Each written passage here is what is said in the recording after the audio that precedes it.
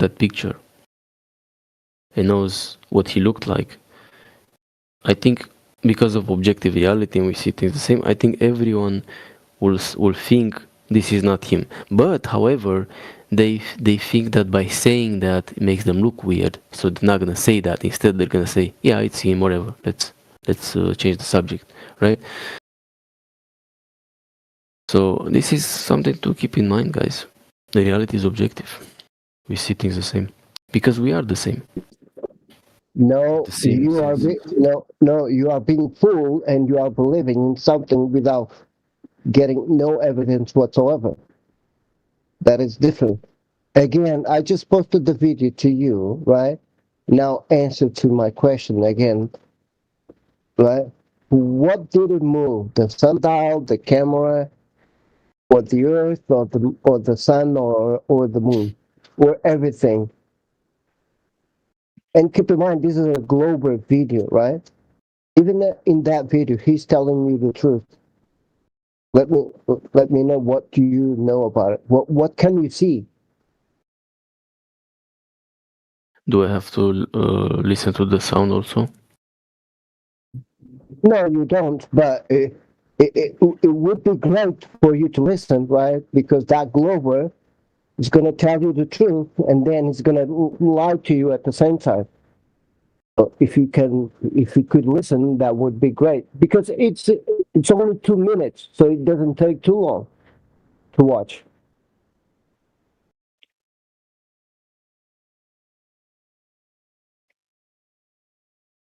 Okay, I'll watch it now.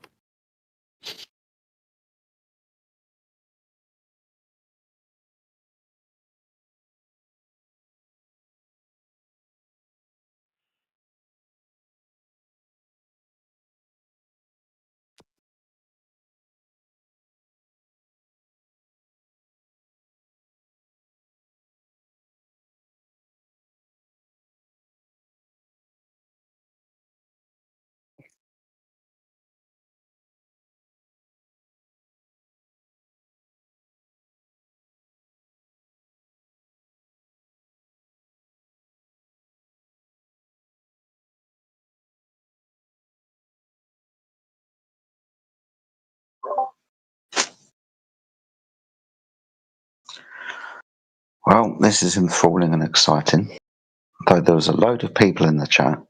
So I'm going to start reading people's names off just for shits and giggles. I'm going to start at the top, as is customary at these times. Right at the top of the channel, we've got RP. Welcome to our channel, RP. Some nice conversations we've had.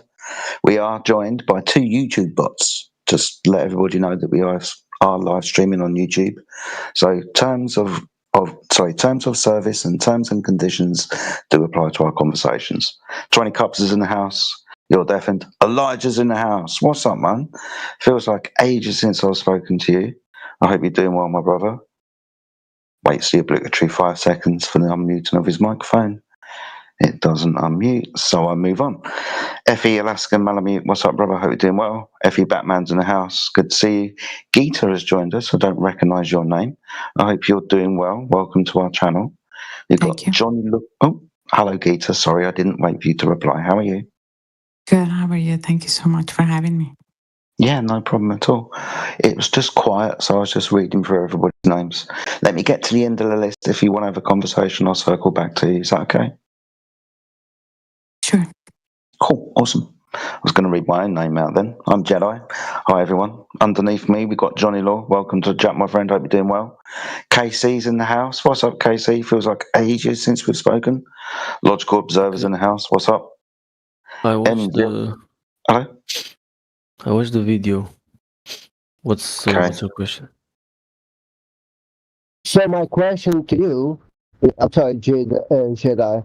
So my question to you is, you mentioned that everything is spinning around, right? On that video, what did you saw spinning? Was the earth, was the camera, or was the moon, or was the sun, or was the sundial? What did it move on that footage that you saw? Well, Globers are saying it's the Earth that's moving around the sun. What did you saw moving? Or no, I no, don't. the I the don't care Earth what is that the Earth is number. rotating. Did you saw the Earth rotating? I can't tell just from that. Why you cannot tell? Because the guy says to you, it took me one day to film this sundial, right? And at let me see, 0.22 seconds, right? It shows you the sundial. I mean, the sun walking around, right? You see the shadow moving on the sundial, right? But the camera is still, right? Everything is still. So what did it move on that point in time of the frame?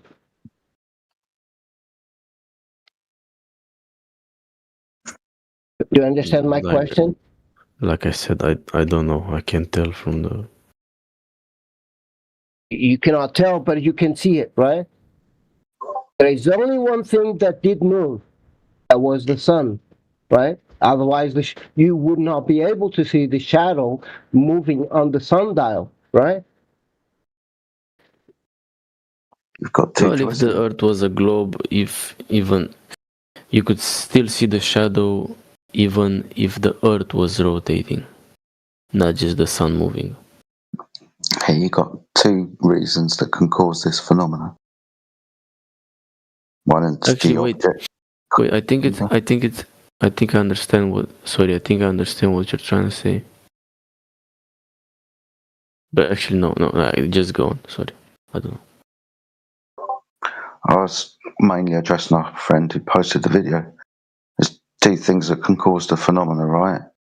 Either the sun is the thing that's in motion, causing the shadow to move on the sundial, or the surface that the sundial is attached to is in motion and the sun is still, causing the shadow to move over time. So you can cause the same phenomenon in two different ways, right?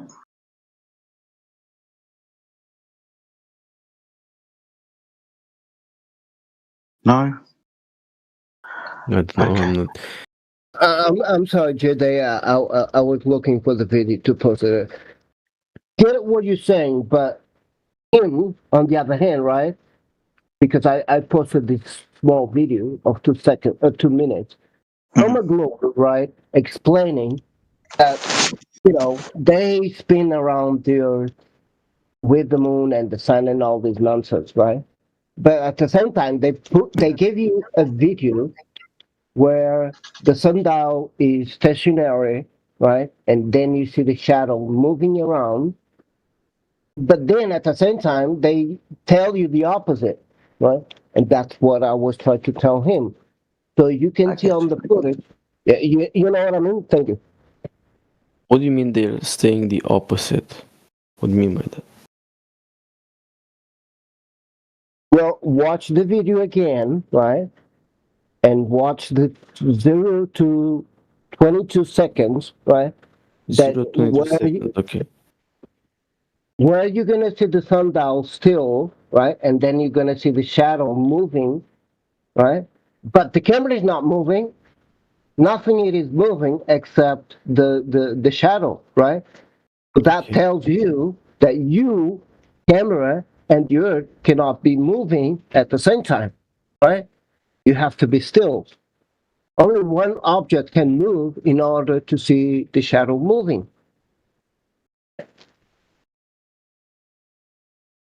Do you understand?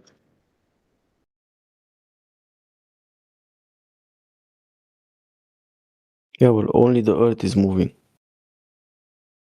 They say, or rotating. The Earth is rotating. Forget it, what they said. Watch the video and tell me what doesn't move. Was the Earth, camera, or the sun? There is your answer. Still, you are trying to deviate from the question that I'm asking you. Well, for me, it feels like the Earth, the sun. It feels like the sun is moving, but they're saying that the Earth is rotating, if I remember correctly. So So if you can tell that it's the sun that is moving, why do you believe what they say when you can see with your own eyes that it's something that is not what they are saying that is moving? That's my, it's going to be the question. Well, at the moment, I'm not sure what to believe, right? Well, but your brain can tell you what it is moving, right? So you're going to follow your brain or you're going to follow what I'm going to say to you or somebody else?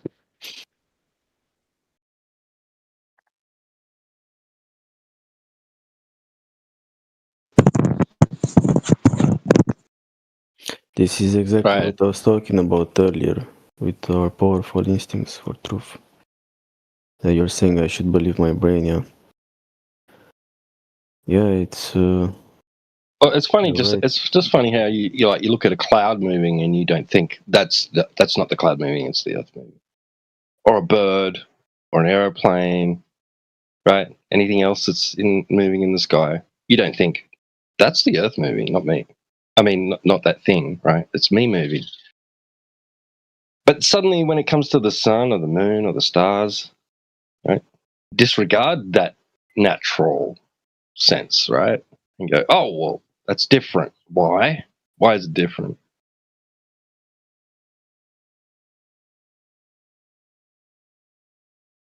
Well, I remember when I was a child and I would hear these things they were saying about space.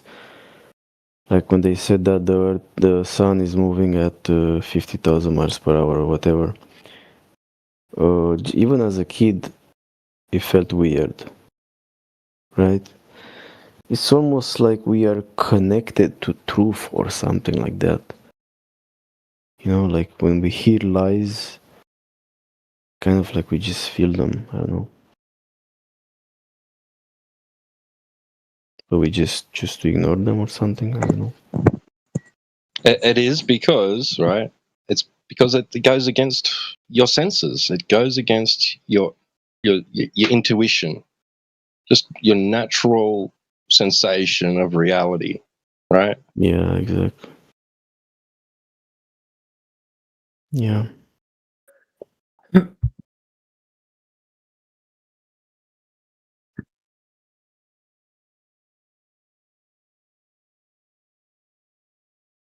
But you see, it's deep, isn't it?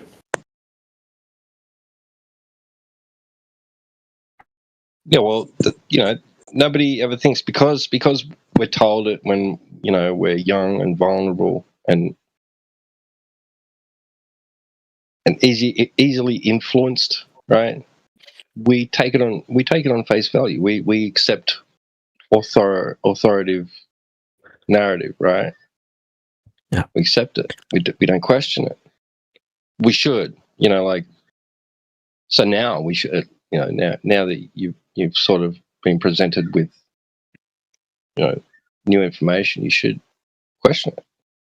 You should ask Yeah. somebody that claims that the reason we observe stars or the sun or the moon moving, right, is because the Earth's moving.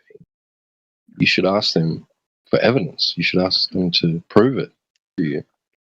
Yeah, like even this girl, this woman who was here earlier, uh, she asked you some questions, but there's a reason why she was motivated. There's a reason why she asked you guys these questions about the Antarctica. Stuff like that. Same with me. It's what it is probably these people feel like there's something there, and that's why they engage with that. That's why they want to ask questions. They're like, hold on, but isn't this like that? Hold on, what about that? Hold on, what about that? Yeah, it's incredible.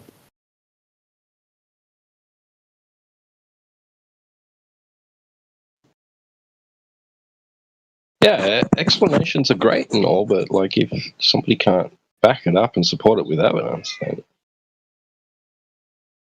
you have no reason Like to she didn't just entertain it. appear here randomly. I mean, she was probably in her mind feeling like Yeah, feeling like maybe the earth is flat, to put it shortly. Feeling like there's something there. Maybe, or maybe it's just curiosity, I don't know. Some people actually believe in lies. Some people actually don't even detect lies. So, I don't know.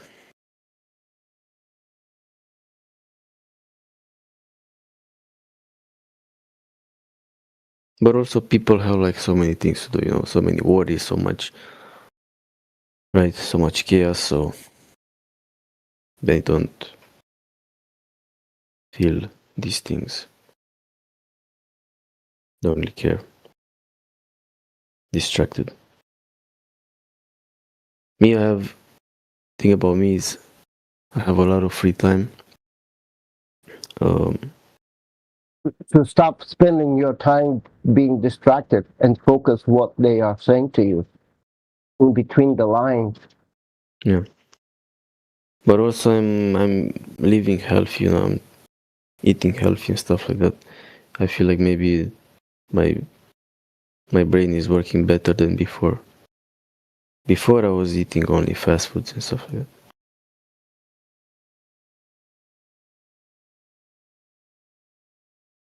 I mean, yeah, well, that's great because like you can begin to think more critically about certain things, right? At least be at a point where you can question it, right? You don't have to just accept everything anybody says, right? Just because maybe they're like It's a government authority or some sort of they claim to have some sort of scientific background, et cetera, right? yeah. There is a channel, a YouTube channel called It Had to Be Said. He's an anarchist communist guy. I became an anarchist communist also. He's against hierarchy and all these things. I learned from him that things should be free and stuff like that. And he once talked about the shape of the earth, but and I didn't expect that because he's seen like left winning and stuff like that. So I was expecting him to say I actually expected him to say it's ridiculous or something, but instead he said that well, I don't remember what he said, but I remember he didn't dismiss it. He said something like, regardless of what shape it is, something like that. He started with something like that. So he didn't dismiss it, you know,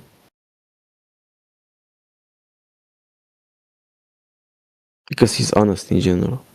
Right. Cares about truth. That's the thing with people who care about truth.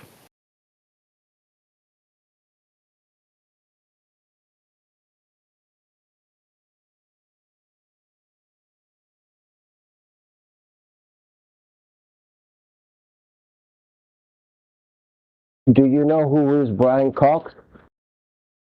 So I just posted a video of him explaining that there is no experiment of the Earth moving. Watching now, let's see.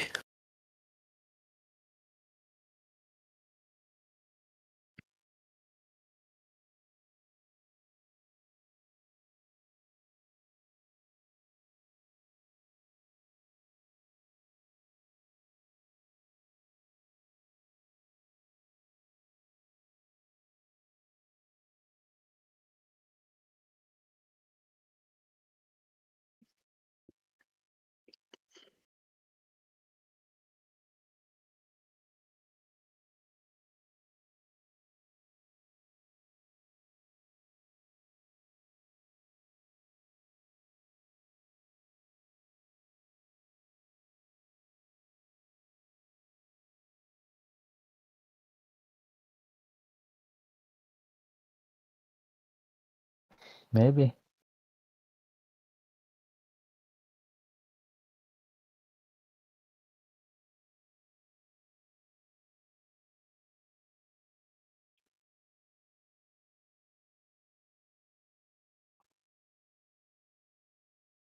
That feels like truth, because and I actually felt this way whenever I would hear, even as a child, they were saying how fast something is moving in space or something. I already felt like I would say, hold on, how are they measuring the speed of Earth or the speed of anything in space? How like how can they measure that? I feel like it's impossible, you know. So like it sounds obvious.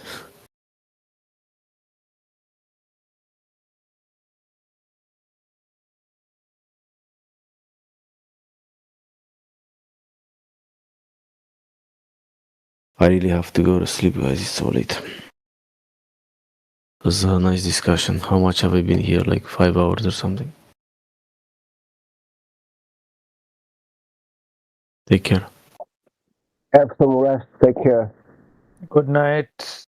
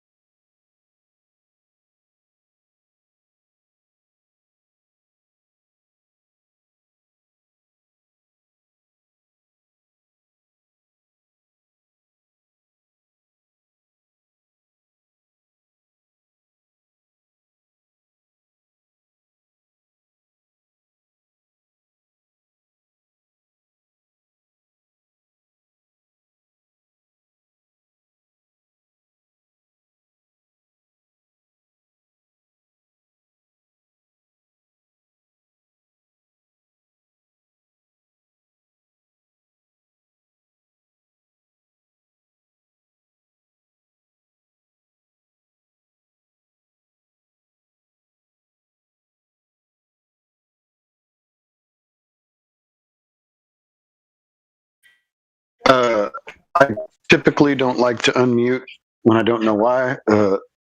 Should we talk to Fishy, or are they just toxic? I'm unfamiliar with that person.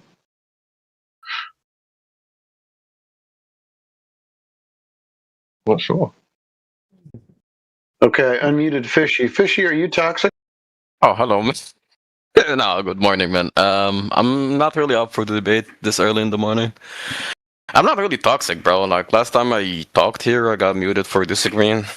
I didn't say anything mean or rude. But thanks for unmuting me anyway. Yep. Well, if you're here to listen, just go on mute, I guess. Yep.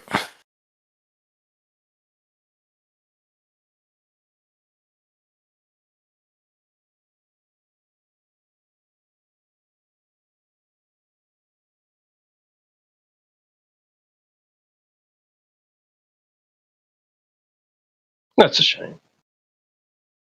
Yeah. Well, anyway, the Earth is measured flat. Really not an agree disagree.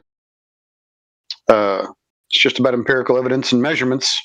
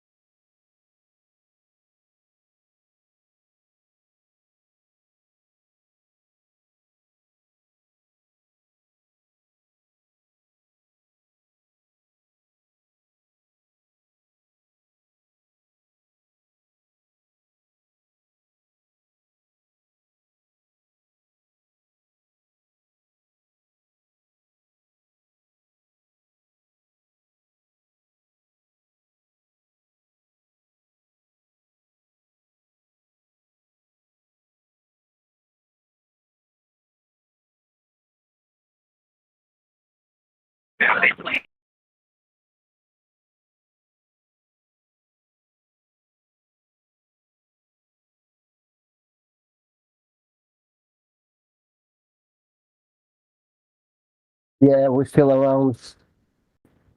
What is her name? Nick? Joe? Or something like that.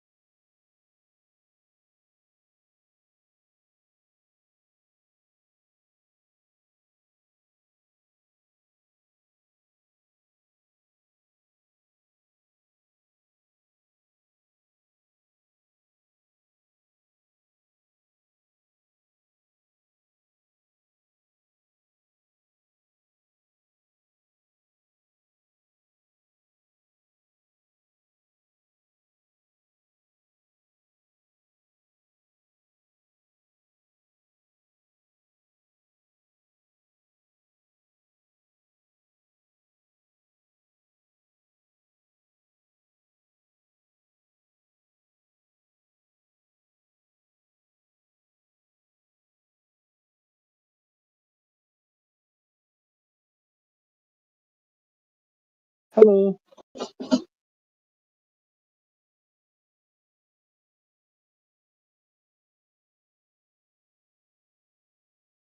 Hello. What's this VC all about? Like,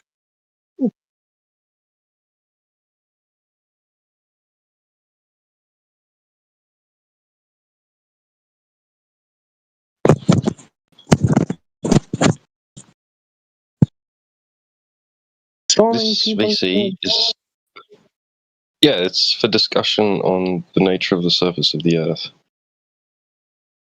Okay, so like, do you guys believe it's flat? The Earth is flat.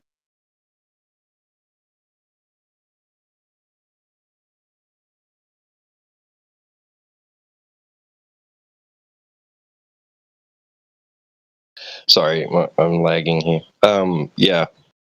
So we observe it that way, right? Everybody observes the Earth to be flat and motionless, and it also measures that way, and it's practically used that way.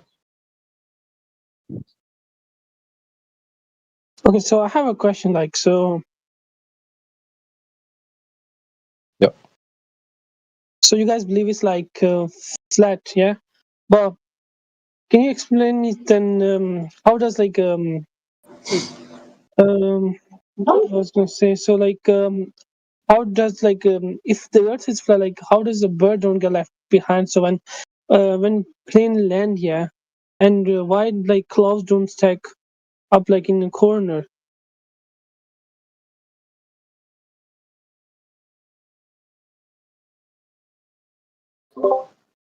I'm sorry, could you repeat the question? I mean, if the Earth is flat, like then why don't the clouds stack in the sky in one corner?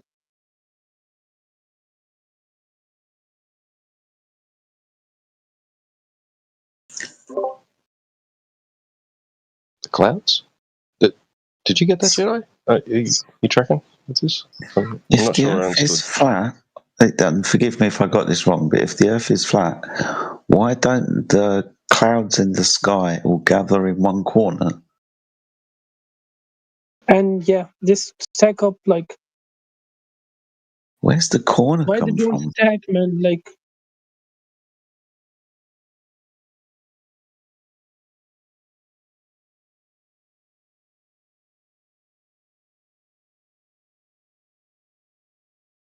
Hmm.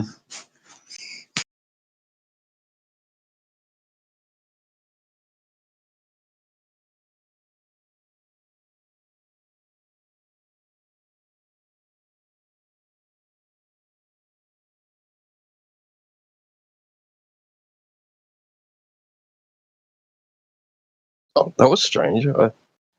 Wait, is he still here? No.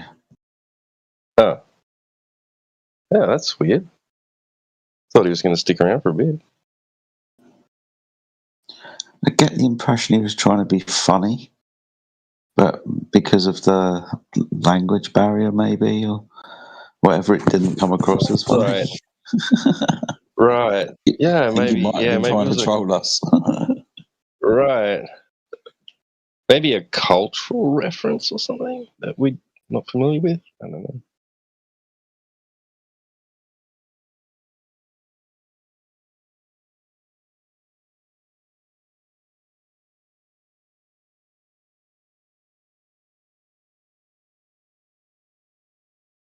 Oh well, if that was all the fun that there was, I was just popping in before I went to bed to see if anything was going on, but if that's the level of excitement, I think I might just turn in. Take care, T-Dub, man. I'll speak to you soon. Yeah, cheers, mate. No worries. It's definitely interesting what you DM me about too. I want to be in on that. Yeah, man, I'll give you a shout when I know more. Shouldn't be too long. A couple of days or Cheers. whatever. All right, dude. Cool. All right. Talk to you later.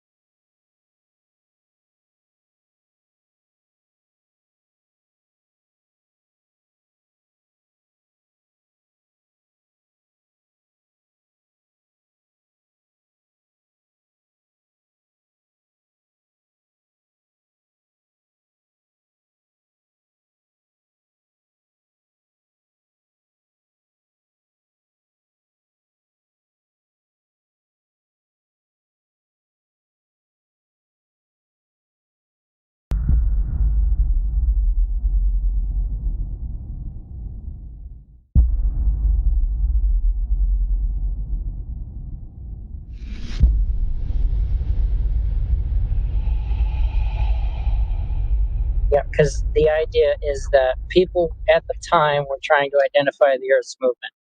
All of the tests were coming up null or void or inconclusive. And so Lorenz critiqued Michelson-Morley and was saying that, well, the result was null because there was a contraction in the air, and it caused the reading to be null. And then so Einstein later said, yeah, that's because it's all relative. It depends on your frame of reference. And so currently we're in a frame of reference that we move with the Earth. So we don't feel the motion of the Earth because we're moving with the Earth. If we changed our reference and we were off of the Earth and away from the Earth, then we would watch the Earth move. But from our current position, relatively speaking, we can't detect the motion of the Earth because we're moving in the same reference frame. Which is why he said, I've come to believe there is no optical experiment that can prove the motion of the Earth. Right. The word optical now is critical in that sentence. Yeah. There are experiments that can show the rotation of the Earth. There's no optical experiment that could be done to prove the motion, though the Earth is moving. So he has a baseless claim.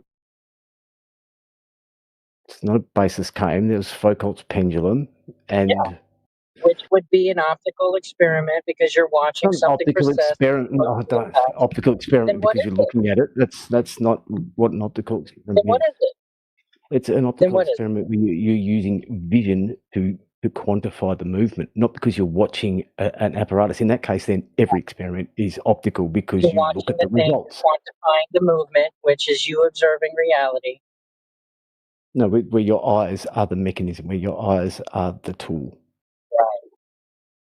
Because you can't manipulate the Earth to identify the cause of the motion of Foucault's pendulum. You can only observe it. Well, does Foucault's pendulum, is it somehow exempt from relativistic effects? What do you mean? What makes Foucault's pendulum exempt from relativistic effects? Why would it be exempt from relativistic effects? And what are you getting at? What's the gotcha you're trying to separate those reference frames? Precisely. So you mentioned Foucault's pendulum as an example that can measure Earth's rotation, thus being able to exempt itself from the relativistic effects of Lorentz contractions. I'm curious if that's the case. No, it's having a force exerted on it. So why does that need to be separated from relativistic effects of Lorentz force? What's Lorentz contraction? Is that what you're talking about? Or that was the whole point of this discussion was Einstein and relativity, right? I mean, is there not a relativistic frame of reference for the globe? No, he was explaining something to the young lady who speaks a second language, and he said there's no devices that can detect the motion of Earth, and I just corrected him on that. So that wasn't the point of the conversation. Yeah, he explained to you how you were wrong. Well, don't have to just say you're wrong. It's just a little bit rude. He explained it to you. Sorry? He explained it to you thoroughly. Explained what to me? Why you were wrong? About what? The precession of the ring laser gyroscope was explained to you in depth. I expressed you haven't provided the ring laser gyroscope, and I'm still searching for the information. And then after I find these images and I post them, I'm going to get you from the horse's mouth what was experienced with the use of the ring laser gyroscope and the observations that they made. Yeah, and then at the same time, I hear people tell us that ring laser gyroscopes, like those in aircraft's inertial navigation systems, are detecting Earth's rotation optically. So, what? Yeah, that's right. The Sagnac effect. Right. So which is it? Is the which plane is it? Like, not? Is the plane not the reference frame? So You tell me, because your claim contradicts itself, or at least Einstein's does. no, you just made a claim that you said, and you added in the word apparently. Planes have precession or drift. So can Yeah, you they use ring laser that gyroscopes. Can you show us that happens though? No, it doesn't happen. That's the funny thing. Well, it's not connected to the Earth. Would be why. It's kind of the point of having a gyroscope in an airplane. Hey, off the record, you don't remember the quote he gave you at the end of his explanation about how he said, there's no way you can detect the motion of the Earth using And I this. corrected him, and that's not the quote. Whatever it is, you agreed with it earlier. You remember that, right? There is it's a fairly critical part of the thing. There is no optical experiment. So he's not saying there's no way to detect it. He said there's no optical experiment that we can devise. It's pretty critical, because he's not saying there is no experiment. He's saying there is no optical experiment. It's a critical word to have in that quote. Yeah, so you would have to give then the physical experiment if you're not going to accept an optical, because he's saying you can't derive the cause, because in order to derive the cause, you would have to be able to manipulate the movement of the Earth. And since you can't do that, you have to do it optically. You have to make an observation. Well, that's not completely true. Because he's not referencing rotation, referencing orbital motion. So you're misconstruing the quote there. I don't know what you yeah, did. well, the point was, do these lasers that are in optical devices, do they register any compression of space-time or not? I don't know the answer to that. Well, I'm telling you, there are contradictory claims out in the wild regarding this, and that's just adding more muddle to the chaos. Such as? Now, I've got to get a drink. I'll be back in 1 second. Yeah, such as that airplanes detect Coriolis with their ring laser gyroscopes. Circled right back to it. So, like, was Ares' failure a failure or a success? It just was. It was both.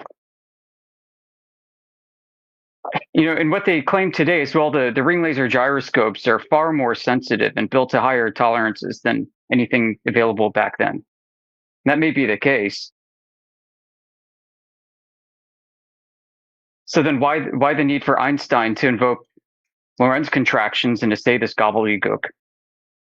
Oh, because he didn't know the technology might actually detect relativity someday? Well, then I thought, what about Einstein's equivalence principle? We're just going to throw that out the window too, or is this only applicable in select cases for some reason? Relativity is just a bunch of garbage. Like, it's incoherent, and people who study this will tell you that. Yeah, it's funny, I know. Yeah. Oh. Yeah, so like Foucault's pendulum, is there any actual meta study out there showing multiple people doing multiple Foucault pendulums all over the world, maybe at the same time, at different locations? And are they able to get reproducible and consistent results? I reckon that would be up to people who are arguing with it to do that. Yeah, you brought that up. I'm curious if you know of any.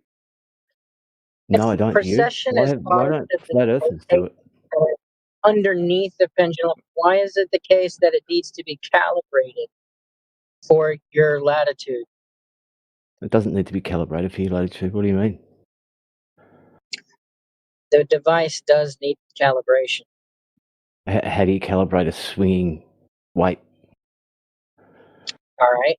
As soon as I finish finding the quotation from the gentleman who did the observation with the ring laser gyroscope, I will find you the manual for a Foucault's pendulum and its process and setting it up.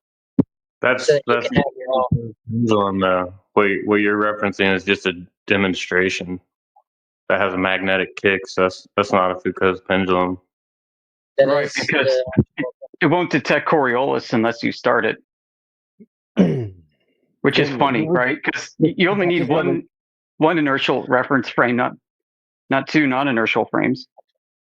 Just as I left to get a drink, I think Echo, you said something about planes pick up the Coriolis effect.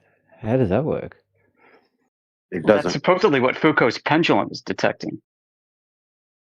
Coriolis. Yeah. No, it's not. Yeah, it is. That's the No, it's rotation not. of one reference frame with respect to an inertial frame, or with respect to another non-inertial frame. No, you misunderstood. Yeah, that's Coriolis, dude. Wow. Yeah. So what does Coriolis do? How does Coriolis work?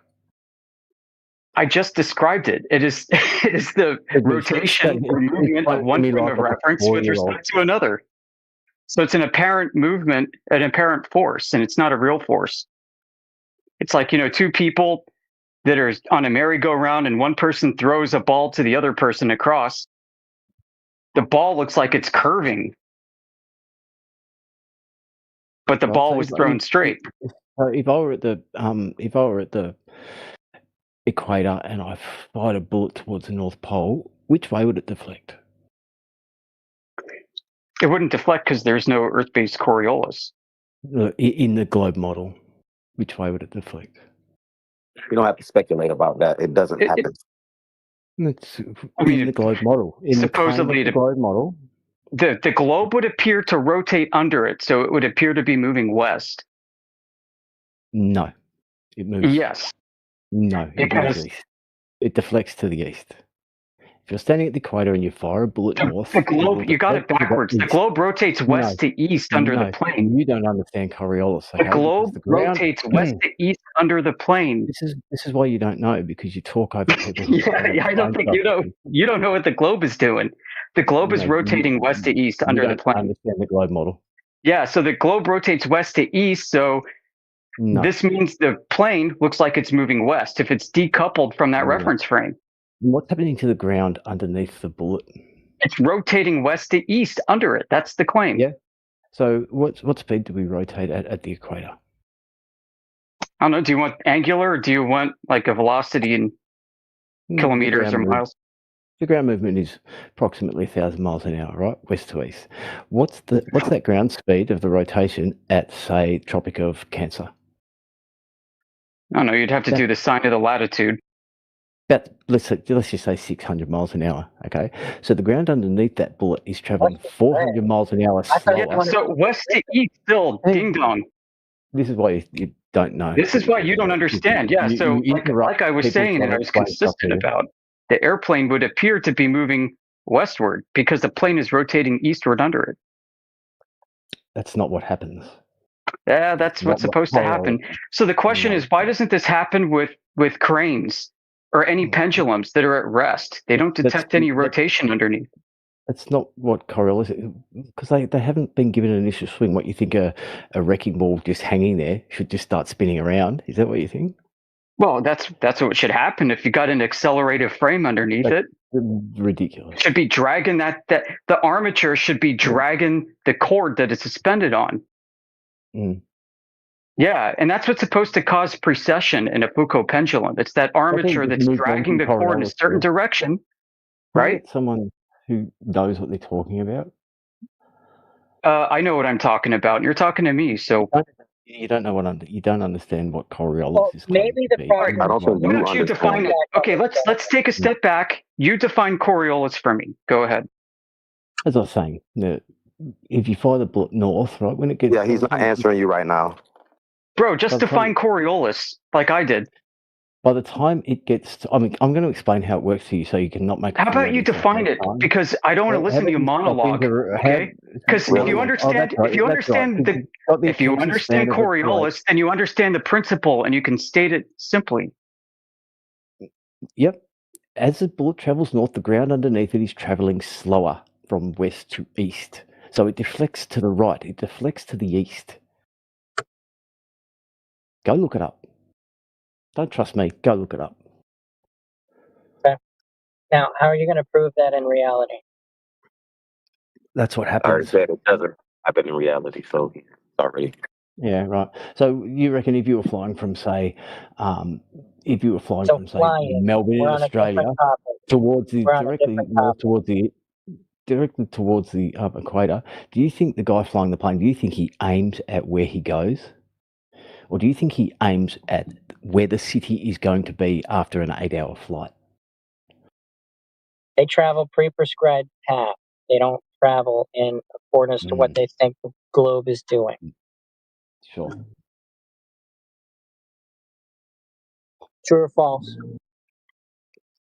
So yeah, you're right. There are flight paths, but they're not confined to like a dead straight line. You know So what? it's I just fucking- figured out this numpty thinks he's got God's eye view of the Earth, and that's why he thinks Oh, it's God. deflecting to the east. To an Somebody observer on the doesn't know what ground, it's going to the Coriolis is. west, bro.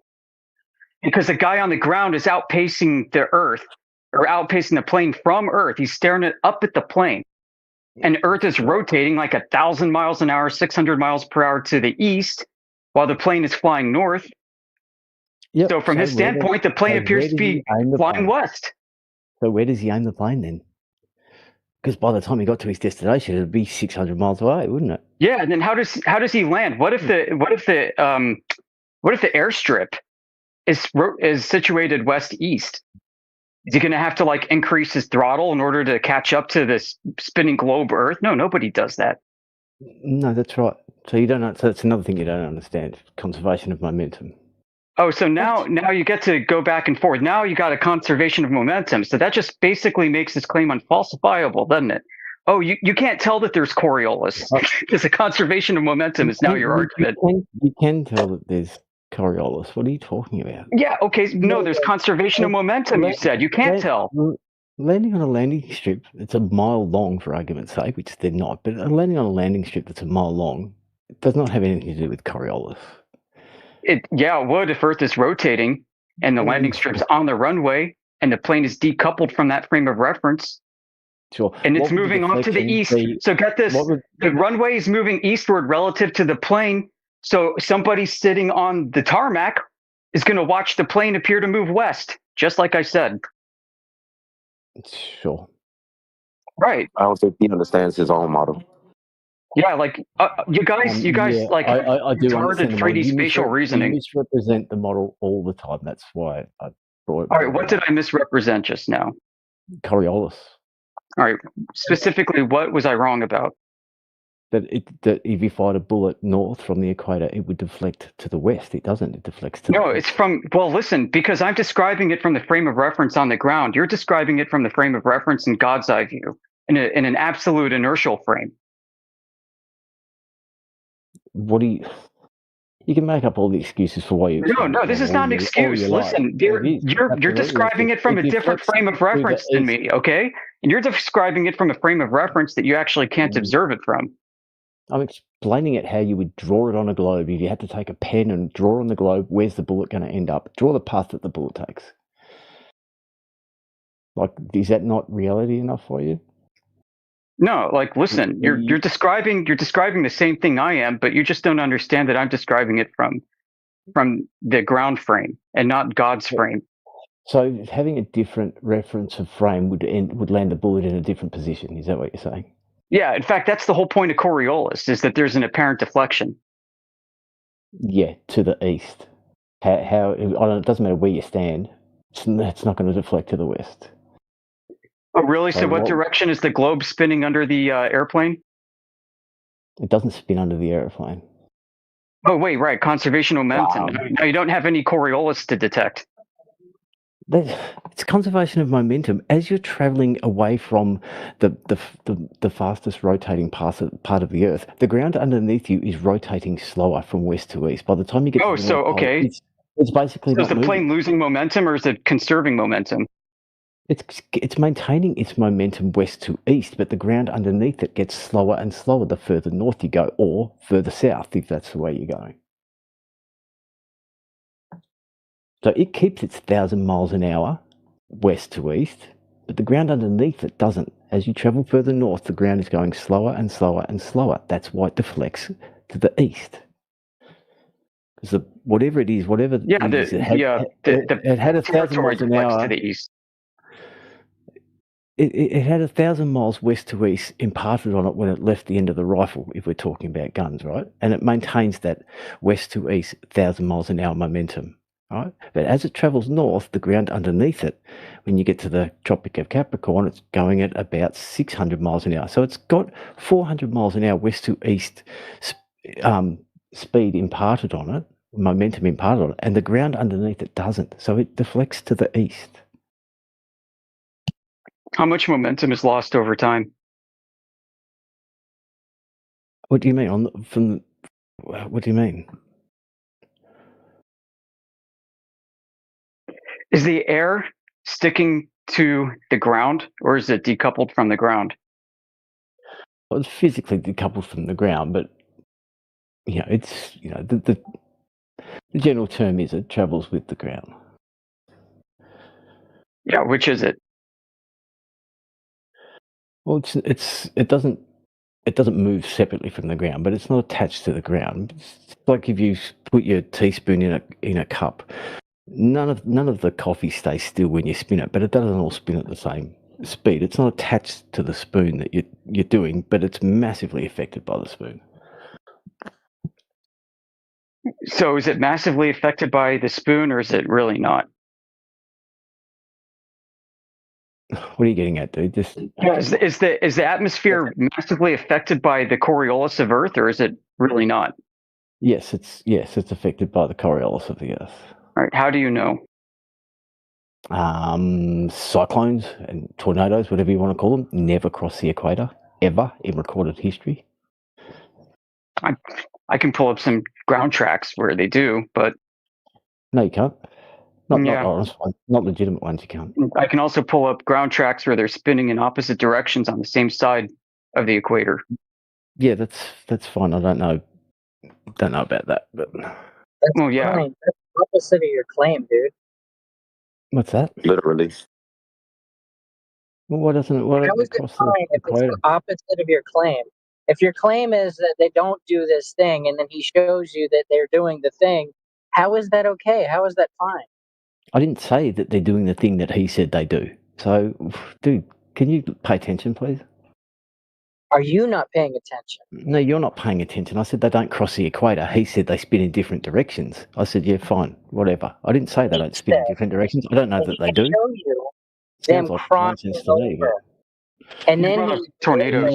No, he can't. He can't show me legitimate data and show me that they're crossing the equator. It's never happened in recorded history. Everyone who's listening, go look at it. Yeah, it happened multiple times. No, it hasn't. Yes. Sure. So where's that from? NASA. They said it was meteorology and topography that did it rather than the rotation of the Earth. It was stunned. It broke them when the storm was first reported. Is Typhoon Vaime. They said they reported as two different storms.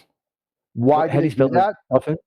What they said? Why did we do that? Because they said it wasn't possible for the storm to cross the equator, so it must have been two different storms.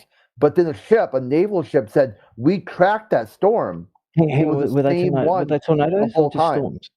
Were they tornadoes or storms? Not a tornado, a typhoon. It was a hurricane. Can you spell? No, this is why I want you to do the fetch quest. I want you to be able to find this information.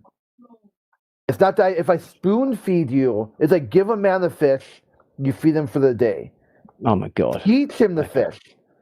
You feed him for a lifetime. So you don't want to present your data. No, this is what I want you to do. I want you said there's never happened. In your reality, this has never happened. God. Not only has it happened once, since then it's happened repeated times. This is one of the things they say with global warming. It's like shifting where the band of the equator is. You need to be able to find this information. It's on you to be able to find this. You cannot and stick your head in the sand and pretend this stuff doesn't exist. That's fine. If you want to do that, I'm not going to follow you there. What you can do is be like, what were they talking about? And then look it up and find it. Or don't. You pick what you want to do. So do I trust you with the baseless claim, or do I trust the experience of reality? You can trust yourself, whatever you do, but if you listen to other people, you need to validate what they're saying. Yeah, this is you. This is not anything to do with me. This is you. You said this has never happened. Are you willing to challenge that assumption or not? If you're not, Can I be able to put pictures back into the thingo here? Because I just looked up Vaime. It didn't cross the equator. So what? So Plain and Truth just posted an article saying it did. And if we go back to our earlier discussion, I just posted a deflection towards the west of an airplane, happens whether the airplane's flying north or south, because the globe is supposedly spinning towards the east. So you've been wrong on both accounts. What do you?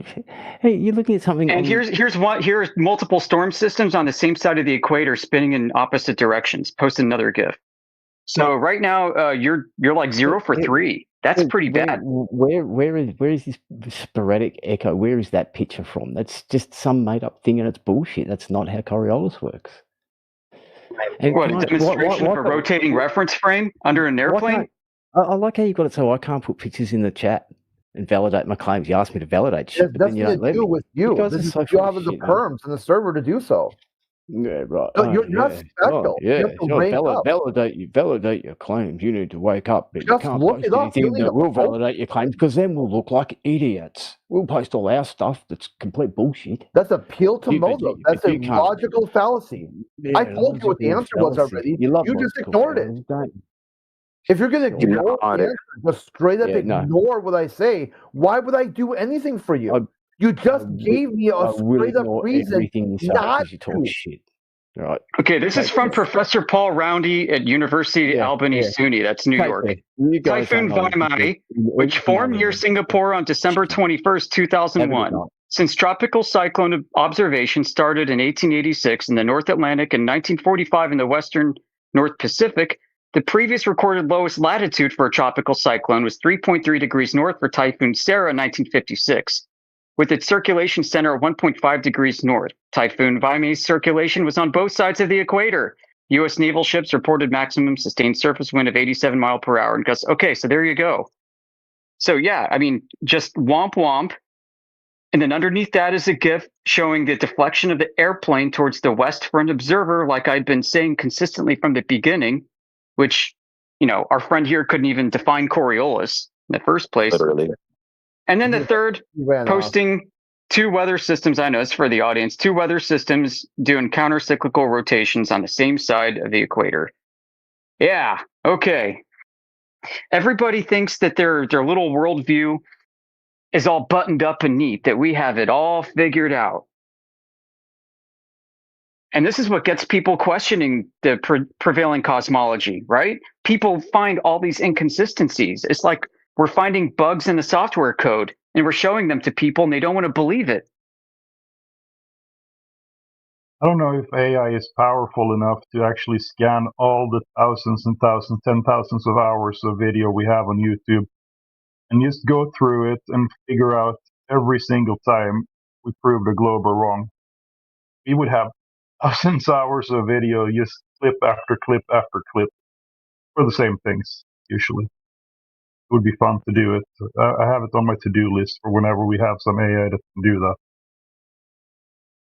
Well, if you know more information than the average person, then when you a question to the AI on a known topic, you'll notice that it gives you the initial algorithmic most popular response. Like, at what height can I see the curvature of the Earth? Well, initially it'll give you height from an airplane, because that's most common looked up answer, right? But if you know that mathematically you can't see curvature of the Earth, even up to the height of the ISS, then you can get it to concede and give you a different altitude. You're essentially making it look again. Precisely. And it notes the same contradictions any thinking human being would note and lead them to the same conclusions that we've been led to.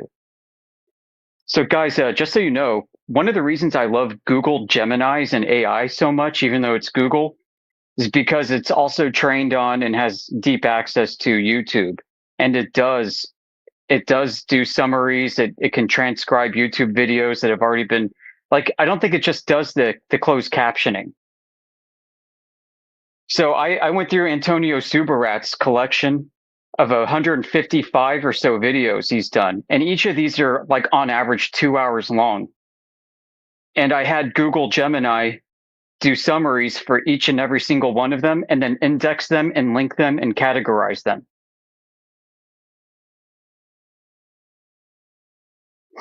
It's able to identify different speakers too. So yeah, for any enterprising fan out there, you may want to pick up a subscription. I think it's like $20 a month for the base one. So would you be able to, for example, give it a link to a YouTube video and just ask it, did anyone claim that, moon precessions are because of the Earth's shadow? Would it be able to find that? I think so. Interesting. I mean, this is almost the moment we've been waiting for as a community, recording diligently every conversation for the past 10 years, 24/7. Now, what I don't think it can do is, yeah. One limitation still, which may not be a limitation in the future, is I can't give it like a channel or a set of channels and ask it to do a needle in a haystack search for a particular topic. I don't think it'll do that right now. It's possible, but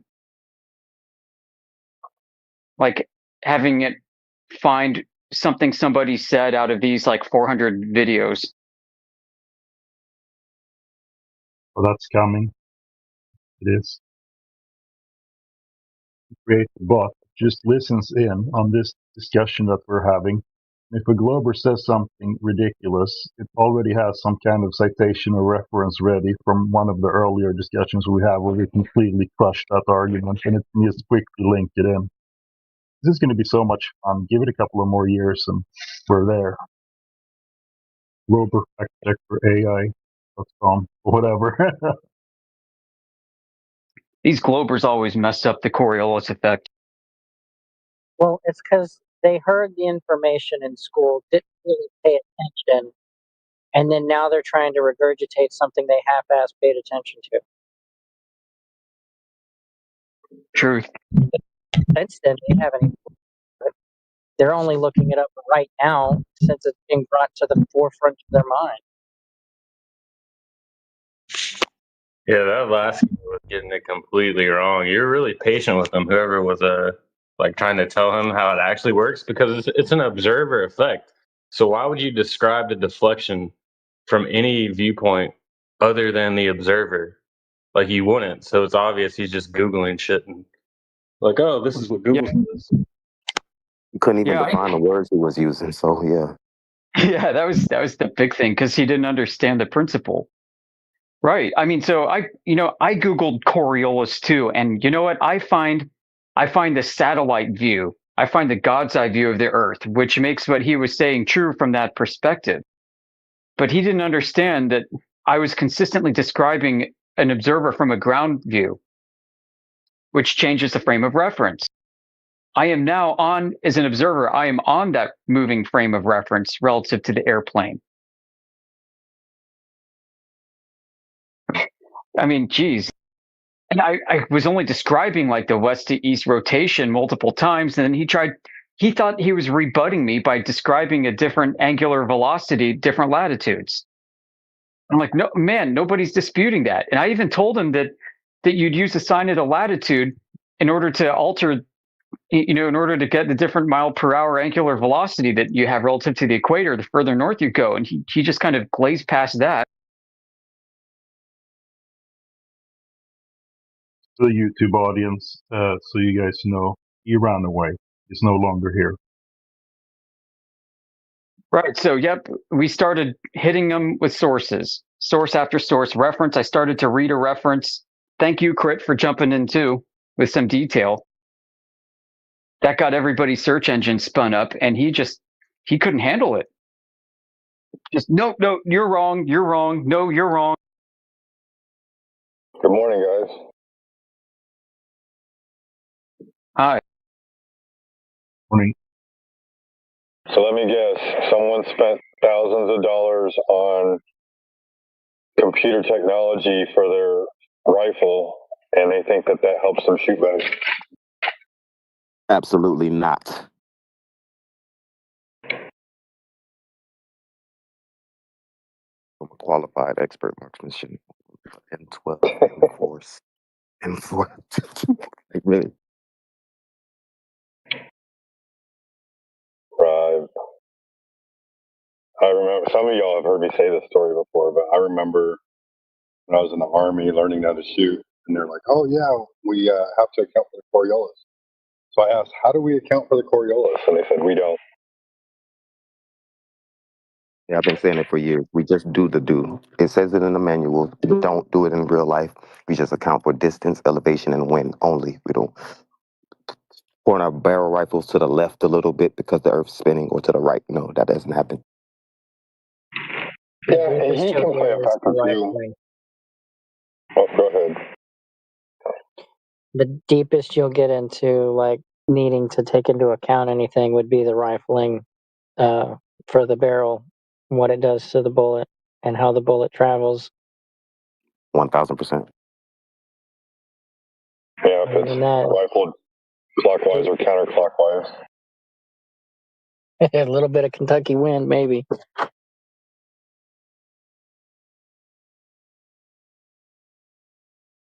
And I bet he's never like read the actual definition of Coriolis effect.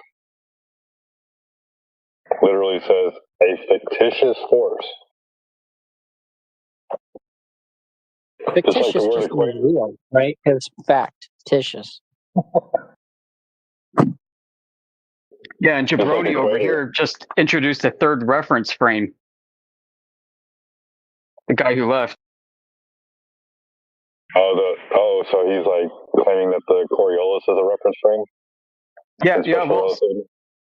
Yeah, we were on that kick, which he was hacking up himself. I mean, anytime they invoke relativity, they step in it because they both need and don't want the Einstein equivalence principle to be true. But after that, like he mentioned Foucault's pendulum, and I said, "Oh, you're detecting Coriolis," and then he said, "No." He seemed a bit unsure, and that got into the Coriolis discussion. So I defined Coriolis for him. I described the two reference frames. Reference frame 1 being the Earth, reference frame 2 being the airplane. And this guy starts describing the motion as seen from a third reference frame from a stationary observer in outer space. Yeah, he started He didn't understand that he was doing that. in space. Sorry, I didn't hear you. What'd you say? I said he started talking about shooting bullets in space after that failed. I guess if you can introduce as many reference frames as you want, you can be correct about anything. Like in one of Einstein's reference frames, you could have a Earth look flat, but another it looks curved. You didn't even get to where Neil deGrasse Tyson says that you can score a football goal because of Coriolis.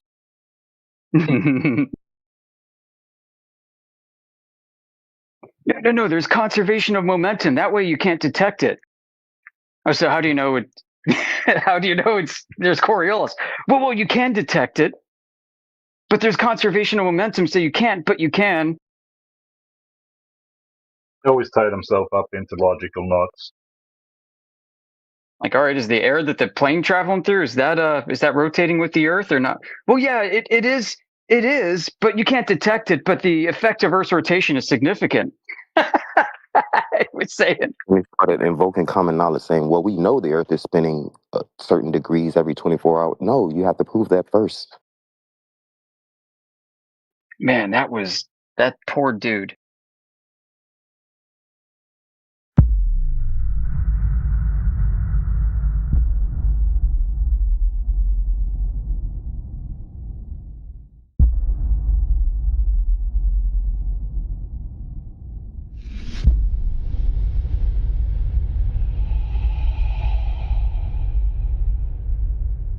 Can I ask you a question? Absolutely, Holmes. So, if a ship is on the horizon and then it disappears, what do you think that's because? If the Earth is flat, then you should be able to see it. You should be able to see everything on the horizon. Okay, fair. Okay, so there's two claims there. One is, if the Earth was flat, I should be able to see everything at all times. That's not necessarily. Not true. The second, Not necessarily. Okay, then, but fair enough. Listen. Let me finish. and a ship passes over the horizon. Say you have no fog. Shut the fuck up, Reed. Say you have no fog. Say you have nothing on the horizon, right? It's a clear day. A boat passes, right, from your distance of view, the same exact distance, no matter what. I'm pretty sure it's like 9. No, it's not true. Yeah, it is. It's not true. Yeah, what do you mean? No, it isn't. Okay, tell me how it's not true. It's not. It's not true. It's just hold on. It's not true that the boats always disappear at a fixed range. So, for example, there's boats sighted 30 miles out. Now, 30 miles out, the boat would have to be 400 feet tall to be seen, but there's no boat that exists that's that tall. So it's not true that there's a fixed distance where things disappear. In fact, you see things much further than they should disappear all the time. Can you tell me what boat that was? Dude, I could give you. Listen, I'm not going to do it right now because I'm busy working, but I can. We got all kinds of observations, dude. And this one I'm speaking of is from Indio, and he's actually a member of our server, and he could actually show it to you and show you the marinetracker.com where it shows which boat it is. He could show you where he is in the Boston Harbor.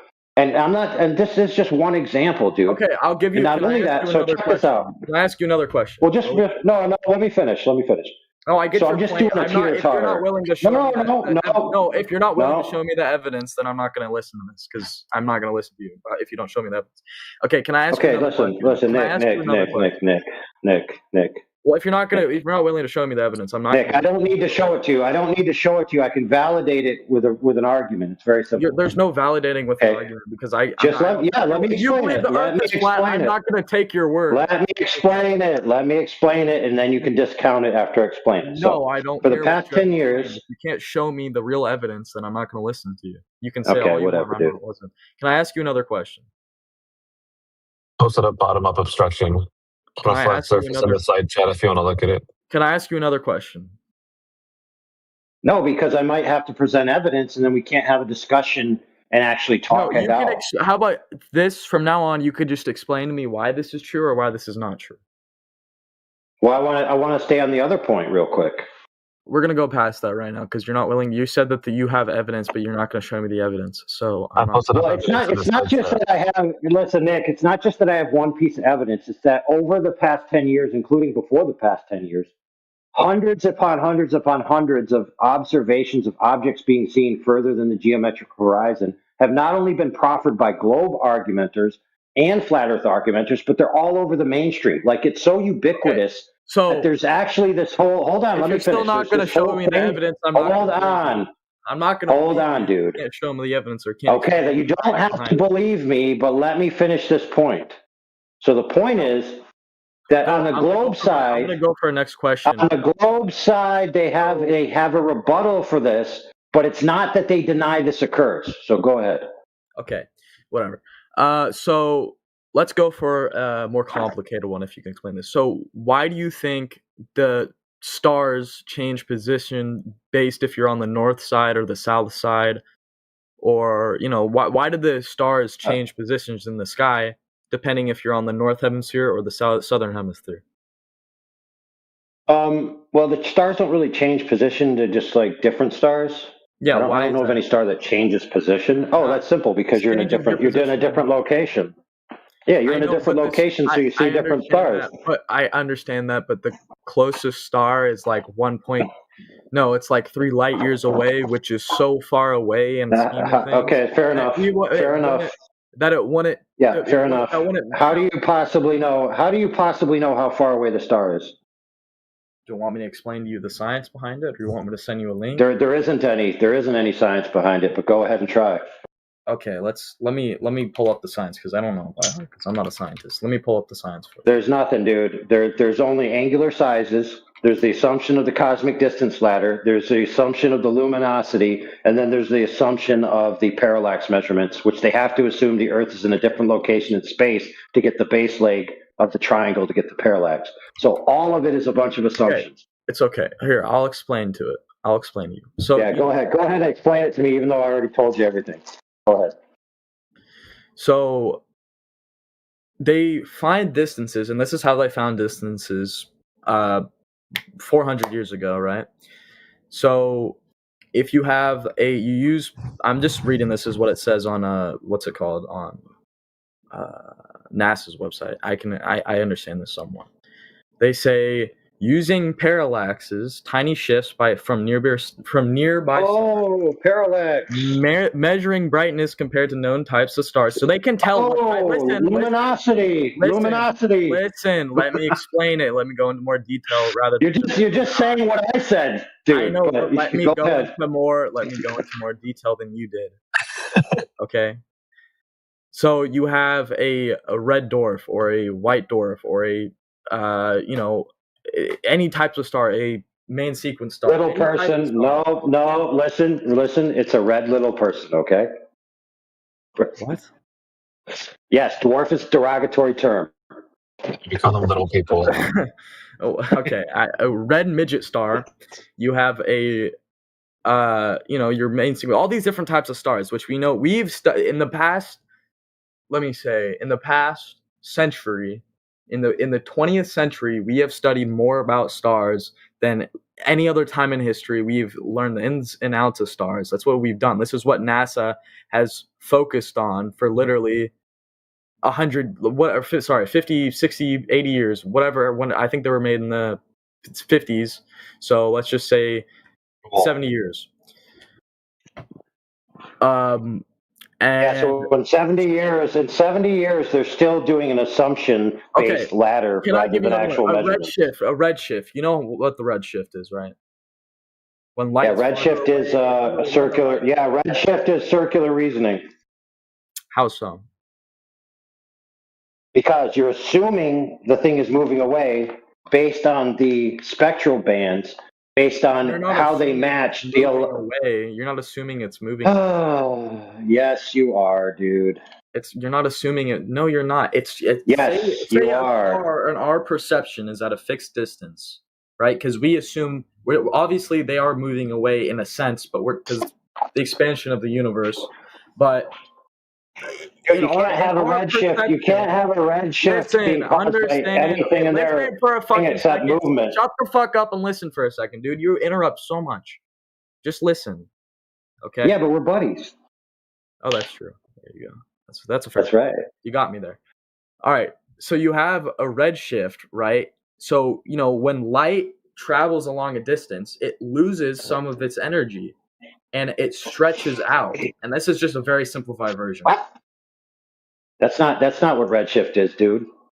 Well, light stretches out and the wavelengths become much low. The frequencies of the wavelengths become much lower, changing the color to a dimmer red color. So if you look at stars, hold on, friend. The color of what, though? The color of what?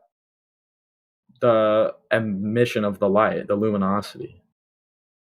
Oh, you're wrong. No. Yeah, let me explain it to you.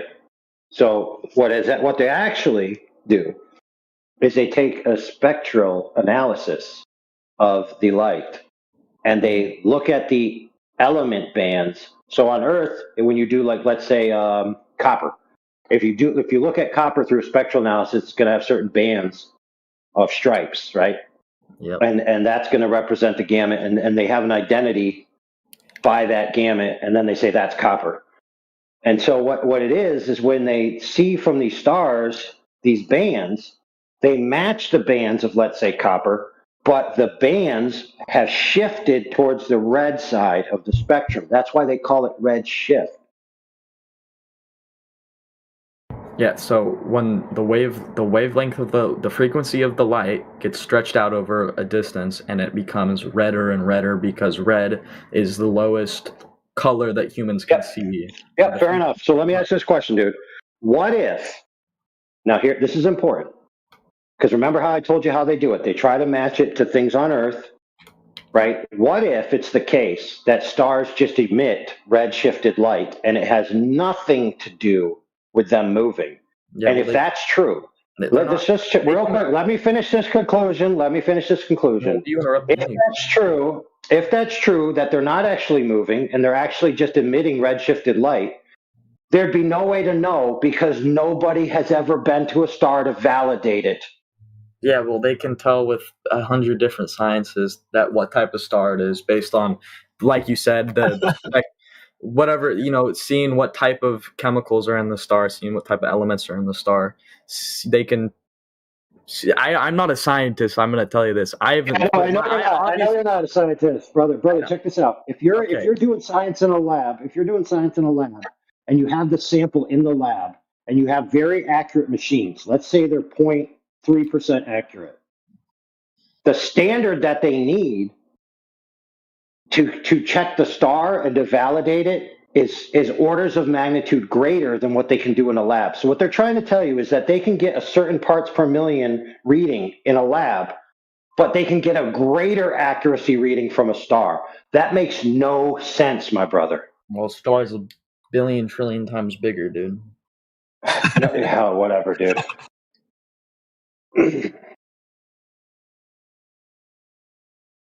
Yeah, so in other words, they haven't validated any of their claims about what the stars are or how far away they are. So you think NASA is just lying to everybody that the Earth is round? No, I think they're so stupid they actually think they know what a star is based on their stupid little readout that's way more accurate than what they can produce in a lab. We're not talking about a star right now. We're talking about why the Earth is round. This is your argument. So why? Okay, you think NASA is lying that the Earth is round, right? You think they're just lying about it? That depends what you mean by they, because there's many people in different organizations. I was in an organization where I had secret information that nobody else had, and everybody else just had to go about their business without knowing what I knew. Okay, so that literally had nothing to do with my question. Yeah, what I'm trying to tell you is that just because NASA is involved in quote-unquote space missions doesn't mean that everyone's lying. There'd only be certain people that know truth and are constantly saying against the truth. But if you're just believing what you're doing, so for example, that's what I just said, bro. They're lying to the So they're lying to the public to say no. Is that true or false? No. Just check this out, brother. There are many employees at NASA who absolutely believe the Earth is a globe. They even do missions, and they can't even tell the difference between a training mission and a real mission. So I don't know who's lying, but most people just believe the Earth is a globe, bro. They just believe it.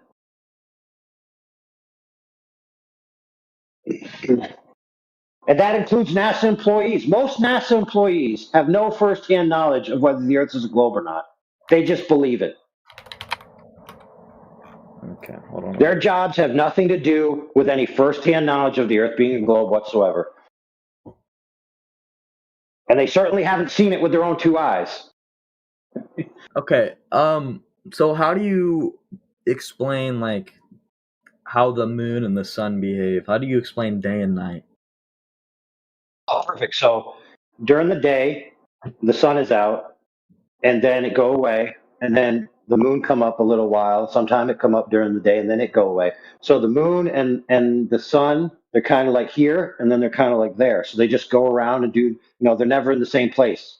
Okay, that doesn't explain it. No shit, Sherlock. Like, explain why that happens. Listen, fair enough that you desire an explanation. All I know is what I see. I don't need to know anything more than that. I don't need an explanation. So if you want an explanation, I'll give you one. So Ratchet and Clank, the video game characters, are actually real. And Ratchet uses his gravity gun to make the sun go around while Clank feeds him tacos. Okay, I mean, honestly, that's fair enough. I'm a flat earther now. Now I agree on everything. Actually, no, the Earth is a banana. Prove me wrong, the Earth is a banana. No worries, brother. But see, the point why I'm being so tongue-in-cheek is that what the stars are doesn't change what the shape of the Earth is. What the sun and the moon are doing doesn't change what the shape of the Earth is. So, for example, I'm in a kitchen. I'm in a kitchen, brother. Just check it out. I'm in a kitchen, and there's a granite countertop, and it is beautiful and flat. And then there's a light fixture above the countertop, which has 1, 2, 3, 4, 5, 6 globe lights. Rest assured, my friend, the shape of these lights in this light fixture has nothing to do with the fact that this piece of granite slab is flat. Okay, that is a completely irrelevant analogy that has nothing to do with what we're talking about.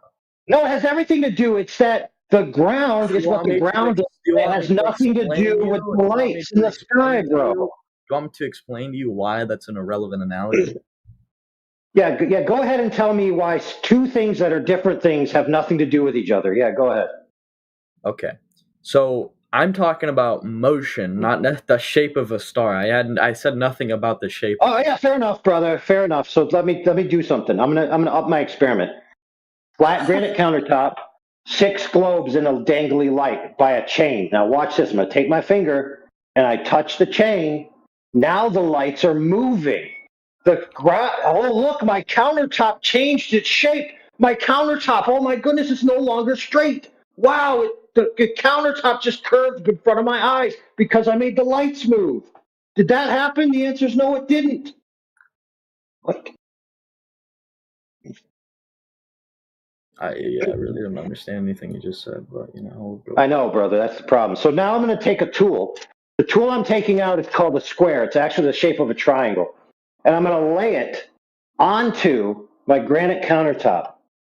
And let me tell you, brother, it lays right on that, flat as can be. Now, since I have my tool showing me that the granite countertop is indeed straight and flat, I'm going to take the lights on top of the granite countertop and I'm going to turn them off. It's now dark. The granite countertop is now in the dark. Is it now a globe? Oh, whoa, the light's back on. Is it now a globe? Oh, whoa, the light's off again. Is it now a globe? No, it's never a globe. It's always flat. Okay, can I ask another question? Bring up another sort of thing, brother. Hit me up. So let's give you an example. A city in Egypt, I think it's Sainin. You probably have heard this one before. Sain, whatever it's called. During noon, on whatever day of the year it is, there's no shadow. You don't have a shadow because the sun is directly above you at noon. And some other cities, it's very similar. Yep. So if you go to the city next to it, if you go to Alexandria, city next to it, you can measure your shadow and it's at an angle of 7.2 degrees. Right? It's not a city right next to it, but it's a city in Egypt as well. Yeah. So if the earth was flat, how would you explain that? If it's round, that would check out. But if the earth is flat, how would that not check out? Well, you see, what you're talking about is shadows, right? And so you're making assumptions about the nature of the light and the shadows and geometric relationships. Oh, we're not making assumptions. We're not making assumptions. We know this. No, you are. Science. No. Listen, There's friend. There's no. That's not an assumption. No, the non-assumption. Listen, Nick, dude. Okay, the shadow is just the absence of light. It's just it's not. Okay, listen, dude. How are shadows created? They're not necessarily created. It's just not necessarily a complete. Hey, listen, let me ask you this question. If it's pitch black, are there shadows? In our eyes, no. Yes. Yeah, well, I'm not saying because there's obviously if it's pitch black, there's no shadows, homie. Well, if you want to, that's just way too. So then the only way to get a shadow is to turn on a light and the path of the light to illuminate the area. And a shadow is where the light is not hitting the area because it's being blocked by something, right? Yeah, yes, that's a shadow. There you go. That's what we create when we're standing outside of the sun. Shadows are blocking the path of light. Now, in order to make geometric claims about the light that's blocking the shadow, that's casting the shadow by the blocked object, you have to make certain assumptions. So, for example, Eratosthenes, which is who you're speaking about, made the assumption that the sun is an infinite distance away, that it's larger than the earth, that all the lights are that all the rays are parallel, et cetera, et cetera. He made a bunch of assumptions. So it's not, he measured shadow angles. He didn't measure the sun and he didn't measure the earth. Okay, so why would those two things Oh, it's very simple, dude. It's if the sun is over here and the rays of the sun are not coming in a way that's uniform, then you're going to have different shadow lengths. I mean, look, I have my granite slab again. Watch this. I take my square, which is blue. It's from Empire Squares, and I'm placing it on the granite countertop. I see a shadow. Okay, this shadow is, since I have it, I'm going to turn it this way so I can measure it. Wait, also. Okay, the shadow is, hold on, brother. The shadow is 6 inches. Now I'm going to take the square and I'm going to put it directly under the light fixture. No shadow. Now, let me ask this question, friend. Is my granite countertop a globe? You're doing it at such a small scale that it really doesn't matter. Doesn't matter, dude. The principle's the same. No, it really isn't. Not at such a small scale. Scales have a lot of to do with things. It has a majority of the things to do with everything. A scale can change your experiment drastically. Sure. I would agree that scale can change things. That's fair. All right, can I ask you another thing? Sure. So why does like the bottom of a ship disappear first, then the middle, then the top when it hits? Okay, I agree. I'm glad you asked that, because now we're going back to where we started. So I said that the ship doesn't disappear at the geometric horizon claimed. It disappears much further sometimes. But did you know this? Check this out. No, I just answer my question. Hold on, brother. Hold on. I don't care what you have to say. Just answer my question. That's all I want is you to answer my question. Why is that the case? Okay, dude. I'll tell you why. If you can't see the bottom of something, it's because resolvable light from the object is not being resolved in the optic. There you go. That's the answer. Okay, but why is that the case? That's just. I just told you. I'm gonna listen. If you don't let me expound, I'm gonna reduce it to the most absolute technical reduction, and you're just gonna have to live with that answer. Yeah, but that's not. So you don't get to take a dial. You don't get to take a dial and then dial the color of the television till you like my answer. It's like I'm speaking to a brick wall, bro. Just answer the question in detail. Yeah. You can't see things because you can't resolve light from that portion of the object. There you go. Why can't you resolve the light from the bottom, then the middle, then the top? Oh, because I'll tell you why. Because you have a limited angular resolution, and the packet angles that are available to render are below the threshold of resolvability. Go a little bit more into detail with that. Yeah. So if you took a checkerboard and you look at it, standing up, and you're looking down at a table and there's a checkerboard, you could see all the squares. But if you took that checkerboard, put it directly into your eye, and then turned it horizontal, it would disappear. So the angle of approach matters to whether you can see something or not. So once light falls below a critical angle, for example, a human eye is 0.02 degrees. So if light is not entering greater than 0.02 degrees, there's no resolvable information. Any information that's coming in that triangle will be conflated with each other and become one value. So if that's the bottom of a boat in the ocean, disappears. If that's the bottom of a building and the sand, disappears. Okay. Can I ask another thing? What do you think only if you let me finish. No, only if you let me finish my previous thing I wanted to finish. Well, then, sorry, you're not going to say another thing because I don't really care about that. I'm not going to ask another question. Nick, how's that fair? I've been trying this whole time to tell you a very cool observation that I've done with you. I've done my own observation on my own lake, and you won't let me talk about it. Why are you such a bigot, bro? I'm not a bigot. I just don't care about your observation because I don't necessarily. Yeah, see, you're a bigot to my observation. I don't trust your observation. It's just like you saying something. You know. Hey, bro. The best part. Listen, friend. The best part about my observation is you can reproduce it yourself if you're within driving distance of 1,000-foot lake. Okay. Well, I'm not. So, can I ask you another question or no? Listen. I want to tell you my observation, dude. How about this? You put your fingers in your ears, and I'll tell the audience since they want to know. How about this? I just leave.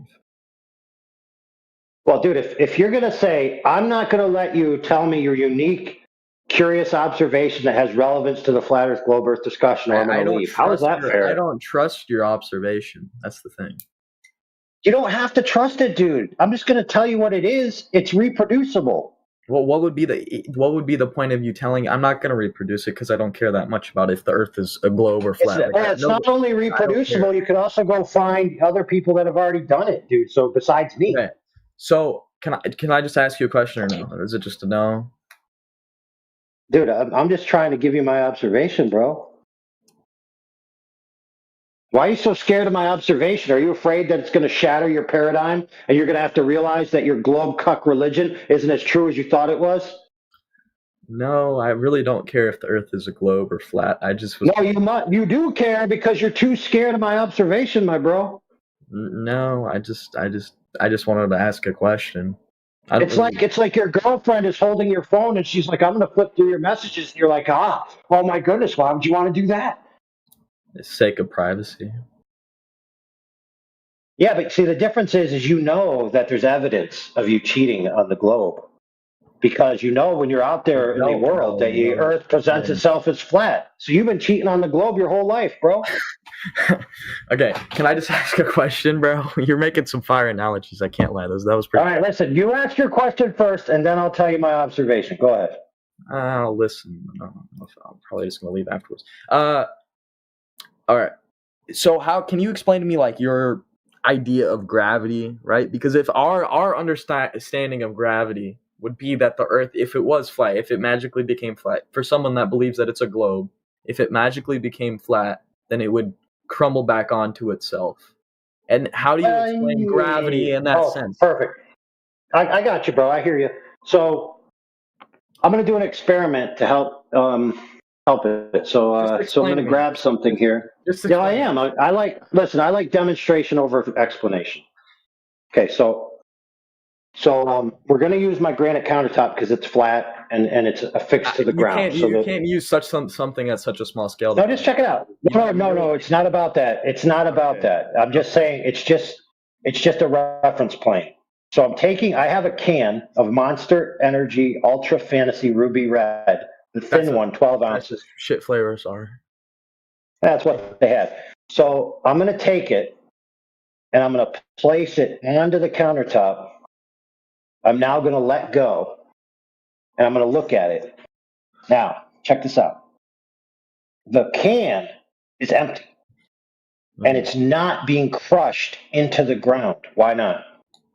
Because it has such a small mass that it's. I mean, I could go more into it, but it's just a. It's much. There's a more simple. There's simpler. You can reduce it even simpler than that. If you reduce it ultimately, it's that the structure is able to resist any collapse forces. So, for example, if I put a 50-pound brick on top of it, it might crush, right? Yeah, it's just a small. There's not that much weight going against it in the structures. Yeah, fair enough. Right. So yes, fair enough. But for the purpose of the can, it serves its purpose well, and it's able to resist the forces to maintain its shape. Now, if the Earth was flat, yeah, fair enough. So if the Earth was flat and gravity is real, then in order for the Earth not to crush itself, all it needs to do is be strong enough to resist the forces. That's it. It's that simple. So how do you know that it's strong enough to resist the forces? I'll tell you how. Because the Earth is clearly flat and it's not being crushed. There you go. You know, okay. It's like the worst argument I've heard, but okay. Because that assumes that assumes that I would agree with you on the Earth as being flat, which is not an argument you can. Nick, it's what we all experience. Nick, let me do another experiment. Live. I told you I was going to go after this one. I told you I was going to go. Yeah, fair enough. You can leave. The audience still wants to hear what I have to say. They don't care whether you hear it. Okay. Monster Energy. Yeah. Peace. Say I love you too. Man, listen. I love you an enemy that became a friend, and then we try to backstab each other sometimes. But when we're face to face, we shake hands.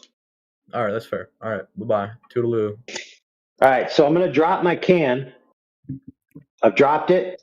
It landed on the granite countertop, which is flat. It dropped straight, as far as I can tell, towards the countertop, hit the countertop. So something fell downwards, and landed on a flat surface, just like we experience our entire lives. Every time we drop something, it heads towards the Earth, straight down, minus any wind.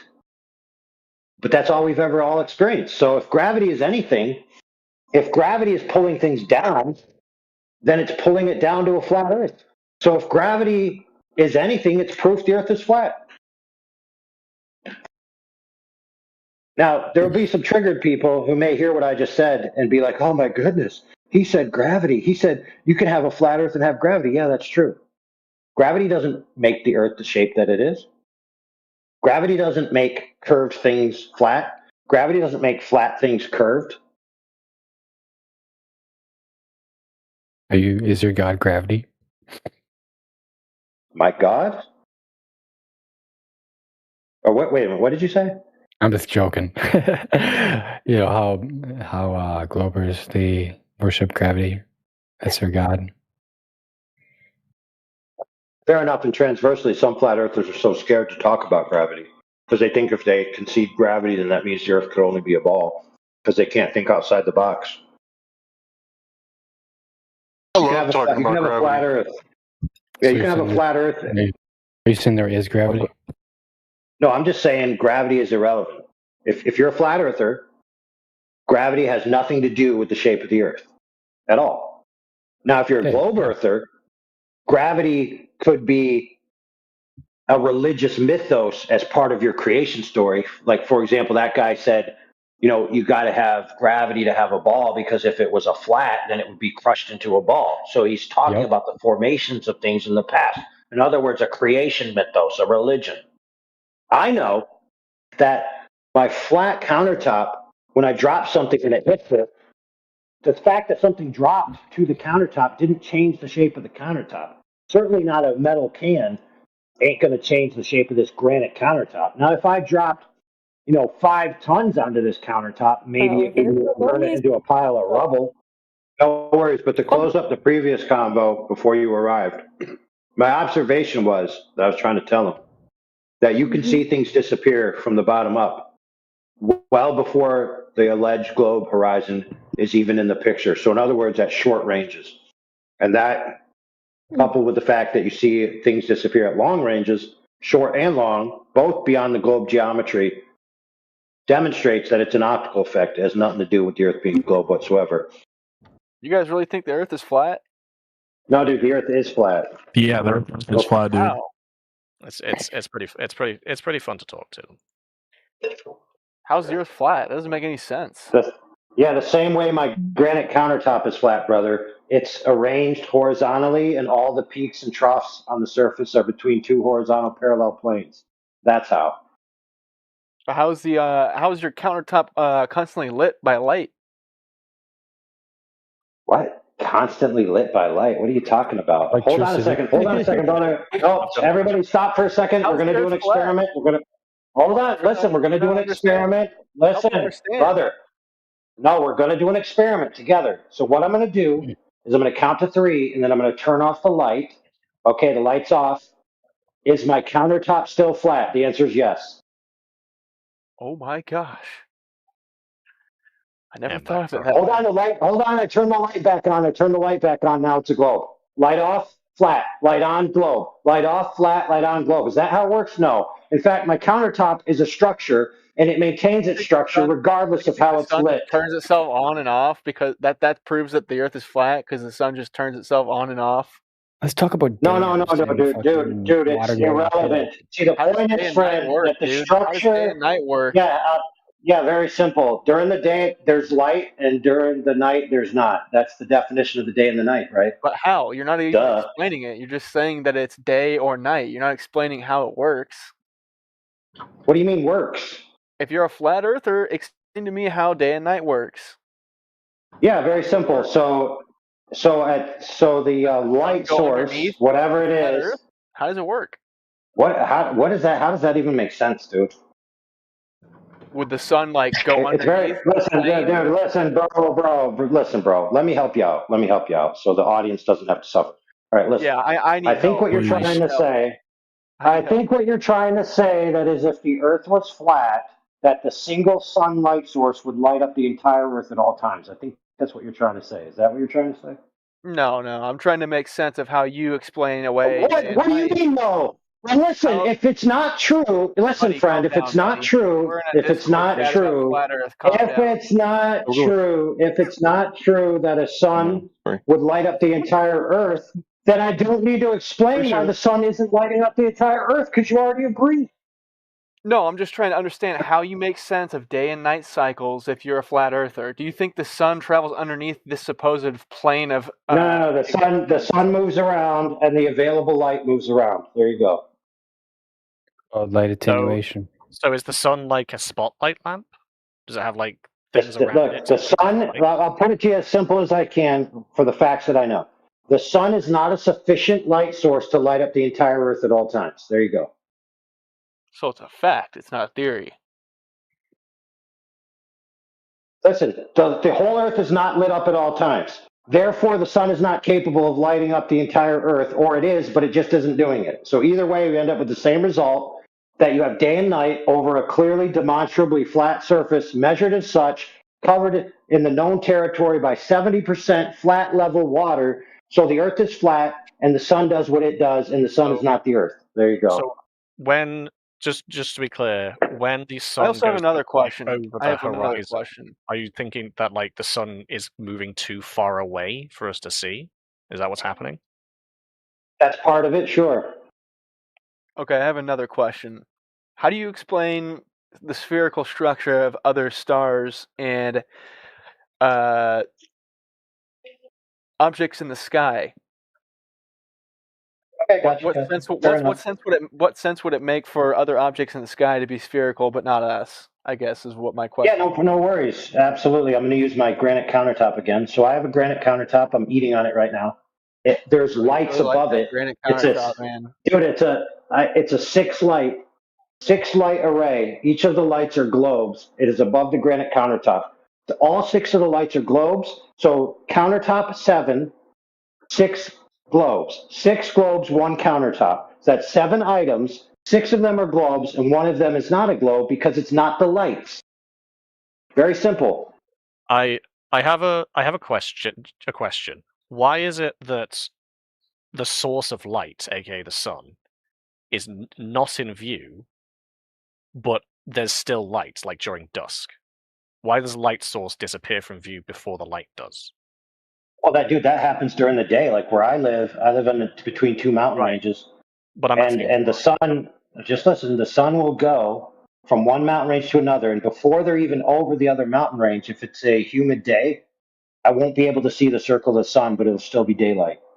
Right, sure, but what about when you're not in a mountain range? What if you're in the desert? Because the same thing happens. Same principle. Same principle. The horizon. So, okay, then what blocks the light in the desert? Because the mountain blocks the light in the mountain range, but what about... No. In my example, I told you before it gets to the mountain range. So if the mountain range is not blocking it, the air that's blocking it. The air is blocking it? Yeah. In case you didn't know this, No. friend, in case you didn't know this, real quick, air is not transparent, in case you didn't know that. Right. If the Earth was flat, wouldn't our chances of being struck by a deadly asteroid would be much higher, wouldn't they? In theory, if we were a plane. No, you believe in fairy tale space. We don't think that there's a space or comments. fairy tale space. Meteoroids, they're gonna. I got a question. Yeah, how about you explain why you think the Earth isn't flat, buddy?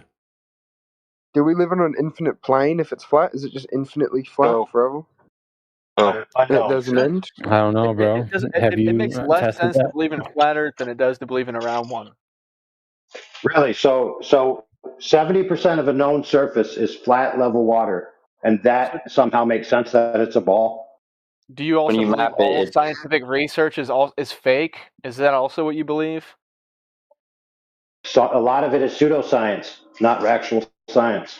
Yeah, You believe we've never traveled to space, we've never been to the moon, we've never traveled to space. You don't believe in that stuff? What evidence? What conclusive evidence is there that anybody's ever landed on the moon? I mean, there's a lot more evidence to say that we've been there than to say that we haven't. I've seen it on TV, Really? man. It has to be true. But what about All I asked for was conclusive evidence, and instead you just gave me some balancing theory. Photographs, why would gravity just stop working? Why does gravity work for us to stay on the ground, but then it doesn't work for the ground to stay on more ground, and then that ground to stay on more ground? Yeah, fair enough, brother. Yeah, fair enough. Why do magnets? Why does your refrigerator magnet not attract something that's across the room? What? Yeah, why does a refrigerator magnet that's on the other side of the room not just fly to the Wait, refrigerator? hold on. I'm just trying to Let me, understand, he's bro. asking a I'm just question. trying to Wait, understand. it does. You do know it does attract it. It's just not strong enough because the other attractions. Oh, there you go, brother. No, dude. A magnet on the ground isn't just going to fly over to the fridge, but once you get close enough, it's going to fly out of your hand. No, but listen, you know there are different attractions constantly going on, and if there are those attractions of magnetic forces, right? But if the No, dude. It's because listen, dude. The reason is, yeah, we got you, bro. The reason is that magnetism is a cubed loss, and gravity is a squared loss. So nice try. Where do you get your evidence from? How do you That's know my other that? question. Where's your it's a evidence? cubed loss. Where's your undeniable? Oh my goodness, dude! The strength. Hold on, for that kid that asked. Yeah, the strength of the field wanes off with distance at a much greater rate than any alleged gravity. Okay, so the reason why you have certain effects when you're close to something versus far away is because the strength of what's going on is decreased so much that it no longer has a significant effect. Everything has a magnetic. Bro, what? Everything has a magnetic. Goodness, dude! All right, listen, bro, He has no evidence either. I ain't got time to teach you physics, bro. So let's ask Prodigy what he wanted to ask. You're a physics master. Okay, yeah, man. ask it. Does every How dare we question the physics master over here? Wait, the hold AI on, wait. overlord. All right, popcorn. When I cleared the floor for Prodigy to ask his question, that wasn't your cue to talk straight through him. Right, Prodigy, I apologize. Starkin's voice. It's all good, man. All right, so who wanted to ask the question? Was it Prodigy? Yeah, I was just gonna ask you, like, where's your evidence coming from, man? If you're so informed and so knowledgeable, Okay, yeah, absolutely, subject, absolutely. Where exactly are you collecting your information from? Where's your evidence? Yeah, got you, brother. No worries. Why is everyone else's evidence invalid? Well, dude, James I accept your question. I accept your question as a valid question, so I'll answer it. Okay. Here's the answer. What did he know? I want to hear. Okay, check it out. I want to hear what he has to say. So, when it comes to the form of the Earth being a globe or flat, okay, the key definition is the geometric qualities of the structure itself. Now, whenever you're going to measure something to be flat, you need to have a baseline. So, for example, this granite slab, you have a baseline, and then you have another line from the baseline, so two horizontal lines. Then there's a variance between them a little bit, but roughly the entire surface is between those two horizontal lines. Now, whenever you're doing anything like that, you can float it. You can use a weight crusher, which will slide it back and forth and just grind the bottom off. There's all kinds of techniques you can use. But whenever you're going to test it, you're going to put a straight benchmark, and it's going to be a solid structure. Now, when it comes to the Earth, there's no solid structure that can be stretched across the entire Earth. But there is a structure which can tell you level. That structure is water. Now, water is the gold standard of level throughout all human antiquity. In fact, even the globe paradigm assumes that water level is wrapped around a ball. So in other words, the Earth is level. It's either a level that's curved around itself to create a ball, or it's a level that's horizontal. Now, intuitively, everywhere we go, we operate with horizontal. We don't operate with curvizontal. So how do we know that the whole Earth is actually truly horizontally level and not curved back around itself? So that's very simple. If the Earth is covered in water and water must be level, then that means that the entire 71% of the Earth covered in water has to be curved. So all you have to do is do a sufficient sample size, accurate enough to the test to tell you within a threshold of tolerance whether or not that water is actually curved. So if you take a laser and you use a laser transit methodology and you shoot it over 25 miles of water, you actually can hit a target plus or minus a few feet that debunks the globe geometry by 2 orders of magnitude, demonstrating that the level that we all experience is indeed horizontal and not a giant curve. And then if you extrapolate that out based on the known physics of water across 70% of the territory, you end up with 70% of the territory a flat level baseline called sea level, and the highest mountain and the lowest trench in the ocean being, hold on, real quick. I'll finish with this. From the highest mountain peak to the lowest trough is a span of 13 miles, over 197 million square miles. That means not only is the Earth flat, but it's very flat. Go ahead. Okay, well, say it is flat. What difference does this make? What difference does it make that Fair enough. Scientists have been lying to us? I mean, what's the big deal? I don't understand. Like, what would be so I mean, it would be groundbreaking to learn that the Earth is flat, but like, what significance would it pose to discover that the Earth has been flat this whole time? I don't understand. Like, well, it will change. It will change some of. So the great metaphysical questions: who am I? Where did I come from? Where am I going? All of those things, right? There's no definitive way to know. We can talk about lasers. We can talk about measurements, this, and that. We can talk about all that all day long. There's no way to actually truly know. So, like, what's the point? You experience it. You experience it every day. What's the point? What do they gain from lying? The point is, dude, that it may not matter to you, and that's fine if it doesn't matter to you in particular, but it does matter to some people. Okay, and the truth is the truth, no matter who it matters to. I'm not disagreeing that it matters to people. I'm just saying, like, what's the significance of arguing about the existence of a flat Earth? What's the point, man? You just don't like liars in our society. Do you mean what's my point in doing it? Well, like, or do you mean like the greater existential point? The existential point? What are we going to do to the liars if we find out they were lying about the flat Earth? What's your guys' end goal here? Most of them ain't lying, dude. What do they gain from lying? Most of them believe it. Why would a collective group of anybody lie about the flat Earth? Dude, to change the human's conditions, assumptions about the great metaphysical existential questions. There you go. There you go.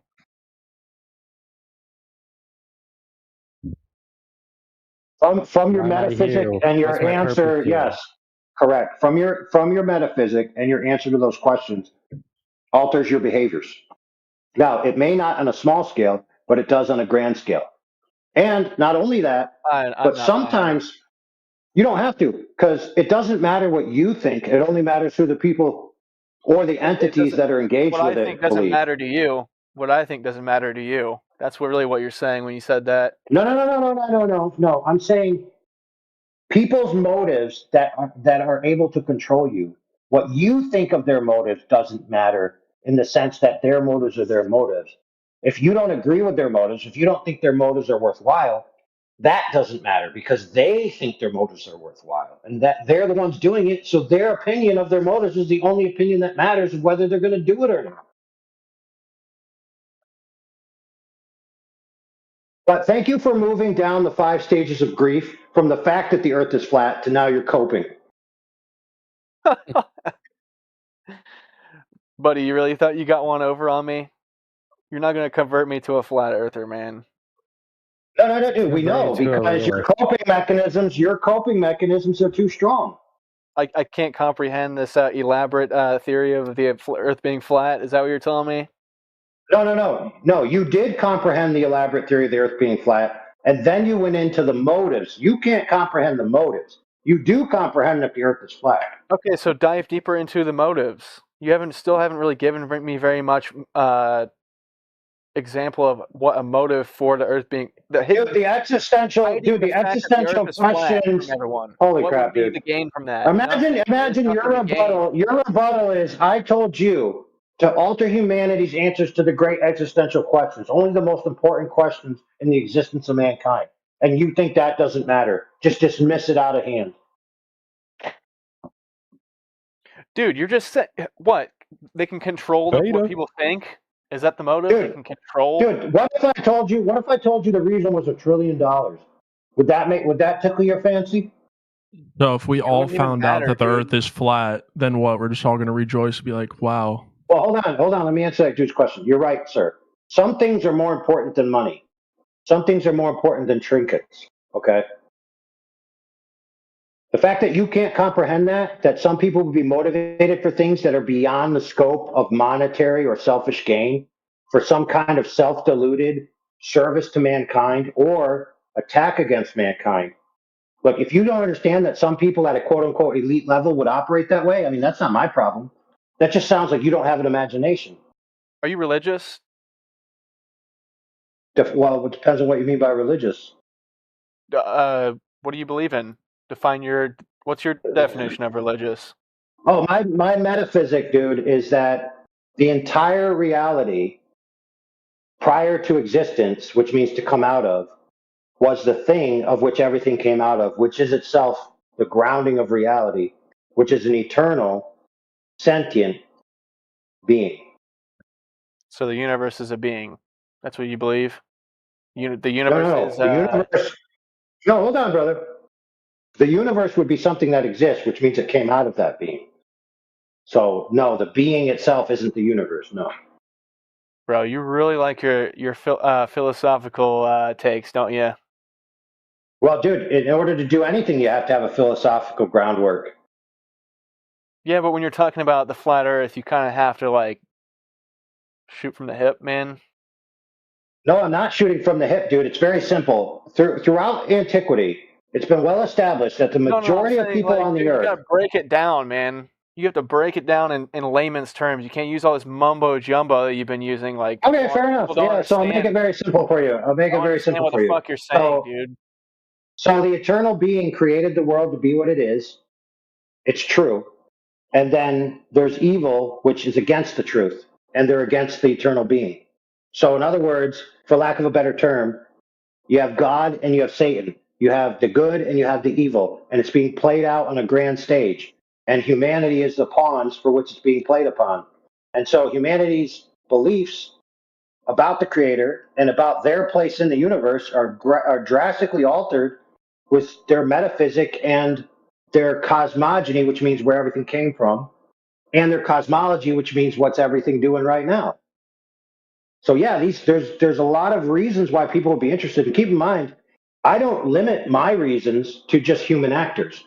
Okay, I'm fully aware of the fact that there are greater entities than just humans playing around in reality, sandbox. Now, you may laugh at me and say, oh, that's just a stupid religious thing from a stupid religious book. And then I tell you, oh, you mean the book? No, I'm not saying you, dude. I'm just the royal you.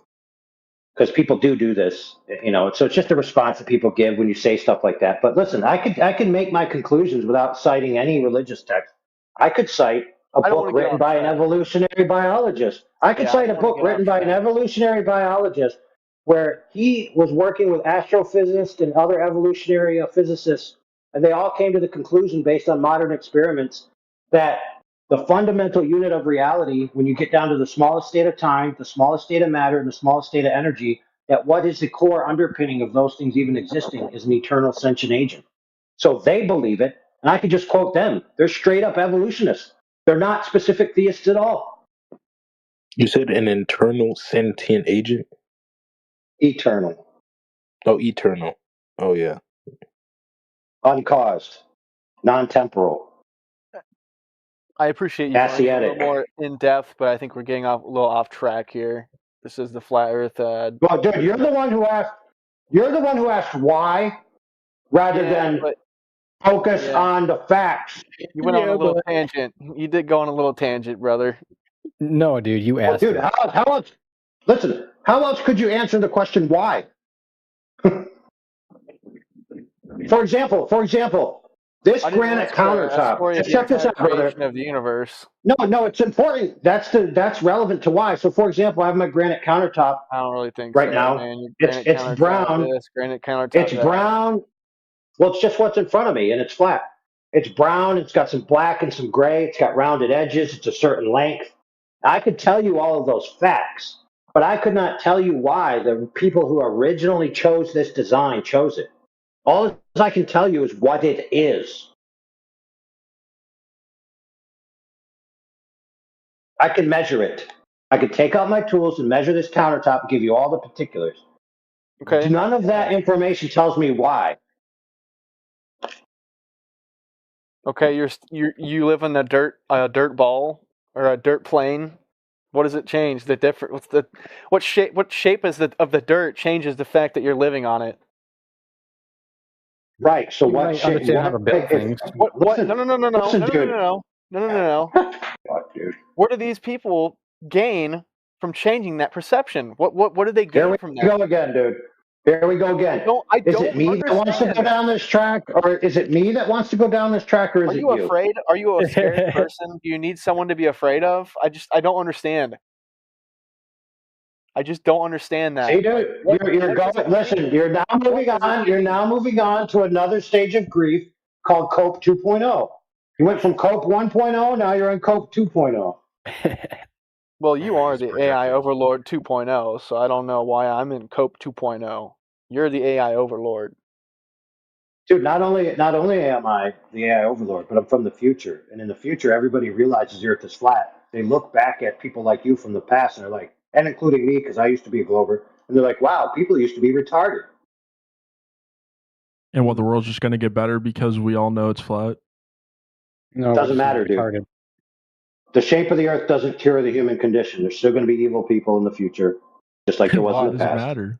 That's what I was going to follow up with, because you must have obviously left the future for some reason and had to come back here where it was better for some reason. Right, listen, let me ask you this question. Let me ask you this question. Here for a reason, right? What's the difference? What's wrong with the future? Let me ask you this question. Why is it... Hey, Dora, let's see if Dora can answer. Dora, why is it that these guys it matters to them why it matters rather than the facts of what it is? It's like they're in denial because they know it's true that it's flat, and now they're trying to cope after the fact. Like, why did mom have to die? Why did God take mom away? Your mom's dead, bro, and the Earth's flat. I'm sorry. I think it's just funny to get this upset over something that is not even known or even possible to be true. It says we're dealing with people like you that are just nuts. I already demonstrated you that the Earth is flat decisively.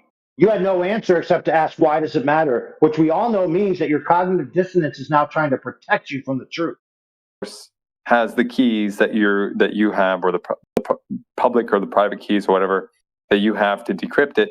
The source itself, when it sends a signal out, right? It's got a timestamp in it, right? Right. It's more than just the data layer. We're talking about the actual signal itself and tracing it physically to its location. Oh, yeah. Right. Well, so you can get the signal to noise ratio, and you know exactly what the path loss is. So you know how far away the thing is. But hold on. So that relies on assumptions. There's two things here. Right. So there's two things here, right? If you send a signal and embedded in that signal, there's a timestamp, right?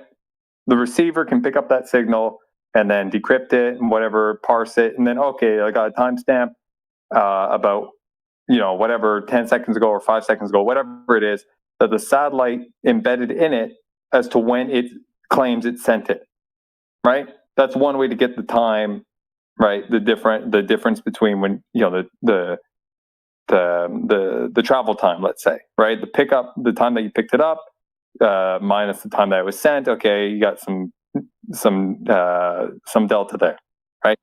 And I guess there's another way to assume the travel time is by the signal strength itself, right? In that case, you would have to assume the actual signals. Because that's just a scalar value. You're going to need way more than that.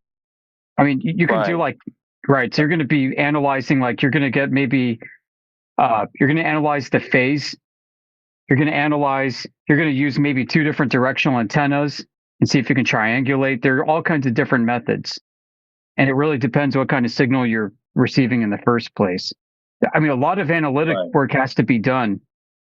So, it doesn't matter that it's encrypted. I'm just saying that it's my object that I'm hearing from. Nobody else's.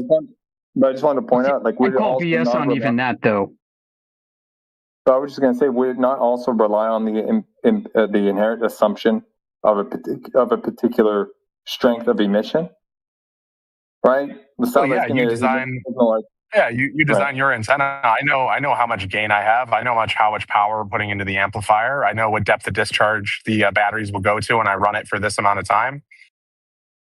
I designed the thing. Was it under your control all the way up until it was supposedly in the place it is? No. So there is a chance for someone else to manipulate your equipment. and you cannot deny that. I disagree. We get full transparency for commercial missions with SpaceX. You all the way through. There is. I mean, we don't believe you. You believe there's fine. full transparency. That does not mean there's not something outside of your purview. I disagree. Dude, you do not have all the information. I'd love to see how easy it is to send encrypted transmissions. What do you mean? Well, I mean, for anybody who's a licensed radio operator, it's illegal to send encrypted transmissions. Well, that's why you go get an FCC license. That. No, with an FCC license.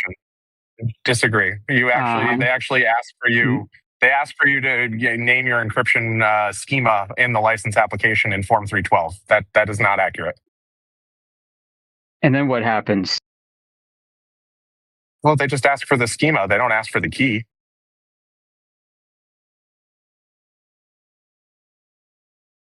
I was going to say, you can look it up.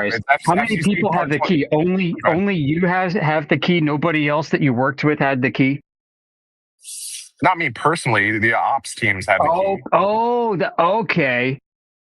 Well, there's a break in custody right there, and it's probably not even, the main bottleneck.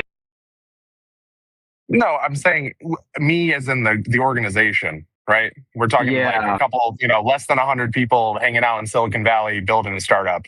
What's the level of your encryption? AES 256. Yeah, it's pretty strong, if not the strongest. Yes, sir. Yeah. That's pretty good. And we're working on. There's an executive order that all federal systems need to be post-quantum protected by the end of the decade. So that is the floor. We're moving up from there. Well, there's a grand keymaster. Okay. I'd be interested to see evidence of that. Well, it's called a crypto clearance. Yeah, once again, nothing. At least for this level of system, right? This is commercial systems. This is not. Yeah, and the agency that does that has actual keys in their emblem. Once again, this is for commercial systems, right? That's the most interesting. Internet. That's the most interesting because it's the hardest and most difficult to control. But once again, if that's the place that we go to in this conversation, is that okay? It doesn't matter how good your encryption is, we can't confirm that it's actually the object because no. There's this not saying that. Oh, go ahead. You don't have any knowledge of who has the keys. The procedure's written down, right? It's the ops team. You have no knowledge of who has the keys. Dude, have you ever written standards? Have you ever written standards? What type of standards are you referring to? Like the kind where you give this group of people the standards, and then this group of people over here has other standards that aren't their standards. Have you ever done that? Because I have. Okay, you can appeal to your lived experience. I would love to hear more.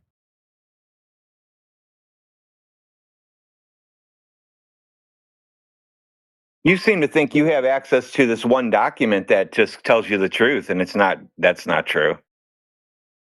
Well, I'm the person who represents the company to the federal government, so there's bigger issues there. You're the scapegoat then.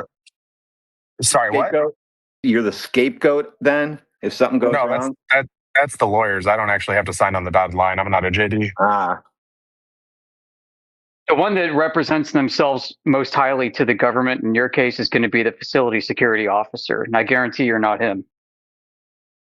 Chris is a good guy. Yeah. He knows more than you, I bet. I'd assume so. He was Secret Service for 20 years. Wonder why they need him there. Well, they don't need him. It just helps with government customers. And he won't know everything. Absolutely not. But once again, this is referring to a commercial system. Everything is, for the pursuit of profit and revenue generation. Yeah, beyond right, just right. ITAR. So they're worried about. Yeah, ITAR is a big thing. Like they're worried about supply chain interdiction from like the Chinese. Agreed. Yeah, we have to do supply chain reviews and understand where the primary source of all electronics is or are. I agree. But I'm saying that for a commercial system, it's authorization, not supervision for these activities. You go to the FAA, you go to FCC, you go to NOAA, you get your 3 licenses in hand, and you're good to go. And it's just so easy to just do all kinds of encryption from space, and nobody but you knows the keys. Nobody knows what you're sending. Yeah, that's amazing. They allow you to do that. Getting all these 3 licenses is an easy test, right? It's pretty easy to get them. If you tell them what you're sending, then why do you encrypt it? So because it's encrypted for user data, user privacy. These are telecom satellites. It's basically like a utility pole. So it's encrypted for customer security, not for government security.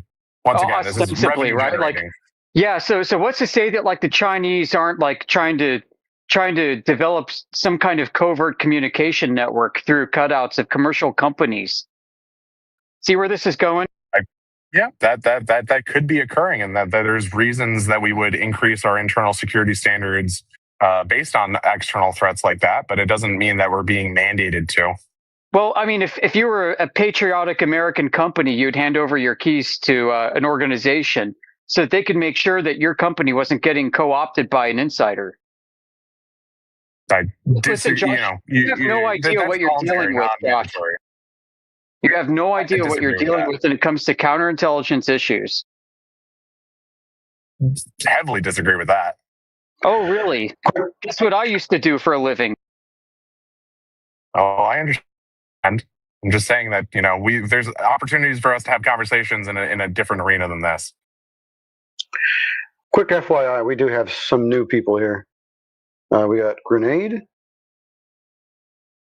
I'm not reading the whole thing.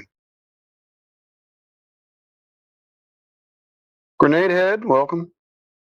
We got Mia, welcome. You guys got any questions? Engage in the convo. Okay, just checking. Continue. No, it's all good. If anybody has questions on mission authorization and the relationship between the federal government and commercial space companies, more than happy to dive into that. We definitely don't need to go there, but I hope you understand the rigor that at least members of our community have gone in order to try and understand the fundamentals of this issue. The fundamentals of this issue ultimately lie with geometry, to put it bluntly. Geometry, the philosophy of mathematics and the philosophy of science. Problem of mathematical underdeterminism, in which models cannot be the be-all end-all explanation of things, but there are multiple explanations that are also equally valid. Philosophy of science and potentially semiotics, how people think of how people put the map before the territory all the time, how people do concept reification fallacies all the time, how people affirm the consequent with their demonstrations and experiments all the time. When I was not joking earlier when I said that flat Earth laser measurements define the topology of Earth as such that it cannot be curving in the manner that the globe is presented, which means the entire spherical coordinate reference system that we rely on has to be wrong, unless it is mitigated through corrections. Now, guess what? There just so happens to be an entire volume dedicated to these so-called corrections. It was actually produced by a German back in the late 1800s, F.R. Helmert. And he describes exactly what to do in order to take your planar measurements of a flat Earth and contort them into a spherical reference ellipsoid and a geoid. And the corrections that he introduces with the math require you to accept that there are meteorological conditions that are present that you cannot actually measure, that have to be present in order for these things to occur, in order for you to have a globe. And the temperature and pressure differences in the air, along with the claims like gravity warping from the stars and everything else that go into both deflection of the vertical and atmospheric refraction corrections, are all based off of conditions that are not proven to be physically present whatsoever. And if they were present, it would require temperature variations and pressure variations that nobody's ever been able to measure. So incrementally, all these corrections are introduced based off a belief that it has to be true because we have to be living on a globe.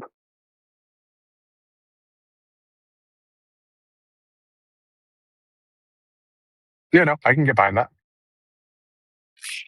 What's happened is people believe so much in the globe that they shoehorn all of their physical measurements into it. It shows up in air data inertial reference units that's used in commercial airliners like the 777.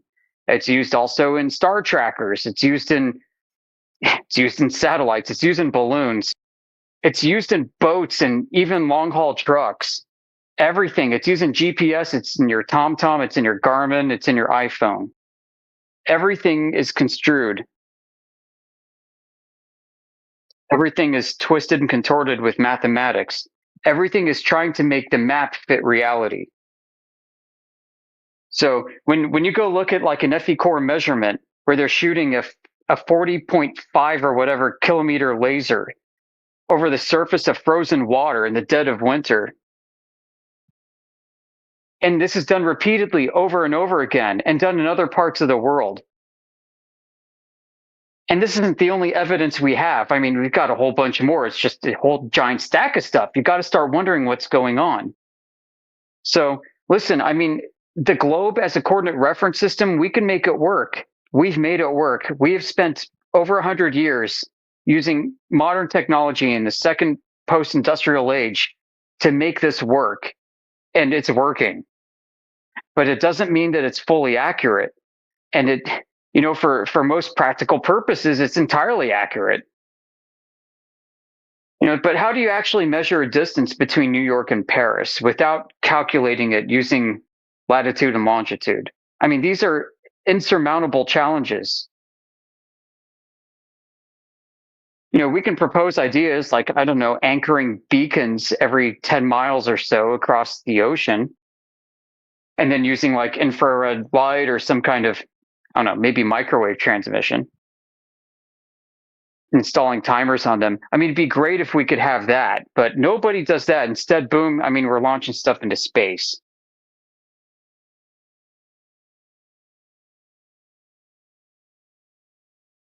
Hey, hopping on mute for a second. Appreciate the candor. I'll be back in a second. Okay. No. I appreciate it. I'm just grabbing it, running errands. Yeah, man.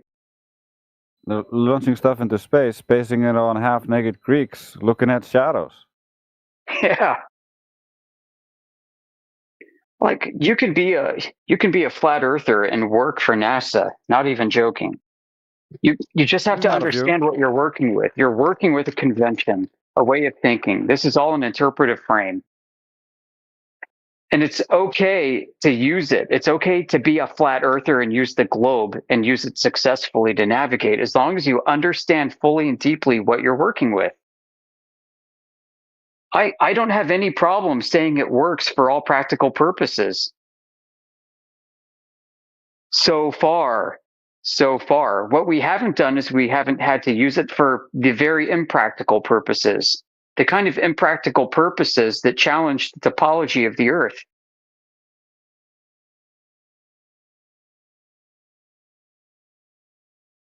You know, there's a gigantic margin of error that's introduced in the fields of geodetic surveying and navigation and so on and so forth. And that's where the globe finds its easy resting place, within that margin of error.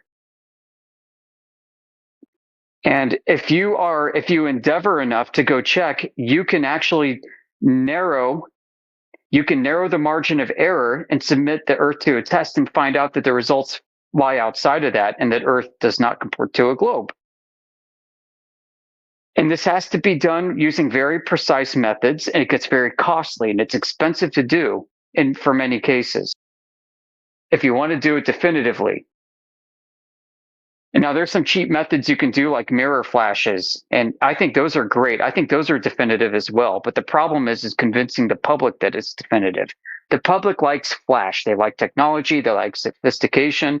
They like stuff of the likes that FE Core has done for us. So it's also the ad hoc excuses. Like, if you do not account for those variables, if you do not try to somehow get the temperature, the humidity, the pressure at some intervals between you and the target, that becomes harder for you to argue, and it creates doubt. And so all they generally have to do, and all they generally do, is just say, well, refraction could be happening, therefore it must be happening. But the problem is when we start to look for the refraction itself, like, that's why I like the infrared camera arguments, and I like looking at the pictures and looking for the refractive effects. I'm not seeing the effect of light bending around the globe, hugging the curvature, making it look flat, because that would result in effects, and I'm not seeing those effects. Yeah, exactly. Like, when I've heard Indio bring up two great points. I don't know if he talks about them that often, but he does. And these two really stuck with me and got me digging and researching. He said, look, if there's refraction, you're going to have chromatic separation. And like, duh, I mean, that makes a lot of sense. Like, take a 10th grade physics course, and you understand that different wavelengths of light have different optical paths. And then secondarily, if there is refraction happening the way it does, then it doesn't match the geometry of what you see. So what you're going to have to require is a meteorological condition over the area that you're observing, in which the temperature gradient changes from where you're standing all the way out to the horizon and beyond. And that change is commensurate with the rate of change of Earth curvature, such that the light happens to unbend itself, and not just at a singular rate, but at different rates, a continuous rate of change difference between your feet and off to the horizon. You have different ray arcs at different rates of change that happen to take a curving surface and producing a flat and stable image. Trillions and trillions and trillions and trillions of conceptual mathematical rays that you ray trace that are all following different rates of change of arcing paths to every point from your eye to that surface. And all of them are being bent by physics, by weather, by something happening in the real world, such that those rays of light produce a flat terrain instead of a curved one. Yeah, it's to me, that's it's impossible. It's impossible because, like in the example of the black swan, the horizon should be so close that when we zoom into that picture and we take the black swan, that should all just be sky. Right. You shouldn't see any of that. And so, if the globe was true and the light was bending around the curve and allowing us to see these things beyond the curve, they would be projected above the eye line because they're coming from above. And you see all sorts of floating anomalies. And the horizon would be a sine wave and jiggly all over the place, depending on the conditions between you and that point on the horizon. But we don't see any of that. That's well said. And the farther you see, the flatter it is, the greater degree of chromatic separation should be present, which is not evident in anything that we've ever seen. And then you're like, okay, let's bust out the infrared. Let's go freaking put this to the test. Because if infrared light doesn't bend as much, then I should be able to see the curvature of the Earth. The geophysical horizon of the Earth should be popping out at me in all of its glory. So I throw it on, and guess what? It looks even worse. Like, it's flatter. Like, it doesn't look more curved. It looks more like, what is going on, folks? Yeah, that just destroys it, because if there's more refraction and you're supposed to see further, then less refraction should make you see less far. The horizon should appear to be closer. But what happens is you cut through the haze, you have better resolution on those far targets, even though the overall resolution starts dropping fast. It just allows, because of the scattering in the air for visible light is more than scattering of infrared, and that's what allows you to see through that haze and detect things much further away. It just doesn't work on the globe, but I am creating an optical framework that goes into this and explains all of this.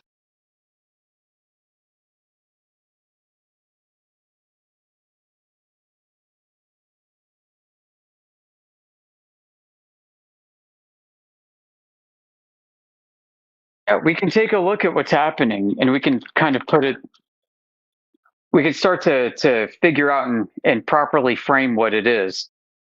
In visible light, we have Rayleigh scattering, right? So the blue, the very high frequency wavelengths scatter the most, and Mia is scattering. And it goes down to red, and then infrared, but then it gets even further. You get down to microwave, like they say that they say in in the visual spectrum, it's the horizon, optical horizon averages out to about 7/6 R being the radius of a globe. So you're seeing effectively like 16.67% further than where you should. Not exactly, but that's the idea. And then as you move down to longer and longer wavelengths, you get to microwave, like you get to VHF. Then you get to VHF at like 144 megahertz. And around there, the radio horizon is 4/3 R, so that's 25% over the radius of the Earth. And you get further and further down, and the longer the wavelength, the longer the horizon. You get down to freaking Marconi using like whatever it was, like 1 megahertz, like 2 megahertz to transmit from the UK all the way over to Australia. Nutcase. So you have Marconi doing a transmission from the UK all the way to Australia, 10,000 miles at a very low frequency.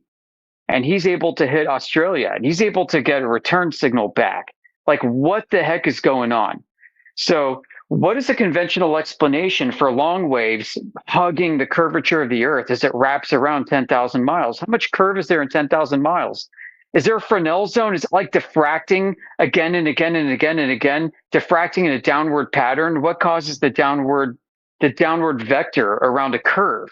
Is there some kind of? It's incoherent. They assume absolutely. They assume because they believe in the globe that all of the waves that go beyond the globe are either the closest to the visible light they believe are super refracting with no evidence, and then the shorter wavelengths they end up frickin'. I'm missing the point I was gonna make. Well, it sounds like you're saying it's wavelength dependent, that the distance that they can travel besides power being equal, is wavelength dependent. I had an extra point that dovetailed perfectly onto this. I just forgot it. I just been studying this so much lately. The optical horizon, the limitations of it, and I've been gathering citations and sources. But yeah, it's the reflection. That was what I was talking about. Oh yeah, the reflection. Yeah. How do you have a reflected beam off the surface of the water? How do you have a reflective beam of nothing? They claim it's a vacuum. Okay, and then it's supposed to reflect onto the ground, which is like not a very good reflective surface, and then perfectly reflect straight up without like losing like integrity of the message or anything, and then back down again and up again, down again, up and down again, up and down again, all the way to the other side of the globe. This would destroy the signal if it were even happening. You try to beam that signal and you got, like you said, Fresnel disruptions. You got like a little tree in the way. It's not even blocking the line of sight, direct line of sight. It's just in the way of the cone, like between the two transmitter and receiver, and just being in the cone. Sorry, you're getting disruptions. Yeah, you got absorption and scattering, and you've got a continual attenuation of that signal. You're telling me you're gonna bounce that beam off of grass and have it come off like no problem? Yeah, or bounce it off an ionosphere with negative refraction.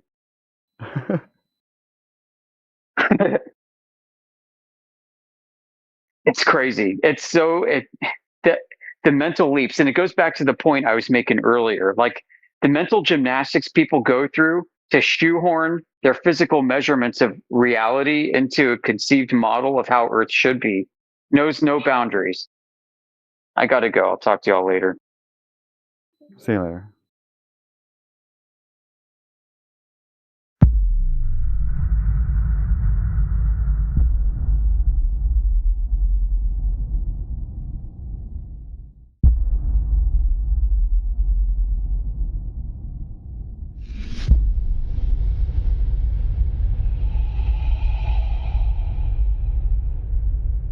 Right? So it's like, I think it's something that's true for both sides, not necessarily something that's true only for the people that have mainstream ideas. Well, yeah, but there's a difference, is that the blue sky is a tangibly accessible common experience, right? No, I'm so not. It's not. My point isn't about the validity of my statement. My point is about how people form ideas and how that, like, even if you're someone that doesn't believe in mainstream ideas, you're still getting your ideas in the same way as someone that has mainstream ideas would, right? Because you're still looking up to an authority figure for your ideas. Do you get Yeah, to a degree. To a degree, but when it comes to kids, a lot of what they learn about is there's like stages of development where their mind and their brain are working together to give them certain informations. At that point in their developmental stages, they could be imprinted with a falsehood. And it's not so much that that person they see as an authority, it's that there's just this natural inclination to believe. They don't even understand the concept of authority. Their mind just does it naturally. Yeah, no, fair. Yeah, but that's not really in opposition to my point or anything. I mean, yeah, that's not. Yeah.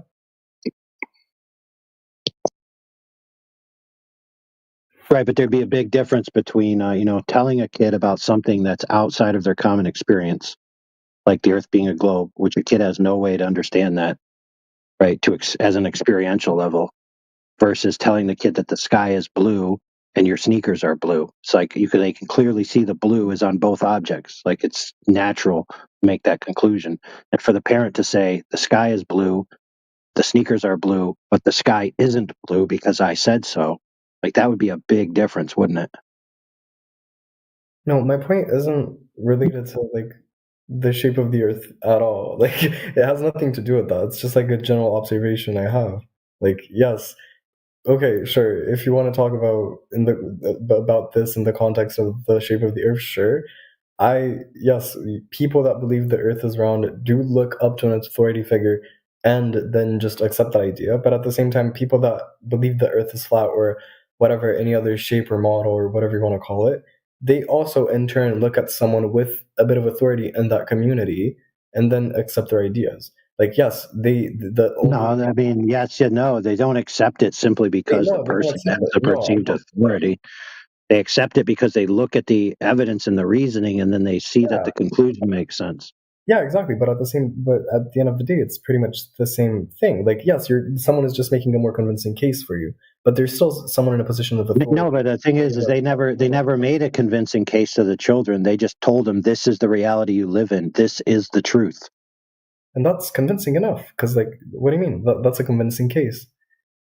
Being convincing doesn't really have any relation to the truth of the matter. Being convincing is just like literally that. Like they're convincing, sure. They're really they're forcing their ideas, sure. They're just saying something is true and without really justifying it, sure. But that in turn is convincing, and that is why people believe it. It doesn't mean like it doesn't really make any difference. Yeah, well, it's like does anybody ever convince a child to use their mother tongue?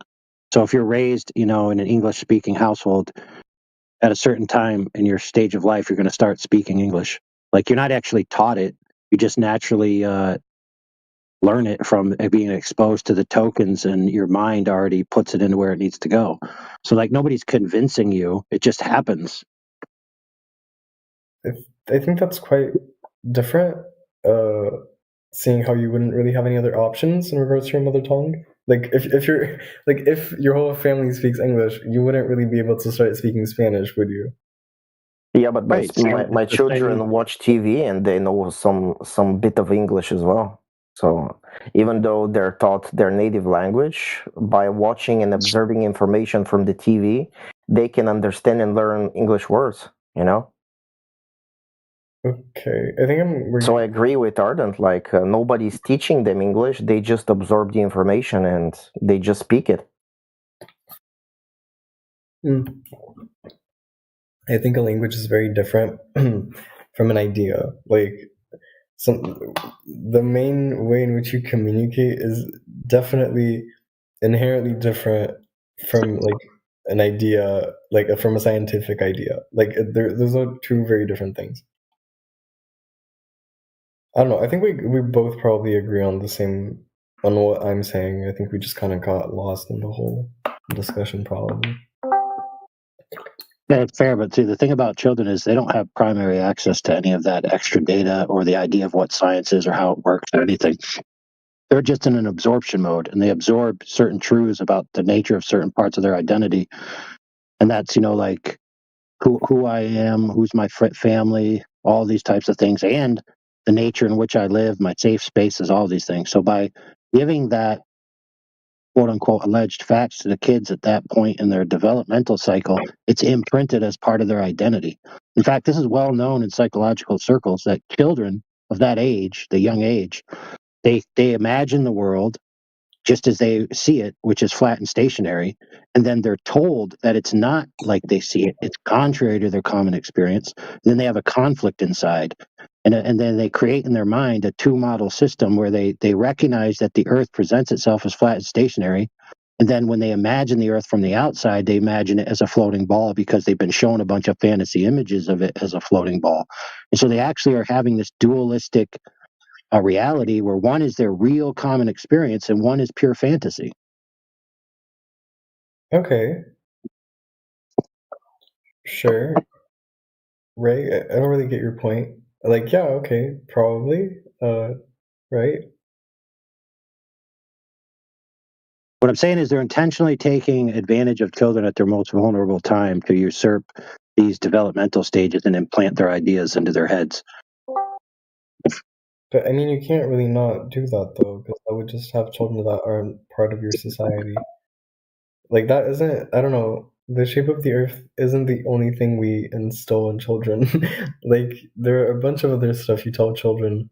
I agree. They'll be part of your function. Yeah, that's fair and all, but when you look at the media that children get, it is disproportionately focused on the cosmos and the ancient past, such as dinosaurs, etc. It's unbalanced in the amount of time they focus on making sure that they say globe, globe, globe a million times, that they say stars, that they say cosmos, that they say dinosaurs. We just look at kids stuff that you can buy. So like a large portion of it is covered in dinosaurs or space propaganda. Like it's not even up for debate that is what the majority of kids' stuff is covered with. Right. 2 questions for you. First, what would you want to see on TV? And second, do you not believe in dinosaurs? It doesn't matter, dude, whether I believe in them or don't believe in them. Why is it so important that young kids who can't even think and understand time on that scale have to be told dinosaurs, dinosaurs, dinosaurs? Yeah, no, but that's what I'm asking then. What would you want a kid to see on TV then? Like, what would you want a kid to be shown? Well, how about living animals that are actually alive, that can be actually seen and touched and felt, and not fantasy animals? Okay. Okay. Besides that. Rest assured, all of the depictions of dinosaurs on they don't they're constantly changing what the dinosaurs look like, what they were doing, when they lived. It's all fantasy. Like, it's pure fiction, the majority of the stuff about dinosaurs, when you could really teach them about actual animals. I mean, they do teach them about actual animals, though. Like, a big part of kindergarten education is literally just teaching kids animals. Like, I don't think I hope you guys remember kindergarten, and I think you guys do, but No, see, you're missing it. It's the damage of the exposure to dinosaurs in space has already been done before you even get to kindergarten, dude. But what's so bad about learning about dinosaurs? Dude, it's not per se that it's bad to learn about the concept of dinosaurs. That's not the point. The point is they're cementing in these kids' head a cosmological scale of time and creation, in that they're synergized together in this worldview. They're basically indoctrinating them with a worldview. Oh, it's not about dinosaurs. It's not about space. It's about the worldview attached to it. I get that, but first of all, if you were to, like, I don't know, have your ideal way of raising a child, you would still be indoctrinating them in a way, because, like, raising a child is inherently indoctrinating them. Like, when you're teaching them a language, you're technically indoctrinating them. You're teaching, like, that's the only thing that you could speak now. If when you're teaching your child what's left and what's right, that's technically indoctrination. You're making them assign to a part of their body a name and to the other part of their body another name. Like, that's indoctrination. It's not an objective truth. It's something we use as a society to work better. We just work better when we both have a common left and a common right. But at the end of the day, it's something completely arbitrary, and therefore it's inherently, like, indoctrination. Like, education and, like, raising a child is inherently indoctrination. It's not bad to indoctrinate a kid, because that's how you make them be able to, like, question their ideas at the end of the day. If they wouldn't have that basis of, like, what you call indoctrination, they wouldn't be able to question stuff. Like, if yeah, exactly. So you're right. So if kids aren't inundated with space and dinosaurs before they're in kindergarten, oh my goodness, society would fall apart. You're right. No, I'm not saying that. That's really not my point. I don't think you understand my point. My point is, if you don't teach a kid about space and time, and, like, dinosaurs or whatever, why would they ever have an interest to question that? Why would they ever even know about that? Like, why would they ever even think about that if you don't ever speak to them about it? Do you get my point? Like, right. So then parents should tell their kids, hey, this is a bunch of mumbo jumbo that isn't actually scientifically proven at all. It's mostly fantasy and worldview and philosophy under the guise of science, which you're going to be taught is one of the most ultimate arbiters of truth. And then they're going to try to trick you into this worldview. And so you should be suspect about it, because none of this is primarily accessible. And you'll notice that everything that you see about it is pure cartoons. Yeah, you're right. Maybe the parents should teach the kids that. Sure. I'm not necessarily saying that. I don't think you're getting my point. My point is, I am getting your point. Why is it the case that if somebody says they want to homeschool their child and teach them flat earth and not teach them the quote unquote mainstream, why are they considered a pariah in society, and that maybe there should be legal rules to prevent them from doing so? Because that's not the standard. Like, it's normal for that. Who cares? Who cares, dude? So if you just invent a standard, then you can impose it on parents and usurp their natural right to raise their own children? Yeah, we have standards in general that people have to respect in order for us to work. You, for example, would be arrested if you didn't feed your kid, because it's a standard to feed your kid. Like, that doesn't make it. No. It's not a standard to feed your kid. Holy crap. Yeah. It is, though. It is, though. It fits the definition of a standard. Why would that not be a standard? Yeah, okay, it's a standard because of very obvious reasons, but at the end of the day, it doesn't make it any less of a standard. Like, it's still a standard in the semantic sense of a standard. Like, yeah, okay, people need food. It's a very reasonable standard, but it's still a standard, though. Yeah, people need food. They don't need to imagine Uranus smells like farts and it's raining diamonds on Smegma Prime. What? Is that what you were taught? No, dude, that is literally the news that comes out all the time. They sent a probe to Uranus, the planet, and they found out that it lets off a gas which smells like farts. Literally can't make this stuff up, dude. I mean, it's not. Yeah, I wouldn't be shocked. It's a gas giant. Sulfur smells. Yeah, I wouldn't be shocked if knowing any of that had any relevance to my daily life whatsoever, especially not some planet allegedly 1 trillion miles away that it rains diamonds on, which no one will ever be able to mine. It's like, who cares, dude? Stuff is so irrelevant, yet it's propped up as if it's somehow important. I mean, yeah, a big part of science is that, I guess. Yeah, a big part of science, falsely so-called, is making a bunch of outlandish claims about things that they can never prove or make valuable to anything we ever are going to do in exchange for prestige and money. Yeah, I'd agree with you. Science isn't paid that well. You'd be surprised. We're not paid that good in science. But hey, listen. Somebody in a field which is absolutely unproductive getting paid at all is too much. You just called it prestigious and a waste of money, though. No, I said some people do get prestige from being a scientist. In fact, scientists are revered in society as being the upper echelons of sincerity and truth. I don't know where that's happening, but no, we're not. I don't get paid. Literally, I get paid a shit. Like I'm paid awful. Like what do you mean we're revered? Okay, cool. What type of science do you do? I'm a chemist. I have a PhD in chemistry. Okay, so what products do you make? What do you mean? What products do I make? Well, like in order to get paid well, you have to provide a good and service to somebody who's going to pay you for it, right? Yeah, so what do you make with your chemistry? Like, do you make chemicals? Do you make pills? No, you don't. Yeah, okay, so research isn't just like making stuff. Like when you do research, it's way more niche than what you'd imagine it to be. Like it's not I make drugs. Okay, yeah, I'd agree with you. So what you need to do, friend, is you need to start getting grant money to do research on exoplanet chemistry and trying to recreate the raining diamonds on planet Snoofa Prime 10,000, and then you could make a lot of money. Sure, cool. So instead of actually doing real chemistry on the Earth that might get me a better polymer for my earphones that's microbial and won't actually scratch my ear and leave me a rash, you could pretend that you're doing science on another world.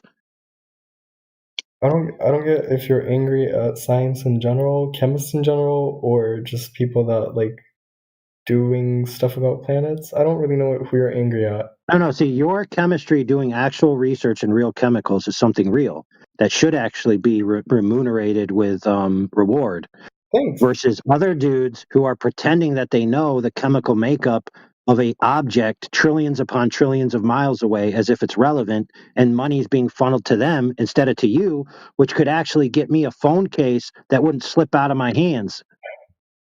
Okay, sure, I get your point. Yeah, I mean, it definitely feels distant when people talk about that type of stuff. I personally don't see the necessity of that type of stuff, and that's why I wasn't ever interested in that part of chemistry, and that's why I never, when I was that stuff has no necessity. I'll tell you. So here's the necessity of all of that quote unquote research. It definitely does. It don't, dude. It has zero. The only necessity it has is into backing up the materialistic, secularist, atheist worldview nonsense. That's the only thing that it's ever done for anybody.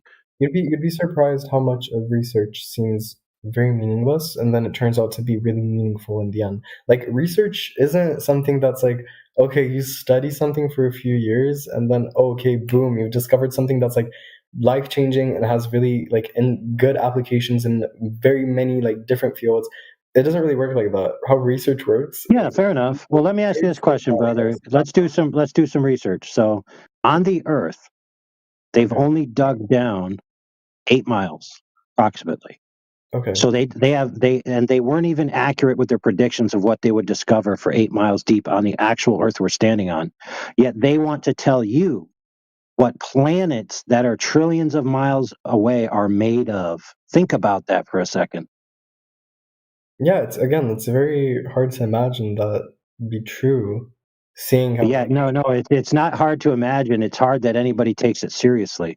No, I get your point. It's not intuitive at all, but a lot of science isn't intuitive. Like there are a bunch of things that are intuitive. No, it's not that it's not intuitive, dude. It's that they have no evidence for their claims. I mean, I don't know if they do. I haven't really checked their papers. I'm not Dude, sure. listen, friend, they couldn't even get right what is below the surface of the earth we're literally standing on, yet they want to tell you what other worlds that they have no tangible access to are made of. Are you kidding me, bro? I mean, we can't get a lot of stuff on the earth, right? Like, for example, you know how when you like, you know how when you're going for a surgery, right, or when you go to the dentist, they inject you with something with lidocaine to like numb you to not feel anything. You know that, right? I assume you've had that happen already. Yeah. We don't know how that actually works. Like, we don't actually know how lidocaine works. Exactly. So they don't know how lidocaine works on the earth and the interactions between the body and the chemicals and all of that. Yet they're going to tell you how the chemicals work on a world trillions of miles away. Like, get real, brother. No. My point is there's a bunch of stuff we don't understand, but that doesn't mean it makes it any less true. Like, we don't understand how lidocaine works, but it doesn't mean we're gonna stop using it. We don't understand the molecular like pathways and the whole signaling that goes on for that specific drug. Sure, we don't understand that, but that doesn't mean we're not going to use it. Same with how we don't understand specifically what's in the earth, even though I don't know if we do. I haven't really seen a paper on that. I need to research that a little. But yeah, we probably don't understand that, but we understand something that's way more complex because it's probably easier to analyze. Yeah, I'd agree with you. So let's set the baseline. It's easier to analyze the composition, structure, mass distribution, and elements to the core of an object trillions of miles away that we can only see with light versus the actual composition of the earth we're standing on. Do you realize how stupid that sounds? It may sound stupid to someone that hasn't had It is stupid. It is stupid. That doesn't have any formal training in the field. But I'm telling you, I can understand the structure of something that's only a few electrons long, but at the same time, I couldn't really tell you how a car works, right? Like, it's something that's very hard to understand when you don't have any formal training in the field, and when you haven't really had that much interaction with the field, like with science in general, from a very like formal. No, dude. Often I find that I know more. So, for example, we had an astrophysicist in here, specializing in discovering exoplanets, new planets. Right. And he showed us an image of one of the things that he was doing, and it was basically like a 16 by 16 pixel grid, where some pixels were in the bottom left corner and some pixels were in the upper right corner, and they had different intensity. And he was saying, "Oh, this is the host star, and this is the planet, and it's rotating like this, and it's made of this, and it has this mass." And I was like, "How could you know that from the 16 pixels?" And he's like, "Oh, well, you take the way they're moving, you assume an elliptical orbit, then you apply the assumption of the gravitational model, right, of the ellipsi and the foci, and then you do all this math and blah, blah, blah, blah, blah." And I go, "Well, what's that math based on? Because all you see is these pixels and the scales." And so we went back through the cosmic distance ladder. This guy didn't even know the first rung of the cosmic distance ladder. Yet he's going to tell me that he can tell from 16 pixels that this is, 3 planets and this one is a star. I mean, get out of town, brother. Get out of town. I'm not shocked. A lot of science is that. I can tell you, I don't know, what can I tell you right now? I could probably tell you right now, if you were to give me like a random solution, I could probably tell you what's in it just by looking at it. And it's not a lot of information, but to someone that has a lot of training in that field, you'd be able to do that. Like, if you were to give me right now, I don't know, just a few lines. Do you know what an NMR spectra is? Whatever, it's a thing in chemistry. Endometriosis? No, NMR spectra. It's something like whatever. It doesn't matter. When you look at it, it looks weird. It doesn't look intuitive at all. It's just a bunch of lines on paper.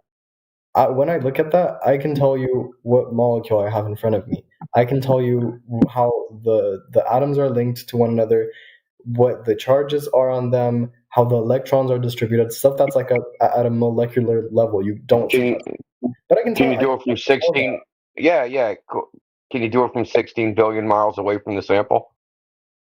If I have the sample, it's a very different thing. In order to do an NMR, you need. I know. That's what AI is trying to tell you, is that they don't have access to the sample that they claim they know the composition of. They don't have access. They've never had access. I can't. I don't know if I can give any truth to that claim because I haven't seen anything in relation to that. I need to see like a paper or something that says they didn't have a sample because I don't know how they do that.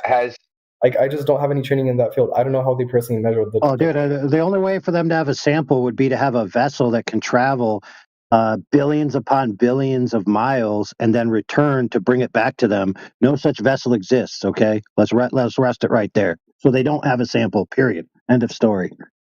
So how did they determine like how did they make their claims then? Like what's the basis of their claims?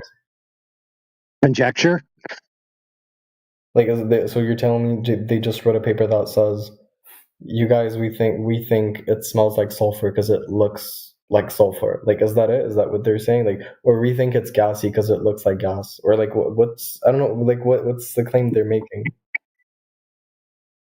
I think they use probably like reflection spectroscopy. Hold on, I have to look it up. For the Uranus smells like gas. It's something novel. Hold on. Well, before we go on, while you're looking that up, I just want to make sure everyone understands that when I first came up on that article. So here's the article. I'm just going to say it as I read it. Organizational name, PENIS. Wait, do you have it in front of you? Just hold on, brother. The organizational name was called PENIS. No, it was an acronym. Wait, hey, let me finish. Okay. You're ruining my joke, dude. Holy crap. Okay, go. Do I need a banner that says "Joke incoming"? Do not ruin. Yeah. Now I had to say the word penis 2 times without any context because of you. Now I said it 3 times. Holy crap. I'm sorry. Okay, so the organization's name is PNAS, pronounced penis. And it says, from that organization, your anus smells like farts. So that's a joke that writes itself, brother. Yeah. Are you sure it isn't a joke? Like, where'd you find that? No, they're deadly serious, dude. That organization actually has all kinds of literature that comes out. I can't remember what the name of it is, but it might be the P in the end stand for something, and the end might be astronomical sciences or something. I can't remember. Wait, let me look them up on Google Scholar. Cool. Look, I posted a link to the paper. They use, it's called Near Infrared Integral Field Spectrometer. Oh, is this the one detection of hydrogen sulfide above the clouds? That? Yeah, the one I just posted. Okay, perfect. Oh, wait. Okay, wait. I might actually be able to do something with this because this is chemistry. Hold on. Now, if I remember right from the first time reading this, they claim they detected 0.3 parts per million of hydrogen sulfide. Okay. Are you familiar with the gas chromatograph spectrometer? Yeah. Okay. What is the sensitivity of that? The sensitivity of what? Of what'd you say? Gas? The gas chromatograph spectrometer. I mean, it really depends on what you're doing because you can select it usually, if I'm not mistaken. But I've no. Well, you talked about nuclear resonance imaging. Yeah. That you've seen. That usually. But that's not as precise as a gas chromatograph spectrometer. That doesn't. No. But NMR usually goes. So it depends on what nucleus you're analyzing, right? So if you're analyzing proton NMR, that you would usually go up to a 20, if I'm not mistaken, 20 ppm. Or if you're doing like carbon NMR, that can usually go maybe 200. 20 now 20 ppm. They claim they're sub 1.3 from 16 billion miles away. No, but ppm in this situation doesn't. It's a very different. Wait, let me look at this article. How many different meanings are parts per million? No, wait, let me look at this article. It depends. It means different stuff in different contexts. No, it means parts per million, bro. It means it's a ratio of a number. It's not subjective. But when you're saying ppm in the context of NMR, that is related in the way in which, like, how do I explain this? Like basically, it's a coupling constant. That's what. Have you heard of coupling constants? Vicinal coupling. Yes, I know what coupling constants are. Oh, you do? Wait. I graduated university like 20 years ago, bro. Okay. Oh, really? Wait, Longer than that, 40 years ago. Holy shit, I'm old. 30 years ago. What'd you study? Computer science. Oh, computer science. Oh, cool. Oh, they taught you that? That's okay. Cool. Why wouldn't they teach me that? Is there a rule against it? No. I mean, it's not. They don't usually teach an MR in a CS degree. That's usually. I know a lot of shit about a lot of shit, bro. You'd be surprised. Good for you. Okay, wait. Let me look at this. Indicate. I am an endless store of useless information. QA present and select your detection. But gas chromatography. The reason I know about it, because I did a deep dive research on crime scene investigations. Oh, crime. Some of the techniques they use. Yeah, so CSI type stuff and how garbage it is. Pretty garbage. But the point is, gas chromatography spectrometry, at least at the time that this paper was published, had a sensitivity of 3 parts per million. That's when you have access to the sample. They're claiming 10 times an order of magnitude better than that from 16 billion miles away. Yeah, no, that's what I'm not interested. Why wouldn't I be skeptical of that? I'd be a fool not to be skeptical. Wait, let me read it a little bit. I want to see. You got to understand, there is no fact checking in astronomy. Wait, let me see their discussion. If we could be sure. Or astrophysics or anything in that field. It's just like they can literally say fucking anything. How many citations does this have? Wait, metrics. Sorry. I mean, it's in Nature. It's good. 108. Yeah, sure. This is a good article. Okay. Which is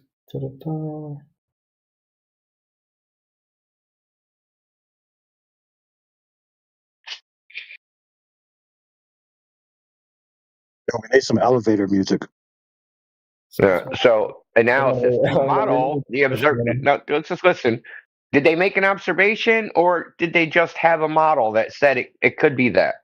To model the observed spectra, we used the Nemesis nonlinear optimal estimator for multivariate spectral analysis retrieval model using the correlated K approximation with K tables generated from the monthly published KLMC at 8K rank blind. So it's another published paper, right? So hold on. You do chemistry, right? I'm not here to prove this article wrong. Do you do chemistry? Yeah. Okay, so the techniques you use in chemistry are sound. Okay, the techniques they use in astronomy, astrophysics, cosmology, they are not sound. Hold on, wait. Because all they have is observation. Listen, you can actually, in chemistry, you can do the experiment because you physically have samples. Okay, now imagine you published a chemistry paper and you looked across the room with a telescope at some bubbling fucking liquid on the other side, and then you started saying you know what the composition is and what the chemical reaction was based upon you looking at it, staring at it. That you'd never get published. That is fucking no chemist would ever take you seriously. You'd never get published. You'd probably freaking, I don't even know what. They would laugh. They'd be laughing forever. He fucking wrote a chemistry paper from the telescope. Right? But they claim, but this is the difference between what you're doing and what astronomy is doing. They claim they know causes. They claim they know the causes of effects. They claim that they know the chemical composition, how old it is, how hot it is, how far away it is.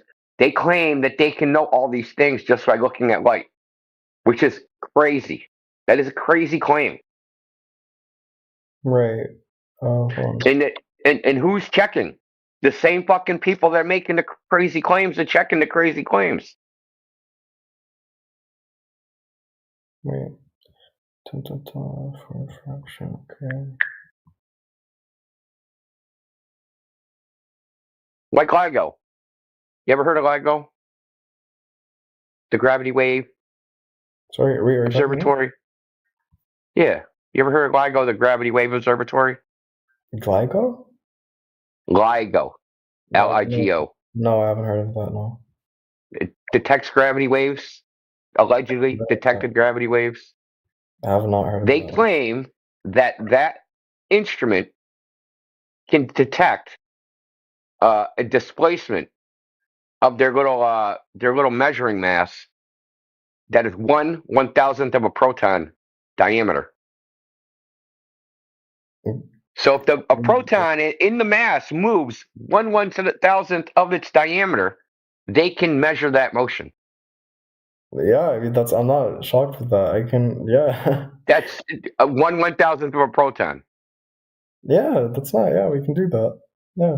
A proton is 10 to the negative 37 meters. I don't know the length of it, but yeah, it's really small. Yeah, it's really small. Yeah, you could say that. Yeah, it's really small. Yeah. Yeah, it's Thanks, definitely dude. small. Yeah, no, I don't know why you're laughing. It's definitely a small thing. Yeah. Well, they're saying they can measure some subdivision of that. What are they measuring that with? We can measure a bunch of stuff. Like that's not shocking. I can measure. What can I measure? I can tell you, like, just again looking at something, shooting light at something very easy to do in practice.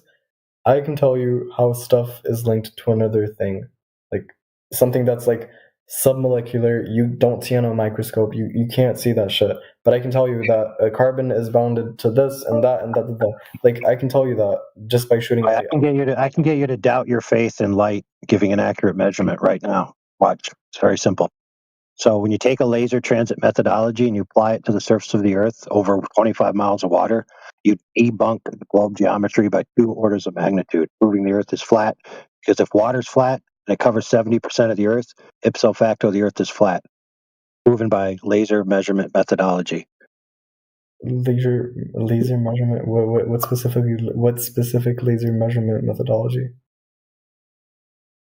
Laser transit. You level a laser, right? Just like you do on a construction site, and then you put a storyboard on the other side and you get the differential, right? And if the Earth is a globe, it's going to be one thing, and if the Earth is flat, it's not going to be that thing. Guess what? It's been done, and it's not a globe.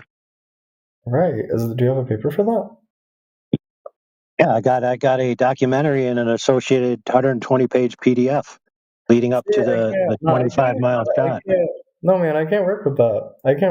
Like, I will read a paper happily. I'll happily read a paper that's like well reviewed and like okay. Well reviewed. What does that mean? Sorry, peer reviewed. Is that better? You know, most peer reviewed. No, but I can look at a paper. Look, the thing is, I can. Yeah, I agree with you, brother. So the first paper I'm going to give you to read that's peer reviewed, it's called the peer review crisis. Once you understand that, then we can move on. I mean, I'm not going to doubt the peer reviewing system. That it's like central to the research I do. It's like so you do realize that most citrus fruit. Why don't you know that most peer reviewed research is wrong? Why don't you know that? Why don't I know that? Because it's not. That's the whole point of it. You make other people read it. Most of it's wrong. Most of it, like 90% of it. How can you prove that? I can. Indio, we got to be gracious. Indio, real quick. Got to be gracious because his field is actually a real science. And so he's thinking that the real science scrutiny that he does in his field applies to all these other pseudoscience fields, which is his error. No, that's the thing. I can't. Again, I don't know a bunch of stuff about astrophysics. I'm not. Go on Google, type in most peer-reviewed research wrong, and see what happens. Is this the thing from PubMed? Yeah. Sent to Dagaz? Okay. This why most published. Okay, so this is an article. How many citations? All right. So speaking of peer review, a guy, PhD in optics, Dr. John D. He came across this idea about using measurements of the Earth to determine whether it's globe or flat. So he used a dual band laser system and he reproduced the test. He didn't just review it; he reproduced it. And according to him, and he actually published it on YouTube, and you can watch it. He found that after accounting for everything and using his dual band laser, which he did for a reason, which is so that he could get the accurate refraction index because different wavelengths refract at different rates. And he basically concluded, after being a globe earther and applying his physics knowledge to measuring the Earth, that the Earth is indeed flat. It's not a globe after all, because just like the other laser test, the Earth measures flat. And you said he's you said he's a physicist? Yeah, PhD, specializing in optics. And not only that, but there's been numerous other tests. People have done it over 35 miles on land, et cetera, et cetera. I mean, I'd have a You could do it. Why do you choose to believe that certain physicists and not every other physicist? Like, don't you think that's cherry picking a little bit? Because none of those other physicists did any tests. So what would you consider a test to be then? Like, what would qualify as a test for you? He just described it to you. Yeah, okay, that's a type of test, but like it's not a test in general. You have multiple types of other tests. Like, why that test specifically is the only valid one? Oh, because it's a direct measurement of the surface. That's why. It's what? It's directly measuring the surface. Okay, so wait, is it measuring the surface, or is it measuring the curvature, or is it just like not measuring anything, it's just determining if a curve exists? Yeah, dude, it's the same type of methodology that you use in building things when you want to make a level surface with a laser. But like, yeah, but the point you get the laser. Yeah, no, I get that. You level the laser, and then you get the differentials between the parallelness of the beam and the surface. Right? Pretty standard method. Wait, what is this? Sorry. Right, yeah, no. But I mean, like, but my question is, why do you believe this certain physicist, not every other one? Like, what makes because they haven't done anything. I already answered that. But that's my question. Like, there's no contrary data, brother. Don't you understand? There's no contrary data that anybody's gathered to say, hey, this is wrong.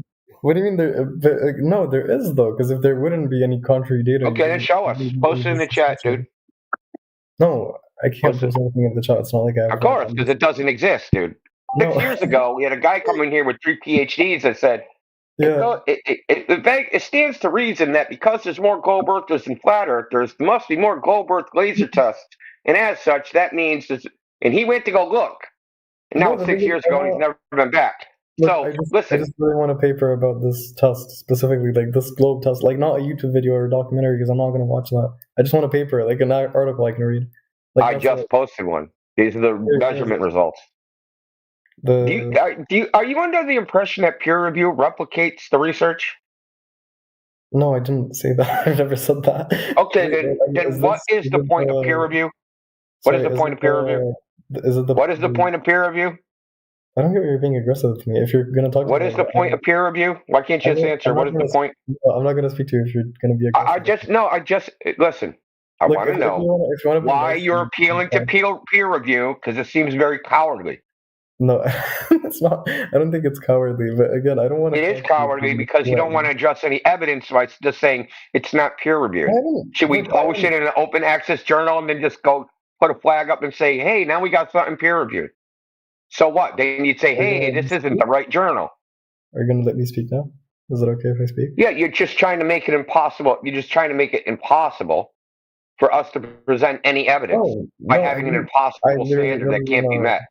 No, I literally didn't say that. Okay, I'll accept a non-peer-reviewed article. If it's an article that's published somewhere... Would you accept if you did it? Published. If I did it? Define published. Hey, bro, define published. We didn't define published in a journal, in a scientific journal. Is that good? Does that make it correct? I'm not saying it's correct. I'm just saying I want something. Then what good is the peer review if it doesn't mean it's correct or not? Why are you using that as some gatekeeping device? I never said that. Why are you using it as a gatekeeping device? We're published in a scientific journal. No, here, let's do peer review. Need that, dude? I'm going to ask you like for the 10th time. Why is that important? I'm not going to respond to you if you scream at me. I'm not going to do that. Dude, then answer. You're not responding when I asked you nice. I'm not going to be doing that. I'm sorry. Hold on, Citrus Fruit. You didn't respond I'm going to take care of this. Politely to you. No, hold on, Citrus Fruit. I'm going to handle Indio real quick. I'm going to peer review whether he's yelling at you is justified. I reviewed it. Yes, his yelling is justified. Now that it's peer reviewed and published, you can accept it. I don't get what you guys are acting like. Can't you do the peer review? Anything mean to you? Yeah, listen. No, go ahead.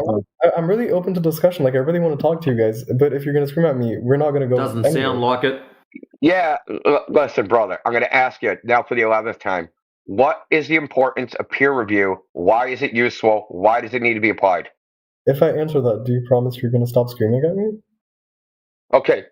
I'm going to ask you for the 12th time. Peer review. Why is it important? Why do we need that? Why is it the arbitrary truth? All right. I never said it's the arbitrary truth, first of all. Peer review, yes, can sometimes go wrong. That is a fact. Some articles are peer-reviewed, but in those cases, sometimes it just doesn't work. That's why we also look at other parts of an article in order to evaluate its quality. Like when you're looking at an article, the first thing that you look at is you look at the journal that it's published in, right? You look if it's peer-reviewed, you look at the number of citations, publishing date, and methods used. Why? Because that's the way in which you can assess an article. Why? Why do we do this? Sorry, to determine I told again, if you're going to be aggressive with me, I'm not going to talk. So, can you let me finish? Is that fine? Yeah, I want you to tell us. I want you to justify why we should. Brother. That's how I speak. Brother. Okay. You know what I want, and you're being obtuse on purpose. Okay. It isn't going to work. Okay, I'm sorry. You know you're being obtuse. Yeah, we can hear you giggling. Don't mute me. I'm a mod. I'll ban you. Okay. But I'm not talking to the other guy. I'm going to ask you again. Why are we using peer review? I'm sorry. You're still just talking over me, so you don't have to listen. Is that your plan? Okay, cool. I'm going to ask you again. Article someone sent. I think this dude muted me. So I think he's someone going said on. that this fee core thing is published somewhere, right? Is that? Dude, unmute me, or just stay the way you are.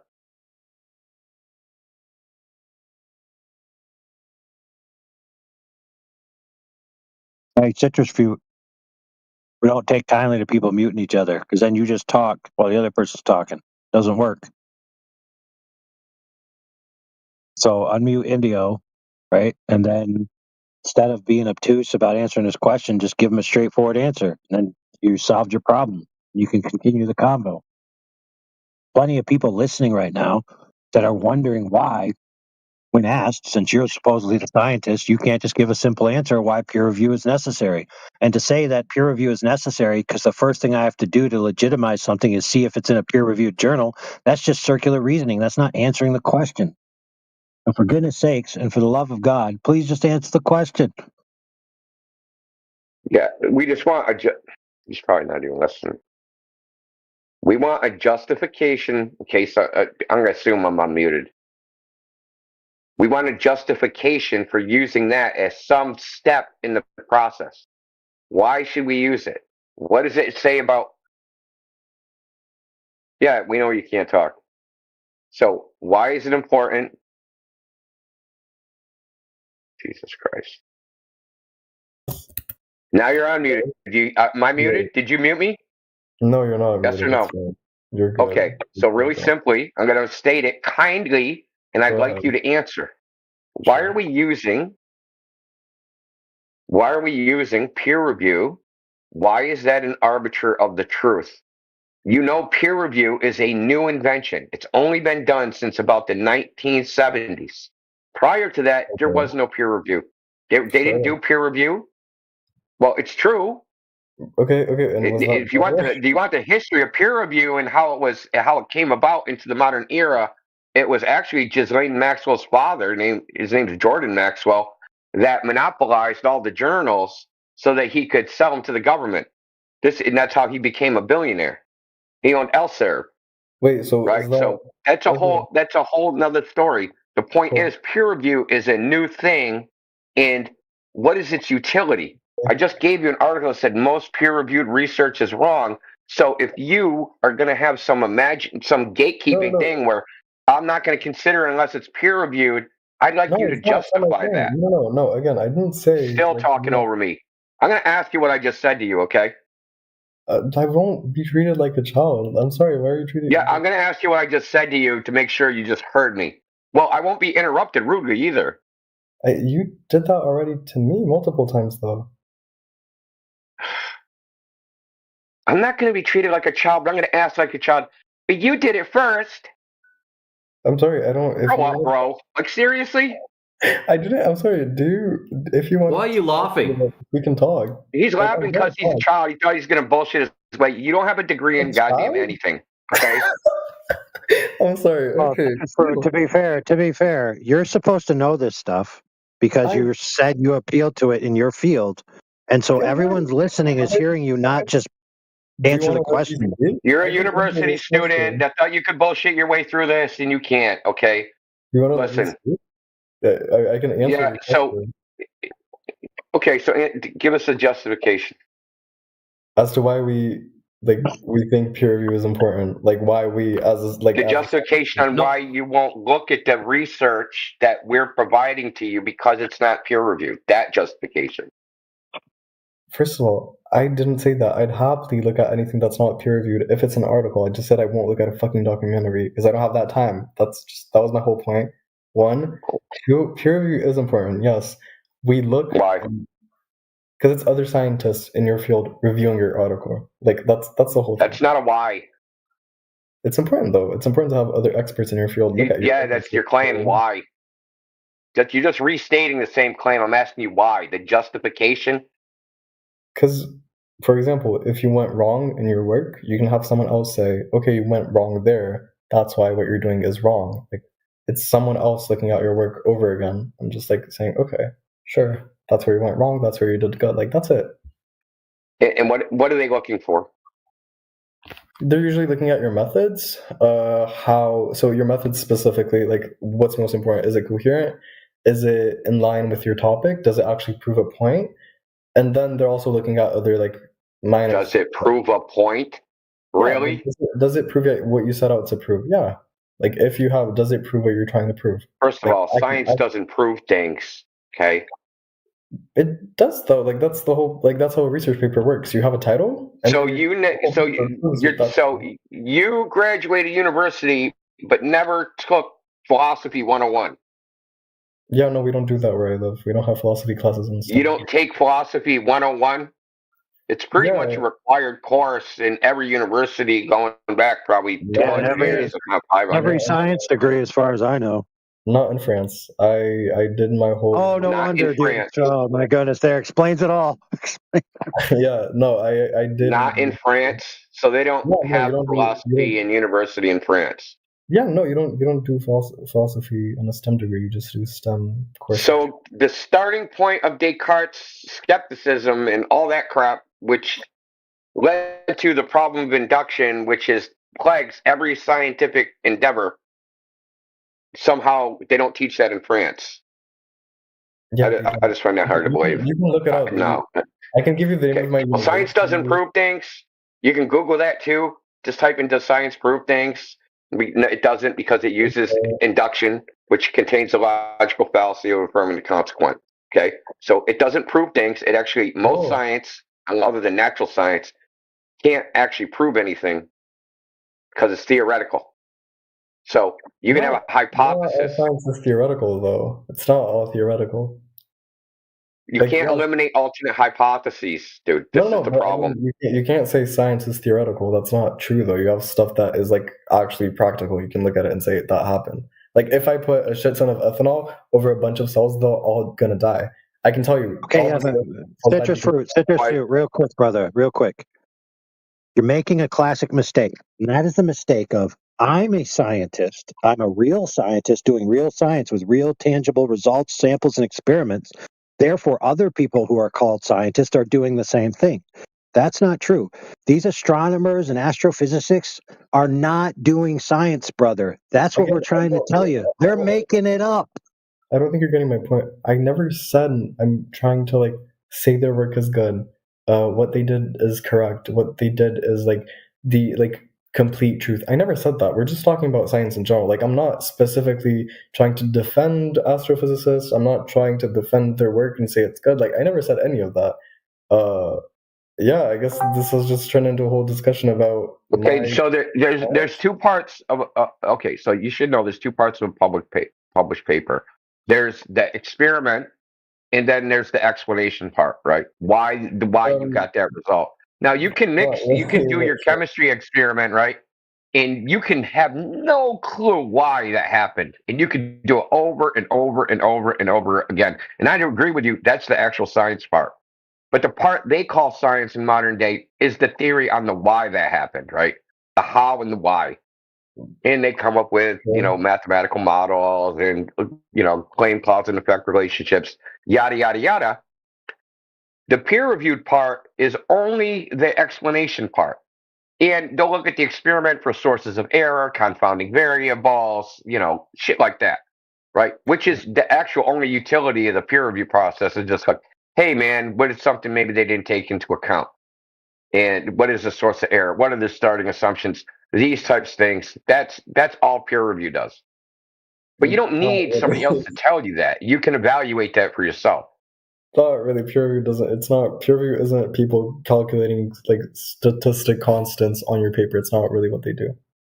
No, what I said is they'll evaluate the experiment, right? They'll go, what are the sources of error? What are some confounding variables? What are some variables that they left out for some reason, right? Yeah.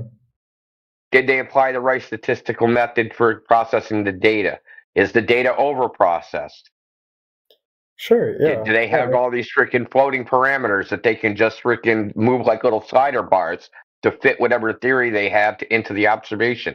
So this is the stuff they review, right? So this is the stuff they're reviewing, but this is a straightforward measurement. All we're doing is measuring something. Now, anybody can evaluate the methodology of measuring. Hey, what was the equipment they used? What was the distance? What does the goal predict? What was measured? Like, you don't need, it's not a complicated thing. It's simply a measurement. Right. Right? You can, like, you know, you go to the doctor's office, anybody in the doctor's office, the receptionist, the nurse, your doctor, can measure your height, right? Yeah, sorry, wait, I don't think, what's your point? I don't get it. Because we're just measuring something. We're just measuring the distance that a laser increases or does not increase from the surface of the Earth. Because with distance, the further the laser goes along the surface of the Earth, the farther away from the surface of the Earth it should get. All right. Right? Because the Earth's supposed to be curving and the laser's going straight, right? So they should separate. Can someone send me a link to what you're talking about, like the experiment thing? Maybe someone sent it. I'll show you. I'll show you a diagram so you can visualize it. Okay, how about that? Yeah, or maybe that's like article or whatever you're talking about. I already posted it a while ago. Can you send it again? Because I can't. Shit. Wait, so look at this diagram, right? Right. See, as a laser goes along the surface of the Earth, it should increase in distance. So now all you have to do is measure its height from the surface of the Earth to see if the distance is increasing along the height of the laser. Now, the globe model is going to make certain predictions. For instance, at 40 kilometers, a laser should be, if you start at 2 meters above the surface of water and you shine a laser 40 kilometers, it should be 127 meters off the surface of the Earth. At the other end, 40 kilometers away. Yeah. Wait, is this Does that seem like a lot to you? Wait, no, sorry, wait. I think I know what you're talking about. Is this the experiment they did like a while ago and the guys got proven wrong? Is that it? No, not Netflix, dude. Come on, man. Okay, like YouTube's any better? I'm sorry. Wait, no, is this... Wait, I think I found a video of it. The one where they put, like, they flashed light between two, like, boards with circles. Holy crap. Hey, brother, hey, citrus fruit, real quick. Okay, laser, flashlight. One starts with L, one starts with F. So if you're bringing up something about a flashlight, it's not what we're talking about here. Great. Thank you. I would have never known. Okay. So this was done in the Netherlands, right? At Lake IJsselmeer. It was done, if you read the report, which I just posted. Okay. They had meteorological stations at both ends. They took all the weather data. They just did it once. They went back 3 weeks later and did it again. They have 5 measurement results, right? So they did horizontal pans of the laser. They did increasing distances. And the thing is, the globe makes certain predictions on how high the laser should be. The results here are not within the range of what the globe predicts. They're off by 2 orders of magnitude. It's not close. That's why we use this as an example, is because it's not close. But who is this company, FECOR? They're a nonprofit. Okay, and who are they exactly? Like, who's Why does that matter? Why does that matter? It's relevant. That's a genetic fallacy. That the information is right or wrong based upon who it comes from. I mean, don't you think that's straight up? But you're contradicting yourself, though. You're saying the articles. What are you talking about? You're saying the articles written by physicists are wrong because other physicists in the field review. I never said that. I never said anything like that. Yeah, that's bogus, brother. I never said anything like that. What was said I is think that you're some people. I'm fully convinced now. Check this out, brother. Check it out, Citrus. We said that some people are wrong because these measurements disprove their claims. Had nothing to do with who they are whatsoever. No, but I'm sorry, but you're saying the results like scientists post on like in known journals, you're saying those are fake because they're posted by scientists. No one said that. Why are you saying that again? We were talking like a few minutes ago about how the data they found on Uranus is false. And now you're saying that the data posted by a company that's visibly like... No, I didn't say it was false. I said there's no way it can possibly be true because we know that on Earth, the max precision that we can get from elemental analysis is 3 parts per million. Okay? And they're claiming an order of magnitude greater than that. Okay? Which is capped, what I'm looking at right now... Wait, I'll just show you guys what I'm looking at right now just so you... Oh, okay, wait, I can't share screen? Oh, okay, fuck. That's awesome. Funny how you keep address the laser, dude. I can before you address the laser, Citrus, it's just funny. Hold on, brother. Hold on. I'm very down to talk. No, I'm gonna point something out. And I want you to reflect on it. Go ahead. Everything we have said is about particulars of the tools being used and the scope of their abilities. Where you keep bringing it back to the people. Why is it that you're so focused on the people and not the accuracy of the tools? Because it's relevant. It's part of the scientific process. Like I can look at your data. I can look at your data and make like a conclusion based on it. Yeah, but you're trying to look at their biography. I'm just telling you. You're trying to look at their biography, though. The data can be. Yeah, that's a good one. You're proposing. Yeah, brother, you're not talking a certain conclusion that isn't necessarily true because the data in itself isn't true. Yeah, but you're not talking about data. That's just a lie. You're talking about their biographical fucking information. Because it's relevant. If I were to post a their biographical information changes the test results. You can't. What if it's you and me that go and do this, Citrus? Sorry. Citrus, what if it's yourself and myself that go out and do this test? Is now it null and void because we're freaking nobodies? No, if it was between me and you, sure, I'd believe that. But since it's something from the internet, I don't know who made it. I don't know the source. You have to analyze. Well, how about instead of poisoning the well, you assess the information first, then get back to us? Okay, sure. Let's look at the information you're proposing. Let's look at this 121 slide thing. Cool. Okay. It's in big type. I think you can read it quickly. There's lots of pictures. You can do it. Yeah, there's a preface and initial data, and then there's 17 tests. So you can just skip to the end of the last test, and then you don't have to read all the previous 16. Okay, they're using a camera and a telescope. Okay. Cool, closer distance, blah, blah. Measurement procedure, so... All right, while you're reading that, just read to yourself calmly while I help the audience understand what the scientific method is. So, step one of the scientific method is establish who it is that's conducting the experiment. Until you establish that, you can't go any further. It doesn't work like that. It's about the validity of stuff you're saying. You're saying they can't prove certain things, like in other papers, because maybe they have a different agenda, because they're paid by someone to do that research and like... Dude, how long is that straw man bullshit you're gonna make? It's not. Nobody said anything. That's the third time. Okay. The third time. So does that mean you don't believe? Nobody said anything like what you're saying. Not even remotely close. We did not appeal to who they are. We did not. We talked about their data and the instruments they're using and their methodology. Why are you over talking me? We talked about the There we go again. So with the instruments they use, their methodology. What they claim they measured is out of whack with what we know is possible terrestrially by an order of magnitude. They don't actually have a sample, and it's a model. It's a model of what the spectrum should look like instead of actual. Why are you constantly over talking, dude? What the fuck is your issue? You've been over talking me multiple times, by the way. I don't get it. So you're doing it for revenge? Sorry? Are you doing it for revenge then? I'm sorry. What are we talking about? You're a dishonest No wonder it can't track India. Just go on mute, bro. Just fucking go on mute. Dude, what we're talking about is that you can't get your head out of the fact that the personalities aren't relevant to the veracity of the data. The data is either true or false. And for some reason, you keep projecting that onto us as if that's what we're doing. But really, you're just admitting your epistemology is based on faith and personalities rather than the veracity of the data. I mean, that's my conclusion. I think that's pretty well founded based on what you keep saying. It's like you can't get away from it for some reason.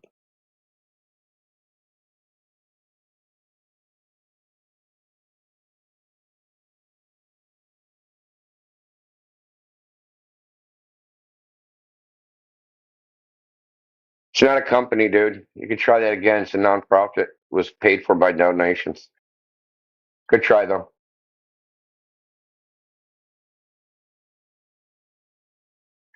So I already told you it was a nonprofit, Citrus Fruit, and so now why are you lying? Oh, no, I'm done with this conversation. I'm sorry, I'm leaving. I'm just saying, if you guys are going to look at data... Let me help you. Look at it. Let me help you.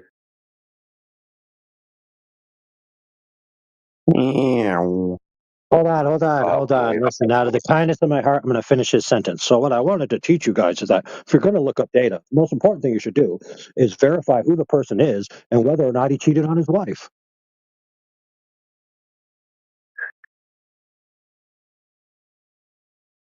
Seems legit. How come it doesn't list what they had for breakfast in there? I want to know, because that's important. Because it's an important meal of the day. Yes, it is the most important meal. And if they didn't have Wheaties and it's a high-performance experiment, they probably didn't do it because you got to eat your Wheaties. Oh, do you guys got Wheaties in Australia? Do you even know I what don't know that if they're is? the same thing or not. Well, they always have athletes on the cover. Wheat Bix, yeah. Yeah, we got Wheaties. I always get a kick out of seeing the old Bruce Jenner ones when he was like a decathlon athlete.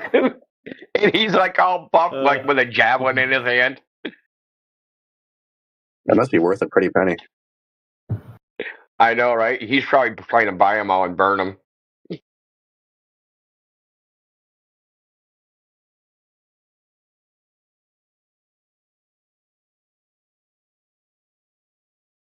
You remember that clip where he was manhandling Ben Shapiro? Oh, yeah, that's right. It was like, if you say that again, you're going to go home in an ambulance. And Ben Shapiro was like, "Oh, how very tolerant and peaceful of your view." That's so funny, man. I forgot about that.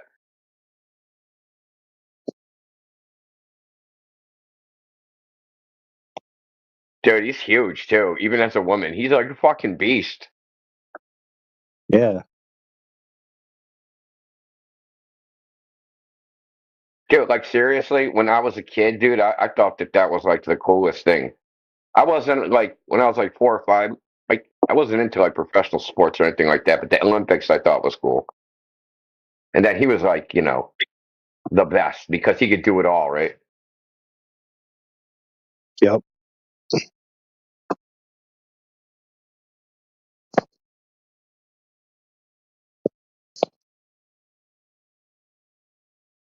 So anybody else catch the Shiva debacle? Only the title. Oh, dude, it was so bad. I mean, holy Jesus. First of all, McToon's in it. And right there, right off the rip. And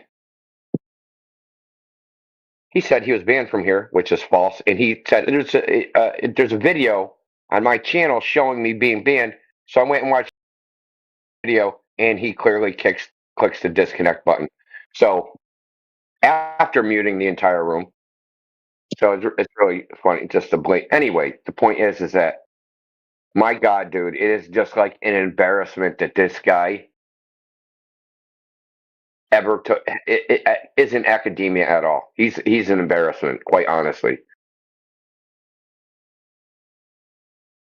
There's no way to even describe it. It was basically like a 3-on-1 Glober debate of 3 people telling the flat earther how he's stupid and how they need to do this. We have to do this experiment this other way. It's just so fucking.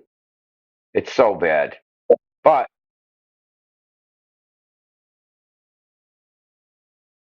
So it said on there. From Go. What was the title again? It was like flat versus round. Flat versus round summit.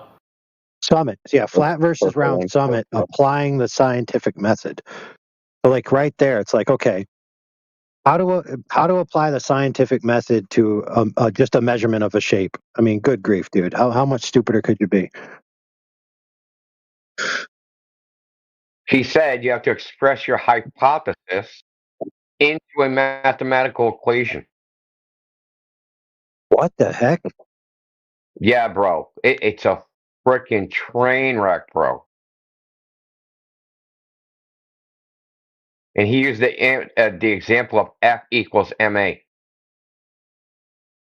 Holy crap! Yeah, dude. Dude, that's what I'm trying to tell you, man.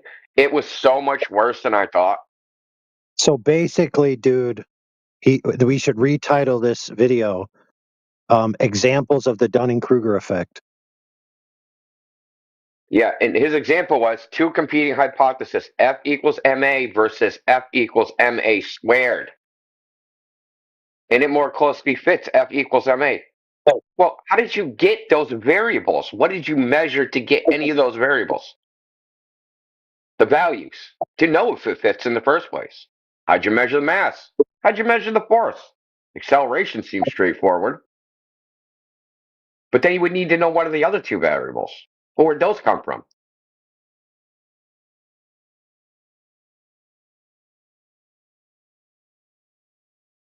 Just read the first comment. These people are retarded. It was so much worse than what I thought. I was actually in the chat for a while.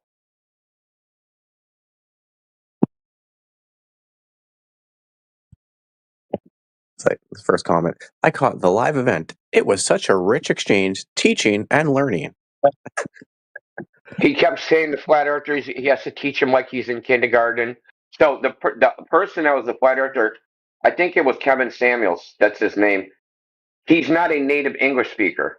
So he's talking like him, but you can tell that he's having trouble speaking because he's not a native English speaker. And Shiva kept saying, do I have to explain it to you like you're in kindergarten? He said that like 6 or 7 times. And that was like very irritating to me because it was obvious he was having troubles not only expressing himself, but understanding what was being said because he doesn't speak English. Which begs the question, why was he involved in that anyway?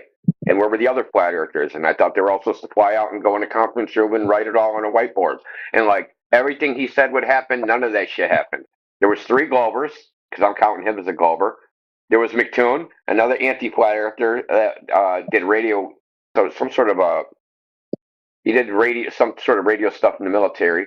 And Shiva, the dude that was McToon, just sat there doing nothing. The radio guy kept talking about, well, there's no mirages in radio waves, and if the Earth was flat, there'd be no radar horizon, and so it's basically almost like a debate.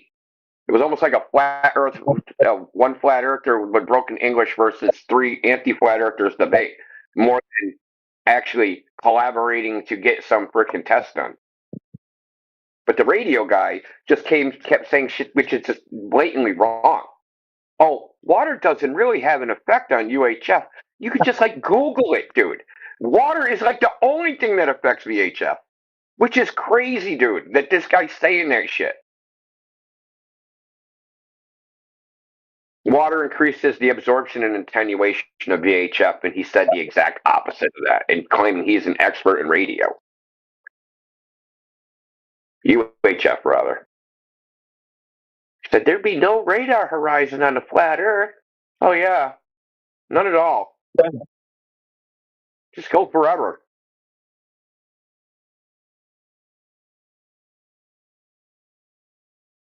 It was bad. It was bad, dude.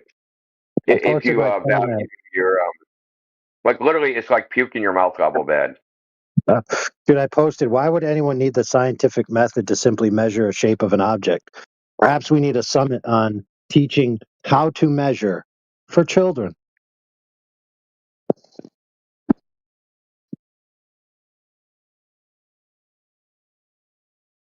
Holy crap. Yeah, and they're butchering like they didn't, what were they saying? They were like, instead of using the term for the imprecision of a measurement, like the uncertainty of a measurement, they were using a completely different word, and Shiva was using it too. And I'm like, how the frick did this guy get into like? In the university, it's called, there's two measurement things, right? There's the precision of the measurement, and then there's the uncertainty of the measurement result, which would be a bounded range. They were calling it something completely freaking different. And I'm like, man, but this guy, he's an MIT graduate with freaking 3 degrees or whatever. Like, why doesn't he correct them and tell them, these are anti-flat earthers, mind you, and correct them and tell them they're using like the wrong terminology. Like it was just, I don't know. I don't even know what to say. It was so much worse than I thought. This guy is like, no matter how bad I think it is, this dude's like going down fast. In my opinion of him, like fast.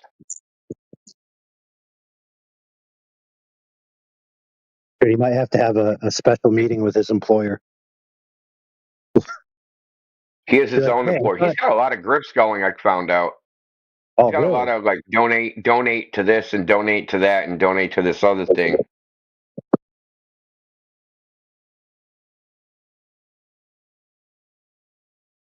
And I'm sure he it's a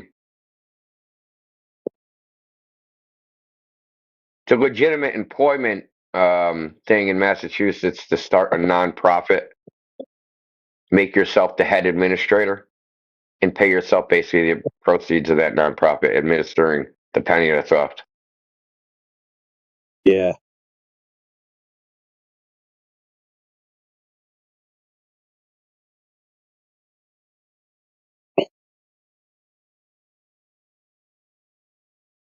There's one corporate structure, which I don't know if it applies to nonprofit, where you as the owner are entitled to 10%. And then after that, the remaining 90% is then considered the shares.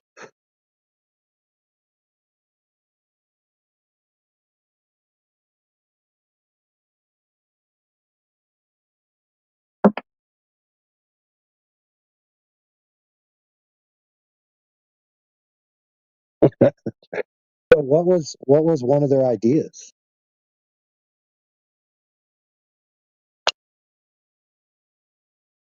I think the Globetards want to do another sun observation, which is, I don't even know, like predict where the sun is based upon some model, but they're so stupid. And I've told Nicktoon this already. That in like another thing where he starts some shit in an X thread and then bails on it, that they don't use a globe model to predict where the sun is. So that will be quite a litmus test to Shiva's veracity, quite honestly. Because if he doesn't look at the math and see, hey, in the math there's no globe model, there's no globe in there, then it's not that it's not actually a globe prediction. Then that what this dude was proposing, and he said it wasn't even his idea, it was to get the elevation of an airplane when it's coming down on its glide slope at 20 kilometers away and making a elevation prediction, flat Earth versus globe prediction, which is convoluted, and they didn't like that one. And the reason they gave is because the radar measures the arc length, or the radar measures the straight line distance, but it's supposed to be the arc length. And so basically, the radio guy was coming up with all these reasons why you can't do it. One of them being the imprecision of the measurement, that it was accurate to it was only accurate to within like 0.6 of a kilometer or something. I mean, that was for the distance, but that the difference in drop would be 20 meters. And then he was like, hey, well, you can just do it farther. And then they're like, no. Then Shiva just literally just shut that down. As soon as he said farther, he just shut that shit fucking down right away. And of course, the other guy, and so the whole time she was lecturing this dude, Kevin Samuels, the whole time he was lecturing him, But when the globe Earth can say any fucking stupid thing they want, and he doesn't say a goddamn word to them, he actually lectured, well, where'd you get there from? You have to give us citations. So in science, we give citations. When the Glober right before him just spouted a whole bunch of nonsense claims, and he did not demand a single fucking citation for any of that shit.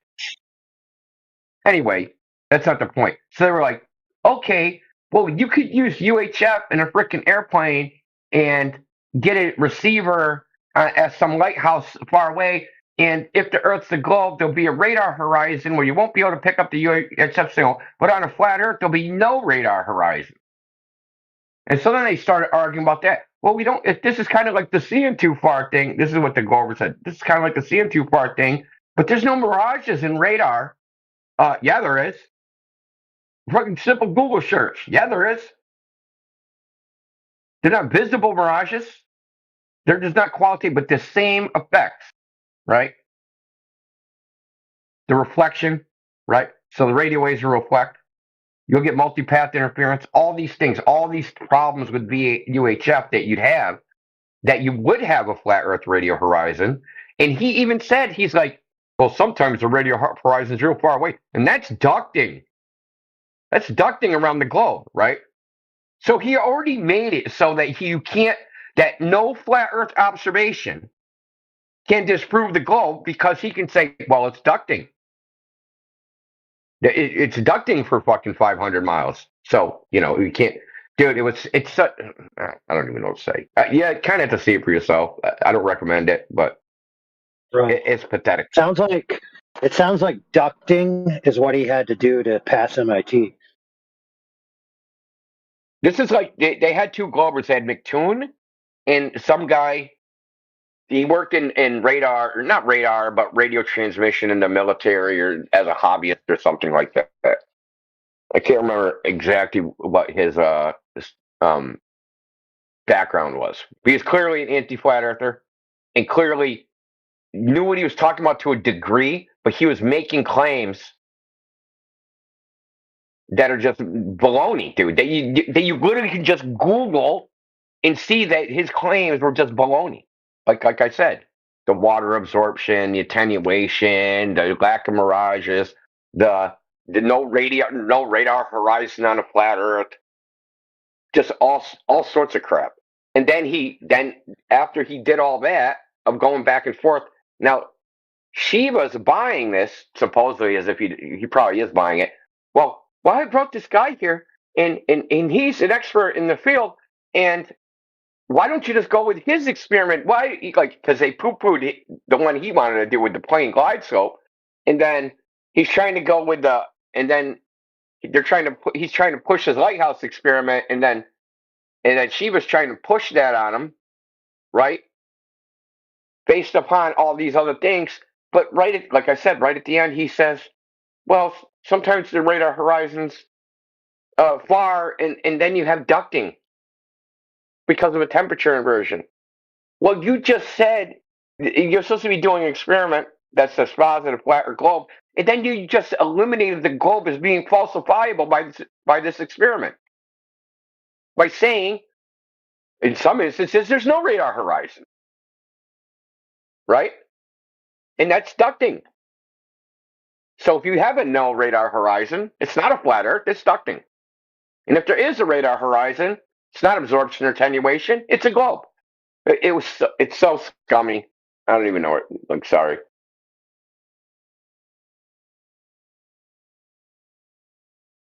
I'm ranting. It was irritating to watch that shit. Hey, when they were talking about the glide slope, I mean, somebody could have just said, hey, how about we just get the pre-fusion algorithm, Adiru rotational attitude data?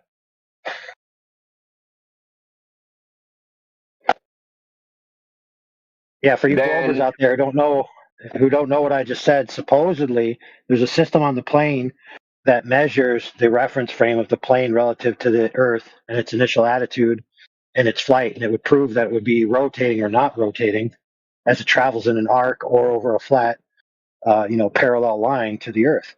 So supposedly that already exists in the airplane's subsystems, and if you just can get that pre-algorithm, you'd have some data that might be useful. Too bad they hide it and then put an algorithm on it and then make it to where you can't tell what's really going on. And so the end result, the end data of the plane, this is their own language. The plane recognizes it as a static reference shift rather than a dynamic rotation. So that means that the plane is fully capable of flying exactly congruent with flying over flat Earth. So the data is 100% congruent with a flat Earth and shows absolutely no curvature whatsoever.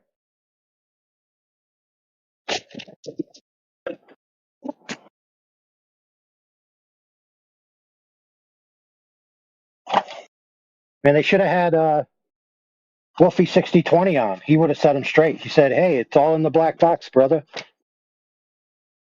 Yeah, we all know it isn't in there, though. Oh, why not just have Will W? I want to know how McToon fucking weasels his way into everything. Fucking everything, dude. When Witsit went on, when Witsit went on InfoWars, the Harrison guys, that dude Harrison said that McToon was fucking like in his DMs, like blowing his shit up, sending him fucking emails. He like weasels his way into freaking everything. Yeah. You know what's funny, dude, is remember back when McToon debated Brian's logic? Part of it was, I think they were talking about some of the aircraft data. Supposedly, he was personally invited by Duffy to debate McToon. But yeah, they all work together. And wasn't it Duffy that was on McToon where he lied about not knowing him? Yep. Yeah, that's not suspicious. Maybe they all have the same agent. Well, I just told you, dude. The dude's a blatant liar, dude. You can go look at that video, look in the chat. He says multiple times that he was banned from the server. He's not banned now. He's never been banned, ever, since the server opened. It said, you can go look at it on the live stream, and it clearly shows him disconnecting from the VC because he couldn't answer a question about where he got the distance to the sun. Meme was asking him, where'd you get the distance from the sun?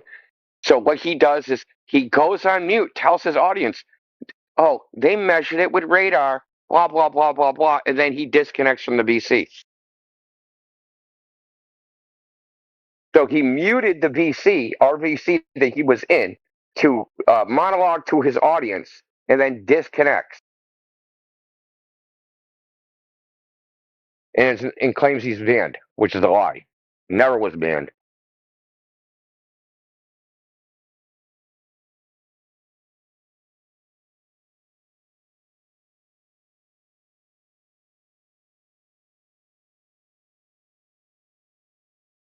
All right, listen, I'm back from the future, and McToon has a public announcement that although it may appear that that's what happened, he was actually hacked by the expert Flat Earth hackers to make it look like he was lying.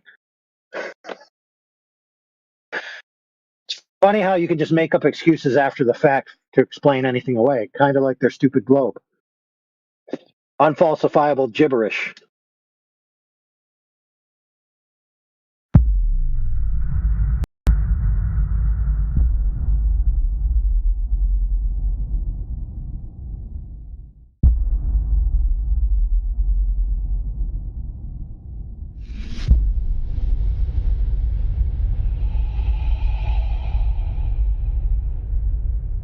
Well, that's what they tell me, but now do I believe it or not?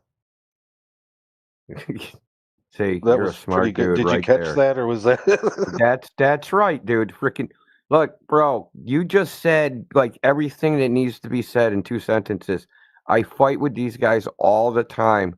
They're like, "Why do you believe a flat Earth?" Like, bro, it's not the situation. The situation is you're running around experiencing a flat Earth, and someone who was like, "Oh, Earth's a globe," and you were like, "Okay, I believe you," and that's the actual situation. Someone. Have you been listening on YouTube at all? Sig? What do you mean, like right now or just in general? No, in the past, like previous to coming here today. I've probably come across it for a few minutes, but like no one really chats. And I was like, then I saw you guys Yeah. talking today, and I was like, I want to get back into where the people are talking. Oh, cool. Well, I asked these guys, I'm like, if nobody told you the Earth was a globe, would you have figured it out yourself? And they're like, no. Every single person has said no. So it's like they don't realize that it's just like someone just said something to them and they just believe them, and it's really that simple. It's no more complicated than that. But they try to make it some frickin' crazy, convoluted, sociological frickin' web of lies. Like, it's not like that at all. Yeah, to add to that, it's like it is really true when they say once you see it, you can never go back.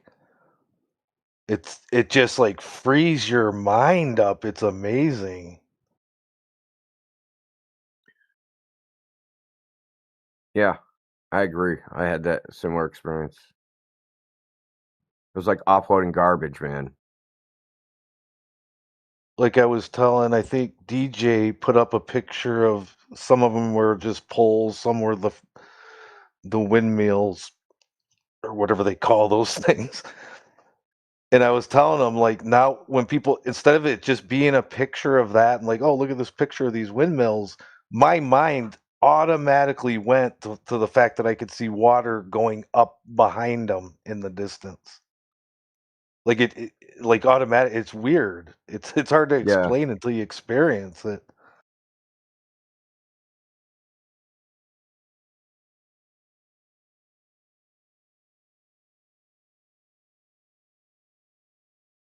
Yeah, dude, it opens up a lot. Like, you actually start looking at the natural world again with like a little bit of wonder and a little bit of curiosity, you know. Whereas before, I was like, I didn't even notice that stuff. I really noticed the sun wherever it is, dude. I'm all over that shit. Like the angle of the sun, the direction it sets, and the direction it rises, and where it goes. Like I'm always aware of it. I mean, I was always aware of it in a very rudimentary way, but now I'm like hyper aware of it. Whereas before, I kind of didn't even. I only used it really to okay, how long is it before the sun goes down? I could estimate that based on how bright it was.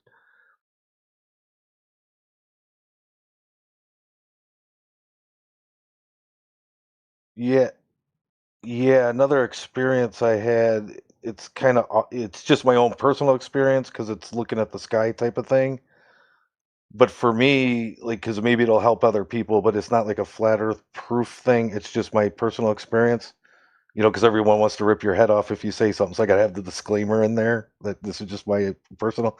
But anyway, when I go outside and I look at the moon nowadays, if anybody does it, because you just think of the moon like, oh, I just go out and look at it. No, but when you actually, now that you're in this like phase of your mind freeing up, when I look at the moon, it looks like a light.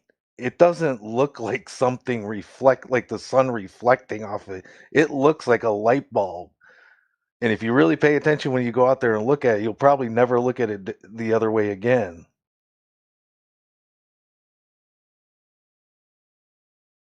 But like I said, that's kind of like, you know what I mean? You said the moon looks like a light bulb?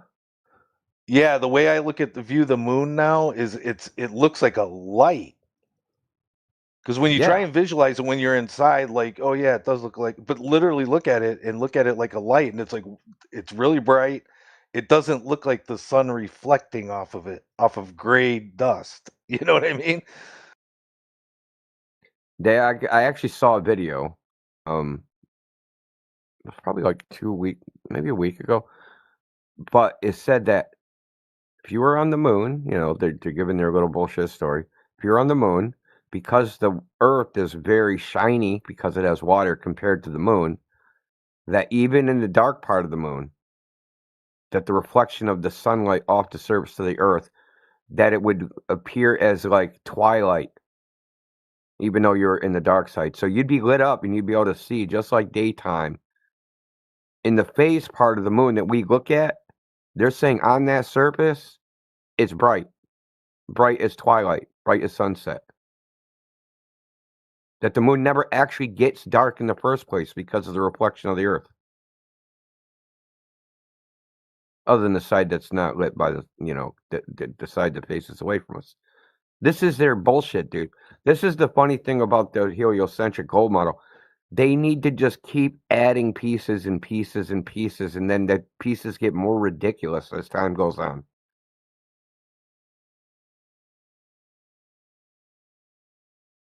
So I don't know if there was this is a funny one. You're gonna like this one. So they say they launched something and sent it to the moon, and when they sent it, it was the day of a lunar eclipse. Now remember, when they landed it, right? It was called the Blue Bird or Blue Bug or Blue something or other. And so it's a rover on the moon that a private company launched. And it's on the moon during the day of a lunar eclipse. Now, from the moon, that's a solar eclipse, right? So they showed in their photos from the moon a ring of fire, right? The ring of the sun going around the moon, the Earth. What they said was the Earth, just like we see on Earth, we see the ring of fire. Well, here's the problem. The Earth is 1.7 times larger than the sun visually, and there's no way you could ever see a fucking ring of fire from the fucking moon. Like, but the thing is, they just make these stories more and more convoluted, man, where they get like, it's like a compulsive liar that forgets their lies.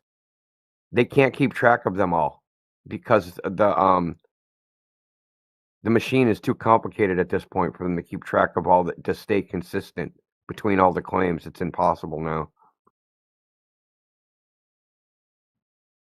Yeah, it's like I always tell people, like, goes along the lines of what am I thinking here? Okay, they got this fear, right? But everything keeps changing to try and fit things. Like, if it's so perfect, if you have a model and it's so perfect, why is everything changing? Why were the planets going in circles around everything? And then it turned into elliptical, and now it's like the Earth is perfectly round, but no, it's not. It's a little, the whole pear thing. But my complaint with like the bulging at the equator, that doesn't make sense to me. You're saying that even if it's billions of years, like, it's insignificant that it's 13 miles or whatever they say, or 30 miles. But if it's spinning and it can do that kind of like pulling out the Earth, we wouldn't be here. We wouldn't be standing on the Earth. I don't think people realize, if that's what they're trying to claim, that this spin is able to pull the equator out like that, we would not be able to stand on the Earth. It doesn't matter if it's 13 miles, that's still a huge force. If that makes sense, like, if you know what I mean, like, Yeah, it makes just sense. Makes sense to me. And well, you know what they do, right? They cope. They go, well, it's not really slow, or it's only, whatever. The Earth is so big, or they come up with all these excuses, right? Yeah, they put it into like, it took billions of years to get it to that point. And Neil deGrasse Tyson was like, yeah, well, in a billion years, it's gonna flatten out into a pizza. Yeah, that's what they would think of. I'm gonna ask one of these guys, how many billions of years until the Earth spins itself into a disk, into a flat disk? That'd be a good one. just be like, well, dude, you'll literally see the hourglass. Like, there can't be a flat Earth. No, man, we just got the chronology wrong. The Earth is just freaking 2 trillion years old, man. It's a flat disk spinning in space. But yeah, I could see them saying that. I could say, well, it's been billions of years. I even kind of figured it out in my head, because I try and think what might be said. And it's like, okay, let's say they said it was a billion years. Even if it was a millimeter a year, or whatever you would divide that into it, or whatever, the point is that the force of it spinning caused that. no human would be able to survive that. It's just common sense. What I have a problem with is the orbit of 66,000 miles or 67,000 miles per hour roughly. If some object the size of the Earth is moving at that speed into gas on one side and away from the gas on the other side, there would be compression and a low pressure environment on the other side. It would be unattainable. You wouldn't be able to survive on an object like that.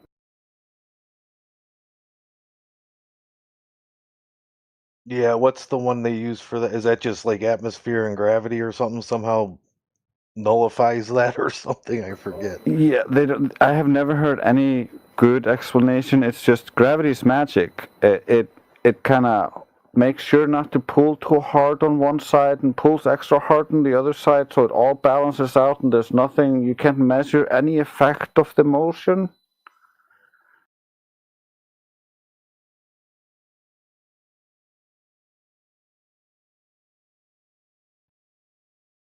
Yeah, and then it's like, I almost think they should have kept up with circles. What was circles, like 1500s, 1600s? I thought I remember in grade school I learned that it was circles, and then high school it became ellipticals or something. But I guess the circle thing was like the 15 or 1600s. But to me, they would have been better off. Elliptical just really screws things up, especially with a 25-degree tilt. So yeah, the reason why the Earth is a globe is because some people has traveled all the way up to space to take some pictures of the globe or of the Earth, and it's pretty much round, and it is a globe. He's got So, a point. I mean, back in 1968, this was in the 60s, obviously, so there was no the Photoshop or photo editing software back then, and they took a picture. And That's not. Hey Zero, how did people know that the Earth was a globe before they went to space? I don't know, man. I was not born in that time, so I can answer your question, unfortunately. So was the Earth flat before then? Probably not, but who knows? Oh, and B-Man, could you tell the Soviet Union from that all of their manipulated photos that they couldn't have possibly done those, so they must have been time travelers because they couldn't possibly have manipulated photos before Photoshop was invented. Could you let the Soviet Union know that? You'll have to time travel yourself to do that. Thanks, B-Man. I don't really know. Yeah, they've been manipulating photos since shortly after the invention of the film and photography. By manipulating, they stitch the different parts of the image together. Yeah, so and it looks it can look almost indistinguishable from a normal photo. It's still a manipulated photo. What do you mean? You're not really saying anything. Do you think they got like Stanley Kubrick to like make some really realistic sculpture and then take a picture of it? Like it's no. NASA already has. We have documentaries of showing when NASA made lifelike models of the moon for the moon landings, for instance.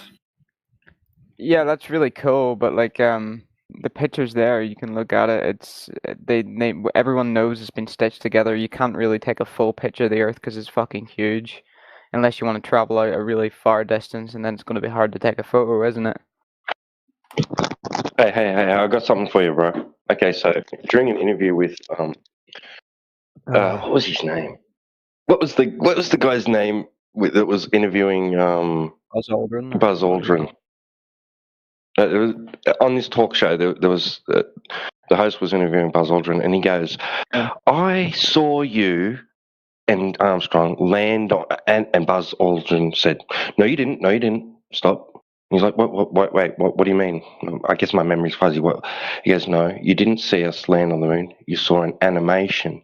There was nobody there taking the camera, like with the camera, taking a video. There's nobody there." Okay, well, this So- is a different conspiracy, Okay, isn't so, it? so, This so is a even random, if they you claim know? that any footage after that, right, was real, do admit that they did forge some footage, right? Not to deceive, but just for entertainment, like, you know, for purposes, educational purposes. They couldn't take a photo or video footage of people landing on the moon because they weren't there yet, right? So they made an animation just to give them, like, you know, just to, for the audience's sake, that look, here's what we like. We can't show you what we're doing right now, but this is what it would look like, right? So much so that it fooled Conan O'Brien into thinking that he watched people land on the moon. Yeah, I have that clip right here. I'll play it right now. Go ahead. I remember my parents waking me up, and we went down and we watched you guys land on the moon, No, which you was didn't. No, you didn't. What? Because there wasn't any television. There wasn't anybody taking a picture. You watched animation.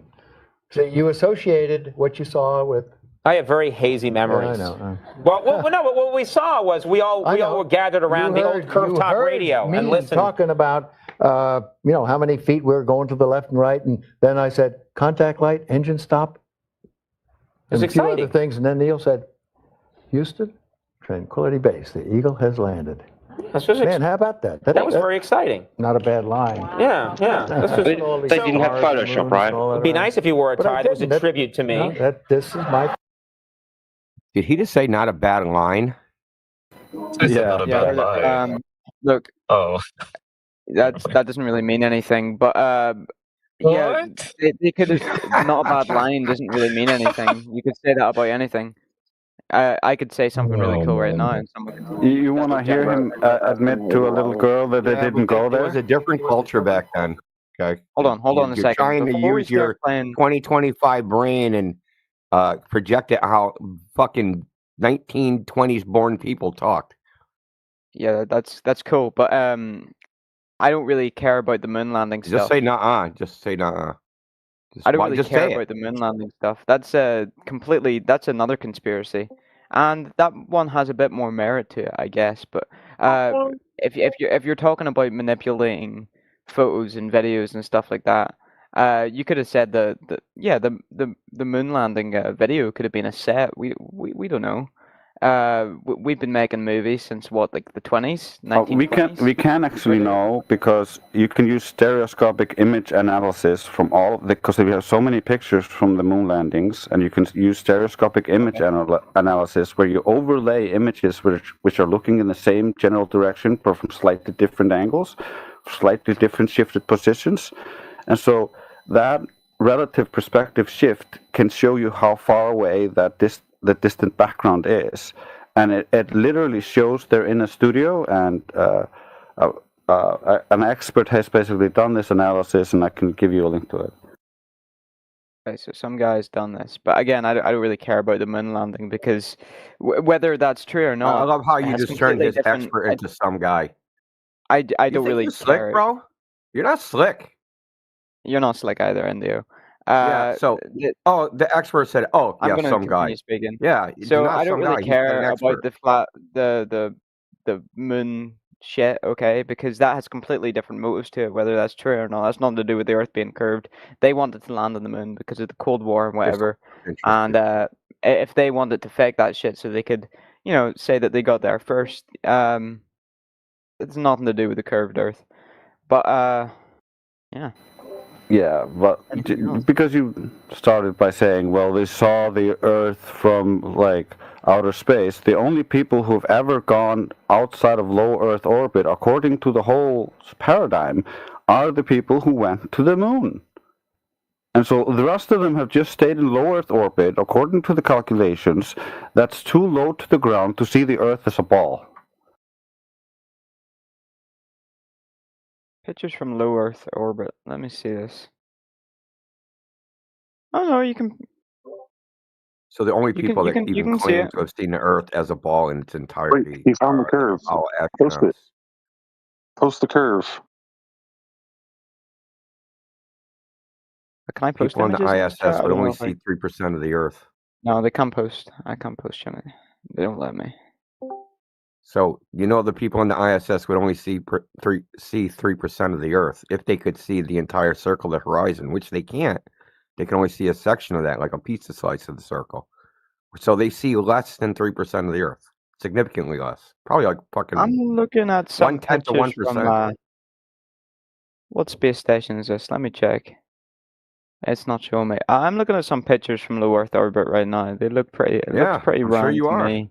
I'm can sure that's put a exactly what link they in the said. chat. These are pictures from low Earth orbit. I'm sure that's exactly what they said they are. But they're not from low Earth orbit. 1 second. They can't be Post from the low link. Earth orbit because they depict a scene that is impossible to be where they say they are. So from 250 miles above the surface of an 8,000 mile diameter ball, we can figure out what that would look like, and it don't look like that. I don't know, man. He posted a very convincing link. I might be converting. Hold on. It looks so real. I'm going to pull a picture from that. So here's the picture. Here's the picture. Wow. It's so real. So now let's just work this out. So 200, if you rescale it, 250 miles above a ball, 8,000 miles in diameter, is the same as being 2.25 inches above a ball, 6 feet in diameter. Now imagine that you took your little iPhone and you had a ball that was 6 feet in diameter. You took the little iPhone camera and put the little camera 2.25 inches above the surface of the ball. Would it look like that? Of course, they're not using an iPhone way camera. closer to the surface than that image. So what are you trying to say here? If that was low Earth orbit, Earth would be tiny. Okay. Wouldn't look like that, dude. You understand? They're probably 3% using of the a- surface of the Earth. They're probably using. If you could special see the lens and entire that. circle. Now, let's say this field of view is 90 degrees. That would be something like, I don't know, 0.5% of the surface of the Earth. Okay. So in the side chat, right? Joyce posted that. Now the guy in the image is a professional planetarium director. So he gave a presentation on this about what the ISS would see. This was a flat Earth presentation. Now, obviously, he's not a flat earther, but this is what he showed. That white circle on that ball, this is to scale. That would be the entire view of the ISS. You could see 360 degrees, but you can't. So you would see a tiny sliver of that. Okay. Now think about the picture you just showed, bro. Uh-huh. You think that little ball picture that I just took from that website would be the same view as the scale model of the Earth that this guy's holding? That those can be somehow equivalent views. So that white, like I said, the white circle is the horizon line.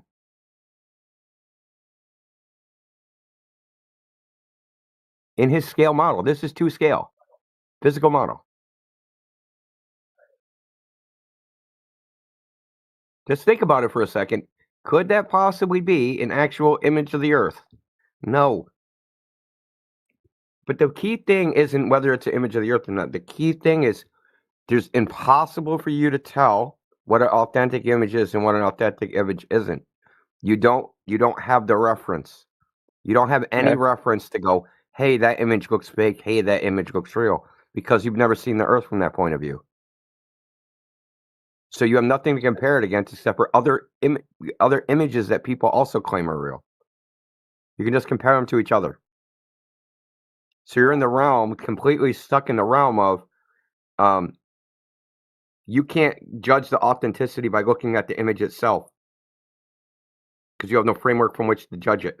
The only way we can test these images is to see, hey, what's in the image? What do they depict? Okay, they depict a bunch of things. So we can go on the Earth, the places that are in the image, and see if whatever that image shows, that thing is actually there. So in the case of these images, we can test if the water's curving. If the water's not curving, then this image is impossible because that's ocean. If the ocean's not curving, then this image is impossible. It's the only way these images can be evaluated. The ocean has a bulge. A water hill. Water boater. I mean, just complete the circle for a second. Here, I got a side view. It's even freaking worse than this.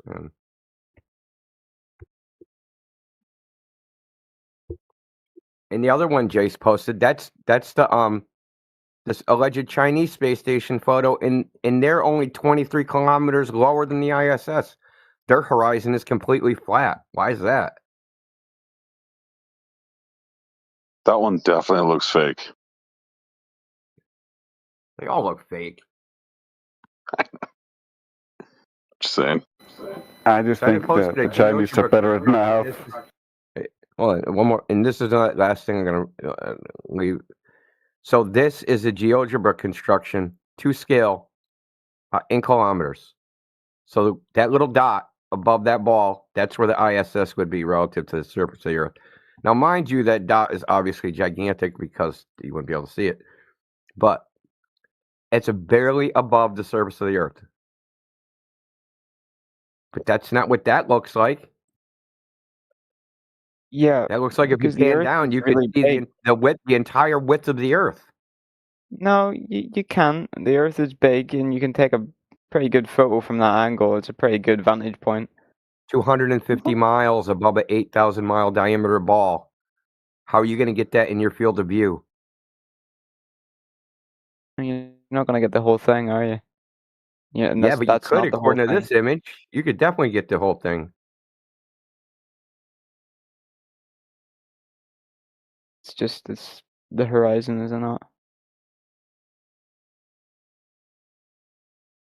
Anyway, Well, I'm let me not ask going you to this. bother with photos because no matter what photos I'm going to send, and you guys are going to say are fake. If So. they're because you can't, you applied no evaluation to them, dude. You typed NASA.gov, whatever it was on there, you just believed authentic. Oh, it's on NASA.gov, it's authentic. That's your evaluation. Well, how else did you evaluate them? Tell me this. Can you make predictions with a flat Earth model? Oh, God. Yes. What predictions do you make with a globe Earth model and provide the model, Yeah, why don't please? you show us the, I'll give you global one. model? You can predict exactly. Let's make a prediction based on Hold on, let him talk. I want to hear what they can predict. Hold on. What can you predict? Back in 2017, whenever there was a solar eclipse or yeah, they don't use a global Earth model for that. America. Next, they used the globe Earth model No, for they don't. the prediction. Yes, they did. No, they do Provide not. the model. Yes, they did. They use Provide the model. Saros cycle. Provide the They use model. If you something said called that they Saros used a cycle. model, sorry, Indio. No, you If go you ahead, say Jack. that they used the model, provide the model. 1 second. It's another example of someone having to search for what they already believe to be true. Now, yeah, I'm thinking so. afterwards, they look for the evidence, but they already believed it. That's the crazy part. Yep. Oh yeah, Kepler's laws. That's what they use. Planetary motion and the Earth's orbit to the Sun and the Moon's orbit around the Earth, which is tilted at a 5-degree angle relative to the Earth's orbit. Who told you that? The prediction ChatGPT? process calculates. No, a really easy Google search. Yeah, go on when three NASA's celestial website. bodies- That they're the one. Hold on. All the eclipse predictions that are on NASA's website are by a guy named Fred Espernak. He used the Saros cycle. He didn't use Keplerian orbital elements. They don't actually work because, according to them, there's too many perturbations of the orbit to actually accurately predict when an eclipse will happen. You can just use the Saros cycle, which has been used for thousands of years, to do it. It's very simple. So I'm going to post in the chat a video from a guy that teaches at Cambridge University. He's a mathematician. He goes all through the whole reason on why the heliocentric model cannot be used to accurately predict eclipse times. So they don't use that. They've never used it because it doesn't work. You just think it works. This is another myth that's spread around. Oh, globes predict eclipses. No, they don't. They don't use that shit.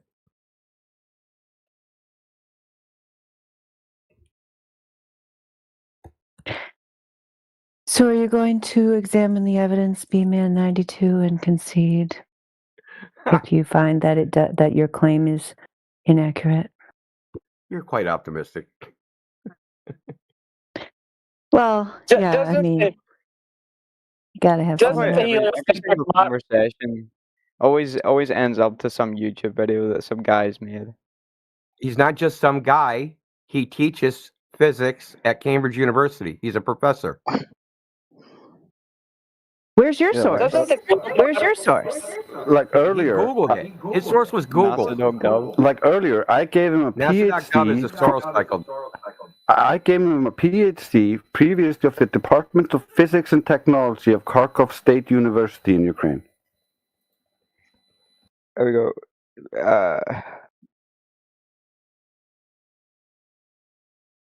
Doesn't the But you need globe to- model have hold a on. 3-body problem? So how would you Okay, cool. predict anything like that?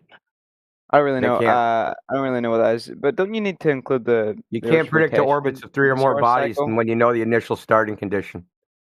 You need to include the Earth's rotation. to Predict Yeah, future but solar you, eclipses. bro, you In the cannot solar predict the cycle, the orbits one that of. you're talking about. What about it? No, there's no Earth You need to rotation in the include solar Earth's cycle. rotation. So what they do Yeah, is you they need to take a include it. plane. You need to It's include called it like Besselian solar. orbital. Listen. It's called Besselian elements. So what they do is take a plane and then they figure out where the shadow projects on the plane. In fact, Shane St. Pierre, Mortawan, who's a fucking anti-flat earther, had to pay him $1,000 because he said you can't do this on a flat Earth, and he did. 10,000. It wasn't 10,000. It was 1,000. It was 10,000. It wasn't 10,000, dude. It's 1,000. Shane even said so in the Yeah, it post. sounds like after the fact exaggeration.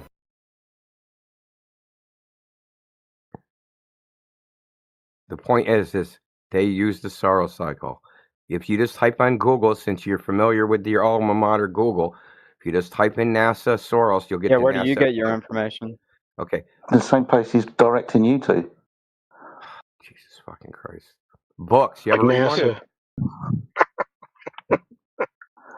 Why? What's wrong with Where do you YouTube? get your information from YouTube? What's I wrong get with some of Google my then? information Google from owns YouTube. YouTube. Yeah. Who cares? So yeah, exactly. Who cares? So stop dissing Google, bro. Well, no. Well, Google, the Huh? way Google indexes information has nothing to do with the truth. See, I actually, I can go on Google and go to MIT OpenCourseWare and take entire fucking courses on physics. So can you. Yeah. You can't do that on Google. If you could use Google, it's going to direct you to the thing I just said, or I can go right to it. The point is that if you can do a bit go digging, on, you can get if the you exact go same on, thing that you're dude, talking about. you're deflecting from the point. You're trying to change the subject. If you go on Google, type in NASA eclipse website, it's going to take you to eclipses in the Soros cycle. Tells you all through how they predict eclipses. If you go all the way to the bottom, it says all these eclipses are predicted by a guy named Fred Espernak. He gives talks on how he actually does it. They don't use a globe model. You just thought that. In fact, nobody ever told you that. See, people just fill in the blanks because they're shown a diagram of how eclipses, a diagram explanation of how eclipses are supposed to work. And then they fill in the blanks like there's some 3D model where they're predicting eclipses. They just filled that in their head. But nobody actually ever told you that. None of your teachers ever said, hey, man, they use a 3D model of a globe, a moon, and the sun to predict eclipse times. And that they use Kepler's fucking orbits to predict eclipse. No one ever told you that. They couldn't do it because of the 3-body problem which someone laid out. When you actually have a shitload of bodies, because the sun's supposed to be wobbling because of the orbit of Jupiter and blah, blah, blah, it would never work. And they say it doesn't work. Now the question is, does it not work because it's wrong, or does it not work because of perturbations of orbits? That's the question. But the thing is, we know how to predict eclipses. You know you can predict eclipses using nothing but pi? I got that video too.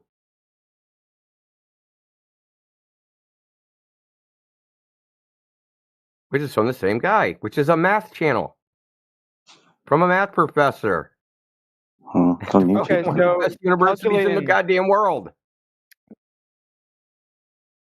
Which you could never get into. You couldn't even get into this university, dude, with an infinite amount of... I fucking know. I never said I was. Okay, I then why never you said I was a going? scientist.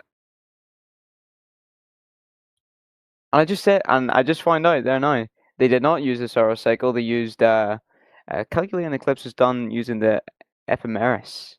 It's a mathematical model don't actually describing the do that, motion of dude. celestial bodies. Utilizing the ephemeris, we can figure out the position of the sun and the moon at a time and then calculate the angle, separating them to determine if an eclipse happens. For the 2017 North American total solar eclipse, NASA used their supercomputers to predict it. Using their immense computing power, they even account for the elevation data for both Earth and the Moon. This is impossible to achieve from the Saros cycle. Which one are you talking about? Is that the one they changed 4 times? He's talking about the ephemeris, which is essentially a celestial model.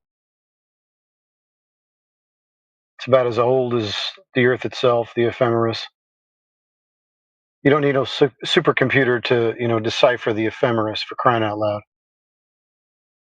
You can use an anti-Ethereum mechanism. Anyone can do it. And that's a cool story, but I want to see the actual model they used, as in the formulas, the actual model. The model is like the formulas and the calculations and the variables that are plugged into it. I want to see that. Just saying you did that without evidence, right? Yeah, we did it this way. Yeah, show me. There's Show me some the source formula code that you guys can use. There's some source code.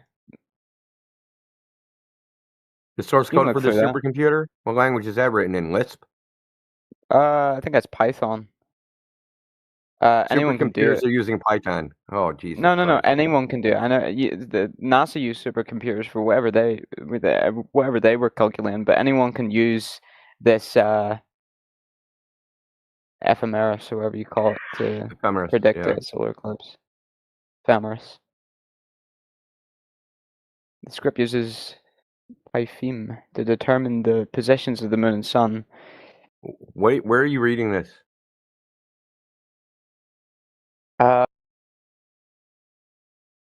Debunking flat Earth misconceptions. Oh.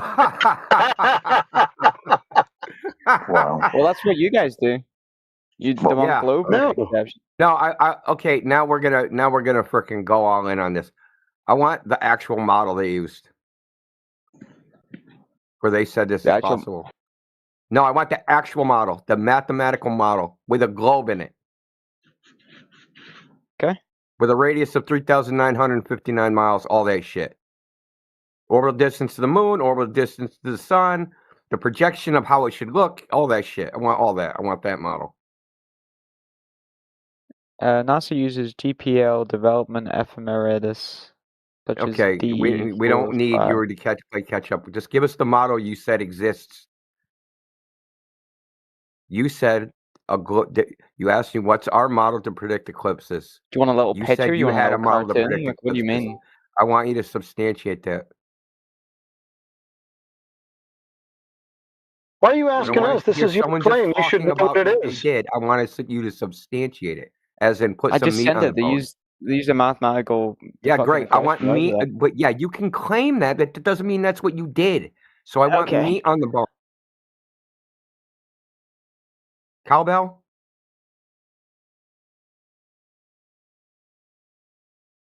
I can jump over the Empire State Building. That's a claim. Yeah. We use the globe model to predict eclipses. That's a claim. Now let's see the evidence. You jumped over the Empire State Building? Yeah, of course. Do it all the time.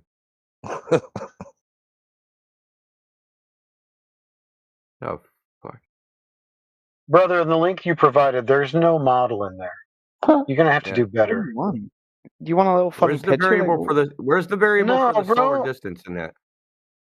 You Where's claimed the a globe size of the model. Earth? Where's the variable for the moon distance? Where's the what are you showing us?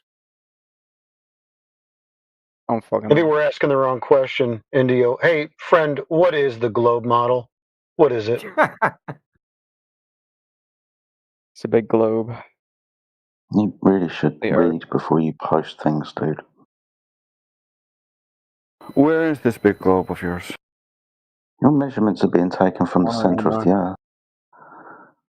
Place observer in the center of the... That's crazy, dude. Place the observer in the center of the Earth, so like, what, hell?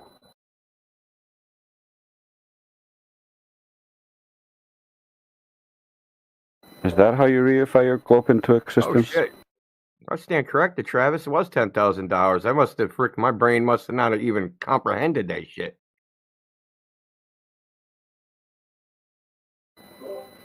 Good job.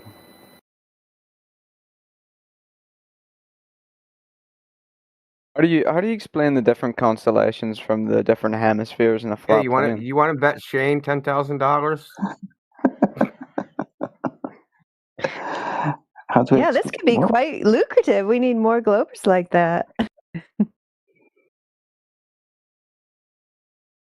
I mean, I could just repackage it and regift his bullshit, but give 10 G's for myself. Now, what were you asking about constellations? Yeah, he wants us to explain why when he goes to different places, he sees different things above his head. Fuck it. Well, if we're in the northern Look, hemisphere, when you're in your I house, see you're under a different ceiling fan. constellations When you than walk if you're around in your the- house, does the ceiling fan stay there? Just follows you around. Fucking stupid, man. If you're in the northern hemisphere, you see different stars to whenever you're in the southern hemisphere. Yeah. Yeah. No shit. Different parts of Sorry, space. no shit. The ones in the north are circumpolar to the north celestial pole. The ones in south are circumpolar to the south celestial pole. So when you move between the two and when you look up, you see them. When you go here, you see on a these flat ones, plane, you defined as you said, the ones in the north. And then when you go to the south, you see the ones that are defined by the south, by their circumpolar rotation. Well, if you're in if you're on a flat plane, you'd still be able to see the North Star, wouldn't you? Why? Really? Do you understand how perspective works and things above your eye line with distance from moving away from underneath them appear to converge towards the horizon? Right? That's why the clouds appear to touch the horizon at distance. Right? Why the sun looks like to you this convergence of the sky and the earth beneath. That's perspective. How you see the world. So when you move from, let's say, you are underneath the North Star and you move away from being underneath it, you'll notice it starts declining towards the horizon. As you look forward, you see the stars that are in front of you coming upwards from the horizon till eventually you've gone so far that there's one above your head. Well, there's none there, but you get to the south and you look up and there's a celestial rotation. You obviously can't see the north one anymore because it's gone downwards towards the horizon beyond your ability to see it. we go. Yeah, like why the ceiling appears to get closer to the floor when you look down the corridor. It's not actually getting close to the floor. The floor's not actually ramping up to meet the ceiling at the midpoint of your view. That's just the way you see the world. That's why those street lights at the end of the street look smaller and lower than the one you're standing next to. So the reason why you see other things is if you've gone to a different location where they do different things. You literally said defined it. You said it yourself, man. The stars they disappear because they go below your horizon as the Earth curves away. No, does the ceiling go below the floor when you That's look why down the the further corridor? south you go, the lower Polaris gets Hello? in the sky until it Hello? completely vanishes. Excuse me, do you think the ceiling goes below the floor when you look down the corridor? What the fuck are you talking about? Perspective. What the fuck are you talking How things above your eye line with distance appear to converge to the midpoint of your view. It's why the mountain far away looks smaller, why the street lights at the end of the road look smaller and lower than the one that you're standing next to. You're talking about a star. When you stand underneath it, you look up and it's there. You walk away from being underneath it, and with distance, it starts descending downwards towards the horizon. It's not actually getting lower. It's how you see the world. Yeah, because the world is curved. Oh my God, he's just On a because flat cold. plane, moving south shouldn't Just make started Polaris chanting. slide down. It shouldn't Yeah. make Polaris slide down the horizon. It should always be visible. You're literally one All right. curvature. No worries, brother. You made a claim there. Let's get that out of the way. That's kind of the crux of the matter anyway. So can you show us where the Earth curve has been measured? Oh my God. Fuck me. Yeah, I know. What a ridiculous question, right? Who would ask such a stupid thing about a globe? Who has measured the curvature of the Earth? How ridiculous.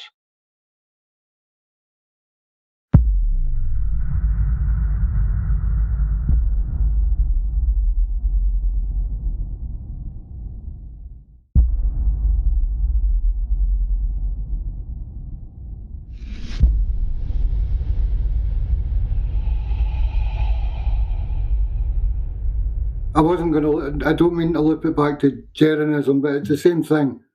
The propaganda's running an ad campaign, and okay, Jeran, he's a bit of a stooge character, but you know, any info out there, anything bringing this to the public, I don't care as long as they filter back here, which sooner or later they all will.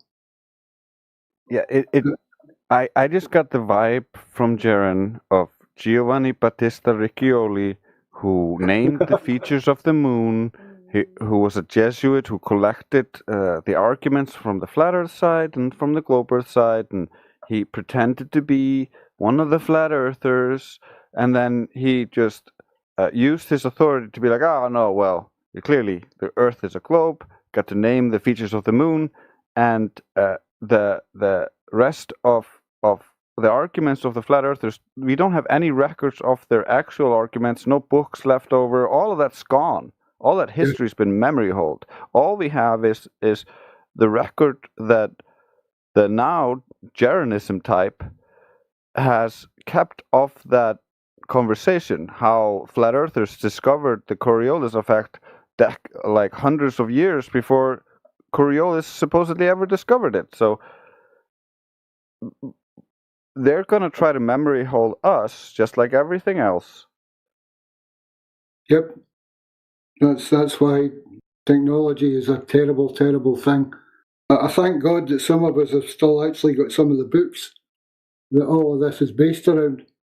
But yeah, I think we really do need if we had a printable service for everything that we've logged and catalogued or talked about on the server or linked to each other over the years, Trace, we would have actually got something equivalent to the Alexandrian Library in hardback.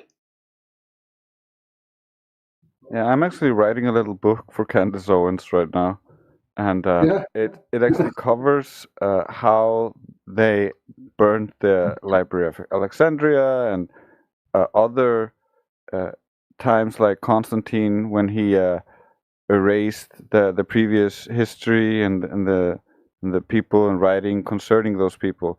So it's a common theme within the elites to control history, to control the future. And so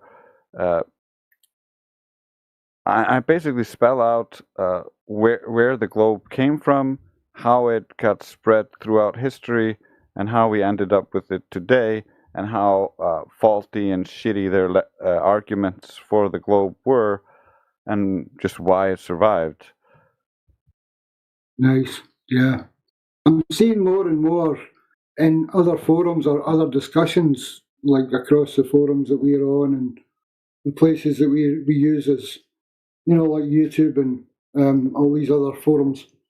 I'm seeing reference to like fallacy over time and misrepresentation of records is coming through in not just biblical stuff or religious stuff, but also in some sort of the timeline thing, the archaeology stuff, where they're now readdressing how long ago it was that the Romans were actually here in Britain, and how deeply covered it is, and how it leads to it more being destroyed than actually covered up, i.e. time involved isn't right.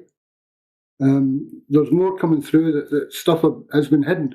And nowadays, a lot of the things that you see on the internet and TikTok is that, everything's false, everything's a scam. Well, not everything's false or everything's a scam. It's just, yes, they're messing with reality and physical records of it.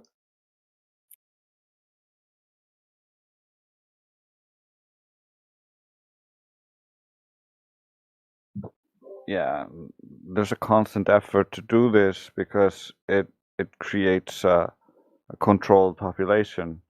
The globe is the same thing. It creates a unified religion for people to believe in, and you kind of give away your rational thinking about the world to these giants you think you stand on the shoulders of. But then when you actually look into it, you're like, he was sleeping with his cousin wearing female shoes? This genius? And then I listened to him actually speak, and I'm like, he actually sounds a little bit retarded. Yeah. One of the excuses is that, scientists are a bit weird and whatnot because they're all sort of on the spectrum. They're all a little bit ADHD and stuff.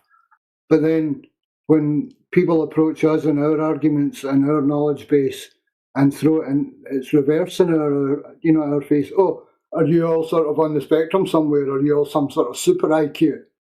Just because we're not actually accredited and out there by name doesn't mean that we're not as intelligent as the likes of these crazy people that have run the story or built the story or added to the story over time. And I had someone earlier on in lobby seemed to have an issue with the fact that Cavendish was a bit of an unusual person. He didn't seem to like the fact that I mentioned that Cavendish was very strange. He couldn't talk to women. He couldn't associate with people. He literally kicked at balls and sheds in case he affected it. He actually thought that looking at things would affect him. That's not a mental stability, level for any scientist. That actually that's because, this is part of my book actually, it's because their ideology, the cult that we were all raised in, it comes from ancient Greek, and the ancient Greeks had ideas, and their ideas involved how vision worked. And back in Cavendish's day, when he had his shed, they didn't understand vision. They were still wondering if eyes shot out invisible laser beams or not. Exactly.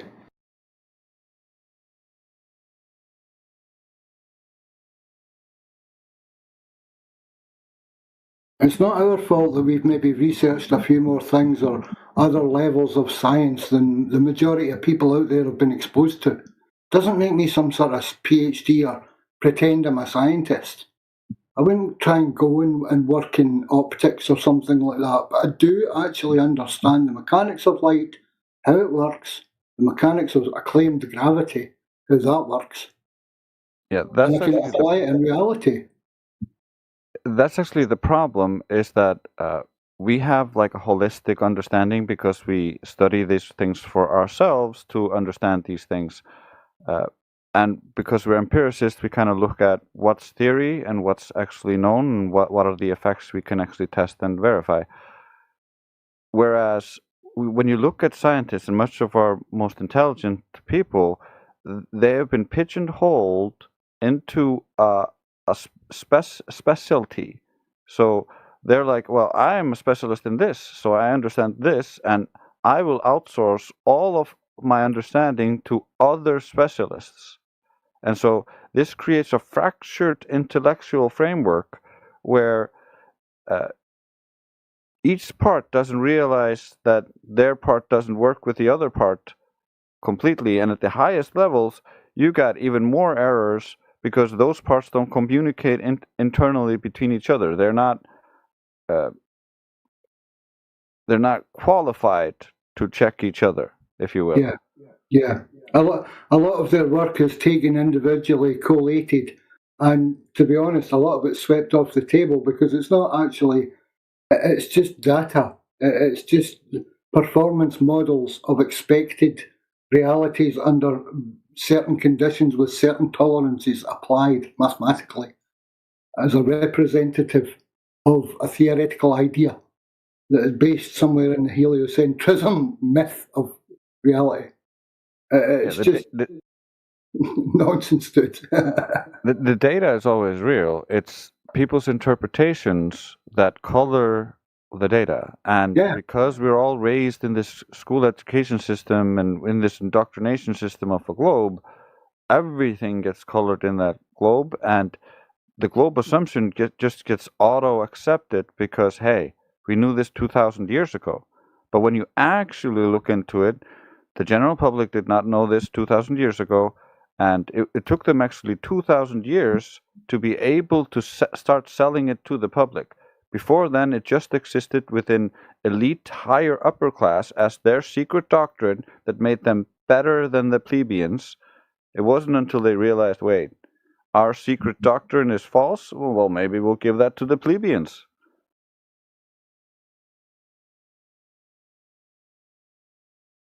Absolutely. And it was reified with an astronomical model on a physical reality of a globe Earth, basically. Like the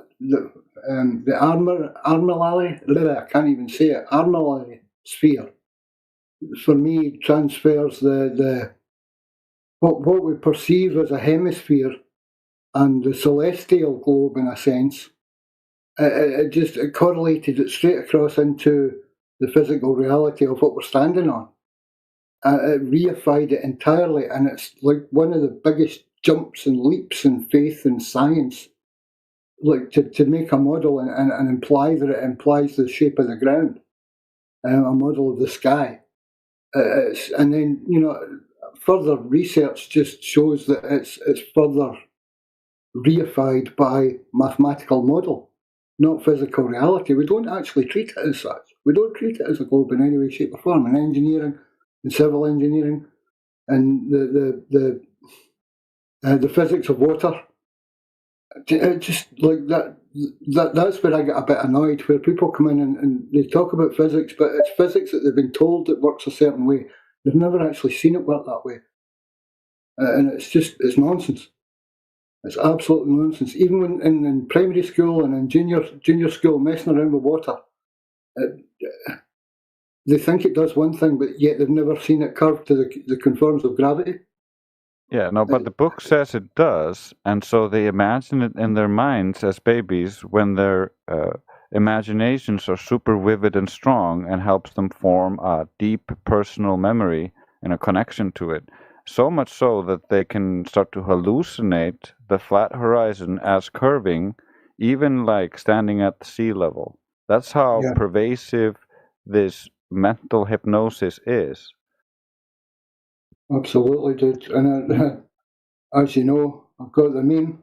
We do it to ourselves. We do it to our own children because we're not aware of the reality that we can go and test Earth and make sure it is what they say. So for the love of love and, the sake of love, we do it to our own children, Grace. And it's terrible, really. People say, who do they lie? Well, there's the meme. Who are your parents? Are they lying to you? They don't know any better.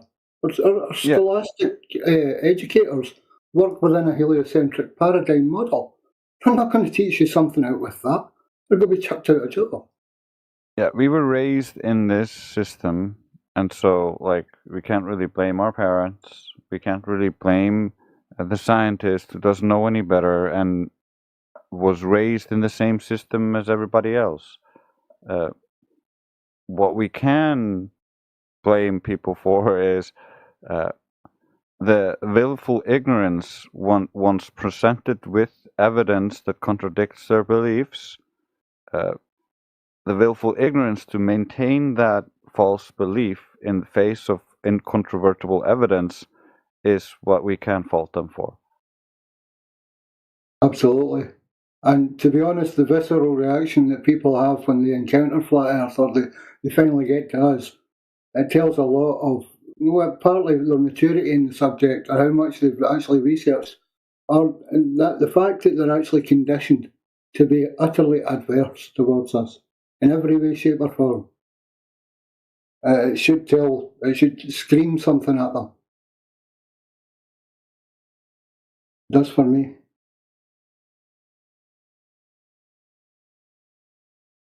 Yeah, I just watched a really interesting little short today, which was talking about how they took 15 people into a room and had a screen that had a blue circle and a red circle, and they told 14 people to lie and say that there were 2 blue circles, and so by the end, on the 15th, the person who wasn't in on the test was asked, and only 20% would actually answer truthfully and say there's a red and a blue circle. The 80% just went along with the majority like an NPC. However, if you added one extra person in there who was part of the experiment, knew what was happening, but also told the truth that there was a red and a blue circle, then there was a 60% chance that the other person would actually speak out and admit the truth and say, well, there is a red and a blue circle. So normalizing the subject does help allow people to have the courage to speak about it. But there's always going to be that 40% who are just going to reject their senses and be like, well, no, there's 2 blue circles there because they said it. Yeah, it does sound like an appeal to authority. Like if you can swap the outcome by just adding one person under those conditions, yeah, it shows it clearly that people will side with the masses and want to be right in the eyes of their peers. I think it's a little bit of domestication. I think it's a little bit of domestication, a little bit of like they don't have confidence in themselves. They don't want to take accountability. So like to themselves, they can be like, well, I just went with what everybody else was saying. Like it's a way to run away from being a human being.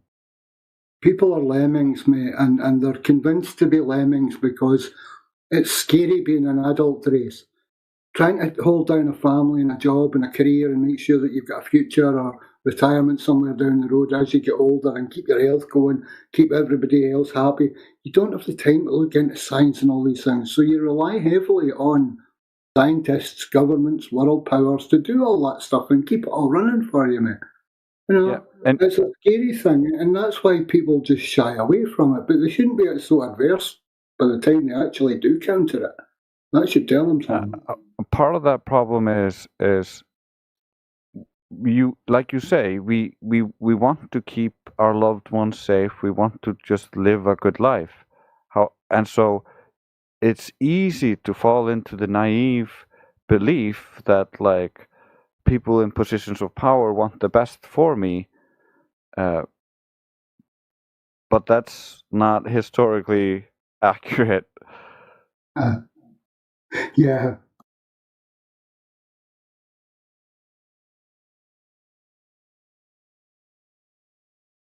If the people in power wanted the best for you, they would relinquish power. Absolutely, they would walk into a job. The next government that would vote in would walk into a job and say, within about 3 or 4 days, guys, this is all an entire mess. Can you please help us? Not vote us out. Can you please help us sort it? We don't know what you want anymore. We don't know how to run things anymore. The banks are broken. Money's broken. Can you please help us? And until they actually do that, Grace, I won't believe any of them. Yep, I'm not telling you the truth. And there's a lot of corruption. So, like, I wouldn't trust them to fix the problem. And what you would need is communities and everybody coming together under a unified understanding, but that's super difficult in today's time. super difficult if you don't want to give up control and authority. Yeah. We've got the internet, we're all linked. They could quite easily get in touch with each and every one of us. To be honest, mate, and I'm not being a fringe theorist, I know full well who's listening. And I know that people do listen to us, and everybody listens to us, and eventually everyone hears this. So, like, why can't they just knock on our doors digitally and say, okay, what's the deal? Where do we go? How can you help? And if you can't, you can't. If you want to, you can. You know, I mean, we've got infra, what do you call it? Systems that you can work with digitally to do what you can to help repair stuff and what you think the problem is. But they won't even go there.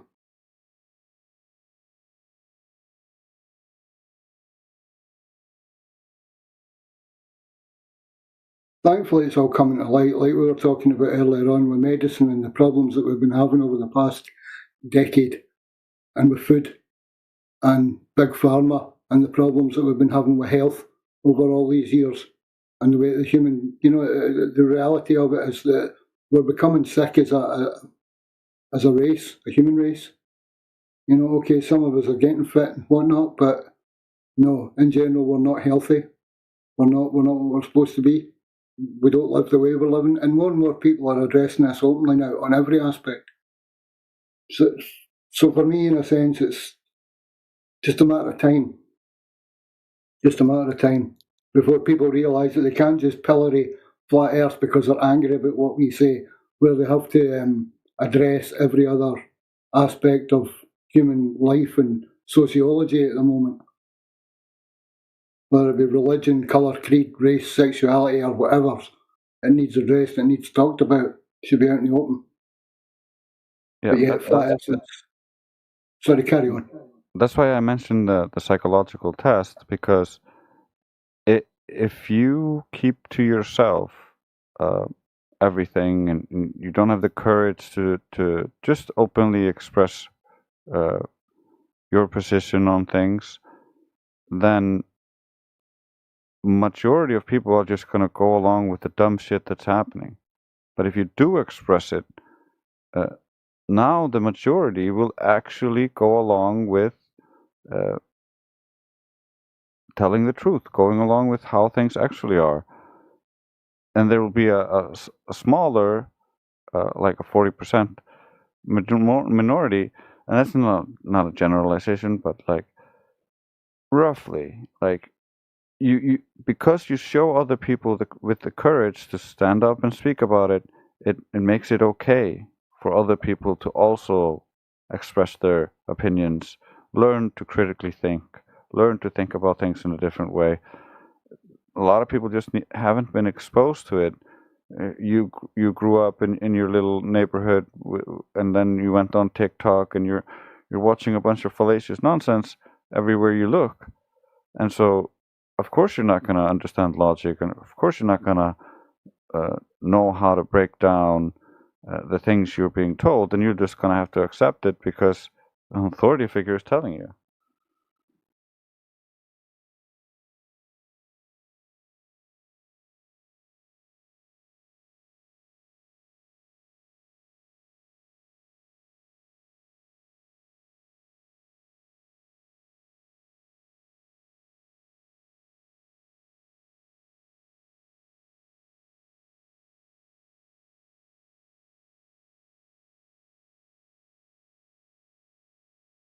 But I think at some point everybody just needs to grow up, and that'll solve the issue.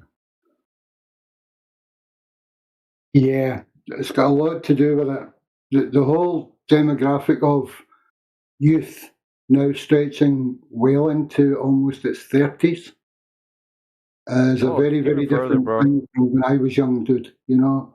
Like, I knew people 40, 50 years old who still acted like teenage boys. It's like the crazy people that build the mad 4x4s and go racing in the snow and stuff like that where you are, Trace. Is that what you mean?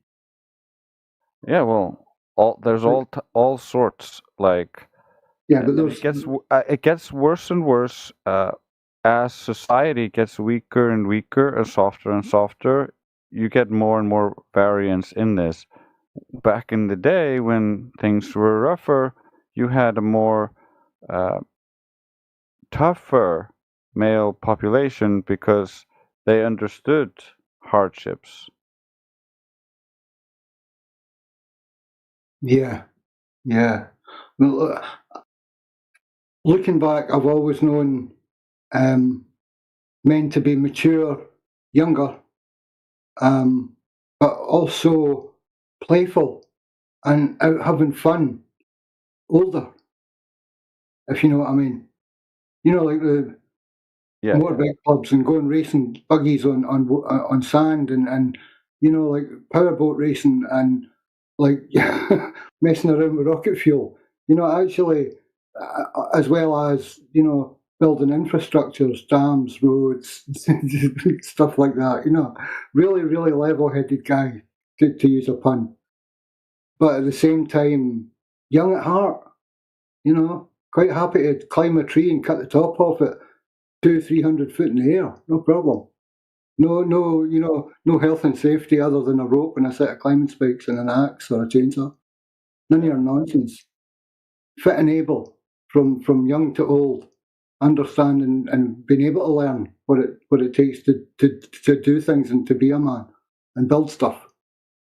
But it seems to be getting older and older and fading less and less into this sort of, too immature to do it or worried about problems. Meanwhile, we got 40, 50-year-old people who are still just living for the weekend party, and work is just a dredge to get enough money to be able to do that. Or if they're even working and not on some social security scam or some other means of getting the money, it's like, I know some people who basically started out young in this kind of nonsense, and all the way up till they were like 50 years old, still in the same nonsense. So, like, back in the day, that wouldn't have been able to be continued for so long without people just dying. Yes, very true. In a lot of ways, the state system has enabled people to sit back and do sod all. That's a big part of it. Yeah. Technology has also furthered that, where kids can pass college exams in junior high, if you like, now with technology. And all they've got to do is put in the groundwork and know what to say, and bang, they're super intelligent, and they're flying through college, and they're snapped up at 16 or whatever. In the digital world, it's all been reversed and undercut in a lot of ways. But yeah, the social care systems get highly abused because of it as well, and it's gotten to breaking point in a lot of ways. But the other side of it is that they've devalued money, and they've doubled they've moved the decimal point, and they've increased the cost of things exponentially, orders of magnitude. I could afford a house when I was young, and I did pay for a mortgage when I was young. I've inherited the property that I'm in now, but when I was young, I was able to work enough and pay off a mortgage. Nowadays, they're stuck in a loop. They can't afford to get out of where they are. They can't afford to, even sell what they've got to get better or to get out of the loop. It's not worth what it's supposed to be. It's nothing but an uphill struggle for a lot of people. And like we're saying, some of them, the majority of them, do not have time to sit down and actually legibly address all of this. When they sit down, they want to zone out or go to fantasy land, which is space. It's live for the weekend and party till you drop. The one I like, old dude. You're single. You should be able to afford all this stuff.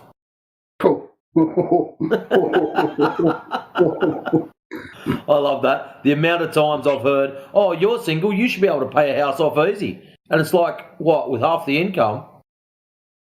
How do you come to that conclusion? It's crazy. It really is. Yeah, and it's exponential as well, because I've been told that, you know, I'm single and I'm a grandfather, technically. I'm old enough to be out with the loop yet again. You know, I've got, I own inherited property, ergo all my incomings have very little or almost zero outcomings. So, you know, in a sense, I should be accruing cash. So therefore, I should be even more, like, you know, helping out with the economy of the young ones that can't afford it. And yes, I can, and yes, I do, where and when I can. But it's the whole approach of, you know, Pappy, can you buy me a new phone? Like, hello, what? Are you fucking mad? Or a new car? Like, excuse me? Pay my rent for me. You what? And you work? No. I don't mind helping out, mate, but yeah, people need to understand that they've been set up right from the start in every way, shape and form to stay within the paradigms of society and not actually go out and check what's real.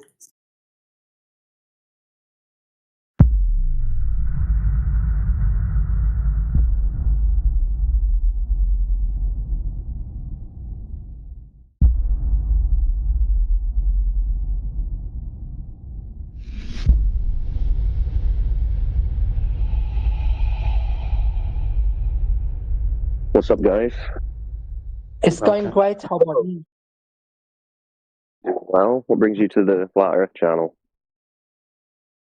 Just to see what people think. I was curious to know, are there people that believe the Earth is globe? I don't know. Is there anyone here who believes the Earth's a globe? I don't. Are you? Do you? No, I don't believe in that. Hey Robert, you're a globe, innit, Rob? Maybe you want to talk to Cyclone about the globe? What's up, Rob? With who? Me. Who's me? Me. I'm me. So the Cyclone. Oh, Cyclone. Yeah. Who's that? Yeah, it starts with P, actually. What? I know, very confusing. No, but it has to be okay. PSYCLONE. Cycle. Okay. SYCLE. CYCLA. Okay. My bad. Yeah, Rob, you said you had a question about the globe. Maybe you want to ask a question to Cyclone? Me? No, I don't have any. It was somebody else, somebody Muslim. Well, ask your question about the globe. Yeah, that's right. Do it. Ask your question, Rob. I've just asked it. Oh, sorry. Yeah, say it again. I didn't hear it. No, it's about the globe, and the guy there, he answered me. What was that? I was talking about the geography sessions, and where the teacher used to teach us that the Earth is globe. That's Yeah, your teacher taught you the Earth was a globe, yeah. Yeah, my teacher taught me the same thing. And their teacher taught them the same thing. But the question is that true? Okay. So what evidence did your teacher give you? No evidence, actually. No, they just told you? Yeah. And since then, have you found any evidence yourself? I'm working on that. I'm seeking knowledge, actually, at the current time. Okay. Well, basically, what the globe belief hinges on are these images and videos that we get from a handful of governmental organizations like NASA and the Russian equivalent, right? So they give us these images. But when we go to test in reality what these images show us, the curving water, It's not there. It doesn't exist. The water doesn't curve. It just lies flat as far as can be observed and measured. Okay. So the ground itself, the earth, is not a ball. It's a topographical plane, you know? So the water is level and flat, and then you've got all the land sticking out of it, hills and valleys. And it's not moving anywhere. It's stationary, just like you experience. You don't experience the ground to be moving unless you're in an earthquake or something. So it's topographical motionless plane, and it's also contained. It's a closed system, right? It's not spinning around in a vacuum of space. We're not in space. Okay. So there you go. That's basically it. Any questions? Not really. I got no questions at the current time. Maybe later. There you go. Okay, Well, thank you sit and think about it, and then if you think of any questions, you can just ask. Yeah. I should. All right. Nice, easy one to start the day. Could I ask a question? You can. What was the? Did you always believe the Earth is flat? No. I believed in the globe for 25 plus years. Like most other people. Do you remember what convinced you? Of the globe? Yeah. No, of the flat Earth, and also the globe too, I guess. Well, the globe, I was just taught it at school and encouraged that I had to put this down in the test, and this is what everyone else believed, and I had no reason to assume my teacher wasn't correct. And they showed me images and videos, and I assumed those were true and correct depictions of reality. It wasn't until I was older that someone challenged me to prove that the water that we observe is actually curving in order to be a sphere. And through a fairly simple process, you can show that that's not the case. When I did that, I had to accept that it wasn't what I thought it was. And when it comes to the flat, well, what makes me think it's flat, that's how it measures and observes and is practically used. So when we go out into the world and we practically observe, measure, and use the Earth, it's just flat and motionless. The globe is only seen on TV and in textbooks, on a screen. See? So it was, if I'm summarizing it correctly, it was seeing that the water couldn't curve, or the curvature of water. More specifically, it's seeing further than we should be able to if the surface was curving down and away from us, right? Because if you're on a ball, like imagine you're an ant on a basketball, there's a physical limit to that geometry based on the curvature. So it'll curve away from you to a point where you can no longer see beyond a certain part of the surface.